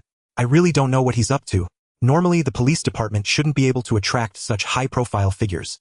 Shen Lang heard Huang Don's mumblings. Gu Zhenyang. That name sounds somewhat familiar. In the courtroom, Shen Lang sat in the defendant's seat, preparing to face the charges from the police department. 2 individuals were dispatched as witnesses by the police department, the senior assistant director Kwang Zhili and OS inspector Huang Jiqing. It was quite normal for Huang Jiqing to appear, as he was the one leading the entire prosecution, while Kwang Zhili was a powerful figure in the police department capable of making decisions on behalf of the department in certain situations. However, their opportunities to speak were quite limited, and for the majority of the time only the lawyer could represent them. These 2 are indeed the targets we need to deal with. The 3rd position in the witness stand was occupied by the smiling tiger of the East Star, but compared to the previous 2, he was merely a minor character. Daring to stand as a witness again, last time you escaped because it was inconvenient to act. Once this case is over, I must find a chance to remove the East Star from the equation. Sitting on the high bench was a judge, wearing a wig representing the impartiality of the law. Even Huang Don, this unprincipled senior, did not attempt to bribe the opposing side, indicating that this judge would certainly uphold the principles of justice, at least not favoring the police department. Shen Lang shifted his gaze to the jury seats, realizing that these 7 individuals were the greatest influence on the judge's verdict. On the far left were 2 middle-aged women, elegant and adorned with jewelry, clearly members of high society. As Shen Lang's gaze swept over one, deliberately touched her earrings, while the other stroked her ring. This was the signal Huang Don had told him about, indicating that these 2 were indeed his planted individuals. One must admit Huang the lawyer truly had skills. The jury system in Hong Kong is based on the principle of fairness and equality, randomly selecting candidates from dozens to 100 qualified jurors, ultimately drawing lots to select 7 official members. At least on the surface, these stringent conditions seem to be in place, yet Huang Don managed to insert 2 of his own people, which was indeed impressive. With 2 jury seats secured, if he could manage to sway just one more, the police department would be unable to gather 5 votes, thus preventing Shen Lang from being convicted. Shen Lang continued to look ahead, spotting a middle-aged man wearing glasses who showed no signs of avoiding him, waving his hand in greeting. So it's him. No wonder the name Gu Zhenyang sounds familiar. This man was one of the hostages Shen Lang had rescued during the jewelry heist a few days ago, the Deputy Secretary for Transport and Logistics Gu Zhenyang. At that time, he had stepped in to help Shen Lang confronting Huang Jiqing. Seeing his friendly expression now, it was likely he would stand on Shen Lang's side. This was certainly a solid advantage. However, Shen Lang's brow immediately furrowed as he recalled Huang Don's words. Gu Zhenyang, like Huang Don, had also inserted people into the jury, and he had even included himself. What exactly was he trying to achieve? The saying goes that one should repay a life-saving grace with a fountain of gratitude, but as the saying goes, it's just a saying, and in today's context it is long outdated. Shen Lang was self-aware. He and a figure like Gu Zhenyang were from 2 different worlds. He absolutely did not believe Gu Zhenyang would go through such elaborate means to help him out of gratitude, unless Gu Zhenyang had his own agenda. With that thought, Shen Lang smiled slightly. This might not be a bad thing after all. He continued to look at the 4 seats behind, feeling they were somewhat familiar, as if he had seen them all at the top of the Jundu Hotel. Noting Shen Lang's gaze, several people also revealed friendly smiles. All 7 jurors were indeed from his side. How could they possibly lose? The trial officially began with the police department's lawyer presenting charges of manslaughter, while Huang Don defended with claims of self-defense. Finally Shen Lang met Huang Dan, the esteemed QC royal lawyer, whose worth was now evident. Not a single vulgar word escaped his lips, yet every word pierced the heart. Rolling up his sleeves and spewing a stream of rhetoric, it seemed he might spring into action at any moment.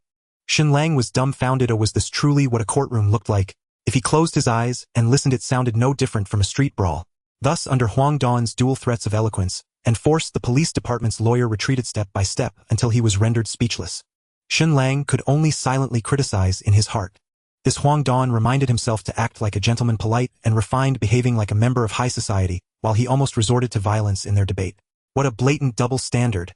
However, due to Huang Dan's outstanding performance, he indeed secured many advantages for Shen Lang, using the coarsest words to convey the simplest truths, causing the judge to nod along. Only the two police officers looked as wilted as frostbitten eggplants. Huang Zhiqing wore a face full of despair, slumped over the table with deep sighs, while Huang Zhili seemed utterly at a loss, regretting his presence today. The formerly confident smiling tiger also wore a face of bitterness, knowing full well that today's case was likely doomed. He risked being scorned on the streets and the possibility of revenge from Shen Lang, all to send Shen Lang to prison. Even a few months of confinement would provide East Star with a chance to breathe. Once Shen Lang established himself in Mongkok and continued to encroach upon East Star's territory, that would truly be the end for East Star. The smiling tiger was already quietly considering whether to hide away in Amsterdam to avoid the storm. The trial finally progressed to the jury's speaking segment. After they finished speaking, voting would commence to determine whether the charges were substantiated. This was the last opportunity for the police department and the smiling tiger. The previous debates had merely clarified the case, presenting facts and reasoning, while the ultimate decision lay with these 7 jurors. Huang Zhiqing and the smiling tiger placed their final hopes on them, wishing these individuals would cast guilty votes, due to Shen Lang's gang affiliation. The first jury member, adorned in fine jewelry, began to speak. Mr. Shun is handsome and charming. He hardly seems like someone who would intentionally commit murder. Huang the lawyer's arguments are crystal clear. This is a case of self-defense. Huang Ziqing's face darkened. How dare she say Shen Lang was charming? Although he indeed had good looks, he was affiliated with the leaders of Liansheng. Was this woman blind to the danger he posed? However, he could only voice these thoughts internally. If he interrupted at this moment, he would only be removed for shouting in court. The second woman spoke, similarly also deeming the police department's charges to be utterly ridiculous, expressing greater support for Huang Dan's arguments. With 2 consecutive jurors declaring Shen Lang innocent, Huang Ziqing's face turned as dark as the bottom of a pot. If one more person supported Shen Lang, all his efforts up to this point would become a joke. The next speaker was Gu Zhengyang. The moment Huang Zhiqing saw him, his heart sank. He had encountered this individual at Jundu Hotel, where Gu Zhengyang had stood up for Shen Lang and confronted him. Huang Zhiqing slumped back in his seat, thinking it's all over. Shen Lang is truly going to escape punishment this time. Gu Zhengyang adjusted his glasses on the bridge of his nose. I find today's accusation utterly ridiculous. Mr. Shen was merely acting in self-defense based on instinct. I cannot comprehend the reasoning of the police department, why they must cling to Mr. Shen's identity and accuse him of negligent homicide. The money we taxpayers pay should not be wasted in this manner, while so many ruthless criminals and drug lords go unaddressed, yet they nitpick on Mr. Shen's legitimate actions. At this point, Gu Zhengyang's gaze fell upon Huang Zhiqing. In the recent jewelry heist, it was Mr. Shen who took the lead, eliminating the terrorists and rescuing hostages, including myself. I wonder if this officer has been framing a good citizen simply because Mr. Shen overshadowed the police department's efforts. Gu Zhengyang's words were quite harsh, expressing not only support for Shen Lang, but also directly indicating that the police's accusations were unfounded and born from jealousy over Shen Lang's timely rescue of the hostages. If these words were spoken by someone else, they would go unnoticed. Who dares to criticize the police department? But when such words come from the deputy director of the Transport Bureau, the meaning is entirely different. At this moment, Senior Assistant Director Huang Zhili was as uneasy as if he were sitting on pins and needles. Gu Zhengyang's words seemed to roast him alive, and although he wanted to explain, this was not the moment for him to speak. He shot a fierce glare at Huang Zhiqing, who was equally anxious and confused.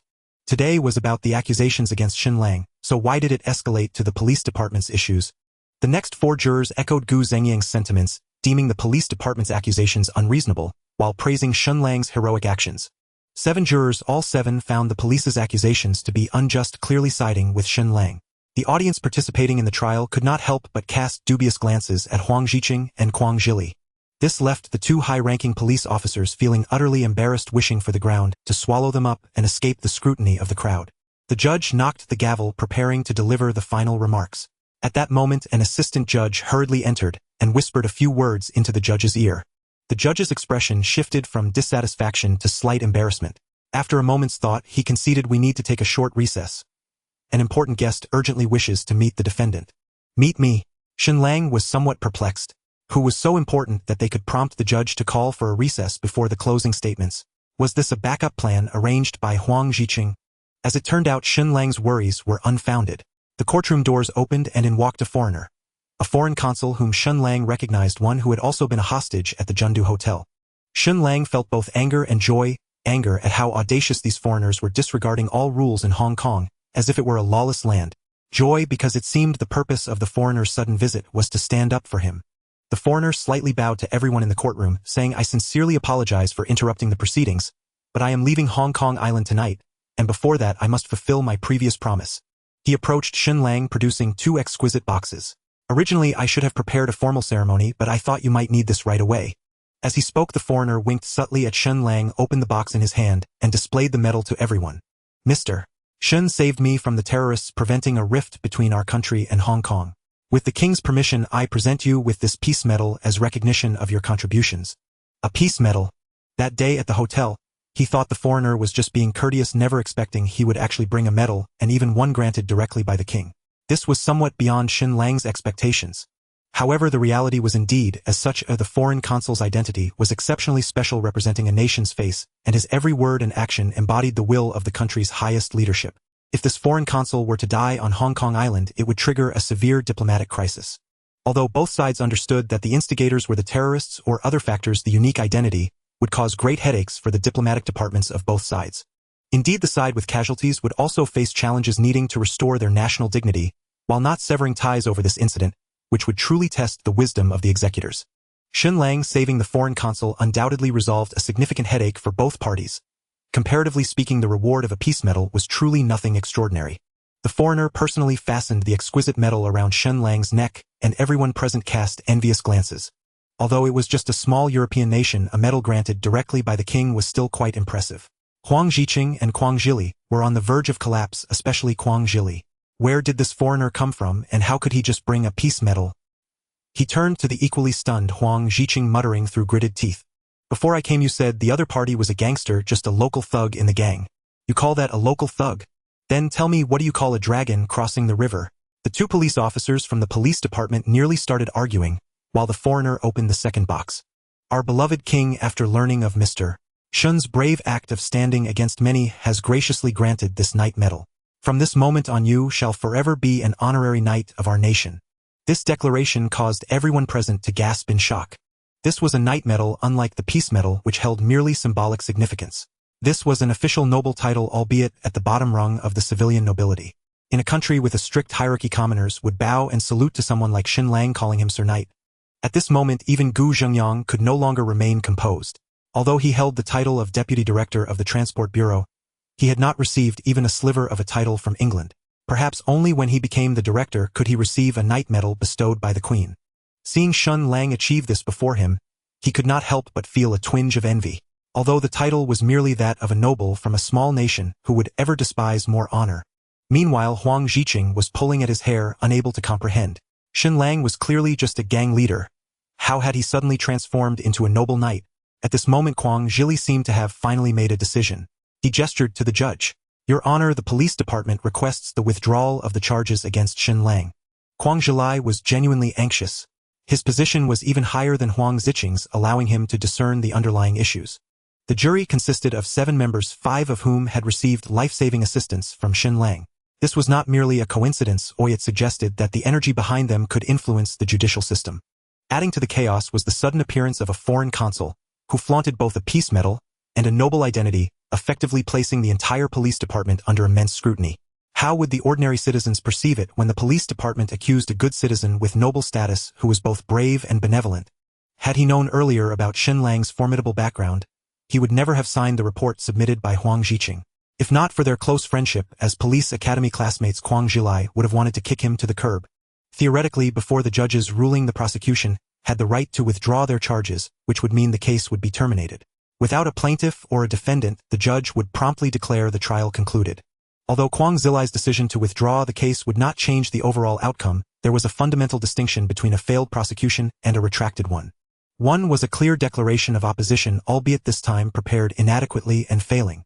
The other suggested a degree of capitulation. Withdrawing charges represented the police department's desire to avoid conflict with Shen Lang. Shen Lang looked towards Kwang Zilai, who despite his troubled expression managed to force a friendly smile. Understanding the gesture, Shen Lang nodded gently in acknowledgement. Kwang Zilai was extending goodwill towards him, attempting to alter Shen Lang's view of the police department. Shen Lang was also willing to accept this, as he had never intended to oppose the officers. If it weren't for Huang Ziqing, who persistently harassed him, he wouldn't have had any conflict with the organized crime unit. Ultimately, the police force was merely a tool, a means to maintain public order in Hong Kong. Tools themselves hold no moral standing, or it all depended on the attitudes of those wielding them. However, through this trial and Kwang Zilai's displayed attitude, Shen Lang realized that future dealings with the organization might become significantly easier. It seemed this outcome wasn't so bad after all. The foreigner, oblivious to these nuances, expressed great joy upon hearing the judge announce the trial's conclusion, shaking Shen Lang's hand as if his ability to evade prison was entirely his doing. "Mr. Shen, I have repaid my debt of gratitude." Shen Lang silently scoffed, thinking he didn't need his help. However, as the saying goes, one should not strike those who extend their hands, especially when the other party had also brought him 2 genuine medals. "Today I truly owe you one." After a brief exchange of pleasantries, the foreigner departed, inviting Shen Lang to his country and promising him a manor. After sending off the foreigner, Shen Lang encountered Gu Zhengyang, and they exchanged knowing glances. "Shall we find a place to talk?" Meanwhile, the smiling tiger had long disappeared from the witness stand, needing to immediately discuss the events that had transpired here with Lei Yaoyang. Shen Lang's background was simply too deep, and with Dongxing's future uncertain, they needed to plan ahead.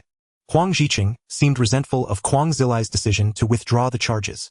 "Why withdraw the charges? Losing is losing, or doing this makes us seem as if we fear the Triads." "Triads?" Kwang Zilai's voice rose several octaves. "Can Triads hire QC as defense lawyers? Can Triads insert their own people into the jury? Can Triads engage in casual conversation with the deputy director of the transport department? Can Triads obtain knightly status and peace medals? Huang Ziqing, are you out of your mind? I represent the police department in pleading with you, do not bring trouble upon us. Aren't you always keeping tabs on the NI family? Please go find trouble with those minor players with no connections, and do not provoke someone like Shen Lang, who has a powerful background." Huang Ziqing had also witnessed Shen Lang's power today, but he was still filled with youthful fervor, feeling that he should not bow to these gangsters wanting to argue further. Little did he know before his words could leave his mouth, Kwang Zilai saw through his intentions. "I warn you, if you keep fixating on Shen Lang, there's no need for you to stay in the organized crime unit. I'll reassign you to guard a water pond." Kwang Zilai adjusted Huang Ziqing's collar, saying, "I'm saving you. If you truly offend him, you won't be able to keep your position as an inspector." At the Mingdu restaurant, in a meticulously decorated private room. "Mr. Shen, what a coincidence. I didn't expect our second meeting would be at the courthouse today. Setting aside other matters, jurors receive a detailed case file upon application, so the idea of coincidence is out of the question." Seeing the other party feigning ignorance, Shen Lang chose not to expose it directly. "Indeed, what a coincidence. There are 7 seats on the jury, and it turns out 5 of them are old acquaintances." Here Shen Lang directly pointed out the 5 people, hinting that he knew those seats were arranged by Gu Zhengyang. Gu Zhengyang met Shen Lang's meaningful gaze and chuckled softly. Truly, heroes emerge from youth. The two engaged in a playful banter, chatting lightly until they finally got to the main topic. Gu Zhengyang took a sip of his red wine and said, "I heard you want to start a security company." Shen Lang's eyes flashed with surprise. This matter wasn't exactly a secret. Since the incident at Junda Hotel, after taking Li Jian as his subordinate, he had asked Zhang Mitzi to investigate how to start a security company, yet this task proved far more challenging than expected. Funding and manpower were secondary.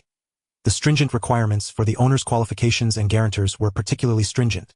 After all, a security company is a department that wields firearms, and strict management is only natural. Shen Lang's background in the organization was somewhat counterproductive, as failing to meet the qualifications caused him considerable distress. But this should only be a minor issue. Why did Gu Zhengyang suddenly bring it up? "Indeed, I do plan to start a security company, but the review process is too strict, and I still don't meet the requirements." At this point, Shen Lang had nothing left to hide. Since the other party knew of his plan to start a security company, they would naturally be aware of the obstacles he faced. Gu Zhengyang shifted the topic, asking Shen Lang, "Do you remember that security company at Jundu Hotel? Its name was Gold Shield Security. Their security measures were utterly disastrous. Terrorists had reached the top floor and taken hostages, yet they hadn't even issued a warning. I had a few friends apply pressure on Gold Shield. Their boss could no longer bear it and requested that Gold Shield be transferred under my name. Shen Lang's eyes brightened slightly, as if he had caught the implication in the other person's words. Director Gu, what do you mean by telling me this? Gu Xingyang adjusted his glasses looking at Shen Lang, seated across from him, and slowly spoke. I wish to give you this security company. Give it to me. Although Shen Lang had a faint inkling, he assumed it would involve a sale, or some other form of exchange, never imagining the other party intended to hand it over freely. Though Shen Lang had once saved his life, he had since done far more for him, standing by him publicly at the hotel orchestrating juror placements to secure his acquittal. Indeed, Shen Lang had even prepared to reciprocate in kind, to repay this profound debt of gratitude.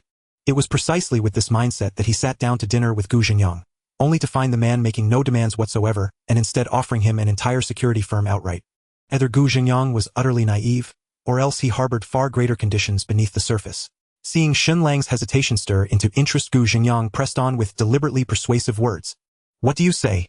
A training facility, an office, over 100 firearm licenses, issued exclusively to Hong Kong residents. The training facility and office were negligible, mere matters of capital, but those 100 firearm licenses issued to Hong Kong residents, that was no ordinary asset. A money alone could not procure them. In Hong Kong, firearms regulation was exceptionally stringent. Licenses were notoriously difficult to obtain. Even for legitimate security firms, acquiring even a handful demanded Herculean effort. Most security firms therefore opted to hire Indian nationals, not out of preference but because they faced markedly fewer bureaucratic hurdles in obtaining firearm licenses. Having endured prolonged British colonial rule, Indian subjects had been thoroughly conditioned into docility, and thus were routinely deployed across other colonies to maintain public order. In Hong Kong's early days as a port, Indian officers comprised a remarkably high proportion of the police force. Decades later, the foreign administrators still placed greater trust in Indian personnel, granting them significantly higher approval rates for firearm licenses than their equally qualified Hong Kong counterparts. Shen Lang had no intention of hiring Indian staff. Those who are not of our kin harbor alien intentions, he thought, and besides, their unkempt appearance would tarnish his prestige. His true aim was to recruit loyal, sharp-minded members from Triad ranks, outwardly operating under the banner of a security firm, yet secretly forming his own private armed cadre. Gu Zhengyang's offer of Hong Kong-issued firearm licenses struck Shen Lang's most vital pressure point, exactly what he needed most. Yet Shen Lang remained unmoved by short-term gain. Fixing Gu Zhengyang with a steady gaze, he asked word by word, "What are the terms?" Gu Zhengyang chuckled softly. "Very well. I'll dispense with pretense. I need you to eliminate a minor nuisance. As the infamous Yama Shirley, the Hung Hing leader Jiang Tianxing is no stranger to you. I need him dead. Indeed, a true titan of power." To him, Jiang Tianxing of the Hung Hing was merely a minor nuisance. Shen Lang weighed the risks and rewards in silence. Jiang Tianxing would not be easy to kill, but neither was he invincible. With the enemy exposed and himself concealed, a well-placed sniper shot or a full-scale assault by elite death squads posed no insurmountable challenge. What gave him pause was the staggering value of the security firm Gu Zhengyang offered. Its monetary equivalent could hire dozens of ruthless assassins. Why then would such an opportunity fall so neatly into his lap? Gu Zhengyang, as if reading his thoughts, continued calmly. I require Jiang Tianxing's death, but not by assassination or accident. You are about to assume leadership of the Wolin Shang. Let Triad rivalries escalate into open warfare, large-scale armed clashes, culminating in Jiang Tianxing falling before you in direct combat. Surely such a feat lies well within your capability. A flash of cold steel flickered in Shen Lang's eyes. Gu Zhengyang was demanding he kill Jiang Tianxing openly, face to face. That amounted to declaring total war between the Wolin Shang and the Hung Hing, so severe that the enemy's supreme leader would be forced onto the battlefield himself. To reach that threshold, the Hung Hing's branches would first have to be decimated nearly to the last. Shen Lang now realized the security firm was no gift. It was a scorching, perilous burden. A torrent of questions flooded Shen Lang's mind. There were countless ways to end a life. Why choose the most time-consuming, labor-intensive, and costly method of all? I need a justifiable reason. Gu Zhengyang seemed to have anticipated the question. With a wry, resigned smile, he replied, "Very well. I hold great esteem for you, Mr. Shen. Our future collaborations will be many, so I see no need to conceal the truth. You surely know Jiang Tianxing built his fortune through smuggling. Tell me, can you guess who stands behind him?" Jiang Tianxing. Smuggling. The Transport Bureau. Connecting the dots revealed the truth. Jiang Tianxing was Gu Zhengyang's black-gloved operative. Gu Zhengyang had just dropped a seismic revelation, disclosing a secret so deeply buried that its very disclosure served as proof of his sincerity. Precisely, I am the one. The Hung Hing's current scale and autonomy owe entirely to my patronage over these years. Ha ha ha. His laughter boomed, but Shen Lang detected unmistakable bitterness beneath it. Hastily he asked, "Then why kill Jiang Tianxing? Has the blade grown dull?" Gu Xingyang gave a slight nod. "Recently Jiang Tianxing contacted me declaring he'd amassed enough wealth and wished to go legitimate, to sever all ties with smuggling." How laughable. Such enterprises did not permit casual withdrawal. Over the years a vast intricate network had coalesced behind me. Every participant entangled, every participant profiting. This was no longer a matter any single person could unilaterally control. And then this Jiang Tianxing, foolishly unaware of his place, claimed he'd gathered extensive evidence. He threatened to expose it all unless I approved his exit, and even leveraged my upcoming commissioner election next month as further blackmail. Hearing these clandestine truths, Shen Lang could only marvel inwardly. Jiang Tianxing's desire to go clean, to cease serving as a perpetual instrument of darkness, was hardly unreasonable. After all, every Triad patriarch dreams of shoreward redemption. His fatal miscalculation lay in believing mere evidence and threats could compel Gu Xingyang's compliance. Naivete of the highest order. Smuggling generated profits too colossal for one man to monopolize. Gu Xingyang had long shared the spoils among his inner circle, because only when many hands slice the cake does the cake itself grow ever larger. Even if Jiang Tianxing handed over his evidence, only Gu Xingyang would suffer. His associates would remain untouched, the smuggling pipeline wholly unaffected. At worst, they would simply appoint a new frontman. Gu Xingyang likely feared Jiang Tianxing held hidden contingencies, making covert assassination too risky. Thus he turned to Shen Lang, choosing instead a public battlefield-style elimination through Triad warfare. Gu Xingyang's choice of him surely concealed another layer of intent. A spark of sharp insight flared in Shen Lang's gaze as he stared astonished at Gu Xingyang. Gu Xingyang responded with a satisfied smile. "Dealing with intelligent people is truly refreshing. Shen Lang, how much can you earn running counterfeit factories?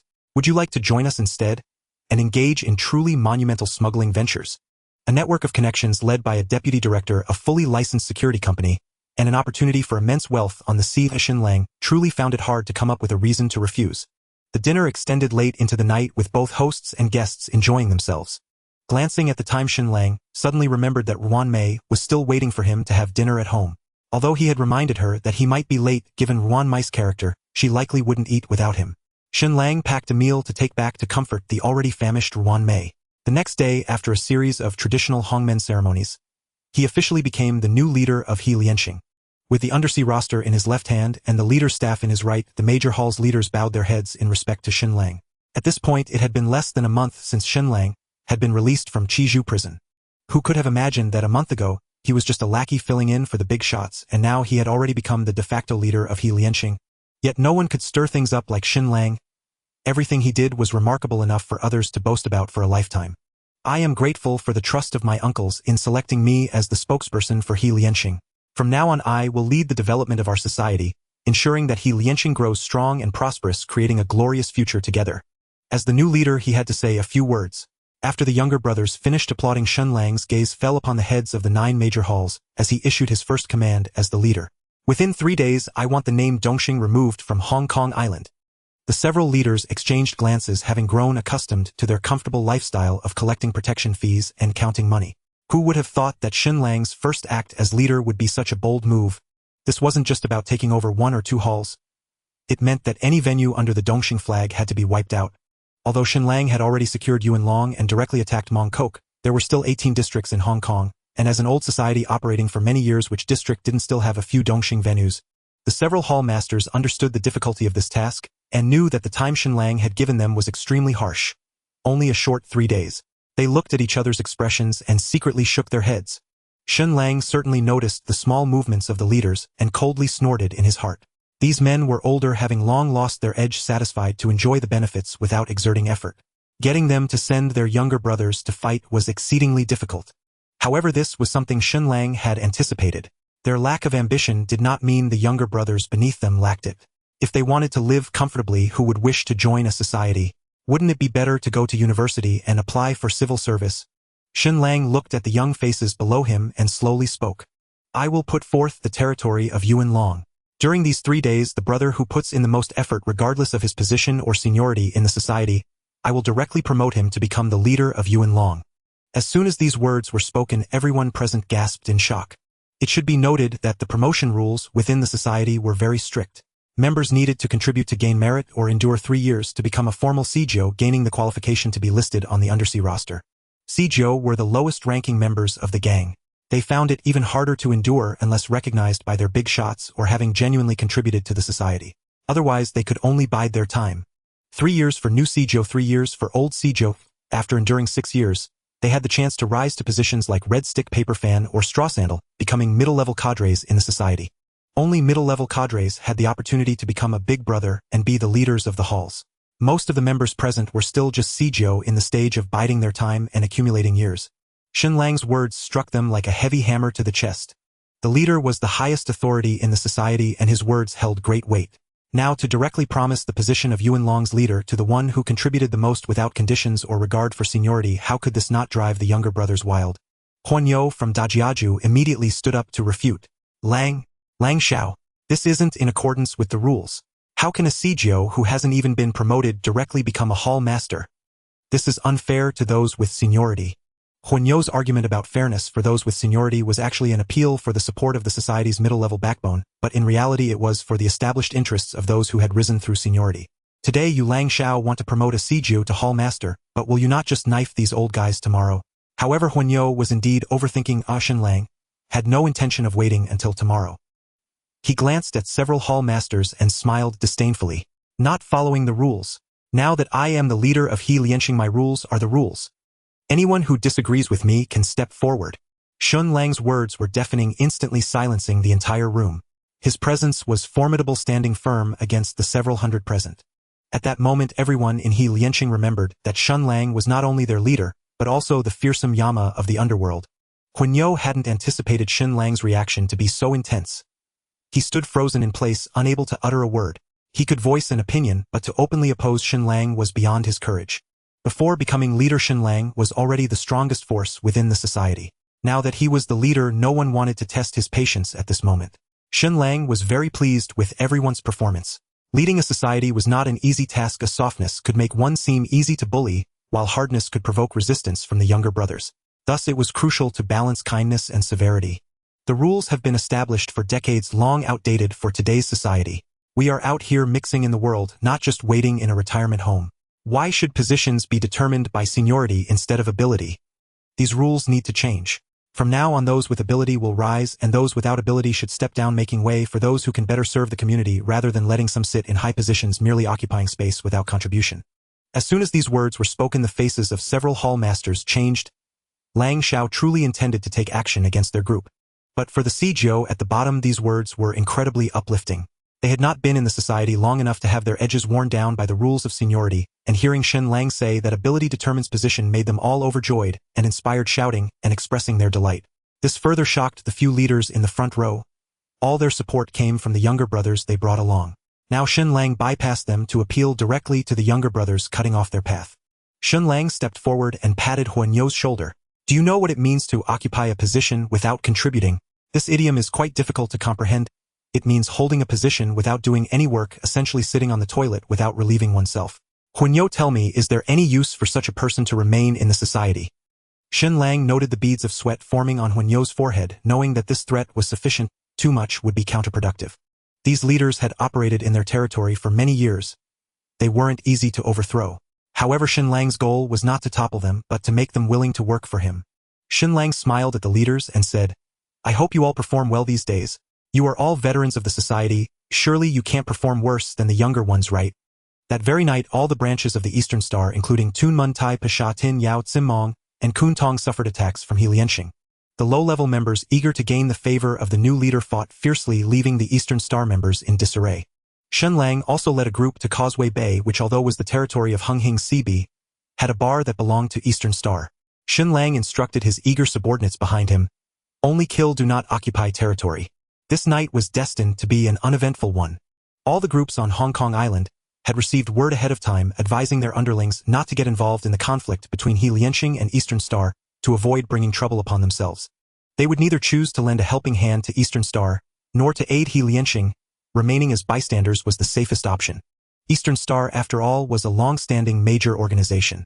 Although it had suffered losses in its confrontations with Shen Lang losing much territory, it was still a formidable presence, and one night was too short to eliminate it entirely. With dawn approaching, they prepared to withdraw, ensuring not to disturb ordinary citizens, which was a tacit understanding between the gangs and the police on Hong Kong Island. At the Hunghing Jing Wu Guanjiang Tiansheng conveyed a message early in the morning calling the heads of the 12 branches to a meeting. At this moment, the 12 leaders of Hunghing sat together, and while waiting for their leader to arrive, they inevitably discussed the gang battle from the previous night. The leader from Tsim Sha Sui spoke first. He Lianqing is serious this time. I heard that last night there was bloodshed and Eastern Star was left with severed arms blocking the drains. This new leader is quite impressive, unlike the disgraced Lin Huailu who came to Tsim Sha Sui and left in disgrace without even making a sound. Indeed, Eastern Star is really finished this time. It's a pity that the legacy built by Lo Tua has been squandered by these idiots below. Fortunately, he has been in a coma in the hospital. If he wakes up, he will surely die of anger. Yesterday on my street, a bar run by Eastern Star was also smashed. Strangely, after He Liansheng's gang killed, they left without leaving anyone behind to maintain control. He Liansheng's territory is in the New Territories and Kowloon, and Causeway Bay is so far away with the ferry being so crowded. Perhaps they just looked down on that shabby bar. CB pondered, secretly weighing whether to take over the two bars. At this moment, leader Jiang Tianxing arrived late and took his seat at the head, welcomed by everyone. The reason I called you all here is that I have something to discuss. The smiling tiger from Eastern Star approached me, hoping I could mediate and persuade He Lianqing not to go too far. What do you all think about this matter? When conflicts arise between two organizations, a third-party boss can be asked to mediate. With the stature of He Lianqing and Eastern Star, only Jiang Tianxing is qualified to mediate. The group of branch leaders immediately began to voice their opinions, with CB speaking up. Mr. Jiang, we cannot help them mediate. Eastern Star has fallen to this state purely by its own doing, and they have not refrained from causing trouble for us at Hunghing in the past. CB was Jiang Tianxing's most loyal supporter. After all these years, he understood his temperament well, and this outcome was definitely what Jiang Tianxing needed. Sure enough, with CB leading the charge, others recalled past conflicts with Eastern Star, and successively expressed their reluctance for Jiang Tianxing to mediate for them. Jiang Tianxing smiled slightly at the head of the table, seemingly having anticipated the thoughts of this group. I share the same sentiment as all of you. There is no need to get involved in this murky water, and besides, even Yen Luo from He Lianqing may not give me this face, so I rejected them at the time. This statement left the branch leaders puzzled. Since Jiang Tianxing had already rejected them, why gather everyone to discuss it? Jiang Tianxing noticed the doubts among the crowd and continued speaking. After I declined to mediate, the smiling tiger made a second request. He and Lei Yaoyang want to take our ship to leave Hong Kong Island and wish for us to take them to Amster. Eastern Star's influence on Hong Kong Island is waning, and the smiling tiger and Lei Yaoyang plan to return to Amster to develop anew, as they have a stronghold there that rivals the local gangs. However, taking a legitimate route to leave would surely attract the attention of He Liansheng's spies, and if Shen Lang sent people to trap them, they would be left with no escape, so the smiling tiger had to choose illegal means. The preferred illegal route was to take a snake boat, but those snakeheads were the best at reading people. A fallen boss was worth less than a dog. If they chose to risk taking a snake boat, they would not only have to transfer multiple times through Southeast Asia, but also risk attracting the greedy snakeheads. After much thought, the smiling tiger realized that the safest option was to use Hunghing's smuggling ship, which could take them directly to Amster. Moreover, given Jiang Tianxing's relationship with Lo Tua, they would not have to worry about being secretly sabotaged. Jiang Tianxing's words sparked another round of discussion among the crowd. Some felt that Hunghing had been merciful enough not to kick them while they were down, while others thought they should lend a hand. Only Han Bin from Kuaitsing district raised the crucial point, saying, Mr. Jiang, our smuggling routes are confidential. If Eastern Star's people want to take our ship out to sea, what can they offer as a ticket? Jiang Tianxing smiled slightly, took out a piece of paper from the folder, and laid it out in front of everyone. The bars, massage parlors, and nightclubs listed here all belong to Eastern Star, and the smiling tiger intends to use these properties as tickets. Everyone leaned in to take a look, and upon seeing the dazzling array of names, they couldn't help but be astonished. The smiling tiger truly understood the need for decisive action. He knew that returning to the Hong Kong Island area would not be easy. These properties under Eastern Star would be of little use, as Shen Lang could send people to harass them regularly and ensure they received no rental income. Thus, he directly offered them to Jiang Tianxing, first to exchange for safe passage, and second to stir up discord between He Lianqing and Hunghing. This was a blatant scheme, one that even the muscle-bound prince could see through. CB looked at the properties listed on the document and saw that the bar in Causeway Bay was prominently included. He couldn't help but swallow hard and turned to his boss to ask, Mr. Jiang, should we accept these properties or not? Why not accept it? When good fortune presents itself, why push it away? The Crown Prince spoke nonchalantly. Your courage is truly diminishing. A mere Yama has frightened you to this extent. Does he dare to wage war against us? Hongxing? Shibi remained silent, not uttering a word. The others present were visibly swayed, their brows furrowed in thought, seemingly weighing the pros and cons of the situation. Seeing no one else speak up, Zhang Tianxing said, then let us adhere to the old rules. The minority must yield to the majority. We shall vote on this matter. I shall go first. I agree to this deal. As Zhang Tianxing raised his hand, the fearless Crown Prince immediately followed suit, and the other hall masters also raised their hands. After a moment's hesitation, Shibi raised his hand as well. Very well, it's unanimously approved. I will send someone to contact the Smiling Tiger and retrieve the land deed. He'll also make arrangements for the smuggling ship, and it would be best if the Dongxing people leave the island as soon as possible. Shen Lang received a call from Gu Zhangyang instructing him to go to the training ground of the Golden Shield Guard to handle the handover procedures. One must admit, having power and influence truly makes things easier. Such a large security company managed to complete the paperwork so swiftly. Li Jie drove Shen Lang to the Golden Shield Guard located at Jujing Mountain.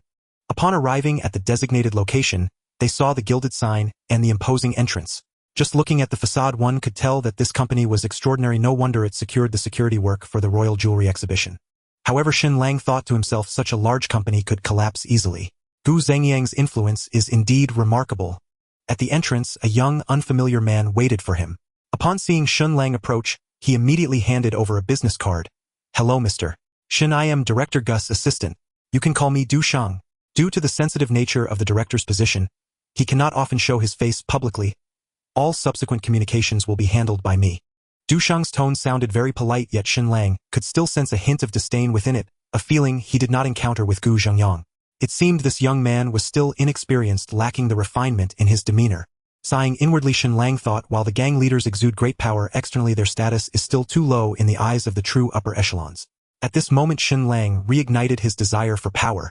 Shen Lang shook his head slightly to dismiss his thoughts. He knew that one must take things step by step and some matters cannot be rushed. Mr. Shen, let me give you a brief tour. Du Shang smiled as he led Shen Lang. This area is the office zone responsible for business reception. The row of buildings behind is the dormitory area, sufficient to accommodate over 200 residents. Behind the dormitory area lies a training ground spanning 300 acres where your security personnel can undergo comprehensive training. Considering that you might want to train your own security personnel, we have already dismissed the remaining employees, and you can have your subordinates move in at any time. After the tour, Shen Lang found himself increasingly pleased. The Golden Shield Guard was truly to his liking. He couldn't help but wonder why the previous boss only managed to cultivate a group of useless individuals despite such favorable conditions. The firearms and ammunition of the security company are locked in the armory. You can change the password at any time. Just a friendly reminder, every gun and piece of ammunition is registered. If you have special needs, it's best to purchase an additional batch yourself for use. This statement clearly indicated that the firearms of the security company could only be used for work. If one wanted to form a personal guard, they would need to acquire their own weapons. Shen Lang understood this clearly. His intention in establishing the security company was to create a private army. However, a private army must also have a legitimate identity, which is why a security company with gun permits is particularly important. They returned to the office and Du Shang handed over a document. Mr. Shen, we have completed all necessary procedures. You just need to sign at the bottom. Shen Lang had no hesitation, signing his name with 2 swift strokes. From this moment on, the Golden Shield Guard would carry his surname Shen. Shen Lang patted Li Jie's shoulder. How does it look here? Li Jie nodded slightly. Very good. I carefully inspected the training facilities. They have reached military grade. That's great. Now we need to find reliable people. Can you help me pick out some promising candidates from the gang? Li Jie pondered for a moment before slowly shaking his head. That group of gangsters is fine for bravado, but trying to train them into well-disciplined bodyguards will likely take at least 3 to 5 years to see results. Shen Lang's brows knitted together. He initially thought that securing the security company would solve everything, but it seemed it was not that simple. Attracting talent had become a major issue. He lacked the patience to wait 3 to 5 years for gangsters to be trained. Li Jie continued. After the school bus explosion incident 3 years ago, a group of my comrades were affected and left the army. They chose to become freelance mercenaries, living a life on the edge abroad. If you're willing to spend a bit more money. Shen Lang immediately interrupted. As long as they are talented, money is not an issue. Veterans who have long been active on the front lines can be directly utilized. This way, Shen Lang's security company can promptly commence operations. Although they are retired soldiers, their character. Shen Lang, having been a freelance mercenary himself, only cared about money. Whoever paid him was his employer. Li Wei replied, "You can rest assured on that front. He'll filter out the unreliable ones." With Li Wei responsible for selecting candidates and Shen Lang having his system panel, the dual assurances were enough to ensure peace of mind. "All right, I will leave this matter in your hands." That night, He Lianxing continued to clash with the remnants of Dongxing. Due to the disappearance of the two leaders, the Smiling Tiger and Lei Yaoyang, many of the underlings withdrew from Dongxing seeking alternative paths. Those who had not left Dongxing were also devoid of fighting spirit. Facing He Lianxing's assault, many simply turned and fled. The strongholds of Dongxing were toppled one after another. It seemed that within 3 days they would be uprooted completely by tonight. Meanwhile, at a nightclub in Causeway Bay, Shibi looked at the land deed in his hand, his expression somewhat hesitant. The bar on the land deed was the Dongxing bar that was swept away by He Lianxing yesterday. The bar was still in operation, just lacking the gangsters that once stood at the entrance. He certainly wanted to seize the bar, but while others did not understand Shen Lang, he knew him all too well. He was present during the gambling fight at the Dongxing boxing gym, having witnessed Shen Lang's string of victories ultimately leading to his subordinates stabbing the Dongxing leader and sending him to the hospital. He understood Shen Lang's character was one of vengeance, which was why he hesitated to take over the bar. At that moment, Shan Ji rushed in from outside. "Big brother, I searched all around, but I didn't see any of He Lianxing's people." Hearing this, Shibi's eyes flickered. Could it be that He Lianxing really does not care about this bar? Shan Ji, who was already dissatisfied with Shen Lang, fanned the flames. "Big brother, why should we fear He Lianxing? Now that bar belongs to Hongxing, does he dare to come and collect protection fees from us?" Shibi could no longer suppress the fire within his heart, leaping from his chair. "Let's go, we're taking our people to seize the place." Tonight, during the clash with Dongxing, Shen Lang spent most of his time overseeing from the rear, listening to the reports from his subordinates, below quietly selecting promising candidates for cultivation. Currently 2 individuals caught his eye, one named Bai Mao and the other named Wu Ying. Bai Mao, true to his name, had his hair dyed white and sported a rather fashionable line tattoo on his chin, giving him a wildly eccentric appearance. From the words of others, it was evident that his erratic fighting style instilled fear not only in Dongxing people but also among his own. Wu Ying, on the other hand, was more normal with a slender frame and an unremarkable appearance, but he was truly tenacious, comparable to the once renowned Blade Wave, daring to pursue and slash at over a dozen individuals with just a knife. Such individuals, as long as they do not perish, will eventually rise to prominence. The remnants of Dongxing had been largely wiped out, with their underlings fleeing or escaping, leaving only the camel in the hospital still on oxygen, aside from the missing Xiao Mian, Hu, and Lei Yaoyang. Hong Kong Island is neither too large nor too small. If the two truly hid in Lantau Island or casually boarded a snake boat to escape, Shen Lang would have no way to stop them. Although he wanted to eradicate evil completely, his influence could not reach all of Hong Kong Island. Besides sending people to the airport and ferry terminals to keep watch, there were no better methods available. As for the camel, he was practically dead. Even if he woke up, it wouldn't change anything. To be safe, it's better to bribe the nurse and pull out his oxygen tube.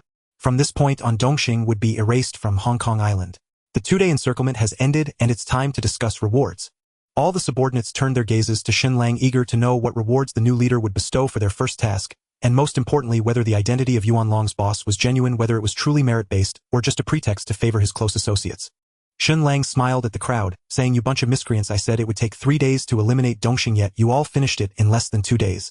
Do you underestimate me, thinking I can't afford to pay? Since I said 3 days, it will be 3 days. Although we won't be going out to kill tomorrow, money will still be distributed, and I'll double it." This statement immediately sent his subordinates into cheers, as their income primarily came from the protection fees they received monthly. Additionally, there were tasks from the leader and tasks from the boss, where going out to display prowess and claim territories had one price for not engaging in fights and another for actual combat. This part was considered external income, a good opportunity to earn. The payment for this mission set by Shen Lang was already high, and now with the promise of double for the 3rd day, it meant they would receive 4 days worth of pay for only 2 days of work. With external income doubled, everyone shared in the excitement. Shen Lang was not stingy with this money. He had many channels for making money. His rice trading operation had already stabilized, yielding profits comparable to that of the gang. Moreover, Gu Zhenyang had smuggling lines waiting for him to take over, which was the real big business.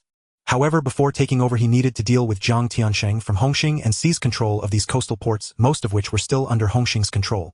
To take a bite out of this giant Hongxing, he needed to sharpen his knife. Even more, the subordinates below were Shen Lang's knife, and nothing could sharpen the blade better than money and power.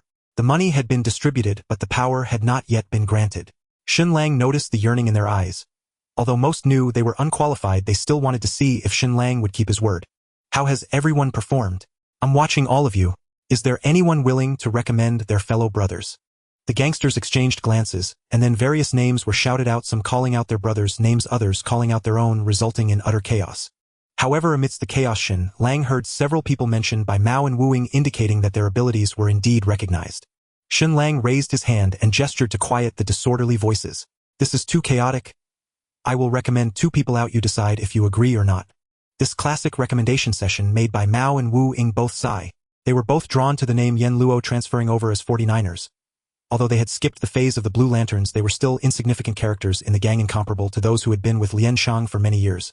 They initially believed that Yen Luo's promise of promotions based on ability would truly be upheld, so for the past 2 days, they disregarded their lives, desperately competing for merit, all for the sake of securing a good future.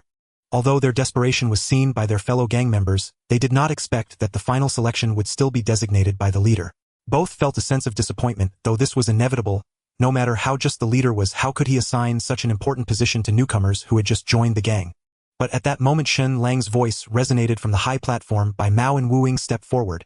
The 2 were initially taken aback, then their hearts surged with joy as they stepped forward under the astonished gazes of the crowd. Their reputation has been quite loud these 2 days. I will choose one of them to be the boss of Yuan Long. Do you all agree? Agreed. Agreed. The person chosen by Shen Lang was neither his confidant nor an old hand from Tsuen Wan, but the one who had genuinely put in the most effort these past 2 days, which naturally made everyone convinced and instilled them with thoughts of the boss position. It turned out that as long as one was brave enough, they could indeed carve out a future for themselves. Shen Lang looked at the 2 before him.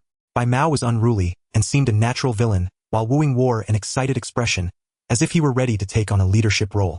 Shen Lang hesitated for a moment before speaking. Yuan Long only has that one street, it's impossible to choose 2 bosses, so I've decided that from this moment on Bai Mao will be in charge of Yuan Long. Bai Mao's eyebrows visibly perked up, his mouth stretching into a wide grin. Meanwhile, Wu Ying's face fell, his features scrunched together in disappointment. Shen Lang patted Wu Ying on the shoulder and addressed the subordinates below, saying everyone has seen Wu Ying's capabilities. I cannot be biased, so starting today Wu Ying will follow me, and the next territory we take will be his. Wu Ying, who had just been downcast, instantly brightened up. Their leader would not make empty promises, every commitment made was fulfilled. Beside him, Bai Mao, or rather now boss Bai Mao of Yuan Long, was a living example. At this moment someone approached Shen Lang and whispered a few words. After listening, Shen Lang smiled and asked Wu Ying, do you still have strength left? Gather your brothers and come with me to take down some people. Although the fly did not manage to snatch the white-haired one, it had received Shen Lang's promise, and a new task clearly indicating that it was being groomed as a trusted confidant.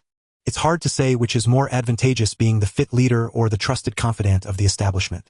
In any case, the fly was extremely excited, rallying a few close brothers and calling a group of Sijo boys in the name of the leader, marching vigorously toward Causeway Bay.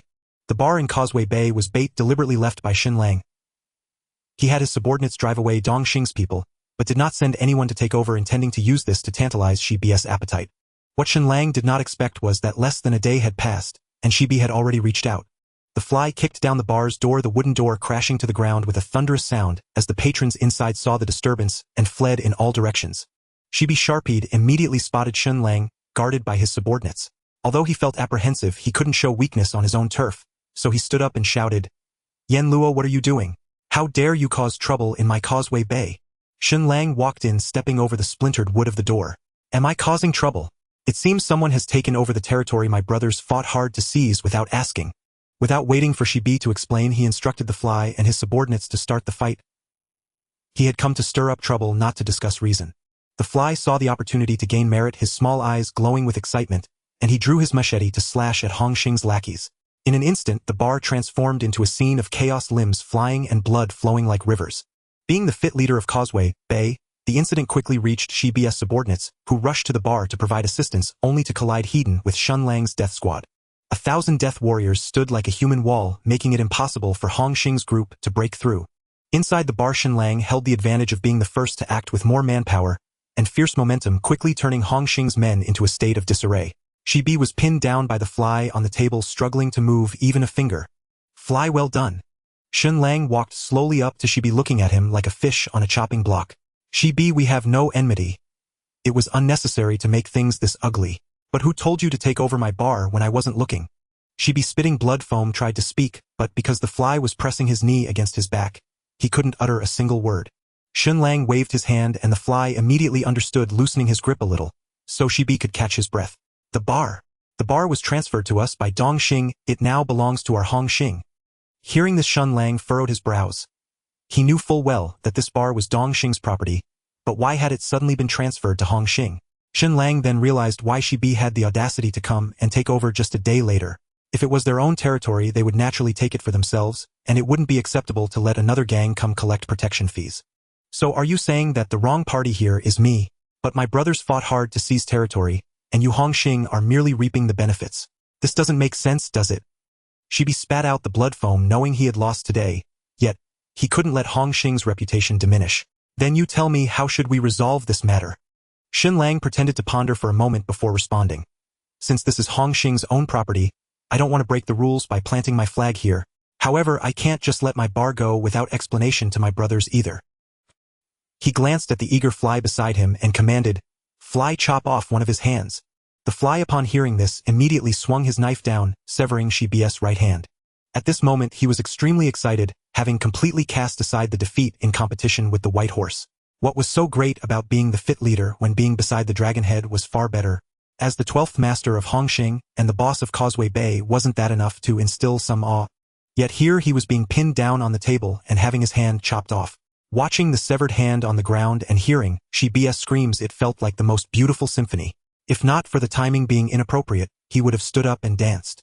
At this moment Shen Lang had no mind to pay attention to his subordinate's brutal behavior. He was only calculating the transaction between Dong Xing and Hong Xing in his mind, wondering if there was something shady behind it. He dialed Zhan Mi's number. Zhan Mi, Dong Xing transferred some properties to Hong Xing. Help me send someone to investigate what shady dealings are behind this. Jiang Tiansheng hurriedly arrived at the hospital and encountered Shan Ji and Shibi's subordinates outside the emergency room. Shibi was Jiang Tiansheng's most trusted subordinate, and with such a major incident, he as the leader could not ignore it. After hearing the whole story from Shan Ji, Jiang Tiansheng's face darkened like the bottom of a pot, and he cursed, which was rare for him. Yen Luo, that scoundrel. No wonder Jiang Tiansheng was so agitated. Among the 12 masters of Hong Xing, each had their own agenda, but Shibi was the most loyal, able to unconditionally support his decisions. Who wouldn't like such a die-hard subordinate? When Jiang Tiansheng wanted to suppress Liang Kun's influence, he secretly assigned the task to Shibi to take down Liang Kuin's sworn brother Ba Bai. Now that Shibi had lost a hand, he was basically rendered useless, which was akin to cutting off one of Jiang Tiansheng's own hands. Seeing this, Shan Ji approached. "Mr. Jiang, I want to avenge Brother B." Jiang Tiansheng glanced at Shan Ji and shook his head slightly. Yen Luo's family business is vast, and he is the leader of Lianxing. What do you have to fight him with? Shan Ji's eyes flashed with fierceness, determination on his face. We are all made of flesh and blood. No matter how tough Yen Luo is, I don't believe he can withstand bullets. I just don't know how to find an opportunity. Shan Ji's words lit up Jiang Tiansheng's mind. Yen Luo had just taken over as leader, and the gang was certainly not a solid unit. As long as he could find a breakthrough, Shan Ji's desperate gamble would have a high chance of success. Jiang Tiansheng patted Shan Ji's shoulder. I can help you find an opportunity, but have you really made up your mind? This assassination mission can be said to be a 10-to-1 chance of death. Shan Ji's eyes were resolute, as if he had already made up his mind. Mr. Jiang, I've thought it through. My good brothers Haonan and Brother B need someone to avenge them. Even if I have to risk my life, I will fight him once. A trace of appreciation flashed in Jiang Tiansheng's eyes. Good. Young and promising. He pulled out a roll of cash from his wallet and handed it to Shan Ji. Choose a suitable weapon. They'll be waiting for your good news. If you can come back alive, I will promote you to the next leader of Causeway Bay. Shen Lang had been contemplating what kind of deal had been struck between Dongxing and Hongxing. The bar in Causeway Bay was probably not an isolated case, but he had no leads for the moment. While waiting for a call from Zhan Mi, an unexpected number rang Shen Lang's phone. It was Du Shang, the assistant of Gu Zhengyang. Mr. Shen, Director Gu has received some intriguing information that he believes will be quite beneficial for you. He specifically asked me to relay this to you. The first matter is that the night after tomorrow at North Point Pier, the person you are looking for will board a smuggling ship from Hongxing. The second matter is that Jiang Tianxing has bribed a hall master from Lianxing and sent a subordinate to assassinate you. Given our cooperative relationship, Director Gu asked me to remind you to prioritize your safety. A partner as suitable as Mr.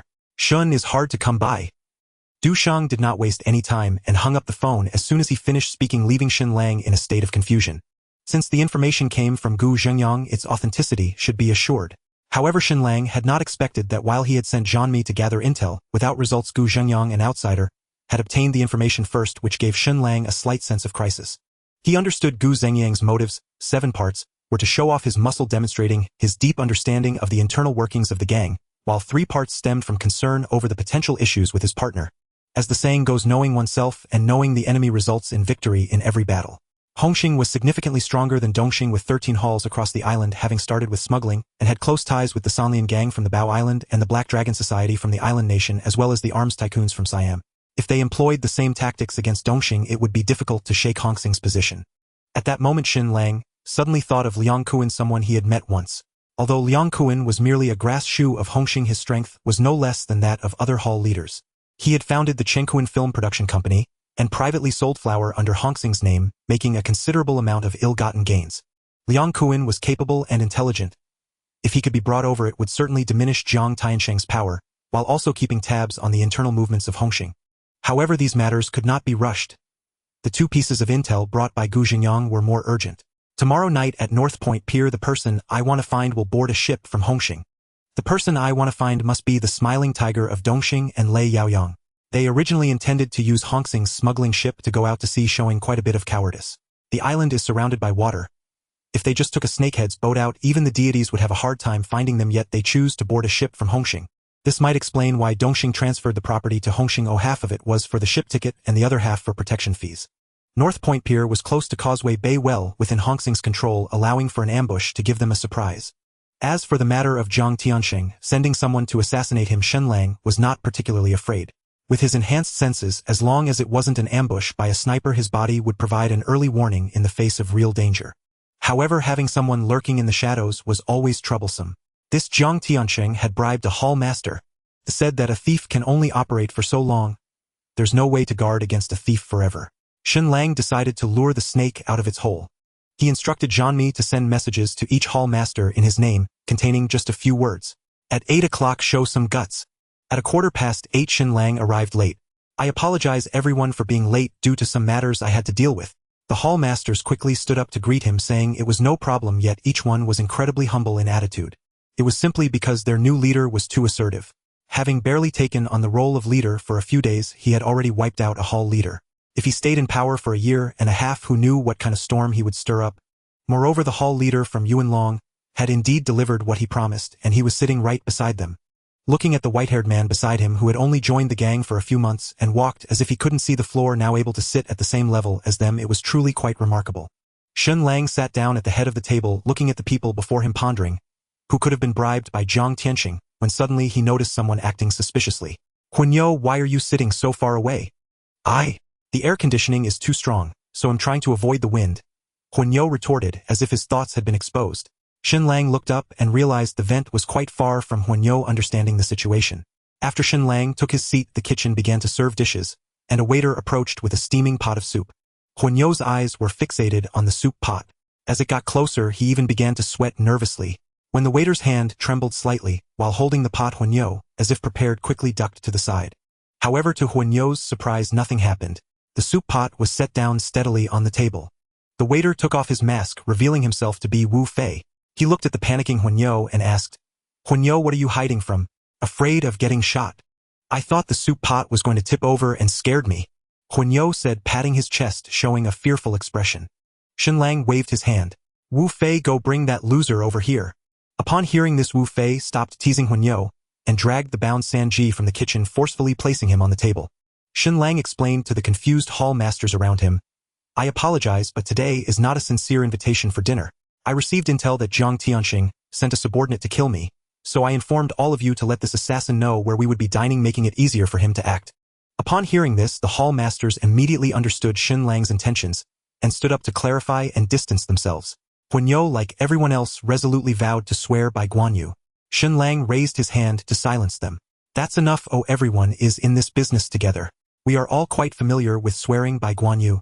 But since the culprit has been caught, why don't we hear what he has to say? Wu Fei pulled out the sock stuffed in Sanji's mouth, and Sanji immediately began cursing at Shen Lang. This way he wouldn't get any results. Shen Lang instructed Wu Fei.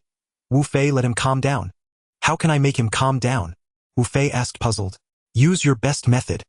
Wu Fei immediately understood, drawing a machete from his waist, and swiftly severed Sanji's left hand.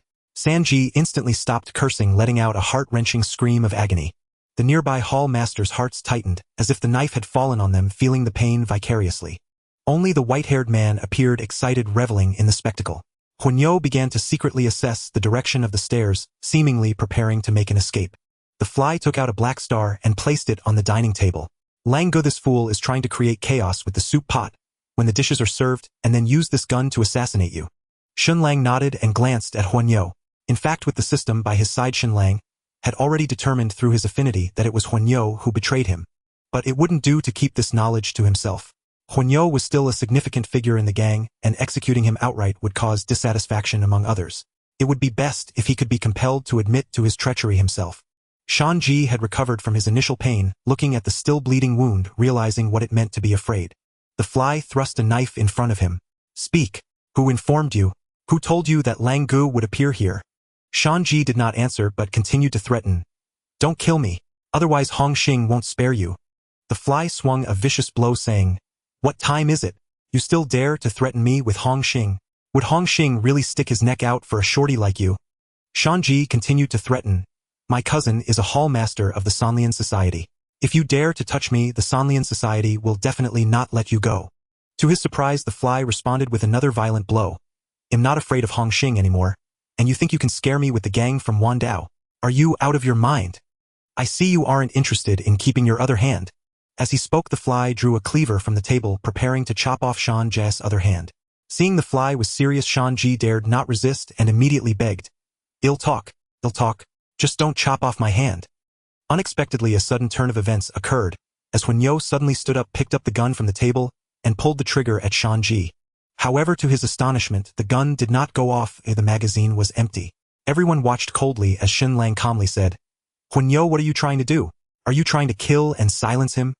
Huanyo discarded the gun and stammered, I was avenging the leader. How could I let someone who tried to assassinate you live? At this moment, Shan Ji grasped the situation and immediately spoke up. It was him. He told me the time and place. He even arranged for me to enter the kitchen, teaching me how to create chaos with the soup pot, before seizing the opportunity to kill. This old fool actually wanted to kill to cover up his crime. When Huanyo saw his plan exposed, he attempted to flee, but two members of the Sizhou gang unexpectedly appeared from behind and pressed him down onto the table. They took out ropes they had prepared in advance, and following the example of Shan Ji, bound Huanyo tightly. At that moment, Shan Ji and Huanyo became partners in misfortune, both pressed down side by side on the table. Huanyo, I've treated you well. Since Lin Huai's death, I have never troubled you yet. Who would have thought that you, this dog, would betray me? Shen Lang hurled a teacup from his hand, smashing it against Huanyo's face, blood immediately gushing out. However, no one else spoke up to stop him. Betraying a benefactor was a path to death. Shen Lang walked over, took the magazine from the fly's hand, and pushed a bullet out with his finger. The brass shell clattered on the ground, making a crisp sound. Don't say I didn't give you a chance. There are a total of 8 bullets and I've taken 1. You know about Russian roulette, right? With an 18 chance of survival, whether you live or die depends on your luck. The fly took the gun from Shen Lang and aimed it at Huanyo's forehead. Huanyo was horrified and shouted, Lang Xiao, wait. Russian roulette is played with a revolver. Black Star can't do that.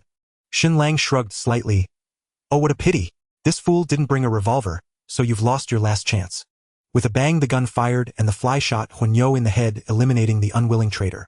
Fly, I promised you last time that I would promote you to a significant figure in the next hall. The opportunity has come. The Dajiao Zue is yours. You handle Huanyo's little brothers yourself. Thank you, Lang Gu. The fly could hardly conceal his joy. What about this fool? Should I just kill him as well? Leave him half a breath so he can die on Hong Xing's territory. That will be our declaration of war against Hong Xing. After saying this, he looked at the other hall masters. Everyone, you've seen it. It's not that I want to cause trouble. It's Jiang Tiansheng who is too overbearing. You all should prepare well. This feud between us and Hong Xing cannot end peacefully. After leaving with dignity, Shen Lang went to another restaurant. The meal at Yuguchi was merely to lure out the snake and catch the traitor. The real dinner he arranged was with Liang Kuan. The next day, Shen Lang finally received good news. Li Jie had brought back his former comrades. Shen Lang went to Jujing Mountain to check, where Li Jie was waiting with over 20 men in camouflage. Upon seeing Shen Lang, Li Jie immediately introduced him to his comrades. This is Mr. He is our boss. You can call him Lang Gu or Lang Xiao just like I do. Shen Lang surveyed the former special forces in front of him, each of them exuding a strong presence, certainly not comparable to his current group of thugs. However, the expected collective greetings did not happen. While Shen Lang assessed them, they were also sizing him up, and there was a hint of defiance in each of their eyes. Li Jie noticed this and laughed. I apologize, Lang Ge. They've been free mercenaries for 2 years, so they're a bit wild. Don't worry with me around, I'll definitely train them well. Shen Lang waved his hand, stopping Li Jie from continuing. He looked at the unruly soldiers before him, knowing they wanted to assert their dominance over their new boss. His identity was no secret. A little inquiry would reveal that he was connected to Lian Shang. These former special forces, although brought here by Li Jie, likely still had some reservations about Shen Lang being their boss. Shen Lang could see through their thoughts. He smiled at Li Jie. So these are your former comrades. They don't seem like much. This statement was like tossing a spark into a grease pot, instantly igniting the group's emotions. Who do you say is not much? I can take on 5 of you. Li Jie wore a somewhat bitter smile. He had originally intended to let his comrades gradually accept the new boss, but he hadn't expected Shen Lang to choose a more direct approach. However, this was also good, as Shen Lang's method would win their respect. Moreover, he had enough confidence in Shen Lang, since the two of them had once joined forces to eliminate the Doctor Gang. You all better be careful. Even I am not a match for Lang Ge. A young man with a buzz cut stepped forward. Is that true, Jie Ge? Then I really want to see for myself. Shen Lang looked at the young man stepping up and shook his head slightly. One person isn't enough, you all come at me together. More than 20 vigorous men soon fell over in disarray. Of course, this was also because they had reservations, afraid to unleash their full strength against their future boss, yet the undeniable fact remains that over 20 individuals were taken down by just one person. Li Jie stood nearby, dumbfounded. He knew Shen Lang's combat skills were exceptionally high, but he never expected it to reach such an outrageous level. These were over 20 special forces soldiers, warriors trained day and night, yet they were so easily defeated before Shen Lang. He felt a pang of concern for this security company. Did his boss not need these people for protection at all? He observed as initially one person challenged, then 2 or 3 joined forces, and finally a dozen attacked together, yet Shen Lang remained relaxed and at ease, even controlling the force of his strikes. Everyone was rolling on the ground in pain, but none were injured or had fractures, indicating that Shen Lang still had a considerable amount of strength left. Li Jie hurriedly interjected, Brother Lang, they may have let their skills slip a bit, but their marksmanship is quite good. Shen Lang looked at Li Jie, revealing a meaningful smile, as if to say, you are talking to me about marksmanship. Li Jie awkwardly chuckled, of course, I can't compare to Brother Lang, but they are qualified as security. During the skirmishes with these individuals, Shen Lang gained a rough understanding of their skill level. They certainly did not reach Li Jie's professional standard, yet they weren't far behind. More importantly, they were numerous, with over 20 people, enough to form several tactical teams. Shen Lang patted Li Jie's shoulder. They are already quite good. For future hires, just use their standard. Rest assured, as long as the abilities are sufficient, I will pay well. Arrange for them to come see me tonight and we'll get some good stuff. The good stuff Shen Lang referred to was, of course, firearms. The firearms and ammunition of the security company were registered, and there were no issues using them for security tasks, but they were not applicable for other private jobs. Since Shen Lang's security company was merely a facade aimed at creating his private armed force, acquiring firearms was naturally essential. As for who to contact in Hong Kong Island for bulk firearms, it was undoubtedly Uncle Li. Uncle Li, the largest arms dealer on Hong Kong Island, was said to be the only agent of Dr. Siam in the area. His firearms were of high quality and strong performance, incomparable to those small-time vendors selling obsolete weaponry, though the prices were significantly higher. Meeting Uncle Li, a high-end arms dealer, was not something just anyone could do. Unlike those gangsters that could be found openly on the streets, he operated in secrecy with his warehouses hidden away. Without a personal introduction, one wouldn't even have a chance to knock on his door. This was also the survival method of these outlaws. After all, being caught would surely lead to a long prison sentence. Shen Lang entrusted the contact with Uncle Li to Jeanmi, and after a few intermediaries, he finally managed to get through to Uncle Li. At this point, the benefit of being associated with the leadership of Lian Shang became evident. After revealing his identity and needs, Uncle Li only hesitated slightly before providing a time and place for their meeting, without even asking for a deposit. That night, Shen Lang and Li Jie arrived punctually with a suitcase of cash. The meeting location was an abandoned dock, where only a man resembling a lackey awaited them. After confirming Shen Lang and his companions' identities, and ensuring they weren't armed, he gestured towards a concealed corner, and a speedboat approached. Get on board, we'll take you to meet Uncle Li. This Uncle Li seemed quite cautious. Even though Shen Lang requested a large quantity of goods, he still refused to take them to the warehouse, instead moving the transaction to the sea. This way, if anything went awry, they could easily flee towards international waters. After traveling more than 10 kilometers, they finally reached the cruise ship on the surface of the sea. It must be said that those selling arms really made money. That cruise ship would cost no less than 10 million. Caught in the middle of the ocean, Shen Lang and Li Jie were isolated and helpless. If Uncle Li wanted to engage in a black market scheme, it would be all too easy. This was a stark seller's market. If you wanted to buy guns, you had to comply with the seller's rules. A middle-aged man with a receding hairline and dressed quite elegantly approached Mr. Lang from Liansheng. What a rare guest. I apologize, but our business involves flirting with danger, and we can only meet in this manner. Shen Lang extended his hand for a brief handshake. I can understand, as long as the transaction goes smoothly. However, I must admit I feel a bit uneasy out here in the ocean. Uncle Li wouldn't resort to blackmail after the deal, would he? Upon hearing this, Uncle Li was taken aback for a moment before bursting into hearty laughter. He had dealt with many people, including thugs, terrorists, and outlaws, and every one of them felt a little apprehensive when trading on his boat, but no one had ever been as straightforward as Shen Lang directly asking if he would engage in blackmail. Everyone knew the unspoken rules, yet they wouldn't voice them. Those who came before were too afraid to say it, fearing Uncle Li might truly consider such thoughts. In contrast, Shen Lang seemed unperturbed, as if he genuinely didn't care how Uncle Li would act. You're joking, Mr. Lang. I've been in this business for so many years and my reputation on the street is assured. Among all the outlaws I've dealt with, I've never resorted to blackmail, especially not against someone like you, a leader from Liansheng. I still have to operate in Hong Kong Island. I can't afford to provoke a giant like Liansheng. This statement directly clarified the point. Among the many ruthless thugs on Hong Kong Island, he hadn't chosen to engage in blackmail, so he would certainly not target someone like Shen Lang, indicating his commitment to honest business. Their mutual probing came to an end as they entered the ship's cabin together. The cabin was now arranged like a small arms depot filled with an array of firearms. There were MP5s favored by the Special Forces, AK-47s beloved by thugs, the renowned Barrett, and even heavy grenade launchers. Mr. Lang, you only mentioned needing equipment for over 20 armed individuals without specifying models, so I brought a variety for you to peruse, also making it easier for you to select according to your preferences. Shen Lang recognized that the other party was also showcasing their strength. These firearms were brand new and looked exquisite, seemingly products from a legitimate arms factory. Shen Lang exchanged a glance with Li Jie, who immediately understood and began inspecting the weapons.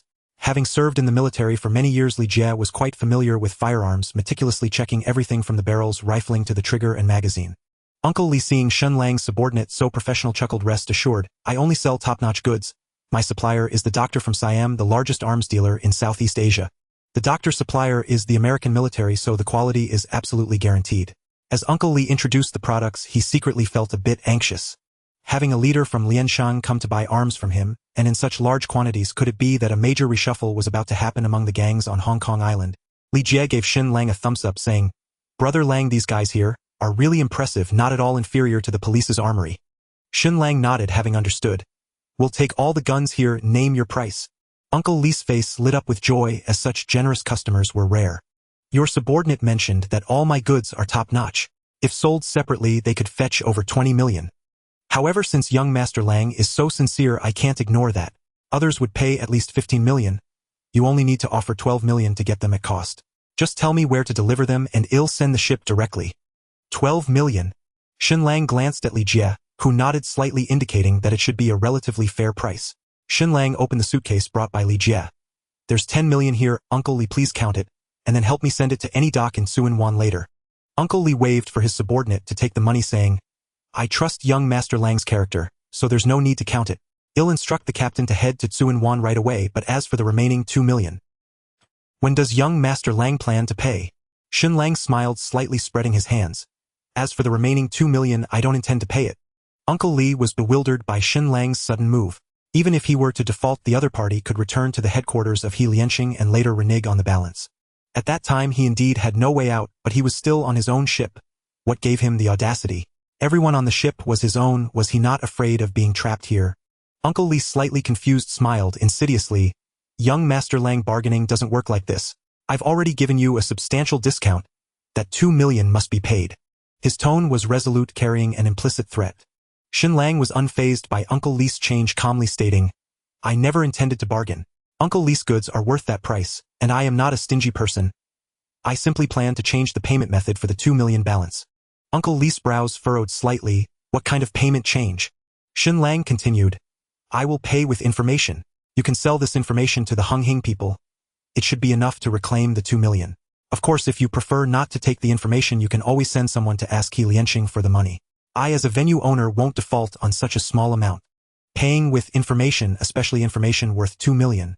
Even if Uncle Li was not an information dealer, he knew the weight of such a thing. Shen Lang further backed himself with his identity, allowing him to make a choice. This inevitably piqued Uncle Li's curiosity about what kind of information it would be. Uncle Li silently pondered the gains and losses. For people like them engaged in illegal businesses, information was far more important than money. Sometimes a crucial piece of information could save a life. Eventually Uncle Lee asked, "What kind of information is it?" By asking this question he indicated his agreement with Shen Lang's proposal, accepting the idea of using information to offset the balance. Uncle Lee, who had managed to thrive in the harbor for so many years, caused Shen Lang to look at him with a hint of admiration. "The information is simple, it concerns our transaction this time. Jiang Tianqing, the scoundrel, dispatched someone to assassinate me yesterday, and I caught him red-handed. The reason I came to buy arms this time is to settle the score with Jiang Tianqing. If all of Hung Hing stands with Jiang Tianqing, then I must also contend with Hung Hing to see who is stronger in the territory of the harbor, whether it is Jiang Tianqing or I He Lianqing. From now on there will be no peace in the harbor." Hung Hing's Tua Di Jing Wu Guan. Not only the 12 hall masters of Hung Hing, but also the influential figures in the society gathered, including Liang Kuan. "Everyone, you've seen the news from Uncle Lee, right? He Lianqing is serious this time. If we continue to follow Jiang Tianqing, we might not even know how we die." Beside him Ba Ji still looked incredulous. "Liang Kuan, is this news reliable? What if Uncle Lee is trying to scare us?" Liang Kuan spat, cursing, "Scare your mother? When Uncle Lee came to sell arms, you Ba Ji were still on Temple Street eating fish balls. Do you think he's so free to specially scare you? Besides, I spent 200,000 on this news. 200,000. How many adult films could I shoot with that? Who do I ask to reimburse this money? Is it Chan Yao?" Chan Yao, the white paper fan of Hung Hing, is also the strategist of the society, second only to Jiang Tianqing. Chan Yao's gaze was sharp as he looked at Liang Kuan, saying, "If this news is true, the society can reimburse you for this money." At that moment Jiang Tianqing walked in with a serious expression. "I've seen Liang Kun's news, and I've gathered everyone here to discuss countermeasures. We need to figure out how to deal with He Lianqing." Who would have thought that Liang Kuan would not even let Jiang Tianqing finish his words before interrupting. "Before we discuss He Lianqing, shouldn't the boss first explain why he sent someone to assassinate He Lianqing's spokesperson?" As soon as these words were spoken, everyone's attention immediately turned to Jiang Tianqing, for Liang Kun's statement was very reasonable, pointing directly to the core issue.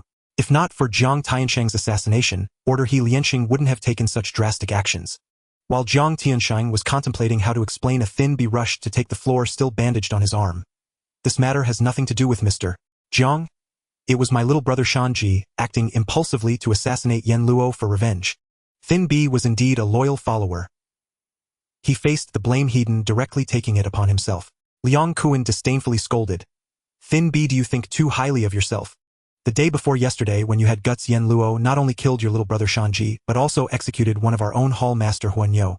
Thin Bee, when did you gain such influence that He Lianqing's Huanyo would risk his life to assist you in an assassination?" Thin Bee was instantly rendered speechless, unsure how to explain. At this moment Jiang Tianqing spoke. "The matter concerning Shanji was done with my consent, and I also helped him contact Huanyo. Yen Luo injured Thin B's hand. As the one in charge, I cannot stand by idly. I don't believe I did anything wrong in this assassination. Since He Lianqing is targeting me, I am willing to shoulder the responsibility." Liang Kuan exaggeratedly clapped, sarcastically smiling.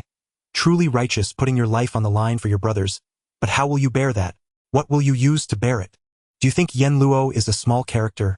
He is the leading figure of He Lianqing, purchasing tens of millions worth of arms to challenge us." Liang Kun's words elicited responses from many. "Yes, Yen Luo is insane. Didn't everyone see how Dong Xing fell? We absolutely cannot go to war with He Lianqing." Jiang Tianqing observed the reactions of the hall masters and realized that he had truly made a misstep this time. It was just an assassination. Who among the venue owners hadn't been assassinated before? Yet he never expected Shen Lang's reaction to be so extreme, creating an unyielding situation. "Liang Kuan, what do you think we should do?" Liang Kuan spread his hands and smiled. "What can I think? I'm also thinking about the society's welfare. Since Yen Luo has his eyes on you, I advise Mr. Jiang to lay low for a while, treat it as a way to relax. With everyone here in the society, nothing major will happen. If you're truly worried, you can hand over the position of venue owner to me, and with me, Liang Kuan, here, I will absolutely ensure everything is handled properly." "Liang Kuan, what nonsense are you spouting? Do you think you can challenge Mr. Jiang's position? Don't forget it was Mr. Jiang's father who established this gang, leading to our current Hongxing. To defy the hierarchy is utterly rebellious." Upon hearing such provocative words, Shibi immediately slammed the table and began to scold Liang Kuan. Shibi had already anticipated this reaction from Liang Kuan, and at this moment he remained seated completely unfazed. Indeed, who doesn't know that Hongxing is under the Jiang surname? However, the scale of the gang today is not solely due to Mr. Jiang's efforts. It has been built up through the combined efforts of the 12 halls and numerous brothers. The family gang model is outdated. Just look at the He Lianxing, which has been inheriting for 100 years and elects a new leader every 2 years. Hongxing was founded solely by Jiang Zhan, and after he stepped down from the leader position, he passed Hongxing on to his eldest son Jiang Tianxing. Although Hongxing has been established for quite some time, there have only been 2 leaders who called the shots. If there are no accidents, Hongxing would indeed be a hereditary family gang. However, as Hongxing has grown stronger, developing into 12 halls and 12 leaders, the underlings inevitably began to harbor unwarranted ambitions. Especially Liang Kuan, he has always been at odds with Jiang Tianxing. Despite his considerable strength, he has yet to secure even a single leader position. Liang Kuan knows that as long as Jiang Tianxing remains the leader, he will never get ahead, so he is always scheming openly and secretly to create obstacles. Just like this time, he is fully aware that his mere words cannot shake Jiang Tianxing's position, yet he still brings it up. If Shen Lang can really succeed and eliminate Jiang Tianxing, then Liang Kuan will have a chance to advance further. The other hall masters except for Shibi couldn't help but feel a bit stirred after hearing Liang Kun's words.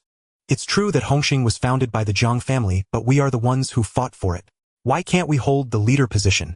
Seeing everyone silent, Liang Kuan was very pleased. What he wanted was to plant a seed in everyone's hearts to slowly take root and sprout, and at a specific moment it would bloom and bear fruit. That would be the time for Hongxing to undergo a reshuffle. Seeing that no one joined him in criticizing Liang Kuan, Shibi was instantly furious. He even brought along other hall leaders to scold them, saying, "You bunch of useless fools, how could you just sit there and watch Liang Kuan speak so contemptuously about Mr. Jiang?" One can only say that Shibi is loyal but foolish. His accusations against the other hall masters at this time will not bring any benefits, but rather make them even more resentful of Jiang Tianxing's dictatorship. Shibi say less. Jiang Tianxing slammed the table hard and then turned to Liang Kuan. "Liang Kuan, do you want to be the leader?" "Sure. Do you have enough support? How many people from the 12 halls back you up? Once you gather enough votes, I can step down and let you take over. But today is not about discussing the leadership. It's about how to deal with Yen Luo. What should we do? Should we fight? How should we fight? Or should we avoid the battle? What does everyone think?" Jiang Tianxing looked at Baki, who was avoiding his gaze, and said, "Baki, what do you think? What are your hall masters thinking?" Baki, called out by name, looked aggrieved and reluctantly said, "We all listen to Mr. Jiang. If you tell us to fight, well, go and face He Lianxing Heaton." However, He Lianxing has just wiped out Dongxing's top leadership, and they are currently quite formidable. If we engage them, our brothers below are likely to suffer countless casualties. Baki is the type of fence-sitter who doesn't want to offend anyone. Even his words are quite resentful, revealing what the other hall masters might be thinking. Jiang Tianxing immediately understood that it would not be easy to confront He Lianxing.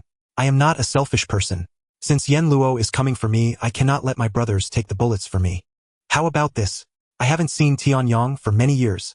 He is doing quite well in Siam and has good connections with the local warlords. I will take Tingting to Siam for a vacation, which will make He Lianxing back off from pursuing Hongxing."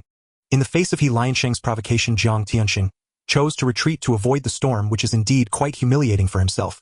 However, seeing Liang Kun's instigation and the reactions of the crowd, even if he insisted on going to war with He Lianxing, it would likely be ineffective.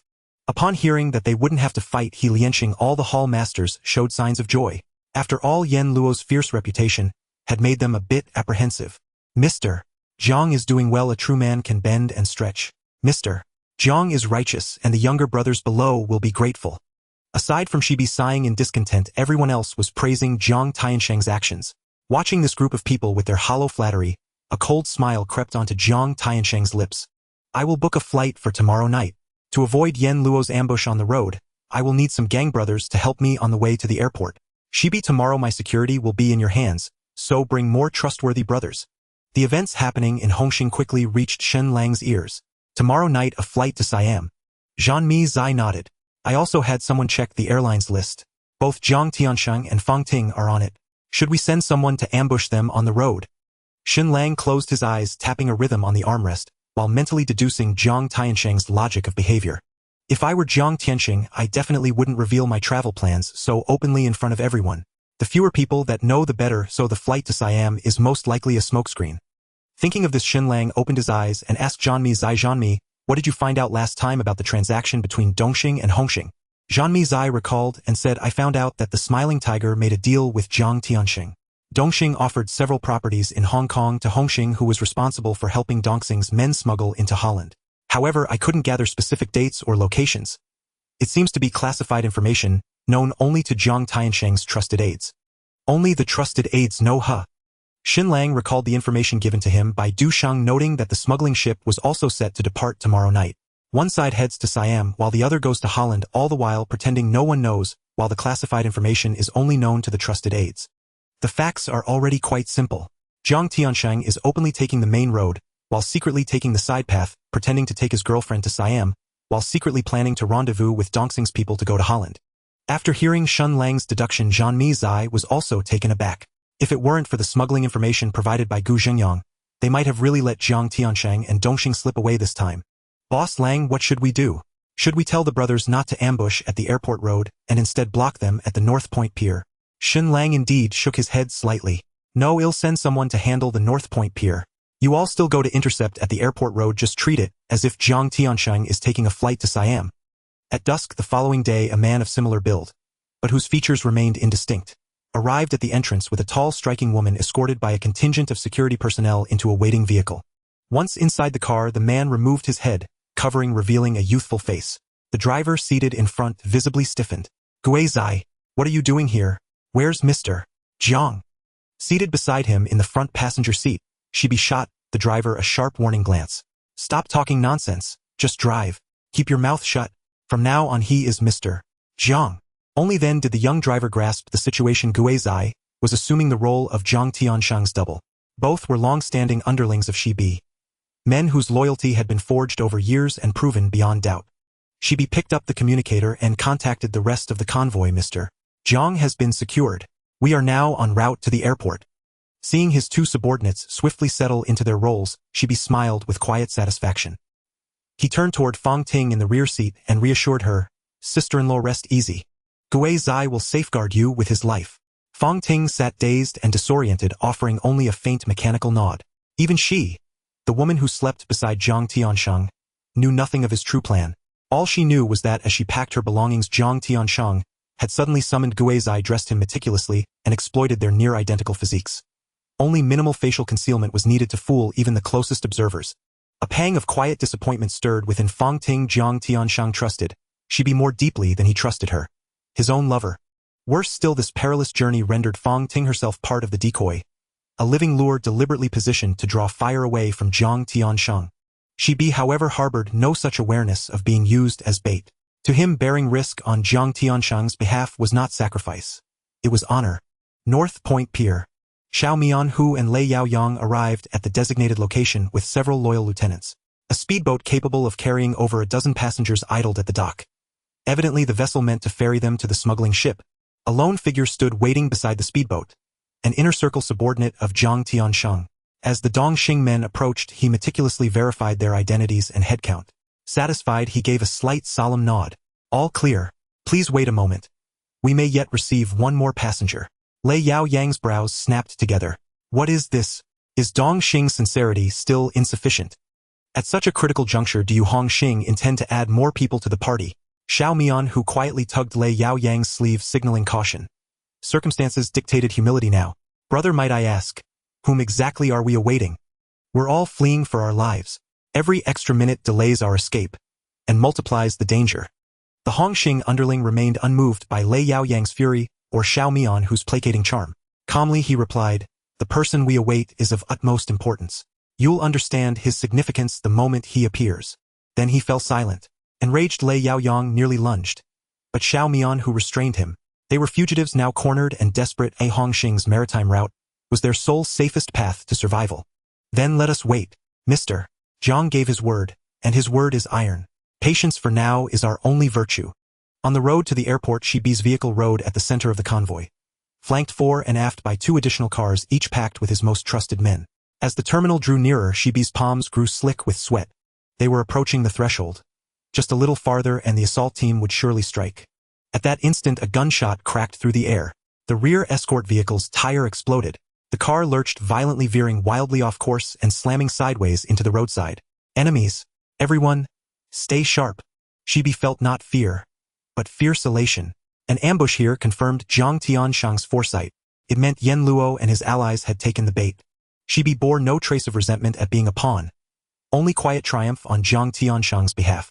A dump truck accelerated toward the convoy. Fortunately, Shibi's driver possessed exceptional reflexes. A sudden surge forward spared them from being crushed against the curb. Gunfire erupted from all directions. In the back seat, Fong Ting screamed, burying her face behind the headrest. Such brazen violence in broad daylight spoke volumes. Yen Luo had resolved to kill. No compromise, no quarter. While soothing Fong Ting, Shibi sent Jiang Tiansheng a terse message. Yen Luo has taken the bait. The decoy is under attack. Lei Yaoyang checked his watch. For the 10th time. Then burst out. Is this some kind of joke? How long must we wait? Do we need to wait until Yen Luo himself arrives with his entire army? The Hongxing underling wore an awkward expression. He too had not anticipated such delay, or the silence from his superiors. Just as he struggled for words, Jiang Tiansheng emerged from the shadows. Yao Yang, don't fret about Yen Luo. He's currently ambushing my decoy on the airport road. This place, utterly secure. Lei Yao Yang stared stunned. Mr. Jiang, you're here. Jiang Tiansheng advanced calmly. I've decided to accompany you to Holland. Do you welcome me? Xiao Mian, who instantly beamed, stepping forward with effusive deference. Mr. Jiang's presence honors us beyond measure. He glanced quickly left and right. No one else was in sight. His curiosity burned. How had Jiang Tiansheng appeared so suddenly, so alone? Jiang Tiansheng seemed to read his thoughts. No need to search. I arrived long before. Yet I waited, verifying whether Yen Luo had laid traps. Only after he struck on the airport road and confirmed safety here did I step forward. A chill settled over Xiao Mian, Hu, and Lei Yaoyang. Unwittingly, they too had served as Jiang Tiansheng's decoys. Jiang Tiansheng clapped Xiao Mian, Hu, lightly on the shoulder. Every soul aboard this vessel is among my most trusted. My caution was prudent, not suspicion. And it seems Yen Luo is less infallible than legend claims. At the mention of Yen Luo, Xiao Mian, whose expression darkened again. Dongxing had held sway in Hong Kong for decades. A force not to be dismissed lightly. Yet in mere weeks Shen Lang and his men had dismantled it utterly. With deft words, Jiang Tiansheng redirected their anger toward Yen Luo. Then continued, my voyage overseas seeks foreign alliances. Yen Luo's power surges like a typhoon. Hongxing refuses to meet it heeding. In Holland I'll meet Uncle Lu Ji, the Yakuza of Japan, the Kim Gate of Korea, and the San Lian Bang of Taiwan. We'll rally every possible ally to shatter Yen Luo's hegemony once and for all. For if Yen Luo continues unchecked, soon Hong Kong itself will have no voice left for men like us. Mr. Jiang truly has foresight. Yen Luo is indeed too arrogant. Today he targets our Dongxing, and tomorrow he will strike against your Hongxing, Mr. Jiang. The smiling tiger flattering Jiang Tiansheng with a sycophantic demeanor, this time with Hongxing's dragon head, accompanying them on the smuggling trip. Their safety is certainly more assured. Yet he was somewhat puzzled as to why Jiang Tiansheng needed to take a smuggling boat. Meanwhile, the thugs on the speedboat had already started the engine signaling towards Jiang Tiansheng and the others. Just as several people stepped towards the speedboat, an RPG flew in from a distance, landing squarely on the engine of the speedboat. Boom! The speedboat erupted in a tremendous explosion, transforming into a blazing fireball. Thankfully, this dock was in a remote location, otherwise it would have attracted too much attention. What happened? Who did this? Everyone panicked, frantically searching for cover, each one drawing out their handguns. Dongxing consisted of desperate fugitives, and the Black Star was always the best partner. Unfortunately, the people sent by Shen Lang had been lying in ambush for a long time, but Jiang Tianxing had not shown himself, which is why they chose to remain passive.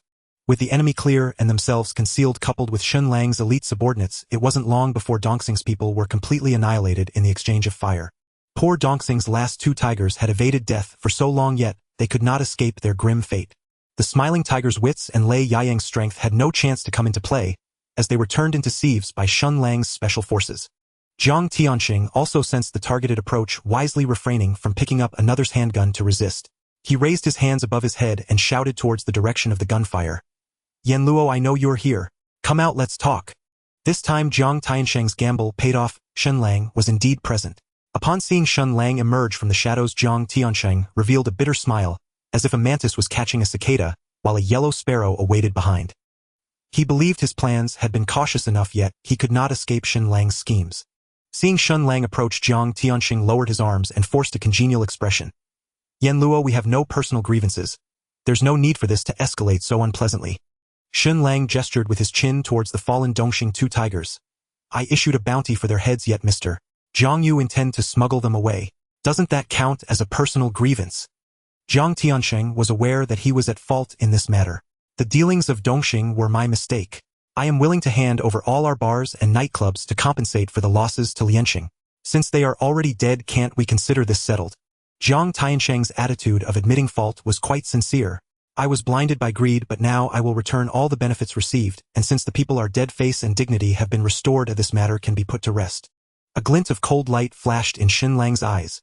The Dongxing issue can indeed be settled, but how do we account for your collusion with the Firebull sending Shan Ji to assassinate me?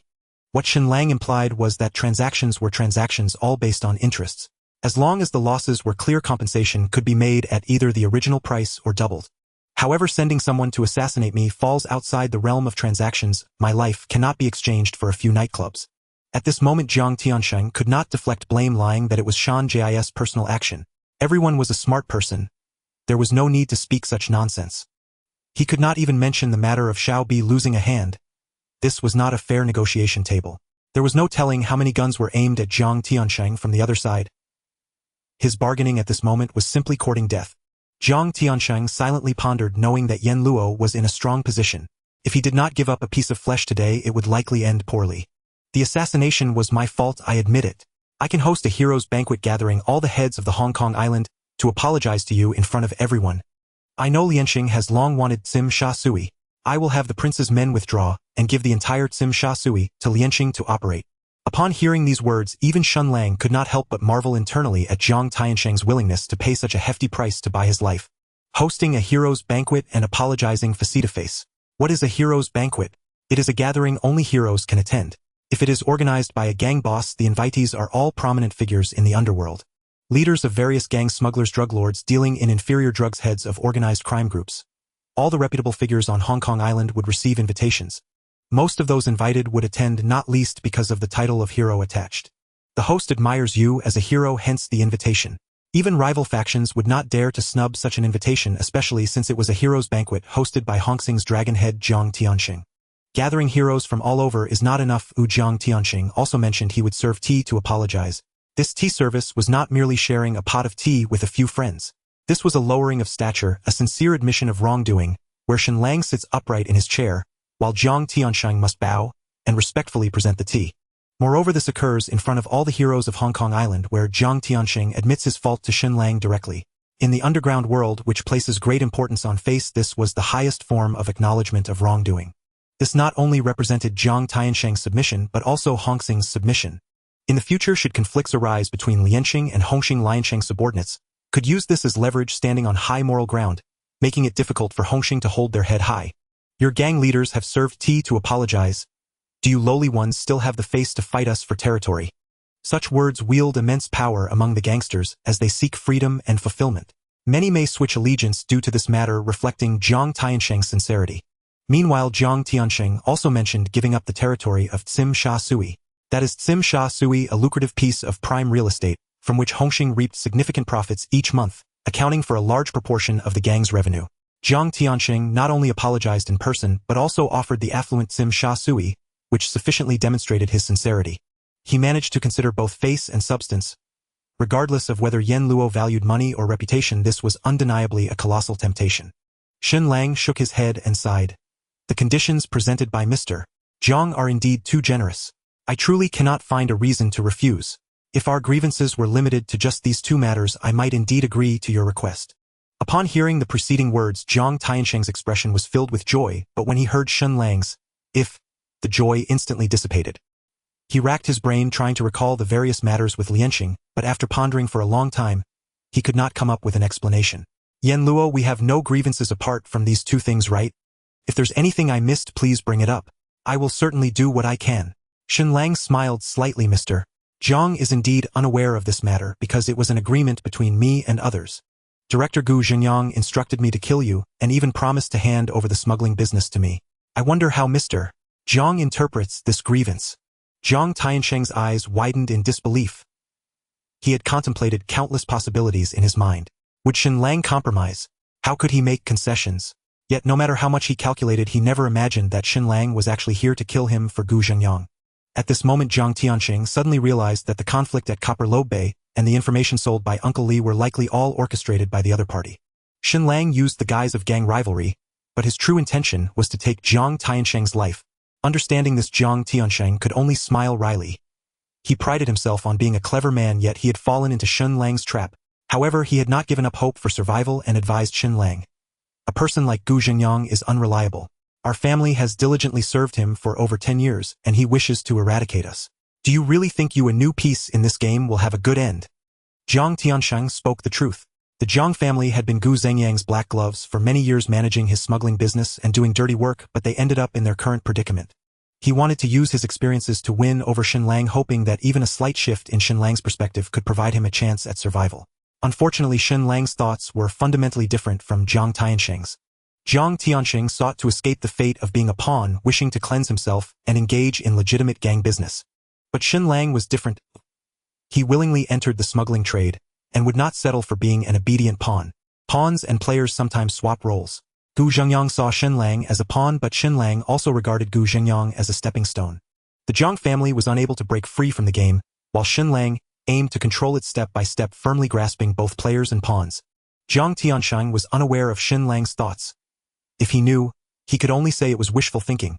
This is the disparity in perspective. The Jiang family sought profit to enter the game, ultimately sinking deeper into the mire. Shen Lang sought not only profit but also power. He did not see being a spokesperson as a limitation, but rather as a necessary path to accumulate strength. Seeing that Shen Lang remained unmoved, Jiang Tiansheng knew he could not escape today's calamity. The manpower at the airport was also arranged by you on purpose, wasn't it? I initially thought you had sent people to ambush there, so I would be safe here, but I never expected. Shen Lang glanced at the message he had just received and smiled at Jiang Tiansheng, saying, "You are quite ruthless, even using your own girlfriend and most trusted subordinates as bait. Shibi is doomed, you need not worry. His survival would interfere with Liang Kun's plans. As for your girlfriend Fong Ting, Liang Kun has also specifically instructed that he is looking for actresses for his adult films. I believe it won't be long before Hongxing will be renamed Li." At this moment, Jiang Tiansheng's face turned ashen. Although the news about his girlfriend and Shibi was shocking, it had no further impact on him. Liang Kun, Li Chenkun, this bastard, I should have solved him long ago. I never expected him to betray us, ultimately seizing control of Hongxing. What benefits did he offer you to make you go to such lengths to help him? Shen Lang spread his hands and replied, "What other benefits could it be? It's merely the docks controlled by Hongxing. Liang Kun will seek revenge for you and clash with us, and Lianxing inadvertently giving the dock territory to me. Quite reasonable, isn't it?" Jiang Tiansheng felt as if his heart had turned to ashes. His father Jiang Zhan's lifelong efforts had been completely devoured by Liang Kun and the grim figure before him. He didn't know how to face his father in the underworld. As Shen Lang aimed his gun at Jiang Tiansheng's temple, Jiang Tiansheng, facing death, shouted, "Gu Zhengyang's attempt to kill me is futile. I've copied several pieces of evidence regarding his smuggling activities. Even if you obtain my copy, Tianyang will seek revenge for me." Bang! After the gunshot, Jiang Tiansheng, the current leader of Hongxing, fell dead on the spot. Shen Lang took the camera from his subordinate and snapped a few photos of Jiang Tiansheng. Once the photos are developed, send them to Du Shang's office. Killing Jiang Tiansheng meant that his deal with Gu Zhengyang was complete. As for others using evidence to blackmail Director Gu, that had nothing to do with Shen Lang. Shen Lang could work for Gu Zhengyang, but the benefits he deserved must not be diminished. The reward for killing Jiang Tiansheng was taking over the smuggling business and the security company. As for killing Jiang Tianyang, that was a different price. Mr. Jiang's convoy was attacked, causing the entire Hongxing gang to tremble. While the entire gang mobilized to rescue, only Shibi's corpse was found at the scene. Through the account of the surviving Fong Ting, everyone learned about Jiang Tiansheng's substitute plan. They marveled at the leader's brilliant scheme, but no one mourned for Shibi. The gang was a place of harsh reality. Previously, when Shibi had lost a hand, he would have struggled to maintain his position in Copper Lobe Bay. His sacrifice for the leader was merely a waste of resources. The deceased members of the Seijo gang were all Shibi's confidants. Their deaths evoked no sympathy, as no one cared except for Shibi. Ironically, due to Shibi's death, Copper Lobe Bay lacked a strongman, allowing those without positions below to gain opportunities for promotion. However, the good times were short-lived. The members responsible for smuggling reported back with alarming news. Jiang Tiansheng and Dongxing's men had not boarded the ship as promised, and the contact person was also missing. This left everyone in shock, prompting them to send people to search every dock, quickly finding the bodies of Jiang Tiansheng and the two tigers from Dongxing at the North Point dock. The killer had already erased all traces, with the only indication of their demise being gunshot wounds. The crime scene was by the sea, where it would be easy to weigh down the bodies and sink them.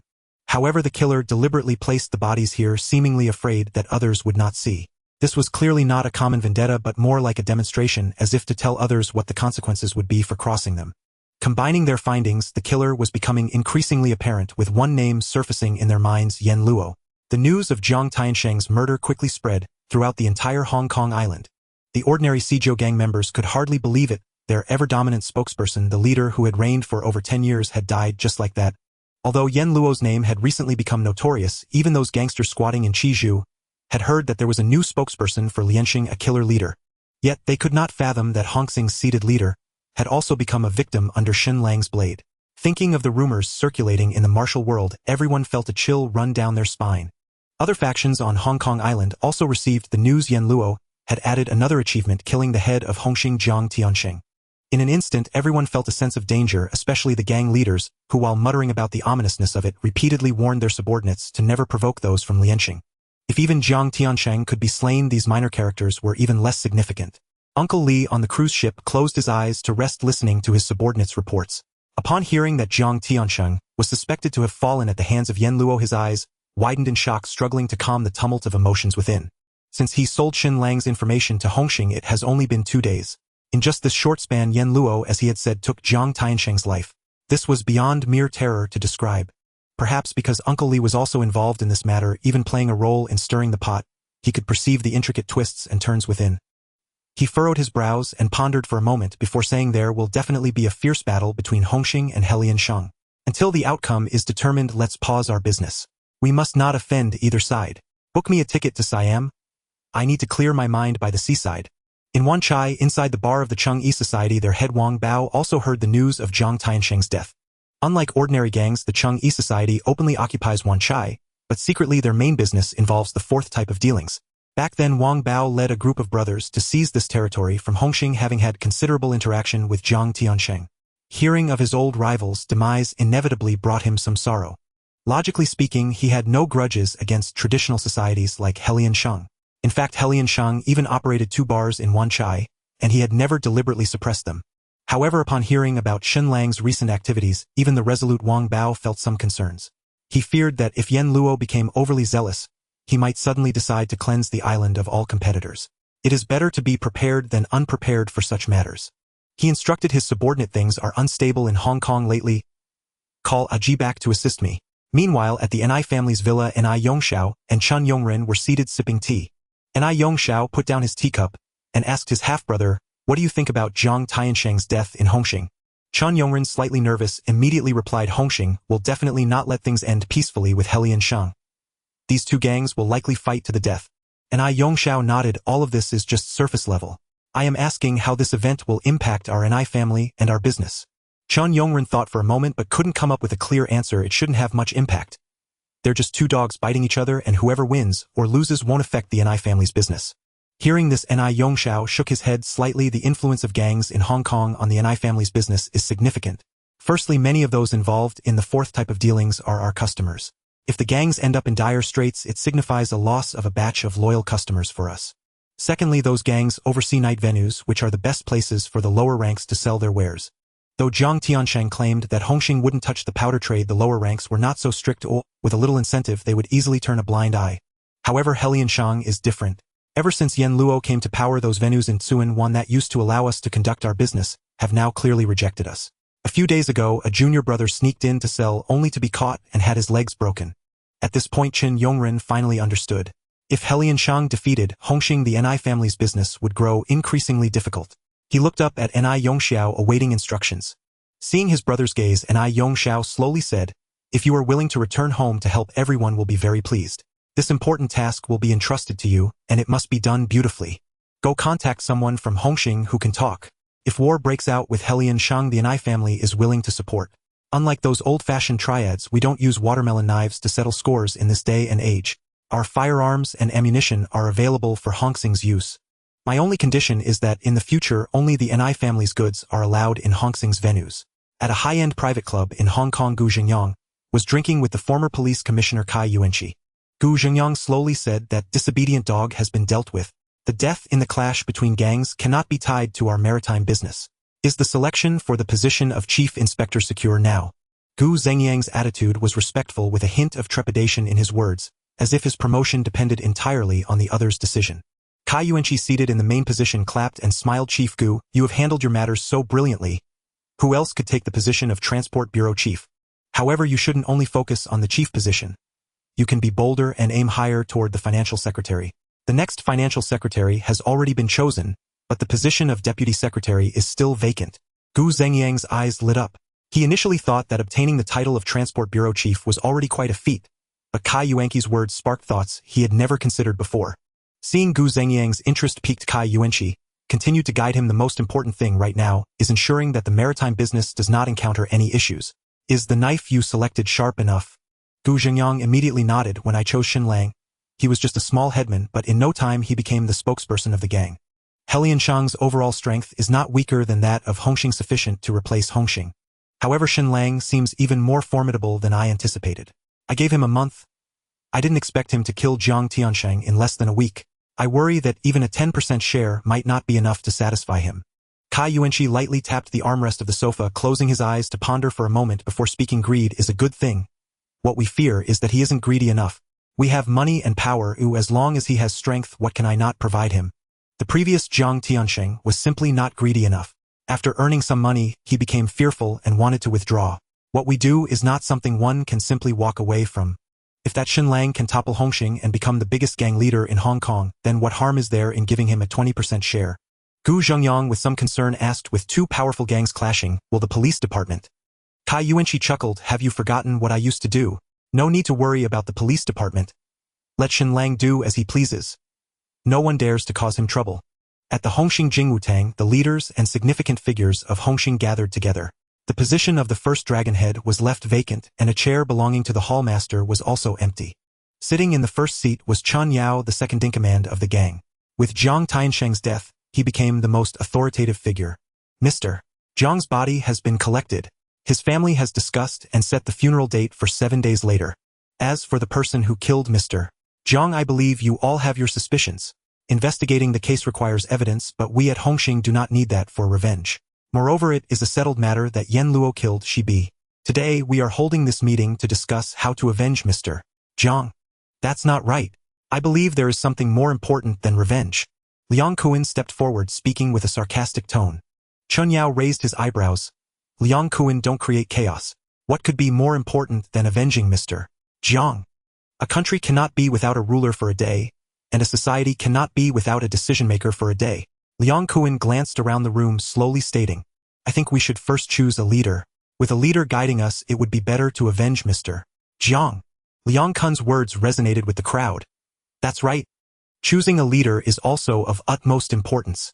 With such a large organization as Hongxing, how can we function without a leader? Seeing the crowd getting rowdy, Chun Yao coldly remarked, Do you want the position of the leader? That's fine. Whoever kills Yen Luo from Helianxing can take the position of leader in Hongxing. This statement silenced the discussions among the crowd. What Chun Yao said was reasonable. Someone avenging the former leader would indeed have made a great contribution to the society, making it reasonable for them to succeed the leadership. In fact, Chun Yao had his own selfish motives. He was a loyal supporter of the Jiang family, and hoped that a member of the Jiang family would emerge to inherit the position. Although Jiang Tiansheng had died, he still had a brother, Jiang Tianyang, in Siam. The best outcome he envisioned was Jiang Tianyang returning to Hong Kong and becoming the next leader of Hongxing. Thus he intended to muddy the waters here, deliberately stating that whoever killed Yen Luo would become the leader with the goal of buying time. Little did he know Liang Kuan saw through his intentions and immediately retorted, Do you think Yen Luo is like fish in a seafood market, that anyone can kill him? As long as Yen Luo is alive, does that mean Hongxing won't choose a decision-maker for a day? Damn, your head must be muddled. Chun Yao was left speechless by the rebuttal, knowing very well that Liang Kuan spoke the truth. Liang Kuan, what do you want then?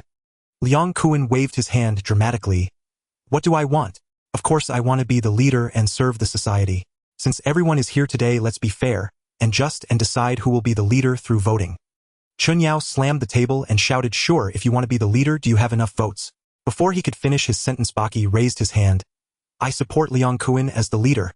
Chun Yao narrowed his eyes, about to retort Baki, but more and more people raised their hands. I also support Liang Kuan. I vote for Liang Kuan. Liang Kuan is great. Chun Yao swallowed his words, looking at Liang Kuan in disbelief. Liang Kuan was usually a bit eccentric, but how did he gain the support of so many factions? Moreover, Jiang Tianxing had just passed away. Why did it seem like Liang Kuan had foreseen this and bought off their support in advance? Could it be that Liang Kuan colluded with Yen Luo and Jiang Tiansheng's death had his backing? Liang Kuan smiled as if everything was within his expectations. Chun Yao, count for yourself. It's more than half. Is it alright if I take the position of leader?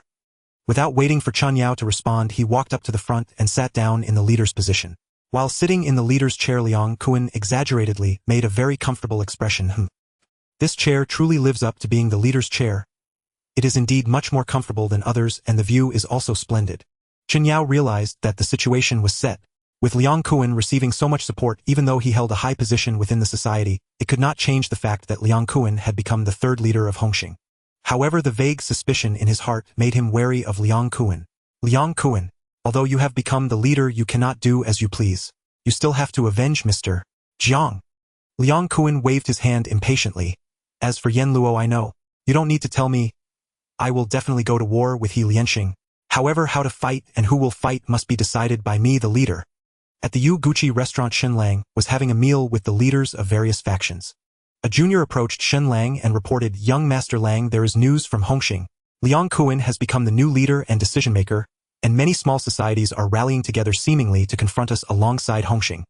Shen Lang waved his hand indicating that he understood and turned to the people at the table saying, "Everyone has heard it. Although we have eliminated the Dongxing's leadership, our reputation is still not bright enough. Now Hongxing is eyeing us like a tiger watching its prey, and all factions must be prepared for battle. I will coordinate you all when the time comes." Just when things were finally settling down, another battle awaits. The faces of the several leaders at the dining table turned grim.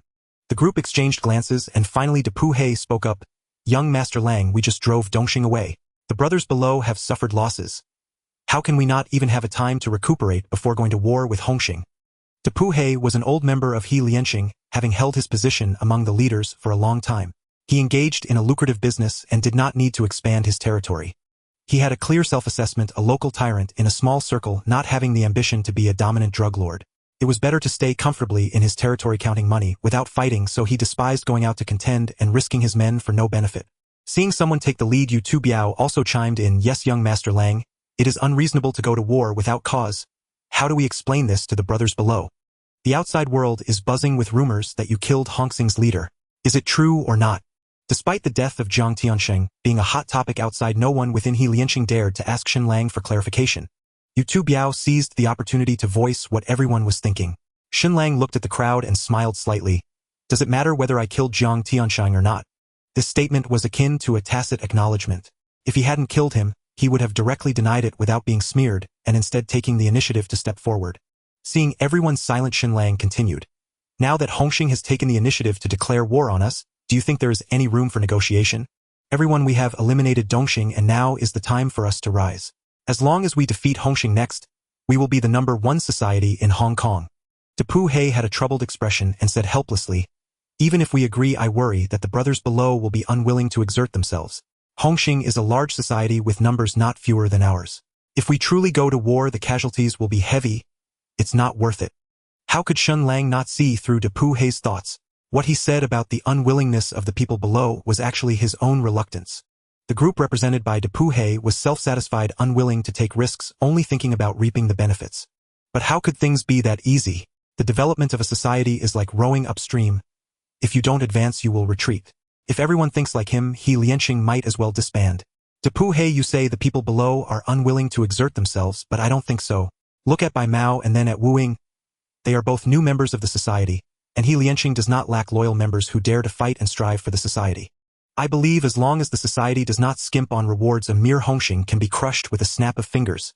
Shen Lang spoke with hidden meanings, ostensibly praising the actions of Bai Mao and Wu Ying, yet secretly criticizing Depu He and his ilk for squandering their advantageous positions.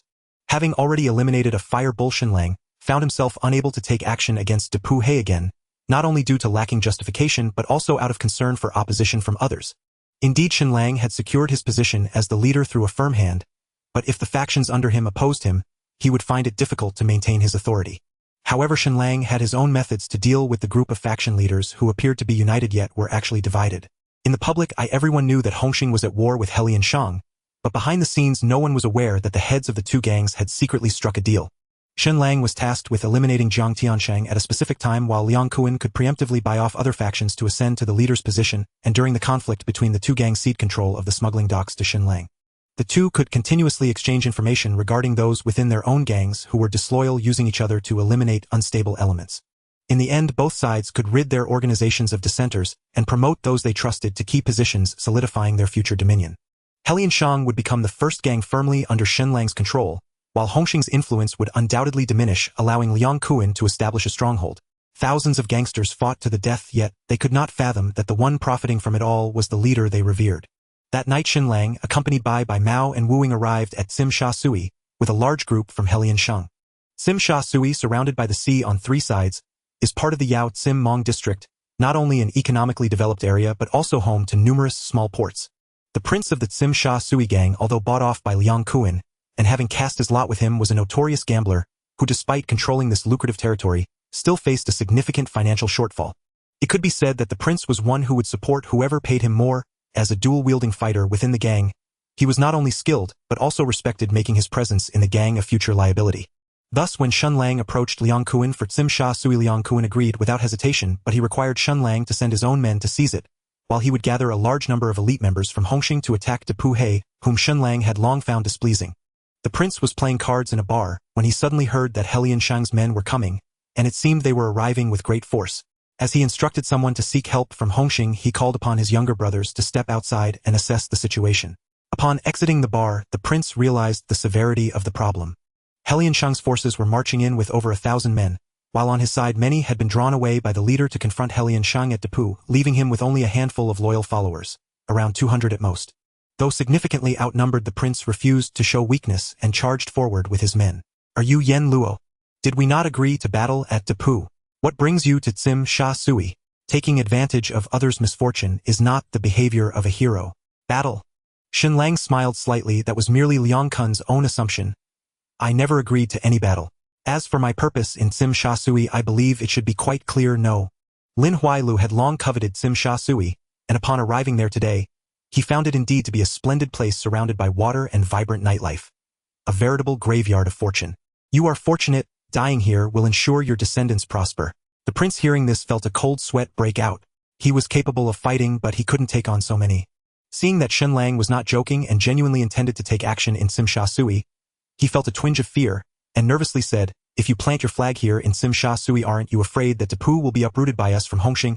This clearly revealed the prince's insecurity, indirectly warning Shen Lang that there was still time to head to Depu, and that if he delayed too long here, they would lose their territory.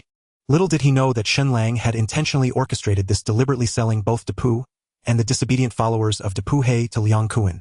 Though Liang Kuan had lost Tsim Sha Sui, he had successfully secured Depu for Helianshang. That impoverished place of Depu cannot compare to Tsim Sha Sui. In the end, I am still the one profiting. Shen Lang raised his hands slightly, and Mao and Wu Ying immediately understood, leading their brothers into a fierce clash with Hongxing's gangsters. Helianshang's men were already numerous and seemed invigorated, while the prince's subordinates, despite having learned a few tricks from their boss, were no match for Helianshang's overwhelming advantage. The prince realized this was an utterly hopeless confrontation, so upon seeing the enemy attack, he prepared to flee. However, Wu Ying and Mao, with their sharp gazes, cornered him. Seeing his escape route blocked, the prince was enraged. Though he didn't have a weapon on hand, for a skilled Muay Thai fighter like him, his body was the best weapon. He got serious, raising his arms, dodging the attacks from the two, while launching powerful kicks at them. Mao blocked a heavy kick with a steel pipe, only to find the pipe bent from the impact, showcasing the kick's power. If it had struck him, it would have been fatal or left him severely injured. Mao warned Wu Ying, "Be careful, this guy packs a serious punch." Wu Ying, with a gloating expression, replied, "I told you to use a knife. It's much more enjoyable to chop people." But before he could finish, the prince delivered a whip kick that struck Wu Ying's knife-wielding right hand, causing him pain and sending the knife flying. Without the threat of the blade, the prince felt no fear. Although the two young men were fierce, they were still no match for him. Just as the prince thought he could easily dispatch the two and make a clean escape, Mao called out loudly, summoning over 20 men armed with steel knives. The over 20 men closed in, surrounding the prince. Mao had no qualms about being shameless. If they couldn't win, they would not try to be brave. With numbers on their side, if two couldn't handle him, then they would send 20, overwhelming him with sheer force. The prince never expected the enemy to be so shameless. At 2 against 1 was already enough, and now they were calling for reinforcements. Even if he used all his strength to defeat the 20 men before him, Helianshang would likely send 200 more to deal with him. He looked around, seeing his subordinates either dead or wounded, and he realized that, as Yen Luo had said, this would truly be his grave. Overcome with despair, he shouted towards Shen Lang, "Yen Luo, if you have the guts, let's fight unknown." The fly looked down on the prince's loud shout, dismissing it entirely. What status does he have to challenge Lang Gu? He grabbed a knife from a subordinate and was preparing to rush forward again when he was stopped by Shen Lang. Shen Lang had been watching for a long time. Although the prince lacked fighting spirit, each move he made was executed with muscle memory, consistently achieving remarkable feats. Barehanded and facing the combined assault of the fly and the white-haired man, he remained calm and composed, skillfully handling the situation, which clearly demonstrated the prince's solid martial arts skills. Shen Lang felt a sense of admiration for talent. Aside from Li Jie, a former Special Forces soldier, by his side the only others around were the fly and the white-haired man. Brave but lacking in skill. He stepped forward to meet the prince's gaze, saying, "You want to challenge me to a duel? But I am confident of victory. Why should I fight you, unknown? Haven't you heard the saying, a son of 1,000 gold cannot sit in the hall?" Shen Lang was well aware of the prince's thoughts. He desired an unknown match with Shen Lang not out of bravado but from the humiliation of being surrounded and killed by a group of thugs he had previously looked down upon. Although Shen Lang had a fondness for talent, he also needed to assess the other party's intelligence, hence his question, "You want a duel, but why should I fight you?" The prince rolled his eyes. He was indeed a martial artist but not a fool. Since Shen Lang was willing to speak, it indicated that there was a way forward. The prince deliberately adopted a haughty attitude, stating, "I have been practicing martial arts since childhood, learning national martial arts at 16. Later I also learned karate, Brazilian jiu-jitsu and Muay Thai. In Hongxing I am called the God of War, undefeated on Hong Kong Island, and I was the champion of the last free fighting competition. If today, Yen Luo, you can defeat me by a move or half a move in our duel, then I will abandon my identity in Hongxing and acknowledge you as the boss, serving you loyally from now on." Shen Lang's eyes flashed with surprise. Who said that the Prince of Hongxing was just muscle-headed? This idea was quite clever. First he boasted about his impressive skills ranking high on Hong Kong Island, and then turned around to say that if Shen Lang could win a move or half a move against him, he would willingly bow down. The phrase "a move or half a move" was used quite subtly, as that dimension was entirely within the control of the two combatants. Shen Lang nodded slightly. "All right, I will give you this opportunity, but if you lose you must accept whatever punishment I decide." The white-haired man and the fly cleared a space, forming a large circle on the spot, leaving the center open for Shen Lang and the prince. The prince assumed his starting position and kindly reminded Shen Lang, "You can use weapons. I will only use my fists." Shen Lang shook his head, knowing that the other party had the intention to surrender. This duel was merely for the sake of preserving face. However, Shen Lang genuinely wanted to win over the prince. What is the best way to win over a martial arts fanatic? It is to surpass him in the field where he is most confident. The prince had heard of Yen Luo's exploits at the Dongxing Martial Arts School, where he supposedly disabled C2 Hao Nan with a single punch, but the prince did not take it seriously, thinking it was merely a rumor. The bones in the arm are extremely tough. Even he himself was not confident he could break someone else's arm with a single punch. Moreover, his opponent was C2 Hao Nan, whom the prince had fought before. He was not an easy opponent. Seeing that Shen Lang had no intention of attacking, the prince had to take the initiative. To make this act of submission convincing, he had to control the force of his strikes. Too weak would be unconvincing, but too strong would be disastrous. If he harmed Yen Luo, it would truly be like setting himself on fire. The prince used 3 parts of his strength in this punch. Shen Lang casually extended his palm to meet it and said lightly, "No power." The prince retracted his arm, added 3 parts of strength, and swung at Shen Lang again. Shen Lang still nonchalantly extended his palm to meet the punch, maintaining the same calm tone, "Still no power. If this is all you have, you are not qualified to follow me." The prince, proud of his martial prowess, had never faced such provocation before. His blood surged and he forgot his original purpose, launching a powerful right roundhouse kick with all his might. Although the prince regretted kicking out by that point, once the arrow was shot it couldn't be taken back. He could only pray that Shen Lang was indeed as formidable as the rumors suggested, hoping he would see through the kick's feint and evade. But in the prince's desperate gaze, Shen Lang raised his left arm, meeting the prince's right leg solidly. Bang! The scene the prince imagined of Shen Lang being kicked away did not occur. In fact, Shen Lang did not even move his feet. What? The prince began to doubt whether he was seeing a ghost. He knew best the destructive potential of that kick. Even a steel pipe a foot wide could be snapped in two. Yet Yen Luo did not even sway, indicating he had absorbed the impact, entirely relying solely on his body to withstand the blow. At this moment the prince felt a sharp pain in his leg, as if he had kicked a diamond rock. Ever since he trained hard in Muay Thai and made it his primary fighting style, his leg had broken countless sandbags. After countless days and nights of training, his right leg had long since lost its sensitivity to pain. However, today, upon hitting Shen Lang's arm, the prince was suddenly reminded of the sensation of pain he hadn't felt in a long time. While he was still in shock, Shen Lang's voice rang out now. "That was somewhat interesting. Oh, otherwise, I would have thought the God of War from Hongxing was just a name. You threw 2 punches and 1 kick. I should respond with a move. If you can still stand after this strike, I will accept you as my little brother. If you can't stand him, sorry, but we at Lianxing do not take in the useless. The prince had just regained his senses from the shock when he heard Shen Lang's words and nearly became hot-blooded again. Who do you look down upon? You think you can make me unable to stand with a single strike? Have my 20 years of training been in vain? Before learning martial arts, I learned how to withstand blows. When it comes to the prince's ability to take hits, it is even above his own punching techniques. Just as the prince was about to retort again, he saw Shen Lang kicking towards him. His arms instinctively crossed in front of his chest to block. The prince felt as if he had been hit by a truck. In the next second, he was sent flying without any resistance. The prince's feet left deep marks on the ground, but after sliding more than 10 meters, he lost his balance, sat down heavily, and then rolled uncontrollably for a few circles before finally stopping. The prince no longer cared about the pain in his arms. He looked at the distant Shen Lang, his mind filled with questions. Did I really just fly over from there? Not only was the prince bewildered, but the fly white-haired man and the 4 ninth-generation members of Lianxing were also witnessing Shen Lang's prowess for the first time. To kick someone over 10 meters away with a single move is unbelievable to anyone who sees it, let alone that the one who was kicked away was the god of war of Hongxing. The fly looked at the knife in his hand and suddenly felt that their little brothers were somewhat redundant. With how formidable Lang Gu is, he could easily take down Tsim Sha Sui alone. The crown prince propped himself up on the ground, staggering as he attempted to stand, but the intense pain in his arm left him weakened, unable to rise. Shen Lang walked over slowly, looking down at the crown prince. The god of war Hongxing cannot even stand up now. Stung by these words, the crown prince shifted to support himself with both elbows on the ground and managed to stand up. Although his body swayed slightly, he was indeed using his own strength to rise. Who says I can't stand up? Seeing the crown prince's determination, Shen Lang felt even more admiration. This man was a martial arts fanatic who, due to the lack of opponents, had been sidelined in Hongxing and developed a gambling habit.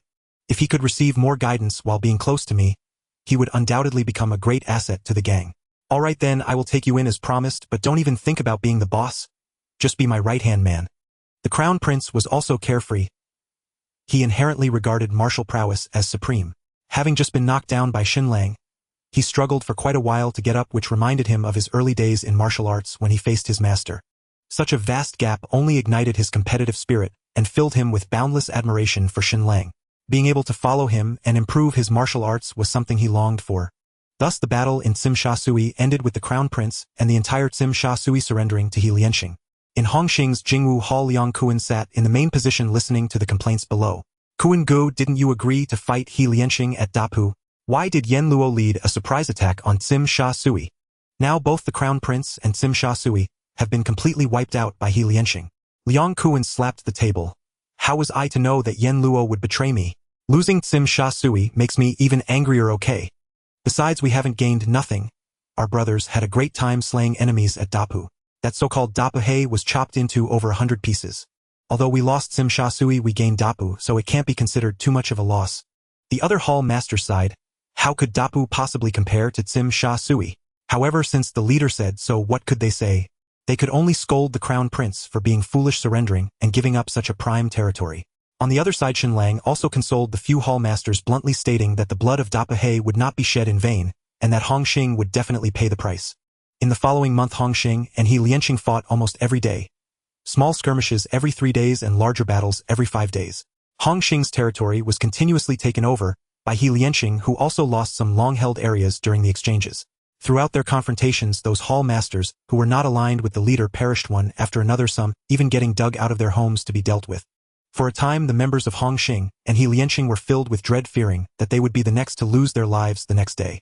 The battle between the two gangs was like a giant meat grinder, claiming dozens to hundreds of lives each night. Strangely, during this month, the police rarely participated in maintaining order. The previously active O unit was nowhere to be seen. Only some patrol cars lingered by the roadside, dispersing innocent bystanders who came to watch, turning a blind eye to the severed limbs on the battlefield.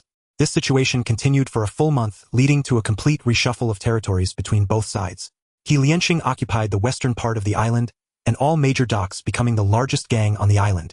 Though Hongxing seized some territory from He Lianxing, it was still far inferior in scale, force to remain in second place. The month of war had brought both gangs to a breaking point, and no one spoke of avenging anyone anymore, most expressed in a roundabout way that a truce should be called. With public sentiment in mind, the two gangs gathered at the Qingfu restaurant to discuss the matter of cessation of hostilities. On this day, the Qingfu restaurant was closed to outsiders, and the street outside was packed with gangsters, allowing only key members and those of sufficient status to enter the restaurant. Unexpectedly, upon meeting inside the restaurant, there was no atmosphere of tension or hostility. After a month of fighting, who had not stained their hands with each other's blood? Yet at this moment both sides were filled with visible fatigue, clearly on the verge of collapse from the month of conflict. Shen Lang and Liang Kuan entered the private room, while the other gang members waited in the lobby. The door to the private room was closed from the outside, and after both leaders exchanged pleasantries with smiles, they sat at their respective seats. At this moment, with no outsiders present, Liang Kuan couldn't hide his joy and happily said, "Lang Xiao, your strategy is truly remarkable. In just a month I have completely taken control of Hongxing. Those who opposed me are all gone. Key positions have been filled with my trusted aides, and now I have the power to command the winds and rains in Hongxing. I see that the people outside are quite young. I assume Lang Xiao has cleaned up Lianqing as well." Shen Lang took a sip from the teacup on the table and said nothing, tacitly agreeing with Liang Kun's assertion. Liang Kuan continued to speak excitedly. "Back at the East Star Martial Arts School, I felt that you had talent. I never expected that it would not take long before you became the king without a crown in the underworld of Hong Kong. Just look at the crown prince's devoted demeanor. He has always been arrogant in Hongxing, yet here, he is so obedient to you." Shen Lang set down his teacup. "A king without a crown. That title is truly undeserved. The underground forces in Hong Kong are not as simple as just gangs. Those drug lords and arms dealers are not to be trifled with. It's just that everyone has different ways of making money, which has prevented any conflicts from arising. Those desperate criminals would even dare to kill cops, let alone us gangsters." Liang Kuan nodded. He was merely flattering the other. Becoming a king without a crown is not easily achieved. "Speaking of the police, just as you said, they have been unusually quiet this month. Previously the O unit would dog us like hounds, but during this period I haven't even caught a glimpse of the O unit." "Lang Xiao, how did you get this information? Do you have connections in the police department?" If this were 10 years ago, before the establishment of the ICAC, having connections in the police department would not have been surprising. At that time the gang and the police were in cahoots, with the gang responsible for making money and the police for taking bribes. The infamous 5 billion inspector was a prominent figure during that era. However, since the new governor took office and the ICAC was established, the world has completely changed. Although corruption has not been eradicated, there are no longer any collusions between the police and the gangs. Therefore Liang Kuan speculating that Shen Lang had connections in the police department left him so astonished. Shen Lang smiled faintly. "Don't inquire into matters that shouldn't be asked." As for the police, Shen Lang naturally learned about it through Gu Zhengyang. As for how the deputy director of the Transportation Bureau could influence the actions of subordinate departments in the police, Shen Lang pondered and concluded that there must be a significant figure behind Gu Zhengyang, and that person was the true beneficiary of the smuggling. Through taking down Hongxing, Shen Lang secured a 20% profit. According to Du Shangjiang, Tianxing had previously only been able to secure a 10% share. He arranged for the entry and exit of smuggling ships, was responsible for loading and unloading goods, and had to connect with downstream buyers, all while bearing immense risks, yet he could only take a 10% profit in the end. No wonder Jiang Tianxing wanted to withdraw and clean himself up. The input and output were clearly disproportionate. "Young Master Lang, many gangs have contacted me wanting to support me against He Lianqing. The Anai family even wants to lend me their entire arms depot." Liang Kuan seemed to express the attitudes of other societies, whether intentionally or not. He subtly conveyed the dissatisfaction of others in the underworld towards Shen Lang, especially the unwillingness to let He Lianqing dominate alone. Upon hearing this, Shen Lang slightly raised his eyebrows. "So many people are willing to support you, what do you think?" Liang Kuan laughed and said, "They're just a bunch of shrimp soldiers and crab generals. Who takes their words seriously? The Anai family is serious, but if he spreads his influence in Hongxing's territory, it's a joke to let him do that. Who will buy my goods? What do you think?" When Liang Kuan spoke about this matter, he clearly felt a bit guilty, indicating that he had seriously considered the Anai family's overtures. At this moment the situation showed that He Lianqing was much stronger than Hongxing. If they were determined to cripple Hongxing, they could wipe it out just like they did with Dongxing. Liang Kun's statement at this time indicated that he could bring in allies, showing he was not a soft persimmon to be squeezed. How could Shen Lang not see through Liang Kun's bluster? He smiled and explained, "Do you know the saying, when the beasts are gone the birds hide their bows? There are tens of thousands of cops in Hong Kong, yet they can't even manage Kowloon walled city. If the threats are gone, won't the funding and benefits for the police be drastically reduced? We operate under the same principle. If He Lianqing becomes the sole ruler of Hong Kong, it won't benefit me. Instead, it will draw attention, making us targets for various attacks. It's best for both our families to maintain the current situation, each reaping our own benefits while looking out for each other. If I have something to ask of you, Liang Kuan, would you refuse?" The last sentence from Shen Lang rose in tone as he looked meaningfully at Liang Kuan. "Of course I would agree. Just let me know if young Master Lang needs anything. I, Liang Kuan, will definitely cooperate." Shen Lang's words came from the heart. He truly had no intention of allowing He Lianqing to unify Hong Kong, as the consequences of such a move outweighed the benefits. After all, Liang Kuan would listen to his words, which meant that both He Lianqing and Hongxing were under his control. Whether Liang Kuan would change was not important. Today he could kill Jiang Tiansheng and support Liang Kuan to rise. Tomorrow he could still use the same method to elevate the next obedient person. Liang Kuan was a clever man, having fully participated in Shen Lang's plan, especially knowing that the other party had connections in the police department. He no longer harbored any intention of resistance. Occupying the existing territory of Hongxing and being a steady leader was sufficient. However, the threat from the Ni family had come without provocation, and they had turned their focus on him. They can't even manage their own mess yet they want to interfere here. Do they really think they can bully He Lianqing? The private room door opened and Liang Kuan and Shen Lang walked out chatting and laughing. I tell you, making movies now is really profitable. In 1 month I've filmed 3 or 4 movies. Just putting them in the theaters casually earns millions at the box office, and this money is clean and legal, visible to everyone. Honestly, young Master Lang should really consider it. Shen Lang shook his head slightly. Not only do I have to get a crew together, invite stars, but I also need to find someone to write the script. It's too tedious. I might as well directly buy a cinema chain and partner with a production company handling the publicity and just waiting for the box office dividends.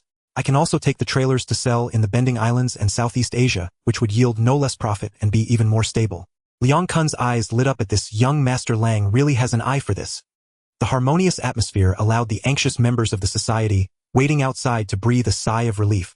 It seemed an agreement had been reached and a truce between He Lianqing and Hongxing had finally been achieved, putting an end to the gang conflicts in Hong Kong. The factory in Tsuen Wan had undergone a complete transformation. The entire street had been taken over, converted into garment workshops, making it the largest garment processing factory in Hong Kong. The number of cooperating brands had increased from a few to dozens. Any brand with some notoriety had come here for processing. Sales orders were no longer limited to Hong Kong, Bending Islands, Japan and South Korea, Southeast Asia, and even Europe and America had been secured with numerous orders. Not only was the processing business thriving, but Shen Lang's counterfeit goods venture was also flourishing.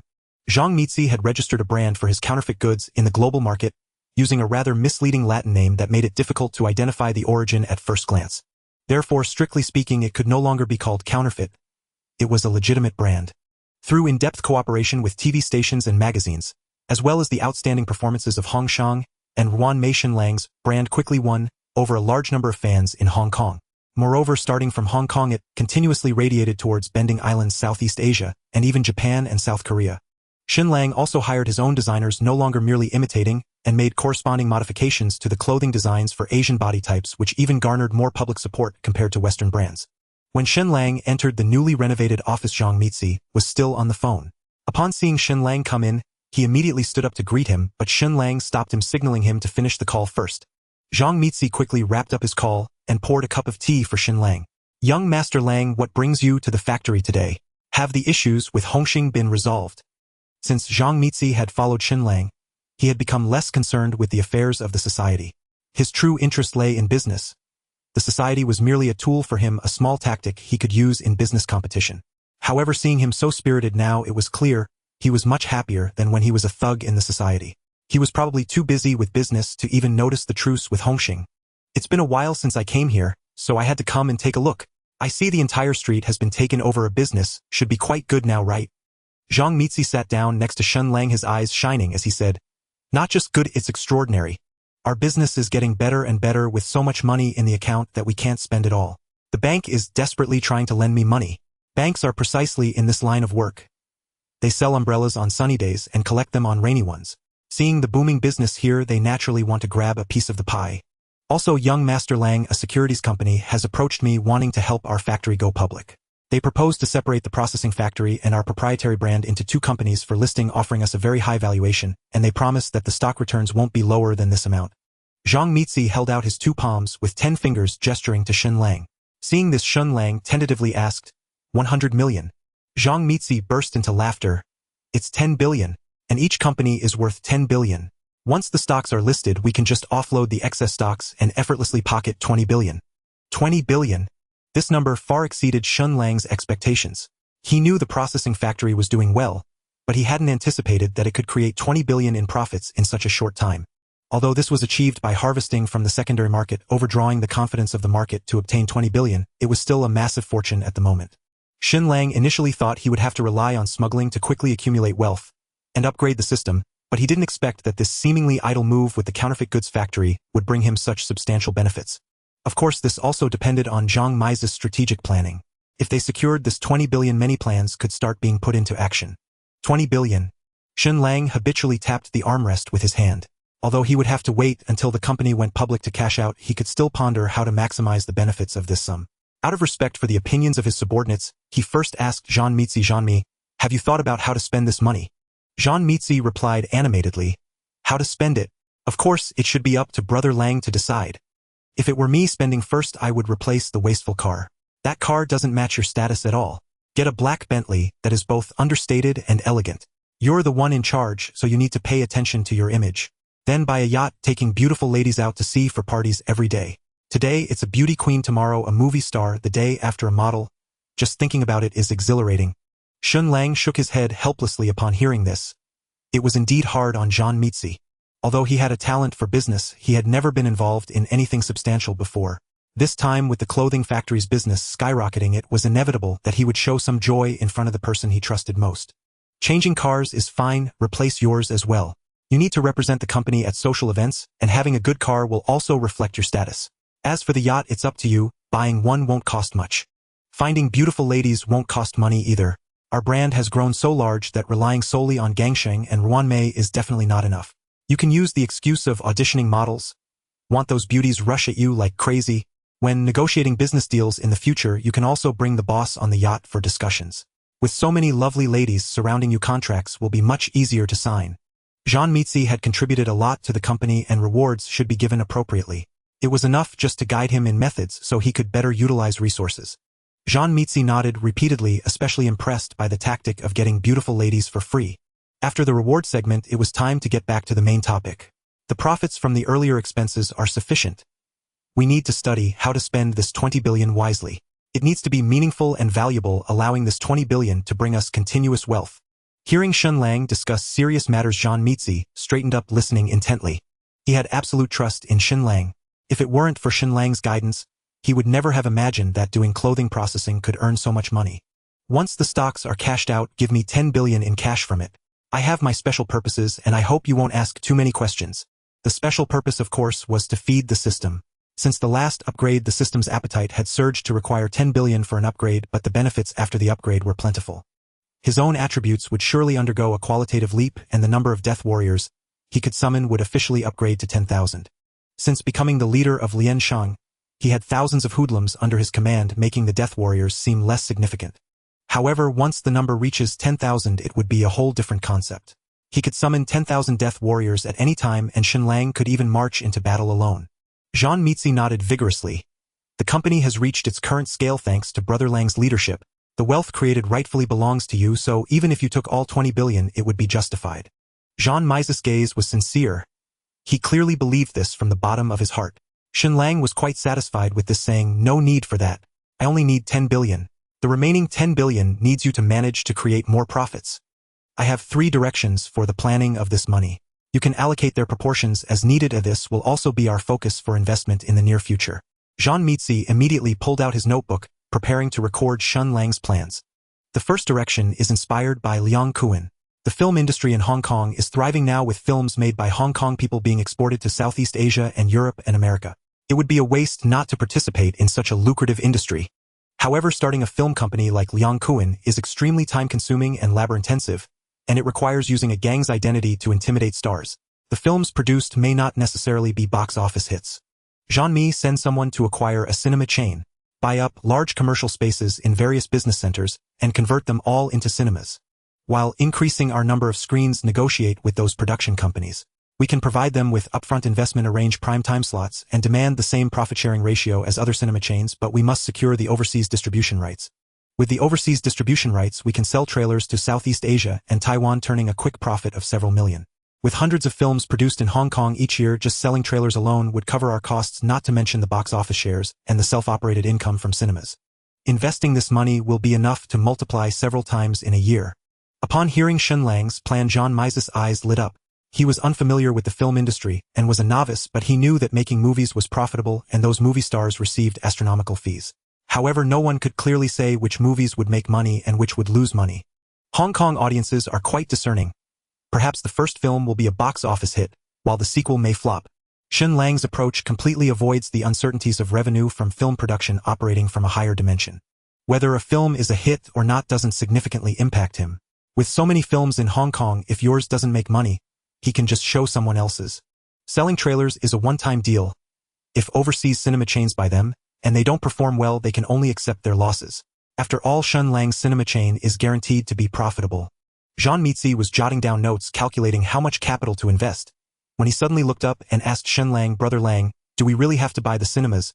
Aren't renting them more cost-effective?" Shen Lang shook his head. "No, we must buy the cinemas along with the land beneath them. Jean Mi, don't think the land prices are high now. They will only become more expensive in the future. The commercial centers in Hong Kong are worth their weight in gold. Now is the best time to invest. If we wait a few more years and try to spend our 10 billion on acquiring cinema chains, we may not even be able to do so." Another reason Shen Lang wanted to acquire the cinema chain was the land beneath the cinemas. Acquiring the cinema chain also means buying a piece of real estate in the commercial center.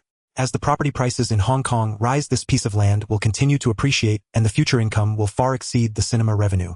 Jean Mitzi nodded slowly but soon raised his doubts. "Brother Lang, since you see potential in Hong Kong's land prices, why don't we establish a real estate company to buy land and build houses?"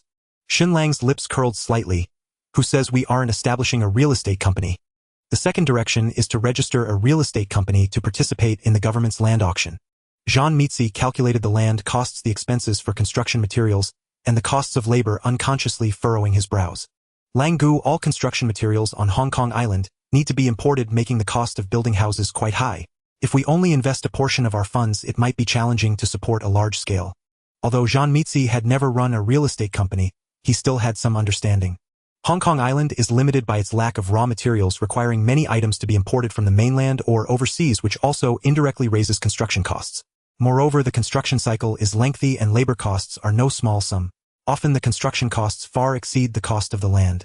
Shen Lang smiled slightly, who said, "I want to build houses. We just discussed venturing into the film industry. There's no need for us to personally make movies. We can simply focus on managing the cinema to sell film tickets and trailers." Similarly, who said that after acquiring the land, we must build houses on it. We can leave the land idle until the land prices soar, then sell it to real estate companies willing to build. We won't exert much effort, but it won't affect our profits at all. This statement enlightened Jean Mitzi, as hoarding goods has been a traditional method, keeping scarce items in hand and selling them at a high price when the market rises, yet he never thought land could be operated this way. However, after recovering from his initial shock, Jean Mitzi raised his concerns. "But if the land remains undeveloped for too long, won't the land office give us trouble? Moreover, we can't sell the land privately. How can we realize a profit?" Shen Lang did not feel annoyed by Jean Mitzi's various questions, because only after deep contemplation could such questions arise, which showed that Jean Mitzi was genuinely helping Shen Lang plan.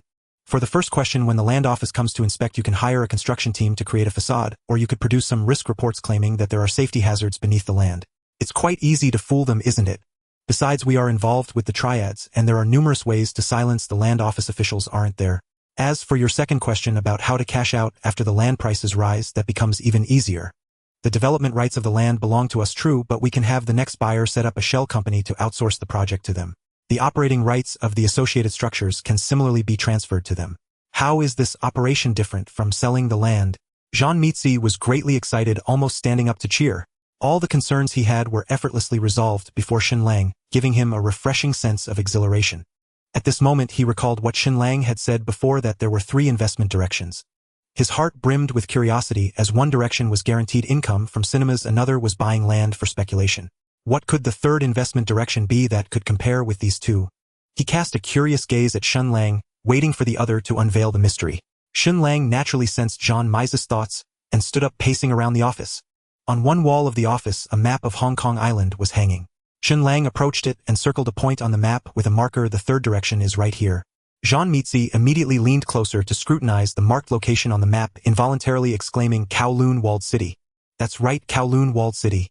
Kowloon Walled City is a long-standing enclave which, due to special historical reasons, became a lawless zone independent of the government. The environment here is harsh, harboring filth and crime, and it has always been a headache for the British Hong Kong government. Jean Mitzi was truly puzzled this time. "Lang Gu, what's wrong with Kowloon Walled City? The residents there are all from the lowest strata of Hong Kong Island. How could there be any profit? Shen Lang smiled mysteriously. What if I told you that the government plans to demolish Kowloon walled city?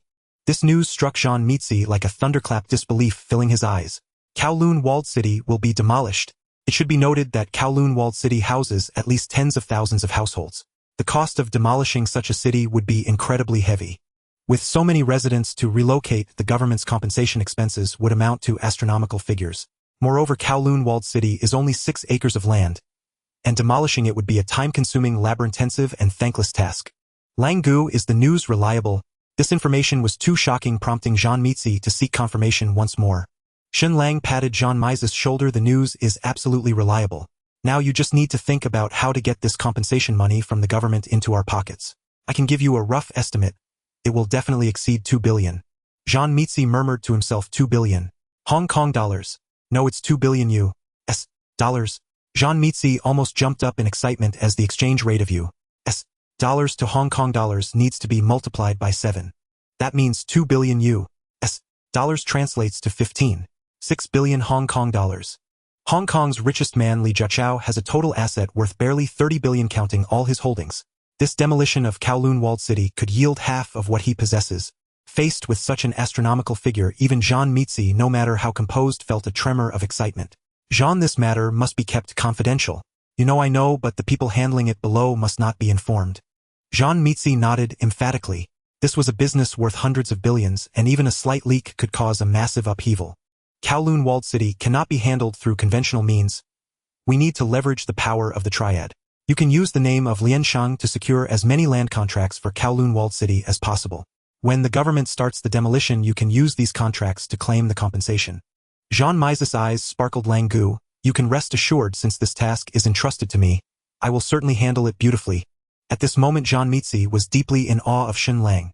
Each of the 3 investment strategies could yield significant income, especially the third one, which could make someone rich in a short time and even place them among the wealthy on Hong Kong Island. He recalled the night Shen Lang was released from prison during Lin Weiluyu's dinner, when Shen Lang told him, you are a talent, staying on Shanghai Street is a waste. Do you want to come to Tsuen Wan to help me? Jean Mitzi could never have imagined that accepting Shen Lang's invitation that day would bring about such a monumental change in his life. A Triad thug could one day also consider entering the ranks of the wealthy. In the stock exchange, a spacious VIP room was occupied by a dozen technicians. Jean Mitzi introduced to Shen Lang, brother Lang, this manager Lu is our agent for this stock arbitrage. Shen Lang extended his hand and shook with the other party manager. Lu, thank you for your hard work this time. The middle-aged man known as Manager Lu smiled warmly. Young Master Lang, you are too polite. I earn commissions after all. This is all part of my job. I will definitely handle the sale from Langfeng Group properly. Manager Lu then briefly introduced the process of this stock arbitrage to Shen Lang. Since it was a new stock listing, the market had mixed attitudes towards this entirely new stock. Some were optimistic while others were pessimistic. At this time, selling off large amounts of stock would not only fail to yield profits but would also lower the company's stock price, going against the goal. Therefore, Manager Lu devised several steps for this action. The first step is to slowly acquire the low-price stocks using a large number of accounts when the stock is stagnant and undervalued, gradually raising the trading price and drawing the attention of investors to this new stock. Once the stocks on the market are in our hands, we can proceed to the second step, aggressive price raising. Due to the relative concentration of the stocks, Manager Lu can push the stock price to a very high level with a small amount of chips. Of course, this self-directed play, while it can stimulate the nerves of investors, is still not enough to make them participate enthusiastically. At this time, it is the moment for the media to play its role. The television station and newspapers that Jean Mitzi collaborated with published the same news today. Langfeng Group has signed large orders with foreign companies for the coming years. This news would not appear on the front page but would occupy a very small space, and on television it would only be briefly mentioned for a few seconds. When the investors in the market see the skyrocketing stock of Langfeng Group, they will desperately search for reasons. When they inadvertently come across this news, they will suddenly realize, and thus the news will spread rapidly. If Shen Lang and the others were to promote this news vigorously themselves, the effect would actually be counterproductive. Humans are such sentimental beings. They tend to trust the truth they find through their own efforts more than what others provide.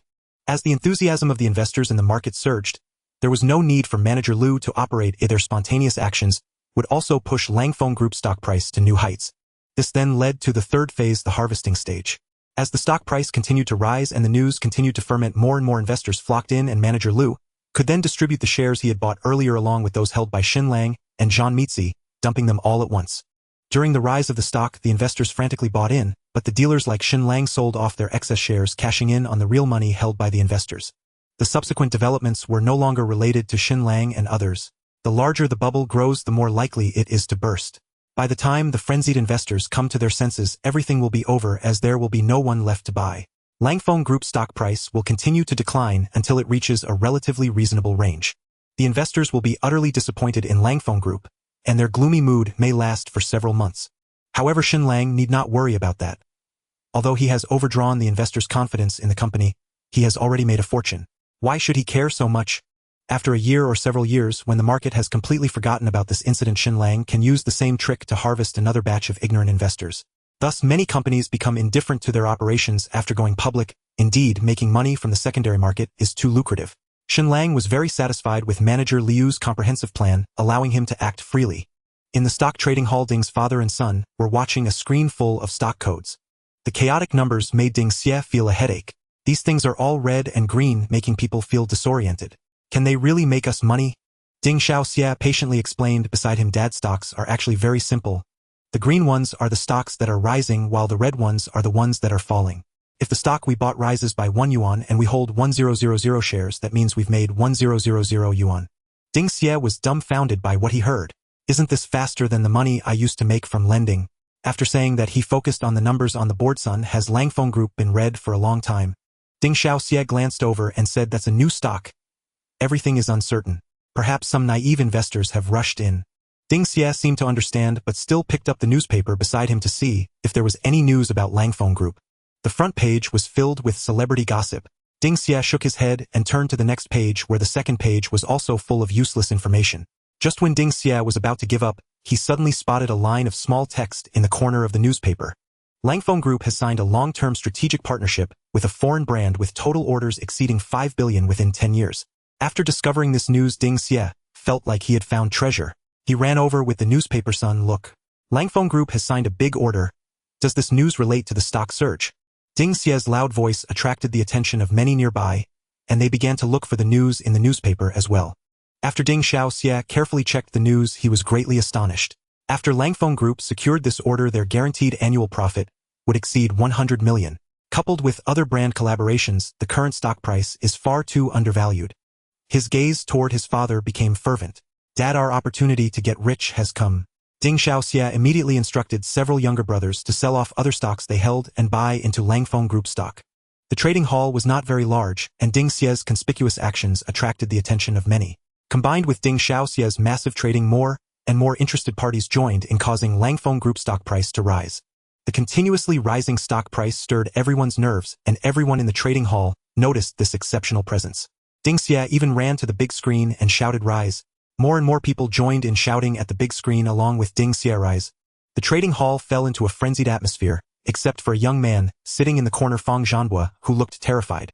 Langfeng Group stock was indeed rising, but the trading volume on the screen was also terrifying, as if anyone could buy in at any time.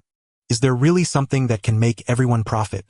Young Master Lang, we have nearly finished selling off the stocks in our hands. It is largely in line with our plan. The two companies together have yielded an arbitrage profit of 2 billion. Although a few sharp minds belatedly got out, their effect was negligible. The vast majority of investors remained trapped at the peak. He laughed aloud with unrestrained glee. Also, young Master Lang, what shall we do with the remaining holdings? Do you want us to dump them and crash the market? Business for professionals indeed. In scarcely a day, Manager Liu and his team had converted Shen Lang's vast shareholdings into 2 billion in cold hard cash. Although the garment factory prospered, earning such a sum was not easy. The time required would be measured in years. Shen Lang found himself somewhat impressed by a talent like Manager Liu. Hearing him mention crashing the market, he asked with curiosity. Crash the market? How would you do that? Shen Lang asked, curiosity piqued. Manager Liu did not beat around the bush. He explained to crash the market is to sell at prices far below the prevailing level to puncture the artificial bubble and send the stock into a rapid descent, thus consigning more people's money to the market forever. Doing so will also hasten the stock's return to its low point, making it easier for us to accumulate holdings later. Manager Liu's rhetoric sounded noble, but in truth the act of crashing the market was more about indulging a desire. The triumphant gloat after a cunning plan succeeds, akin to posing by a monument to leave a mark of conquest. Seeing the hunger in Manager Liu's eyes, Shen Lang inclined his head in assent. The collapse seemed unavoidable. Letting them personally puncture the illusions of those below felt exquisitely fitting. On the trading floor, Ding Xie stared at the large screen bewildered. What is happening? Why isn't it rising? Is this damned screen broken? Suddenly, a sizable trade executed, turning Langfeng Group's ticker red. Red denoting a fall, which was bad news for a stock that had risen all day. Ding Xie stood aghast, yet he shouted to those behind him, do not panic. It's merely a technical adjustment. As long as we do not sell, the price will climb again. Alas, his words could not sway the crowd. As the price collapsed, everyone pushed and panicked, a frantic selling ensued, and the stock plunged in a straight harrowing freefall. Ding Xiaoxie wore a face of sorrow and went limp on the floor. Ding Xie hurried over to lift his eldest son. Son, what is happening? Should we sell too? Ding Xiaoxie shook his head in despair. Everyone is frantically trying to sell. What we bought in such volume cannot be sold now.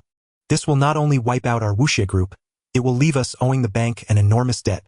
Hearing this, Ding Xie went black in the eyes and collapsed to the ground. From a distance, Fang Zhanhua observed the scene and gave a discreet wave of his hand. After the market closed, manager Lu led Shen Lang out of the VIP room. From the second-floor window, they looked down upon trade slips strewn everywhere. Countless investors and brokers lowered their heads in despair. A tableau of desolation. Manager Lu appeared pleased by the sight. Business is a battlefield. Though devoid of smoke and blood, its force is no less merciless than war. Do not be fooled by their current lamentations. Before long, newcomers will flood in and become the next tranche of victims to be harvested.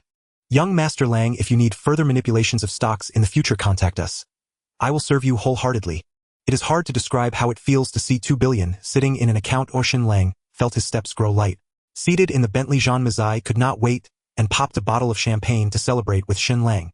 Champagne spilled across the freshly bought beloved car, yet Shen Lang felt no pang of regret. Now that 2 billion was in hand, who would fuss over a single automobile? Back at Langfeng Group's office, Jean Mazai produced a treasured cigar, clipped and lit one for Shen Lang, then lit one for himself and pinched it between his fingers. The swagger of the nouveau riche on full display. Brother Lang, I've informed the bank.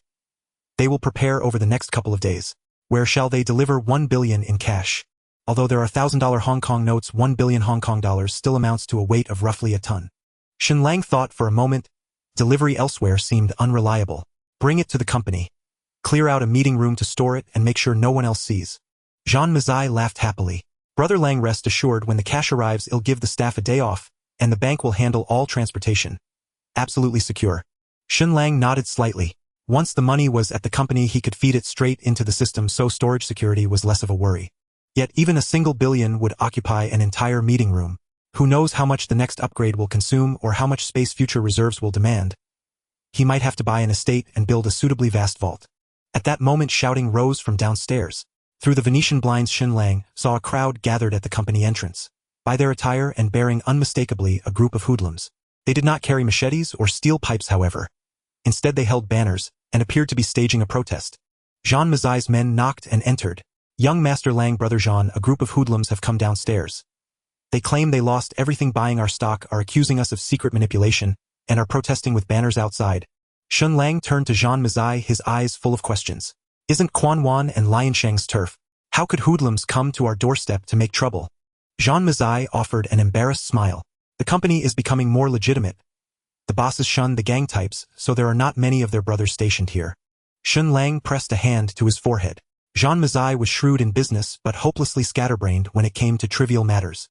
The company is growing, a weak security will not do. Have the gang members change into security uniforms. What if this kind of trouble recurs? Are we to call the police and wait for officers to come solve it? Jean Mazai smiled sheepishly. Very well, Brother Lang, I'll arrange it tomorrow. But what shall we do about the people downstairs? Jean Mazai was asking whether to handle the troublemakers through legal channels or by the gang's own methods. Call Chong Mao and have him bring men to take care of it. Well, go down and see exactly where these scoundrels came from. How dare they run wild on my turf? Ding Xie stood among the crowd, inciting those beside him. Brothers in the stock market. It is this heartless company that has deliberately inflated the stock price, then sold off their large holdings to us. They have reaped immense profits while we have lost everything. We must demand an explanation from them today, right? Right? We must demand an explanation. Some ignorant stockholders, swept up by a group of thugs, began to protest outside the Langfeng Group, raising banners. A few police officers had already arrived on the scene, but faced with such a large crowd of ordinary citizens, they were at a loss, and could only retreat to call for reinforcements. Several security guards from Langfeng Group looked helpless, wielding rubber batons, but not daring to engage the crowd, instead using their bodies to block the frenzied populace. The chairman is here. Someone shouted, and the security guards quickly cleared a path, as Shen Lang walked forward, his piercing gaze sweeping over the crowd. What's going on? Who sent you here to cause trouble? Having been in charge for over a month, the spokesperson of the largest gang in Hong Kong exuded an air of dominance, and his simple question struck fear into the hearts of the thugs and ordinary citizens alike, leaving them momentarily speechless. It was Ding Xie in the crowd who sensed something was amiss and immediately shouted, "We are not here to cause trouble. We are here to demand an explanation. You Langfeng Group manipulated the stock price and deceived us into losing everything. Shouldn't we demand an explanation?" With Ding Xie's words, the other ordinary citizens, fueled by anger, shouted in unison, "That's right, Langfeng Group should refund us. Refund us. Refund us. Refund us." Faced with the hostility of over 100 people, ordinary individuals might struggle to stand their ground, but Shen Lang was no ordinary person. This level of animosity barely tickled him. He unbuttoned his shirt and rolled up his sleeves, taking the rubber baton from the stunned security guard beside him. Such a simple action silenced the tumultuous scene, especially the ordinary stockholders caught in the middle, who sensed an inexplicable aura of menace emanating from Shen Lang, instilling fear in their hearts. Ding Xie, seeing that the crowd he had gathered had lost their courage, quickly signaled Ding Xiaoxie in the periphery. Ding Xiaoxie understood immediately and issued a command to his loyal subordinates. The thugs with their colorful hairstyles parted the crowd, saying, "What's the matter? Can't argue logically. Does your esteemed chairman dare to make a move? I am standing right here, go ahead and try to touch me." Bang! Before the colorful-haired thug could finish his sentence, the rubber baton crashed into his chest. Crack! A clear sound of bones breaking echoed as the thug was hurled several meters away, knocking over several others beside him. Struggling, he crawled up from beneath the pile of bodies and coughed up blood. A mouthful of fresh blood spurted out, mixed with shattered organs. After vomiting blood, the thug collapsed to the ground, his eyes rolling back as he lost consciousness, his life hanging in the balance. Shen Lang retracted the baton and disdainfully remarked, "What a strange request. This is the first time I've ever heard of it. Someone's dead." A timid woman shouted and several stockholders turned to flee, but were stopped by the thugs under Ding Xiaoxie. Although they were blocked, the thugs' expressions changed, their eyes now filled with fear. The rubber baton, a common security weapon, actually had limited lethality. A blow to the head could indeed cause a person to faint, but when striking the torso or limbs, the effect was lesser, the only benefit being the intense pain it inflicted. However, Shen Lang's strike not only sent the thug flying several meters, but also shattered his ribcage and ruptured his organs, showcasing the overwhelming power of the blow. They even doubted that if Shen Lang had been wielding an axe, he could have sliced the thug in half. Ding Xie in the crowd gasped, realizing that even someone with innate strength like him could not match the force displayed by Shen Lang. Ding Xiaoxie also recognized he had hit a brick wall today. He regretted not investigating beforehand and had been persuaded by Ding Xie to bring his men along. This chairman of Langfeng Group was definitely no ordinary individual, and in broad daylight beating someone like swatting a dog. Could he possibly be connected with the local gangs? The thought surged in Ding Xiaoxie's mind, causing him to break out in a cold sweat. Tsuen Wan was indeed the territory of Lianshang, and also the birthplace of the notorious Yan Luo. Ding Xiaoxie brought his brothers from the loyal Qing society to Tsuen Wan, without prior notice. Surrounding the entrance of Langfeng Group was somewhat against the rules. But now that he had already acted, it was not the time to regret. The urgent matter was to stir up trouble, and then take his people away from this troublesome place. Shen Lang's violent behavior just provided him with the perfect excuse. A thug approached the outer police officers. "Sir, the boss of Langfeng Group has killed someone. You must hurry and take a look." Hearing that someone had been killed, the young police officer quickly followed the thug into the crowd. Make way, make way. Where is the deceased?" The young officer parted the crowd and saw the barely breathing, colorful-haired thug. After checking and finding that he still had a pulse, he immediately called on the radio transfer to the emergency center. "There is an injured person at the entrance of Langfeng Group. Hurry and send help."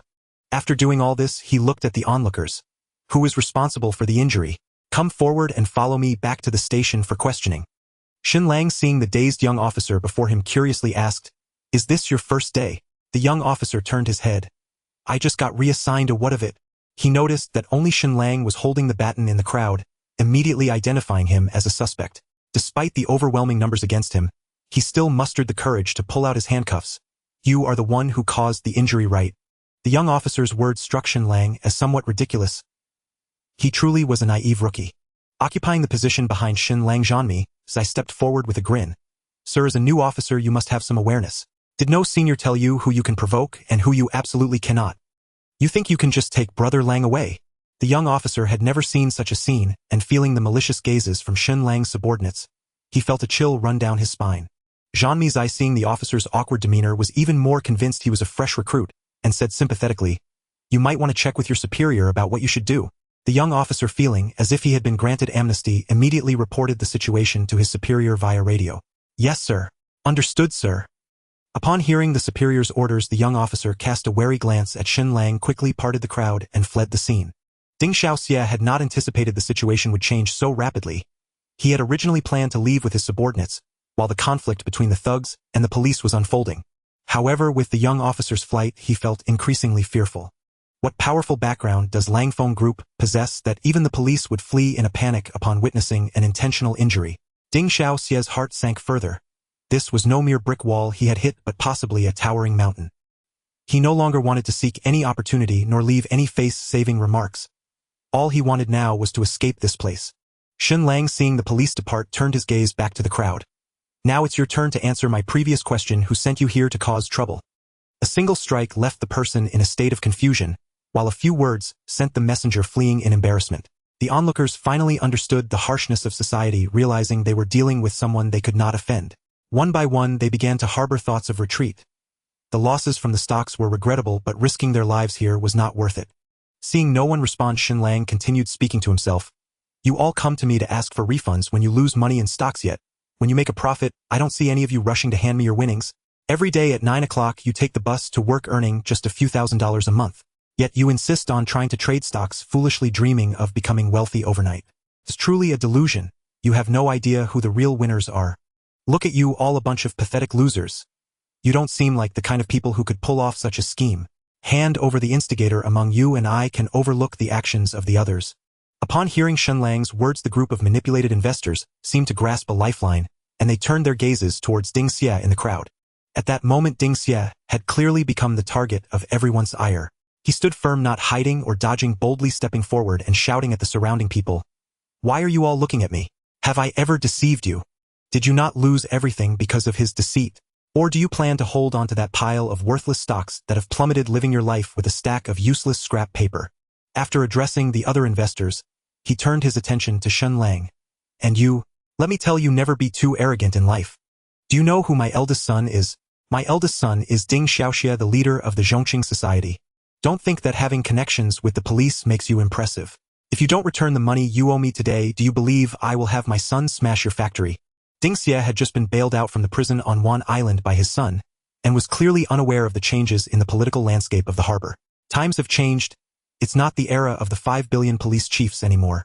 With the Independent Commission Against Corruption around, no gang can buy off the police. Seeing that his son had gathered hundreds of underlings, he mistakenly believed he was invincible, clearly unaware of the depths of the harbor's waters and the number of formidable characters lurking beneath. Now in front of Shen Lang, he still dared to shout threats. Shen Lang frowned and looked at Jean Mazai beside him. What kind of organization is this Zhongqing Society? Jean Mazai thought for a moment before replying. It seems to be a small gang from Kowloon, claiming to be the Ding family's four crabs with no significant background. Shen Lang was somewhat surprised seeing Ding Xie's arrogant demeanor. He had thought it was some impressive organization, but it turned out to be a group of small fry struggling to survive in the cracks. At that moment, Ding Xie's powerful son Ding Xiaoxia charged directly into the crowd, grabbing his arm and trying to pull him away. Unfortunately, it was too late. Chong Mao had somehow brought hundreds of henchmen to surround the scene, blocking the entire street. In fact, calling him Chong Mao now felt somewhat inappropriate. After the last burn, his hair had been completely singed off.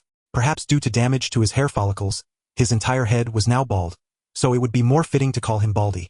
Chong Mao swaggered through the crowd and arrived in front of Shen Lang, saying, Sorry Lang Guo that this kind of thing happened in Tsuen Wan. It's due to my poor management. Shen Lang waved his hand dismissively and spoke to the crowd. Leave the people from the Zhongqing Society.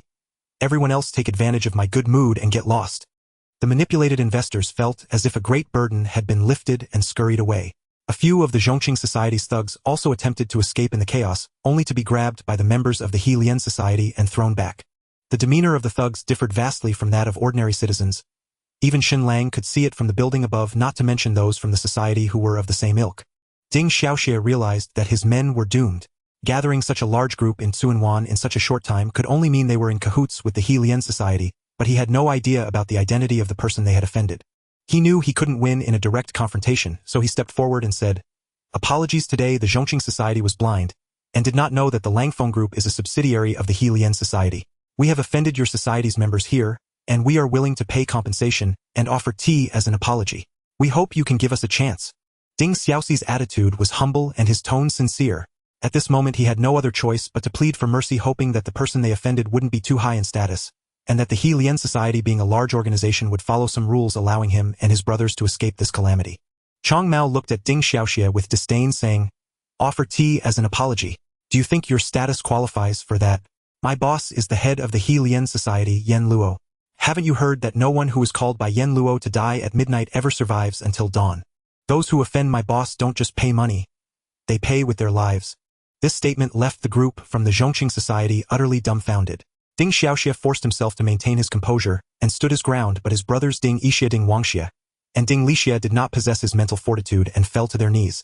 Everyone in this line of work has heard of Yen Luo's name. Along with his miraculous speed in executing his duties, he is equally infamous for his title as the leading assassin. The previous head of the He Lian Society, Lin Huai, the highly respected Luo Tuo from the East Star Society, and the former leader of the Hongxing Society, Zhang Tianxing. Each one of them is a prominent figure on the streets, yet all have reportedly perished at the hands of Yen Luo. Now Yen Luo is the head of the largest gang in the harbor, the He Lian Society, with countless followers far beyond the reach of a small gang like the Zhongqing Society. Yen Luo. Ding Xiaoxia still found it hard to believe.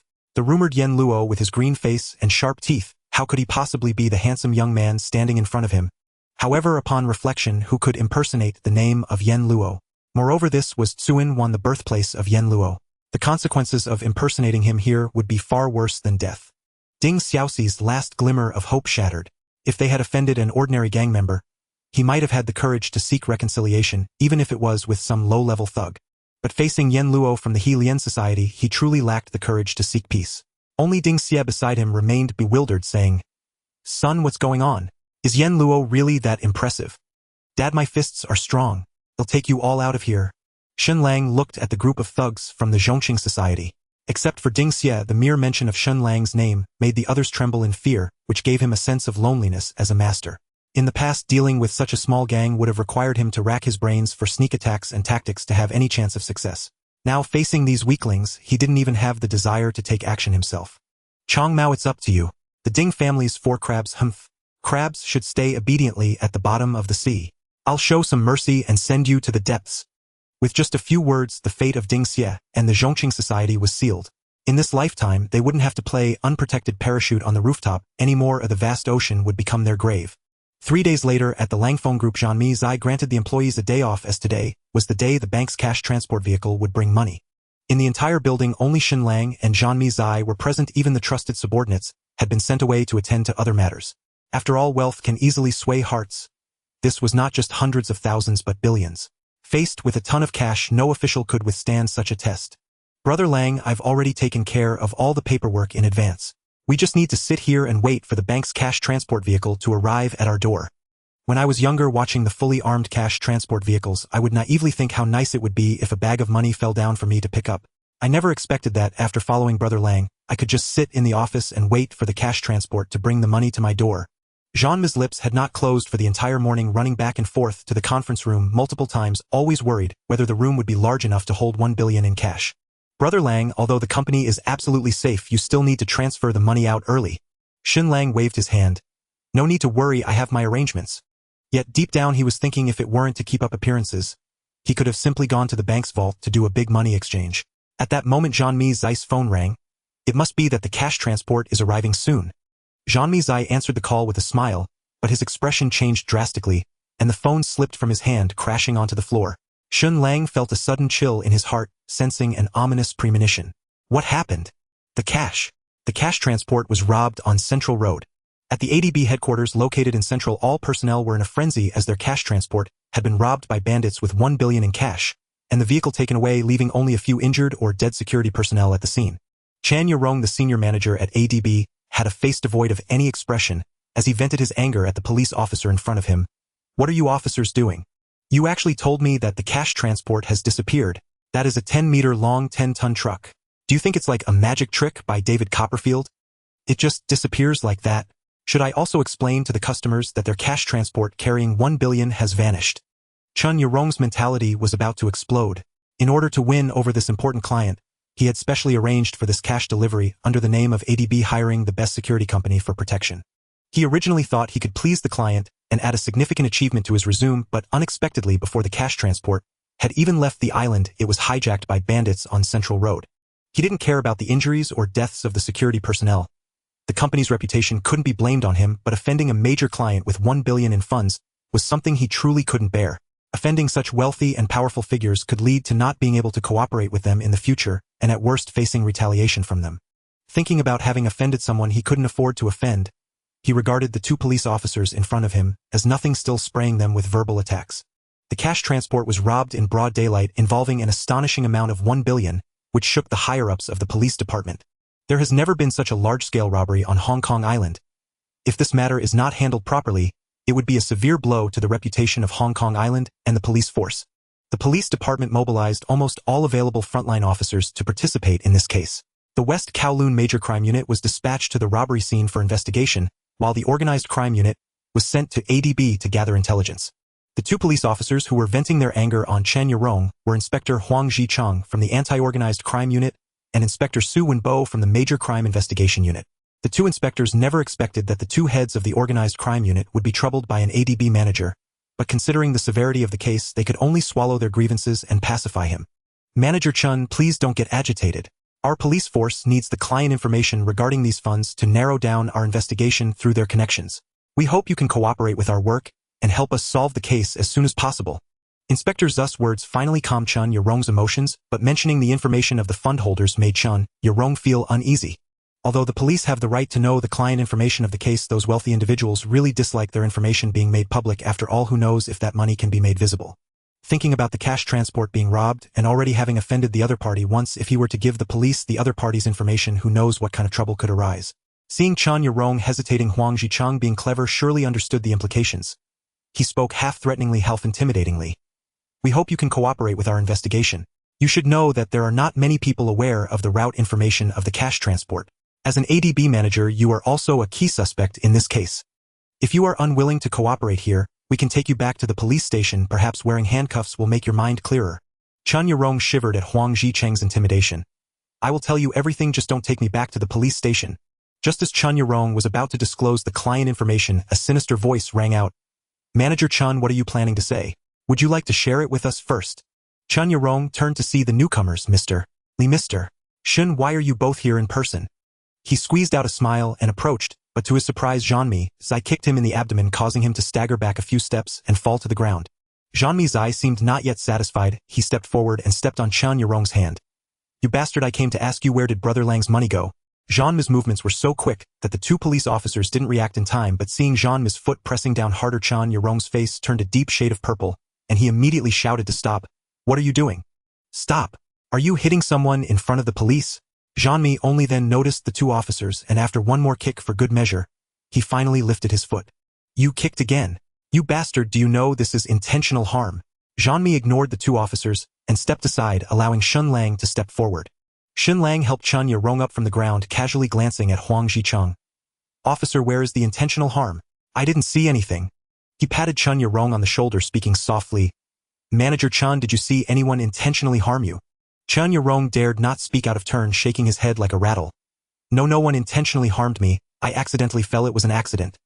Shen Lang gave Huang Zicheng and the others a meaningful glance, as if telling them to mind their own business, then delivered a swift punch to Chen Yurong's face. "Damn it, where did you put my money?" Manager Chen's face visibly swelled, a distinct handprint appearing on his cheek, yet he dared not let out a wail, only opening his mouth to gasp for air to alleviate the discomfort caused by the pain. Seeing this, Huang Zicheng wanted to say a few more words, but was stopped by Inspector Su beside him. Su Wenba shook his head, slightly signaling Huang Zicheng not to act impulsively. Shen Lang's name was known within the police force, not because of his connection to the Lianxing gang leader or his ruthless methods, but because someone in the higher-ups was protecting him. After a month of conflict with Lianxing and Hongxing, did any officer dare to get involved? No, it wasn't that they didn't want to. It was simply impossible. The rumors from above instructed not to interfere in the matters between Lianxing and Hongxing. This strange order naturally caused dissatisfaction among many, and some stubborn officers insisted on getting involved, capturing a few thugs from Hongxing and Lianxing at night. However, the next day they were reassigned to guard a water tank, and the thugs they caught were released after a night in custody, signing a settlement. Since then, no one dared to intervene in this conflict again. The reason for saying that someone in the higher-ups was protecting Shen Lang rather than Liang Kuan or others was that this month-long battle ended with a resounding victory for Lianxing. as the person benefiting the most from this Shen Lang naturally became the object of everyone's suspicion. Moreover, the O unit turned a blind eye to the largest gang leader on Hong Kong Island, even sealing Shen Lang's information. The implications of this were self-evident, and rumors of someone in the higher-ups protecting Shen Lang spread like wildfire.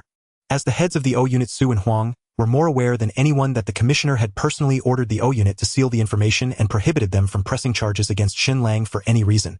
Clearly this Lianxin gang was not someone they could offend. Forget it, Lao Huang, just pretend you didn't see anything. Huang Zhiqing glared fiercely at Shen Lang's back, his gaze seemingly intent on devouring him alive. Having served as the leader of the anti-gang unit for many years, this was the first time he had been humiliated in front of a gang leader.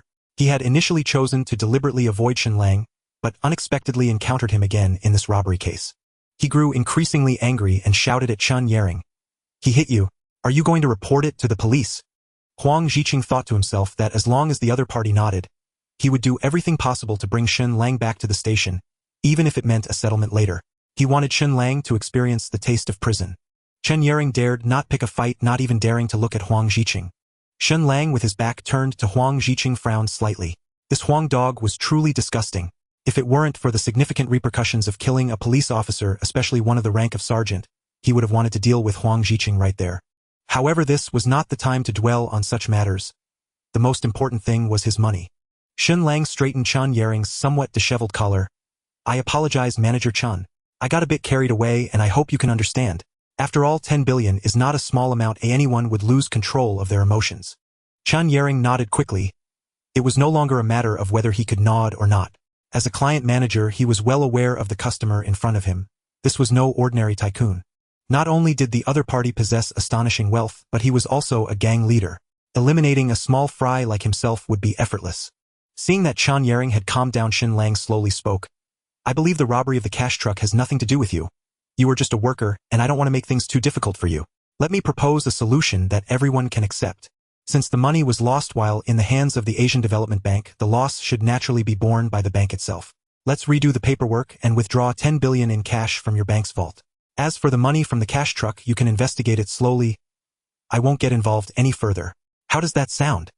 Hearing Shen Lang's words, Manager Chen's knees buckled, and he fell directly to the ground. What kind of ridiculous solution was this? This 10 billion cash was to be withdrawn from the other party's account.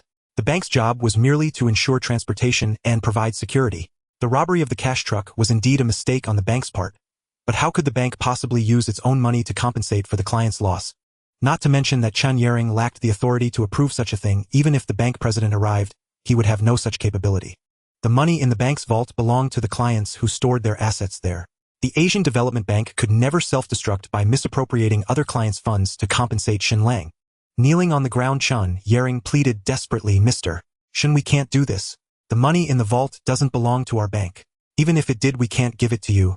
Rest assured, the police are already investigating, and they will soon apprehend the robbers. Your money will be returned." "The police?" Shen Lang shook his head slightly. If the police were trustworthy, a robbery of a cash truck wouldn't happen in broad daylight. Why don't you ask these two officers how many cold cases the police force has and what their actual clearance rate is? If they can't solve the case, who will compensate for my losses? You. Shen Lang's words made the two inspectors sweat. The police force's clearance rate had always hovered around 30%. 70% of cases each year actually go unresolved. However, for such major incidents, the police would devote all their manpower to investigate, and the clearance rate would certainly rise, but neither of them could bring themselves to say such a thing. Shen Lang seized Chen Yang by the collar and pulled him to his feet.